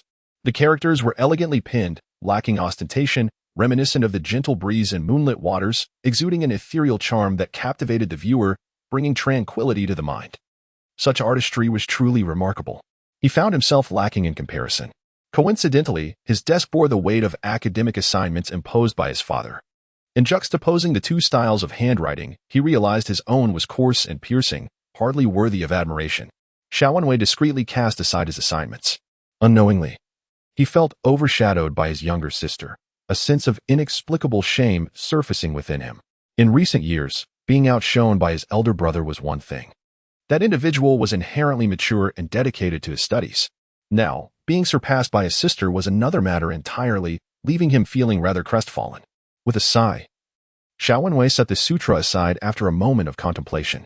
At this moment, the staff outside were bustling about, creating quite a clamor. When Xiao Wenwei summoned someone to inquire, he learned that his father had unexpectedly altered his disposition and intended to dispose of the surplus items within the household, planning to let the family's tarnished reputation be known. The possessions within his courtyard, the most extravagant of all, had been meticulously arranged by his mother. And in a mere short while, a considerable number had already been removed. He observed impassively, refraining from intervening. Of course, he understood that any attempt to stop this would be futile. Every blade of grass and every tree in this household was never truly his concern. His parents had provided him everything and held sway over his entire existence, a truth he had long since grasped. They were supposed to first attend to the belongings of the third young master, but as the third young master was currently in a fit of temper, the attendants were directed to his side instead, if there were any cherished items that he did not wish to part with. The second young master only needed to express his desires, and they would strive to leave as much as possible for him. The steward spoke with great respect. Noting the second young master's sullen demeanor, the steward hastily added, "Please do not blame the master. The family has been living beyond its means for many years. Now that you, along with the eldest young master and the young lady, have matured, it is essential for you to establish your own families and careers. The master is merely considering your futures, hence the decision to cut expenses. Has the eldest brother also reduced his belongings?" Xiao Wenwei raised an eyebrow and inquired. Yes, though the eldest young master had fewer items, he merely moved a few decorations. He has been residing in the side courtyard these past few days and remains unaware of the situation, the steward replied. As he spoke, he suddenly recalled something and added, "Today, there are guests at the house, and the master is quite furious. If the second young master is dissatisfied, it would be wise to refrain from confronting him until tomorrow. When has my father ever not been angry? Even when in good spirits, upon seeing me, he would likely first express his ire." Xiao Wenwei could not help but retort with sarcasm. "The master is simply concerned about your studies, which is why he reacts this way. However, this time is different. The young lady was bullied outside and, in a fit of rage, struck someone. The other party has come to our doorstep, demanding that we compensate for the young lady's actions. The master, unable to retaliate, managed to dismiss the individual. Yet he remained somewhat unsettled. The steward expressed his own frustration evident. The young lady has a good temperament. Yet that Chiu family has the audacity to demand such a thing, expecting her to compensate for their grievances? Fortunately, the chief family clarified the situation, or else we would have truly been in the wrong," the steward continued. Upon hearing this, Xiao Wenwei was immediately filled with curiosity and promptly inquired about the details. Xiao Zhenguan had not instructed the steward to conceal this matter, thus the steward expounded clearly. After listening, a deeper intensity of fury crossed Xiao Wenwei's already darkened countenance. "Chiu Weiji? I believe I have encountered him before. In recent years, he had spent time with Meng Pingzhang, often idling at a tavern, which was conveniently located across from the Zhuangyuan building, where scholars would frequently gather to showcase their literary talents. The patrons varied. Some were dull and uninteresting. Others flaunted their knowledge, while some sought merely the companionship of friends. Chiu Weiji belonged to the latter group. He possesses a dignified appearance, exuding an air of honesty, which endears him to many. Whenever he ventures out, he is invariably adorned with a token belonging to a woman, leading those acquainted with him to recognize that he is already betrothed. He is often depicted by others as loyal, devoted, and fortunate. Such a character inevitably draws the attention of both him and Meng Pingzhang. There was a time when he deliberately collided with Chiu Huaiji, conveniently brushing against the fragrant pouch at his waist. The fragrances favored by noble women are both elegant and refined, and while the embroidery on the pouch is indeed exquisite, the contents are rather ordinary, emitting a commonplace scent, undoubtedly not from the same benefactor. This individual harbors quite the avarice. He desires a reputable name, a wife of noble lineage, and even seeks the companionship of a charming muse, yet that is not sufficient. He has audaciously set his sights upon a sister as well. Xiao Wenwei could not suppress a cold laugh. Recently, his father has been exerting pressure on him to an unbearable extent, and feeling quite bored with no one to amuse him, he finds that an opportunity has presented itself. Chapter 93. Disturbance upon learning of the Xiao family stance. The Qiu couple returned and relayed the situation to Qiu Huaizhi. Alas, it seems this plan is unfeasible, sighed Qiu's father. I had thought the Xiao family to be relatively prosperous, but after visiting today, I discovered that their circumstances are not as flourishing as others claim. Their servants are few. The courtyard is tidy, yet the furnishings within are inferior even to those of the Qi family. I also noticed their servants seemingly carrying items out. That Xiao Zhan is a fierce and menacing figure. If he is unwilling, we cannot press further. My son, I can only seek another match for you, Qiu's father remarked. Are we to simply let that wretched girl go unpunished? To suffer such humiliation without recourse? Qiu's mother inquired impatiently. Certainly not. My son, you must venture out frequently these days. If anyone brings it up, you should recount the truth. Who would dare marry such a ferocious woman? And you, with your extensive connections, need not conceal the matter regarding the Xiao family. Once word spreads, that Xiao Delu, who is to take the imperial examination, will surely be enraged by the tarnishing of his reputation. Upon returning, will he not deal with this troublemaking sister of his? Qiu's father chuckled, recalling his own sufferings. Qiu Huaizhi felt no inclination to refuse. The next day, he left home with a sorrowful demeanor. After the new year, the number of scholars at the Zhuangyuan building had significantly increased. Students from both local and distant regions flocked in, with daily activities ranging from poetic exchanges to heated debates, creating an atmosphere of excitement that only occurs once every 3 years. Though still young and not yet a successful candidate, Qiu Huaizhi had many friends preparing for this year's imperial examination. As he entered, he drew considerable attention. His limping gait and the bruising on his face rendered him a pitiful sight, evoking sympathy from those who beheld him, just as Qiu's father had anticipated. His distinct appearance elicited inquiries from many. Qiu Huaizhi feigned a countenance of embarrassment and hesitantly recounted the incident of being violently assaulted by a maidservant of Xiao Yunzhu. Upon hearing his tale, many were immediately incensed. A mere woman, audacious enough to behave in such a manner? Though you are not a candidate in this year's examination, you are still a scholar. To act so brazenly, nearly crippling you. Her heart is as venomous as a snake's. The Xiao family is fortunate to have lost their nobility. Had that girl been the daughter of a duke, would she not be even more rampant? Young Master Qiu, you possess remarkable patience. I say, you ought to bring her to court or petition the magistrate regarding the Xiao family. General Zhao's indulgence of his daughter's violence is utterly lawless. It is lamentable that the old duke, who spent his life on the battlefield, has descendants who are increasingly lacking. Listening to the surrounding indignation, Qiu Huaizhi felt a surge of satisfaction within. Yet, he maintained a demeanor of magnanimity. There is no need for such fervor. That young lady is but a child. I do not wish to force her into a corner. I have merely sustained some superficial injuries, being a man. How could I stoop to quarrel with a young woman? Young Master Qiu indeed possesses the heart of a statesman. One must be cautious not to foster the spirit of petty individuals. Qiu Huaizhi responded once more, striving to present himself as an innocent victim of circumstance. He generally possessed a charming demeanor and excelled in social interactions, swiftly engaging animatedly with the examination candidates. However, before half an hour had elapsed, a group of men suddenly entered through the door. Upon spotting Qiu Huaizhi, they rushed towards him, visibly enraged, and forcefully shoved him. Qiu Huaizhi, taken aback, exclaimed, "What do you mean by this, my esteemed cousins?" The newcomers were indeed members of the Qiu family, of equal standing to Qiu Huaizhi. Qiu Huaizhi, have you no shame? We covered up your disgraceful affairs, and you pledged to submit our essays to Master Wei and invite him to teach us at the clan school. Why have you broken your promise? One of the relatives fumed. When have I ever been untrustworthy? Did I not submit the essays? Qiu Huaizhi retorted, Nonsense.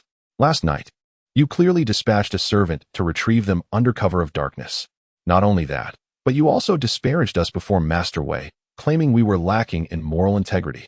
You even went so far as to slander us, accusing us of violating your concubine. The relative's fury was palpable, his eyes ablaze. It was you who requested my assistance in caring for your concubine. I merely visited occasionally to convey messages and deliver items. If you doubt my sincerity, why solicit my aid? You have tarnished my reputation. Upon learning that I was keeping a woman outside, my wife returned to her family in a rage. You are ruining my life. The cousin, now seething with anger, was not merely there to settle scores with Qiu Huaizhi. He was infuriated that Qiu Huaizhi had brazenly criticized their essays that very day, declaring their writings to be inferior to those of a 3-year-old child, devoid of talent. With such meager abilities, do you still aspire to study under Master Wei and surpass the esteemed Qiu family? Such delusions are laughable. You would be better off serving as a mere accountant for the Qiu family. The Qiu clan had thrived due to the efforts of Qiu Huaizhi's grandfather, who had advocated for the education of all clan children, hoping to cultivate talent and ensure the family's prosperity through generations. Yet, what had transpired? Qiu Huaizhi looked down upon them, doubting their integrity, and in his anger, trampled upon their dignity. They were kin, not servants. The indignation was nearly unbearable. In a moment of frustration, one of them struck the servant, yet the latter fled, shouting that he would demand justice from Qiu Huaizhi. They had come directly to confront him. Qiu Huaizhi, bewildered, protested, "When did I ever send a servant to retrieve the essays? And as for the accusations of violating Luo, you must be mistaken. Let us discuss this matter elsewhere, as it is not suitable here." "Absolutely not. We do not trust you. You have made numerous promises. Yet how many have you fulfilled? We now understand that you are merely exploiting us, lacking any genuine desire for the well-being of the entire clan. At first, you clearly stated that Master Wei would summon us to the clan academy, but then you changed your tune, claiming that Master Wei is too aloof and that he must read the article first. We found this reasoning sound and acquiesced, yet now you have even retracted the article. What is your true intention, if not for the sake of Luo? Today, we have brought Luo with us. She is waiting outside. We can no longer assist you in raising this mother and child, so you may keep them wherever you please. Although we, the clan members, have relied on your legitimate branch over the years, we are not your lapdogs." Upon hearing that Luo had arrived, Qiu Huaizhi's expression changed drastically. He hurriedly stumbled outside. And indeed, he found Luo and her child on the ground, tearfully gazing up at him. "Young master, they forcibly brought me here without any say." Chapter 94. Betrayal and resentment. Qiu Huaizhi felt nearly faint. At that moment, amidst the onlookers outside, a few individuals began to mock him. "Oh, isn't this the young master of the Qiu family? Last time you visited our establishment, you deceived that virtuous girl, claiming you were without wife or concubine, urging her to lead a righteous life with you. Fortunately, she didn't believe you. Otherwise, would you have discarded her after taking everything? And what of the child that might have been born from such a union? Whose lineage would that be? You speak nonsense. I do not even know you." Qiu Huaizhi exclaimed in alarm. "Ah, how foolish of me to speak so carelessly." The woman immediately covered her mouth and fled. Despite being so badly beaten, he can still rise from his bed? Another voice chimed in. "I heard the Qi family is aware of his misdeeds and has called off the engagement. If I were him, I would fear facing the world for at least a year." Qiu Huaizhi was in a state of panic, glancing at Luo with a mix of anger and fear, then turning to glare at his relatives. Are you all fools? How can you side with outsiders against me?" The scholars who had previously sympathized with him now regarded him with disdain. Compared to the current situation, his physical assault was but a trivial matter. Several of his relatives remained incensed. They were convinced that Qiu Huaizhi had burned bridges, for only a handful knew about his dealings with Master Wei. And they had not wronged anyone. Qiu Huaizhi had always looked down upon them, and who but he would send servants to humiliate them. Moreover, his grandmother had been driven away by anger. The support for relatives pursuing education now primarily rested with the matriarch and Qiu Huaizhi's uncle. Thus they no longer felt compelled to flatter him as they once did. "Regardless, take this person back with you. Previously, we aided you in concealing your illegitimate affairs, which was indeed our fault. We have strayed from the right path, and upon returning, the clan leader will chastise us. We accept this. However, from today onward, we will no longer assist you in deceiving others. For the sake of your issues, do not let it disrupt my marital harmony or compromise my conscience. It is simply not worth it."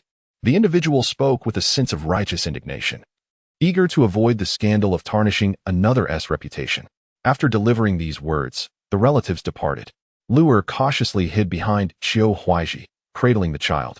Not far away, In a carriage, Xiao Wenwei watched with keen interest, a smirk playing upon his lips, his eyes gleaming with amusement.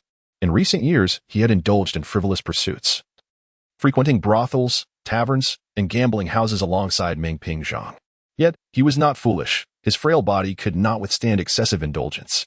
Thus, rather than seeking fleeting pleasures, he preferred to possess knowledge of those he recognized, relishing the sight of them scurrying about in deference before him. He delighted in observing others' secrets and weaknesses. In a flurry, Qiu Huaizhi sought to explain himself, but found that the crowd had distanced themselves significantly. His face burned with shame as he grasped Luer and her child, hurriedly departing. In his attempt to elicit sympathy, he had not taken the carriage today.